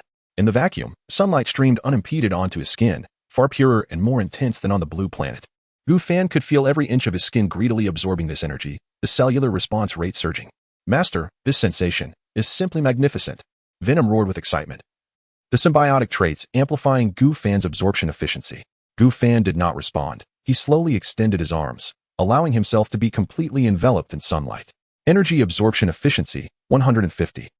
300. 500. His body began to radiate light, veins beneath his skin flowing with a golden luminescence, muscle fibers continuously reorganizing at the microscopic level, and bone density increasing at an astonishing rate. The superintellect sensed that as the body's evolutionary capacity absorbed energy, it was also perpetually evolving. It was akin to an individual who, despite consuming copiously, never gained weight, with their stomach expanding endlessly. The amplification of strength continued to rise. The increase in speed was also evident. Overall physical prowess and thermal vision capabilities were enhancing. Even the intensity of the bioplasmic field surpassed its previous limits. Is this the evolutionary method of Kryptonians? Gu Fan murmured softly. He attempted to clench his fist, feeling a strength greater than before. Ha ha ha. More. More. Venom laughed maniacally, merging within Gu Fan, as if he had been reborn. Gu Fan did not pause. He pressed onward towards the sun, knowing that with each inch he advanced, the efficiency of energy absorption would escalate. The markings of the rabbit talisman glowed with an emerald light upon the back of Gu Fan's hand, the energy of the ancient magic resonating wondrously with the bioplasmic field. His velocity surged abruptly to a subliminal speed, the abyss of space etched with a golden trail. Master, the speed coefficient has surpassed 0. 6c. 0. 7c. 0. 9c. Gu Fan's extraordinary intellect automatically calibrated the biological force field, maintaining the time dilation effects within a safe threshold. The sun rapidly magnified in his field of vision, transforming from a distant star into a searing inferno. As he approached the vicinity of Mercury's orbit, Gu Fan's skin began to carbonize, only to regenerate due to the serum's restorative capabilities. At this proximity, the solar radiation intensity was 6,000 times that of Blue Star's surface. This is it. Gu Fan suddenly halted, the brilliance of the rabbit talisman extinguishing. The biological force field stirred the vacuum, creating a circular shockwave that instantaneously vaporized nearby meteoroids. At this moment, he was a mere 0.03 astronomical units from the solar surface, equivalent to 4.5 million kilometers. A terrifying heatwave enveloped him, and his eyes instinctively shifted to a deep crimson filter. Gu Fan's superhuman vision allowed him to clearly observe the churning plasma of the sun's surface. At this distance, the sun appeared 20 times larger than what was visible from Blue Star, its fierce radiance forcing him to squint. Master, the cellular regeneration rate is lagging behind the destruction rate, the mechanical voice of the ghost echoed in his mind. Current evolution rate requires a 12.7 increase. Yet, Gu Fan smiled. His muscle fibers were reconfiguring in the extreme heat, each cell fervently absorbing photon energy. In the cycle of carbonization and rebirth, his heat resistance escalated exponentially. Still insufficient, he spread his arms wide, and the black symbiote abruptly detached from his body, forming a mesh structure with a diameter of 100 meters in the vacuum. Every cell of the venom transformed into a perfect energy receptor, focusing the solar radiation and channeling it back to Gu Fan's core. The torrent of energy caused his pupils to blaze incandescent. The biological force field shifted from a pale gold to a brilliant white, creating a flawless blackbody radiation layer on his surface. Evolution rate has met the standard. Cell stability has surpassed the critical point. Warmth. This was Gu Fan's final consciousness. A sense of tranquility, reminiscent of the maternal womb, enveloped him, the sun's brilliance transforming into a lullaby. His awareness gradually descended as his body continued its autonomous evolution. Muscle density increasing, nerve conduction speed amplifying, and the temperature of his thermal vision enhancing. In the fleeting moment before succumbing to slumber, Gu Fan accomplished 3 final tasks with his last conscious thought. He set the biological force field to automatic defense mode, issued a protective command to the venom, and instructed the ghost to send a message towards Blue Star. Millions of kilometers away on Blue Star, Gu raised her gaze from the ancient tome. The teacup in her hand rippled with golden waves, and the water's surface revealed the silhouette of Gu Fan in slumber. That fool. Meanwhile, amidst the sun's fiery embrace, Gu Fan's evolution was ascending to a higher realm. The venom fully unfurled into a black net with a diameter of 1 kilometer, greedily siphoning solar energy. Each cell of the symbiote screamed, more, stronger. Unbeknownst to the slumbering Gu Fan, when he next opened his eyes, he would possess unimaginable strength. But at this moment, in the star's embrace, he was dreaming of transforming into a Kryptonian. Chapter 86, The Pig Amulet in the Searing Heat of the Sun. The ancient Mayan pyramid at Chichen Itza shimmered with a golden glow upon its stone steps. Xiaoyu wiped the sweat from her brow and squinted towards the pinnacle of the pyramid. Uncle Long, do you think we might end up making this trip for nothing again? She kicked a pebble beside her foot, her tone laced with dissatisfaction. Sheriff Blake mentioned that the previous amulets had been snatched away by a mysterious figure, leaving not even a trace behind. The amulet we discovered in Europe turned out to be a counterfeit. Even the zoo's amulet was taken, carrying a backpack. Jackie Chan cautiously ascended the stone steps, turning back with a resigned smile at Xiaoyu's words. Xiaoyu, patience is a virtue. The power of these amulets is perilous. If they fall into the wrong hands, the consequences could be dire. We must ensure their return to the 13th district. But the problem is, Xiaoyu hastily caught up, gesturing animatedly with her hands. We don't even know who our adversary is. The Black Hand of Valen, the Shadow Brigade of the Holy Master. And now even demons from hell are vying for these amulets. At this rate, will we forever be one step behind? Jackie furrowed his brow, clearly grappling with the same concern. He paused to consult a map from his bag, confirming their direction before speaking thoughtfully. It is indeed peculiar. Logically, only my father's magic and the 13th district's records should be able to pinpoint the amulet's locations, yet our opponents always seem to be one step ahead. Xiaoyu's eyes brightened as she leaned in closer. Uncle Long, what if we seek outside assistance? Outside assistance? Jackie was taken aback. Yes, the antique shop owner who helped us deal with the Black Hand in Europe. Xiaoyu exclaimed excitedly. His abilities are formidable. With his help, we might just beat everyone to it. Jackie stroked his chin, lost in contemplation. He recalled their previous encounter in Europe with that enigmatic compatriot, who had indeed demonstrated extraordinary capabilities. Well, Mr. Gu Fan is indeed impressive, but he might not be inclined to involve himself with the amulets. I have my reservations. Moreover, we are currently in Mexico, and he is in New York. Even if we wish to enlist his help, we would have to wait until this mission concludes. Then it's settled. Xiaoyu interrupted with a beaming smile. Once we locate the pig amulet, we will head to New York to find him. Jackie shook his head in exasperation, yet a slight smile played upon his lips. He gazed up at the top of the pyramid, his resolve unwavering. Let us first focus on the task at hand. The pig amulet resides within the statue at the summit. We must secure it before anyone else. Xiaoyu clenched her fists, her spirit ignited. This time, we absolutely cannot afford to fail. However, just as they were about to ascend the final steps, a strange whispering suddenly echoed from the shadows surrounding the pyramid. At long last, you have arrived. Suddenly, Jackie Chan and Xiaoyu turned around to see several figures clad in dark robes, their expressions sinister. Emerging slowly from behind the stone pillars, the leading man held a skull radiating a dark purple glow, his eyes glinting with avarice. The Hell Brotherhood?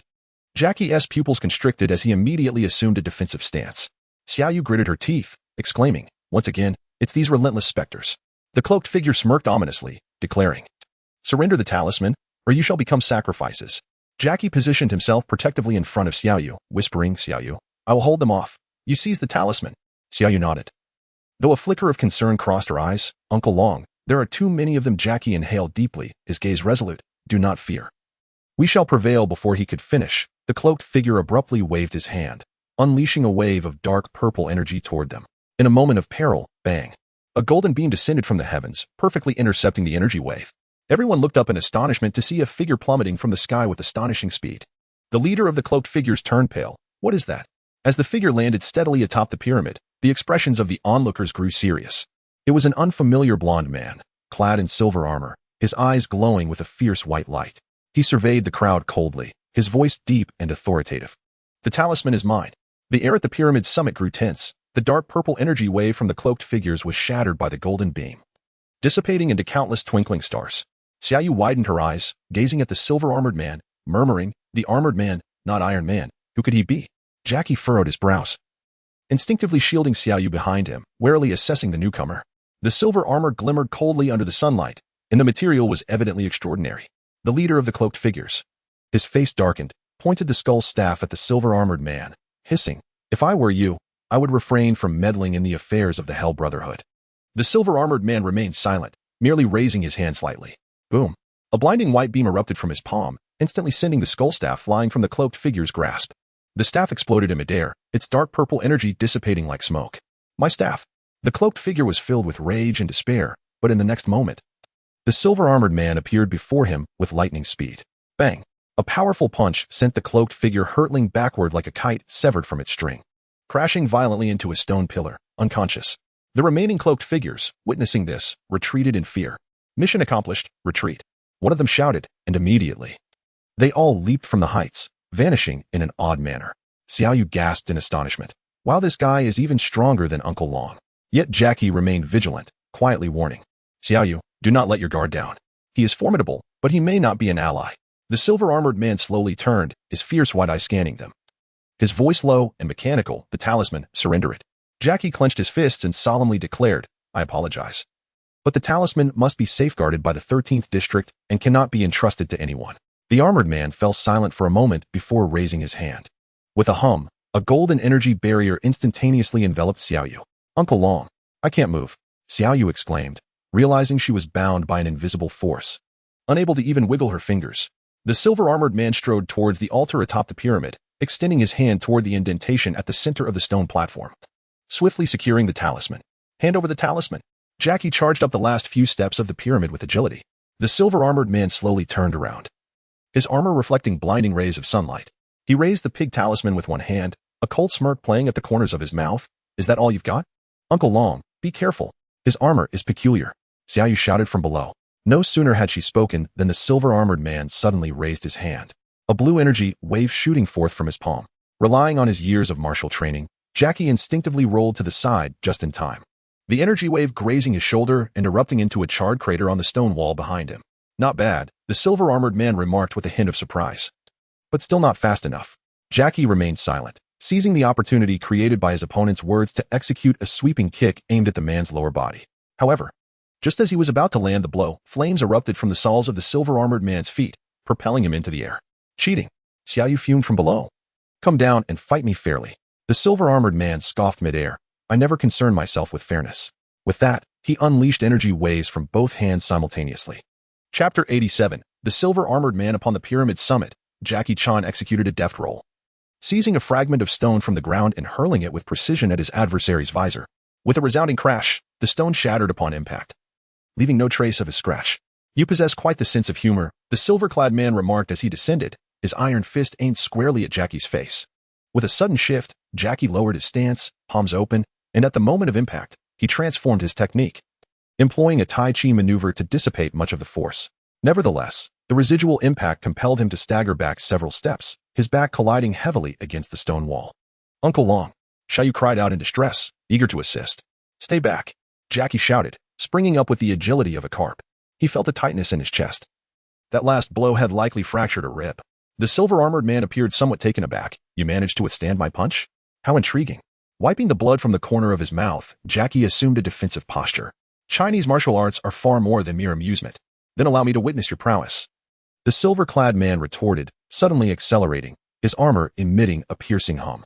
Jackie inhaled deeply and, as his opponent charged, he shifted tactics once more, eschewing a direct confrontation. He utilized a technique to redirect the force, successfully throwing the silver-armored man aside. "Bravo!" Xiaoyu cheered, her excitement palpable.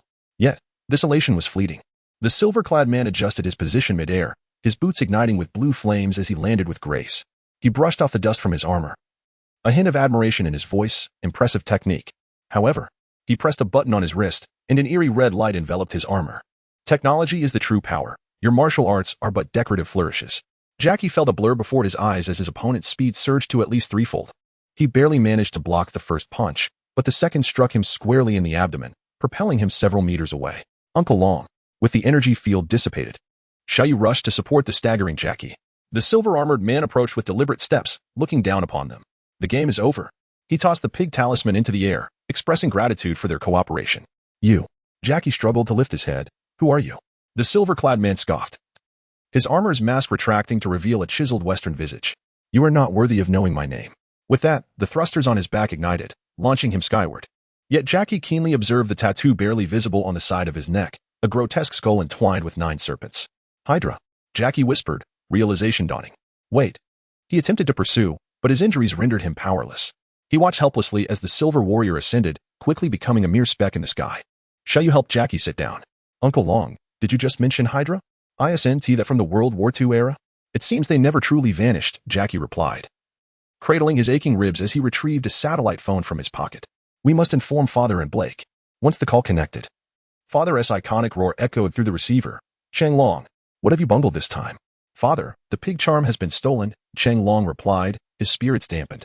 It was taken by a man clad in silver armor. He is. Oh, not again. Father's bellow was so thunderous that Cheng Long had to hold the phone away from his ear. Last time it was the rabbit charm. Do you have any idea how perilous these charms can be? Xiaoyu leaned closer to the microphone.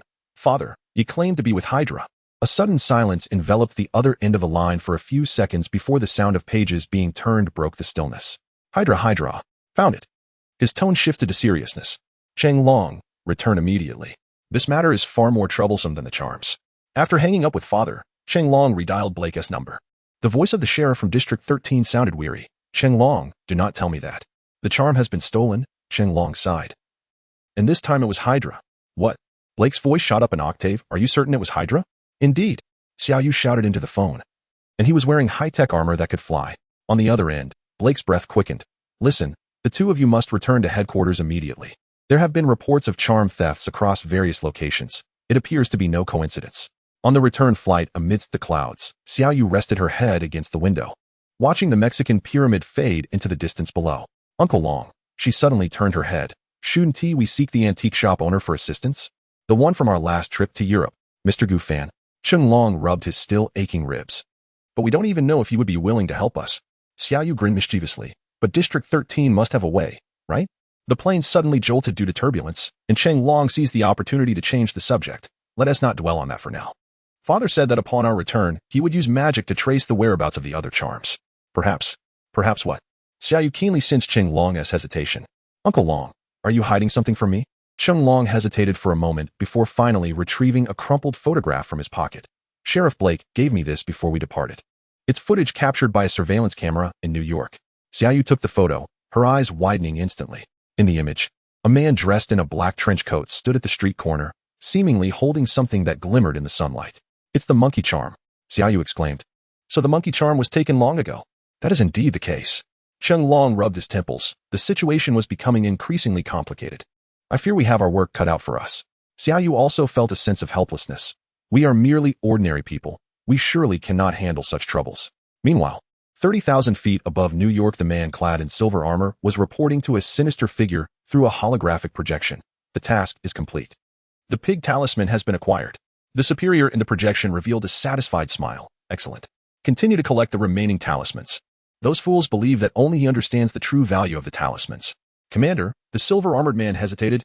Should we be wary of that Huaxia individual? Cheng Long? The superior scoffed disdainfully. He is merely an archaeologist with some martial skills. I will expedite the mission.